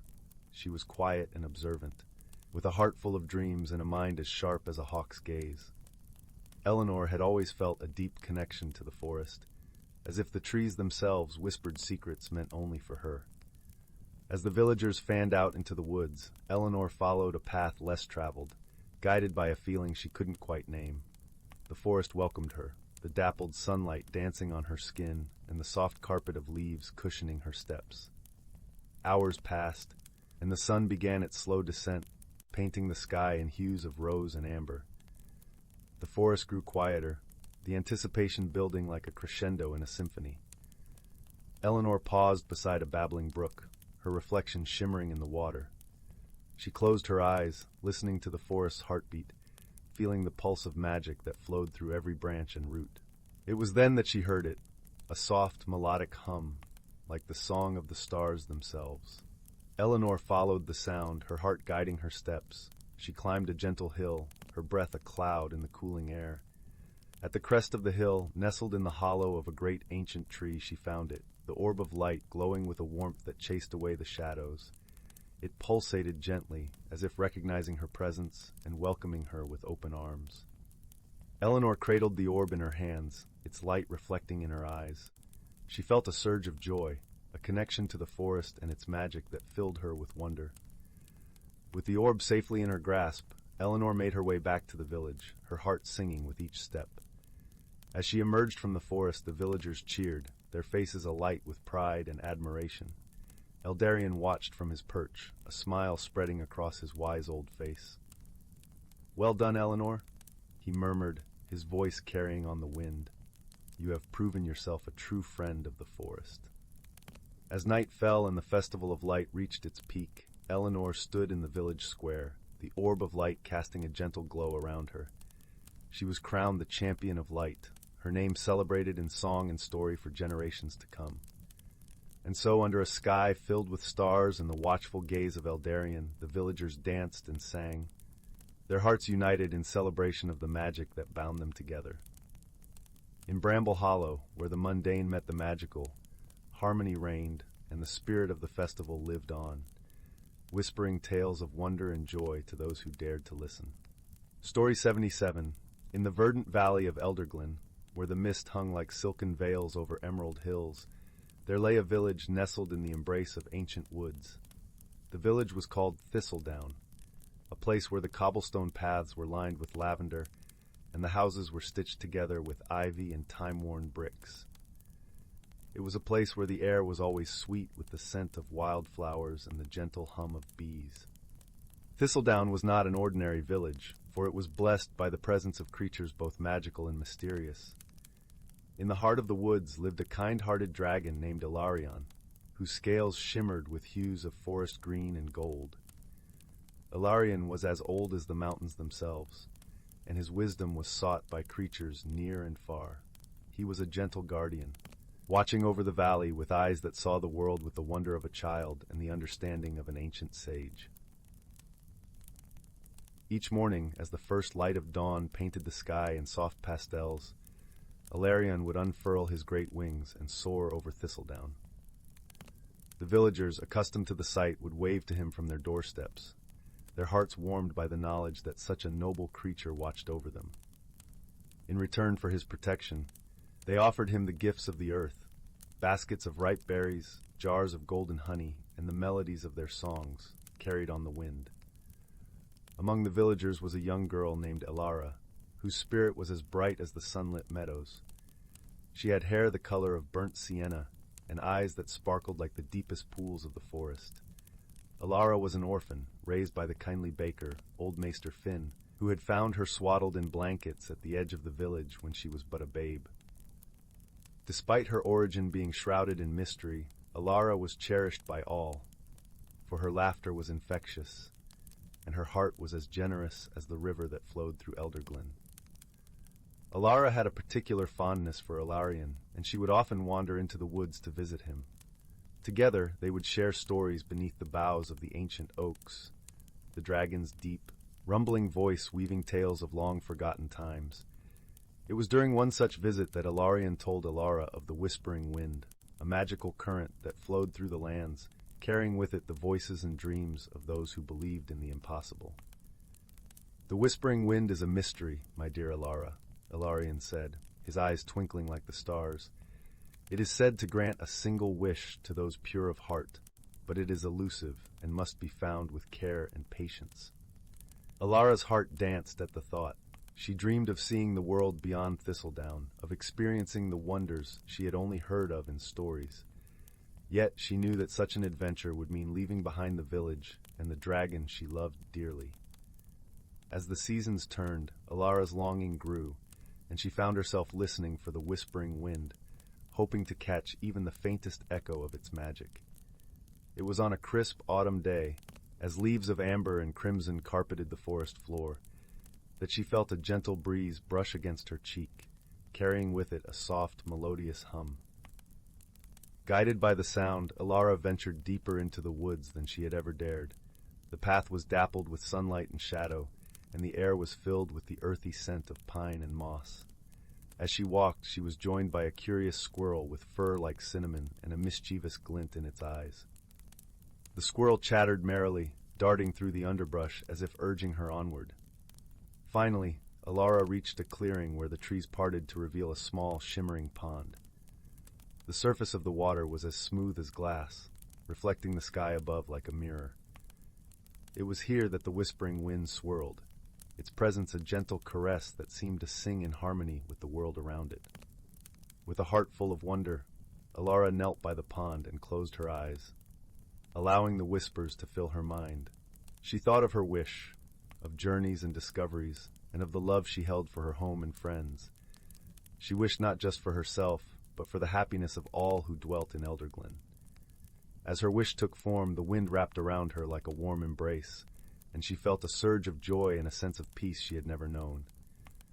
The squirrel, sensing the magic in the air, hopped onto her shoulder, its tiny heart beating in tandem with her own. Time seemed to pause, and in that moment, Elara knew that the Whispering Wind had heard her. Weeks passed, and life in Thistledown continued in its gentle rhythm. Winter came, draping the village in a blanket of snow, and with it, a sense of anticipation. Though Elara had not seen Ilarion since the day she made her wish, she felt his presence in the rustle of the leaves and the gleam of the frost-kissed mornings. On the eve of the winter solstice, the villagers gathered in the square where a great bonfire crackled and danced, its flames reaching for the sky. It was a night of celebration, of song and laughter, and of stories passed from one generation to the next. Alara stood among them, her heart filled with gratitude and love. As the clock struck midnight, a sudden gust of wind swept through the square, carrying with it the unmistakable melody of the whispering wind. The villagers gasped in wonder as lights, tiny, glowing orbs, began to drift down from the sky, settling like stars upon their hands and shoulders. The lights were the wishes of the whispering wind, gifts of hope and dreams answered. As Alara watched, one of the lights floated towards her, and as it touched her palm, she understood the true magic of her wish. It was not just about journeys and adventures, but about the connections that bound them all together, the love that transcended distance and time. And then, from the shadows of the forest, Alarion emerged, his scales aglow with the light of 1,000 wishes. He bowed low to the villagers, his eyes meeting Alara's with a warmth that spoke of friendship and homecoming. "Your heart is a beacon, Alara," Alarion rumbled, his voice a gentle thunder. "The whispering wind has granted you a journey, not away from Thistledown, but a journey within. You have brought us all closer, and for that, we are grateful." Alara smiled, her heart full, and she knew that her wish had come true in the most unexpected of ways. The whispering wind had shown her that the greatest adventure was not in the places she would go, but in the love she shared with those around her. As the villagers celebrated, Alara felt the presence of the whispering wind, weaving through the crowd like a silken thread, binding them all to the magic of the world and to each other. It was a night of wonder, and as the stars watched over Thistledown, Alara knew that her story, their story, was just beginning. And so in the heart of Elderglen, where magic danced with the everyday, the village of Thistledown thrived, forever blessed by the gentle whisper of the wind and the love that dwelled in every heart. Story 78. In the heart of the lush emerald valleys of Elderglen, where the sun cast its golden glow over the verdant hills and the whispering winds carried secrets of old, there lay the quaint village of Bramblebrook. It was a place where stories were spun from moonlight and dreams, and where every leaf and pebble seemed to hum with the gentle magic of the world. Bramblebrook was nestled by the edge of the enchanted forest, a sprawling wood where trees grew tall and twisted, their branches like arms reaching for the sky. It was said that the forest was home to all manner of fantastical creatures. Sprites that flitted among the flowers, talking animals with wisdom untold, and most wondrous of all, the kind-hearted dragons who roamed the skies like silent guardians of the land. Among the townsfolk was a young girl named Alara, known for her boundless curiosity and the warmth of her laughter that could chase away even the darkest clouds. Her hair was a cascade of chestnut curls, and her eyes gleamed with the spark of 1,000 stories waiting to be told. She lived in a cozy cottage with her grandmother, Merwin, whose tales of olden days were as rich and sweet as honey.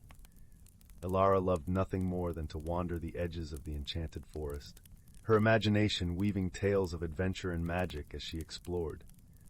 She would often sit by the babbling brook that cut through the village, dipping her toes in the cool water and watching the dragonflies dance on the breeze. One evening, as the sun began its descent and the sky blushed with hues of pink and gold, Alara ventured a little deeper into the forest than usual. Her heart beat with the thrill of discovery as she followed a narrow path lined with shimmering bluebells. The air was thick with enchantment, and the soft rustling of leaves seemed to whisper her name. As she walked, Alara stumbled upon a clearing bathed in the soft glow of twilight. At its center lay a shimmering pool, and beside it, a creature unlike any Alara had ever seen, a dragon, but not like the fearsome beasts of legend. This dragon was small, no larger than a horse, with scales that glimmered like sapphires and eyes that shone with a gentle warmth. The dragon was curled beside the pool, its expression one of serene contemplation. Alara's heart skipped a beat as she watched, her presence unnoticed by the creature. But then, as if sensing her gaze, the dragon turned its head and locked eyes with Alara. To her surprise, there was no fear in its gaze, only a quiet curiosity. "Hello," Alara ventured, her voice a soft melody in the evening air. I didn't mean to disturb you. The dragon tilted its head, a gesture that seemed almost playful. Then, to Alara's amazement, it spoke, a voice like the rustle of leaves, gentle and wise. You are not a disturbance, young one. You are a welcome guest in this haven of peace. Alara's heart soared with wonder. I've always dreamed of meeting a dragon, she confessed, stepping closer. But I never imagined it would be like this. The dragon chuckled, a sound like the tinkling of chimes. Dreams have a way of becoming reality when the heart is open. I am Zephyros, guardian of this forest. And what might your name be, little dreamer? I'm Alara, she replied, smiling wide. It's an honor to meet you, Zephyros. They talked long into the night, Alara sharing tales of her village and the myriad wonders of the world beyond, while Zephyros recounted stories of the forest and its ancient secrets. The clearing, bathed in starlight, became a sanctuary where the boundary between human and dragon blurred, and a friendship was forged in the magic of shared stories.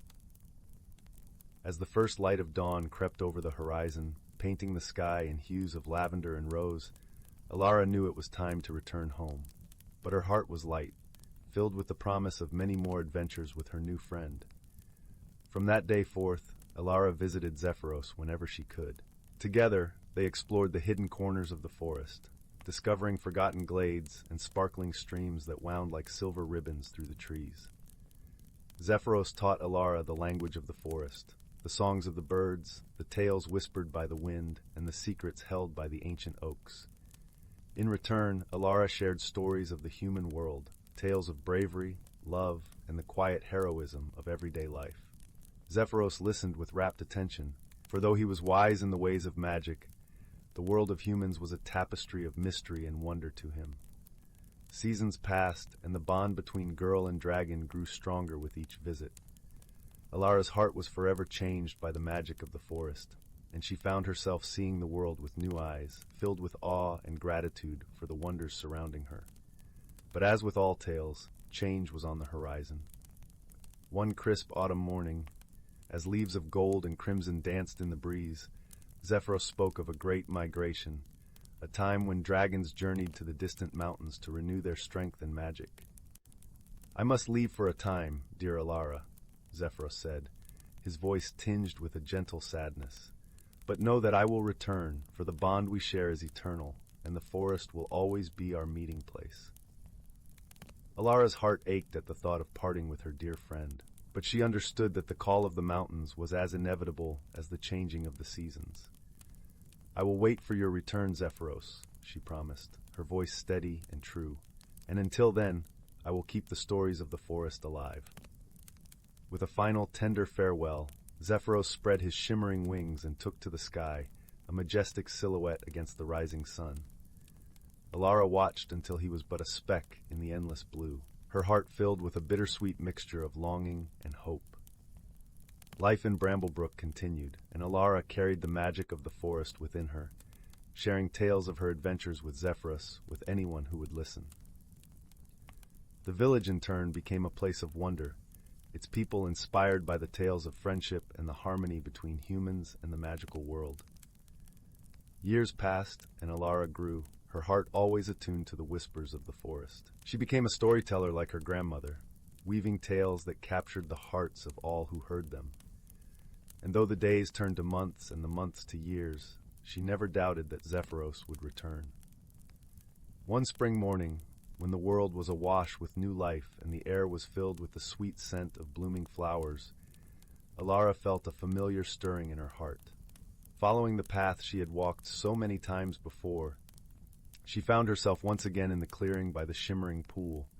There, with scales that gleamed like precious gems and eyes that shone with the warmth of 1,000 suns, was Zephyros. Time had passed, but their bond was as strong and vibrant as ever.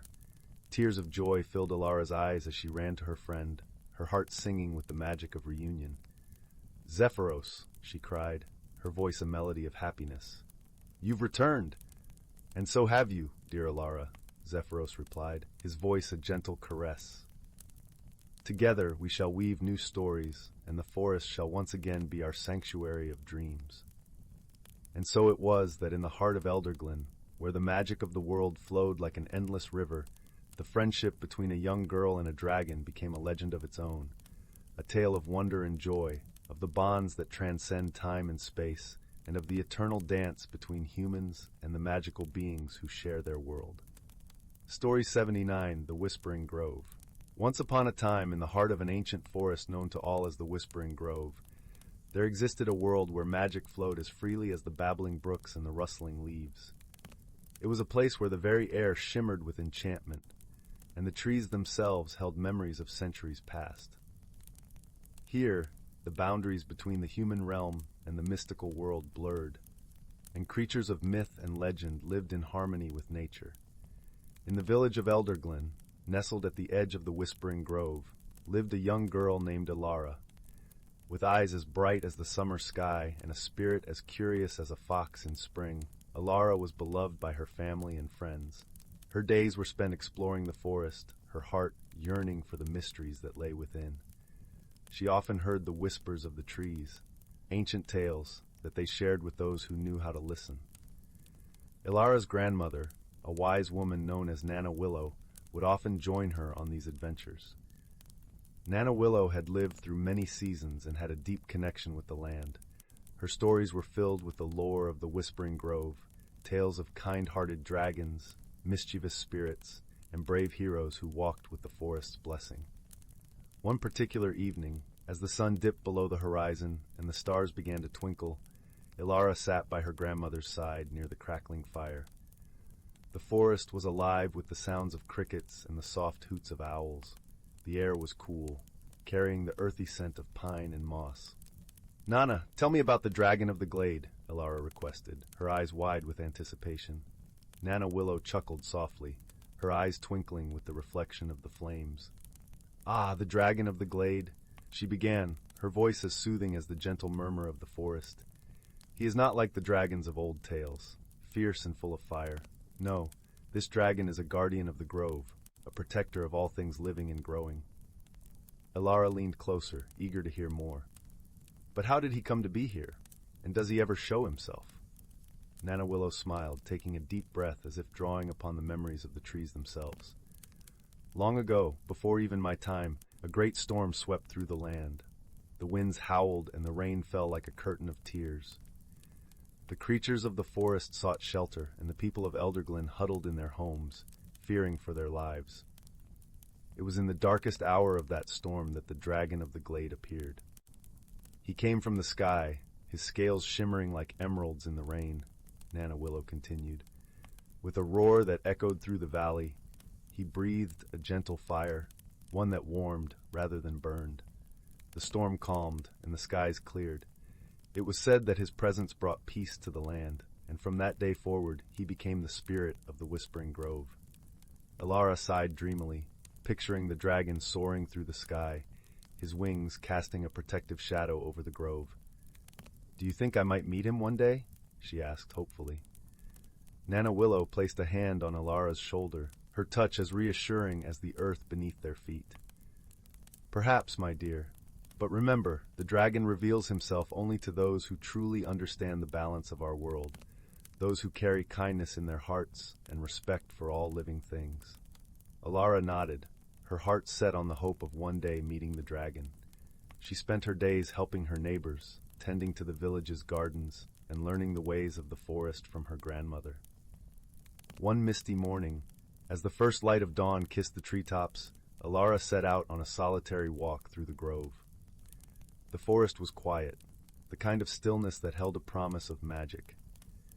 As she wandered deeper into the woods, she came upon a circle of ancient stones, a place Nana Willow had often spoken of with reverence. It was here in the heart of the forest that Elara paused to listen. She closed her eyes, feeling the pulse of the grove, the whispers of the breeze, and the gentle song of the leaves. And then she heard it, a soft, musical hum, like the strum of a harp carried on the wind. Opening her eyes, Elara saw a glimmer of movement among the trees. There, basking in a shaft of sunlight, was the dragon of the glade. His scales gleamed with the hues of the forest, greens, golds, and browns that shifted like autumn leaves. His eyes, wise and gentle, met hers with a knowing gaze. For a moment, time seemed to pause. The dragon's presence was a tapestry of warmth and wonder, a living embodiment of the grove's spirit. Alara felt a sense of peace wash over her, as though she were part of something greater, a thread in the vast fabric of life. The dragon lowered his head, a gesture of greeting and acceptance. Alara, her heart swelling with joy, bowed in return, her voice a whisper of gratitude carried on the wind. "Thank you," she breathed, her words meant for the dragon and the forest alike. With a slow, graceful movement, the dragon unfurled his wings, their span wide and majestic. He rose into the air, his silhouette a dance of light and shadow against the morning sky. Alara watched until he disappeared beyond the treetops, his presence lingering like a gentle echo in her heart. From that day forward, Alara carried the memory of the dragon's visit as a cherished secret, a reminder of the magic that existed not just in the Whispering Grove, but in the world around her.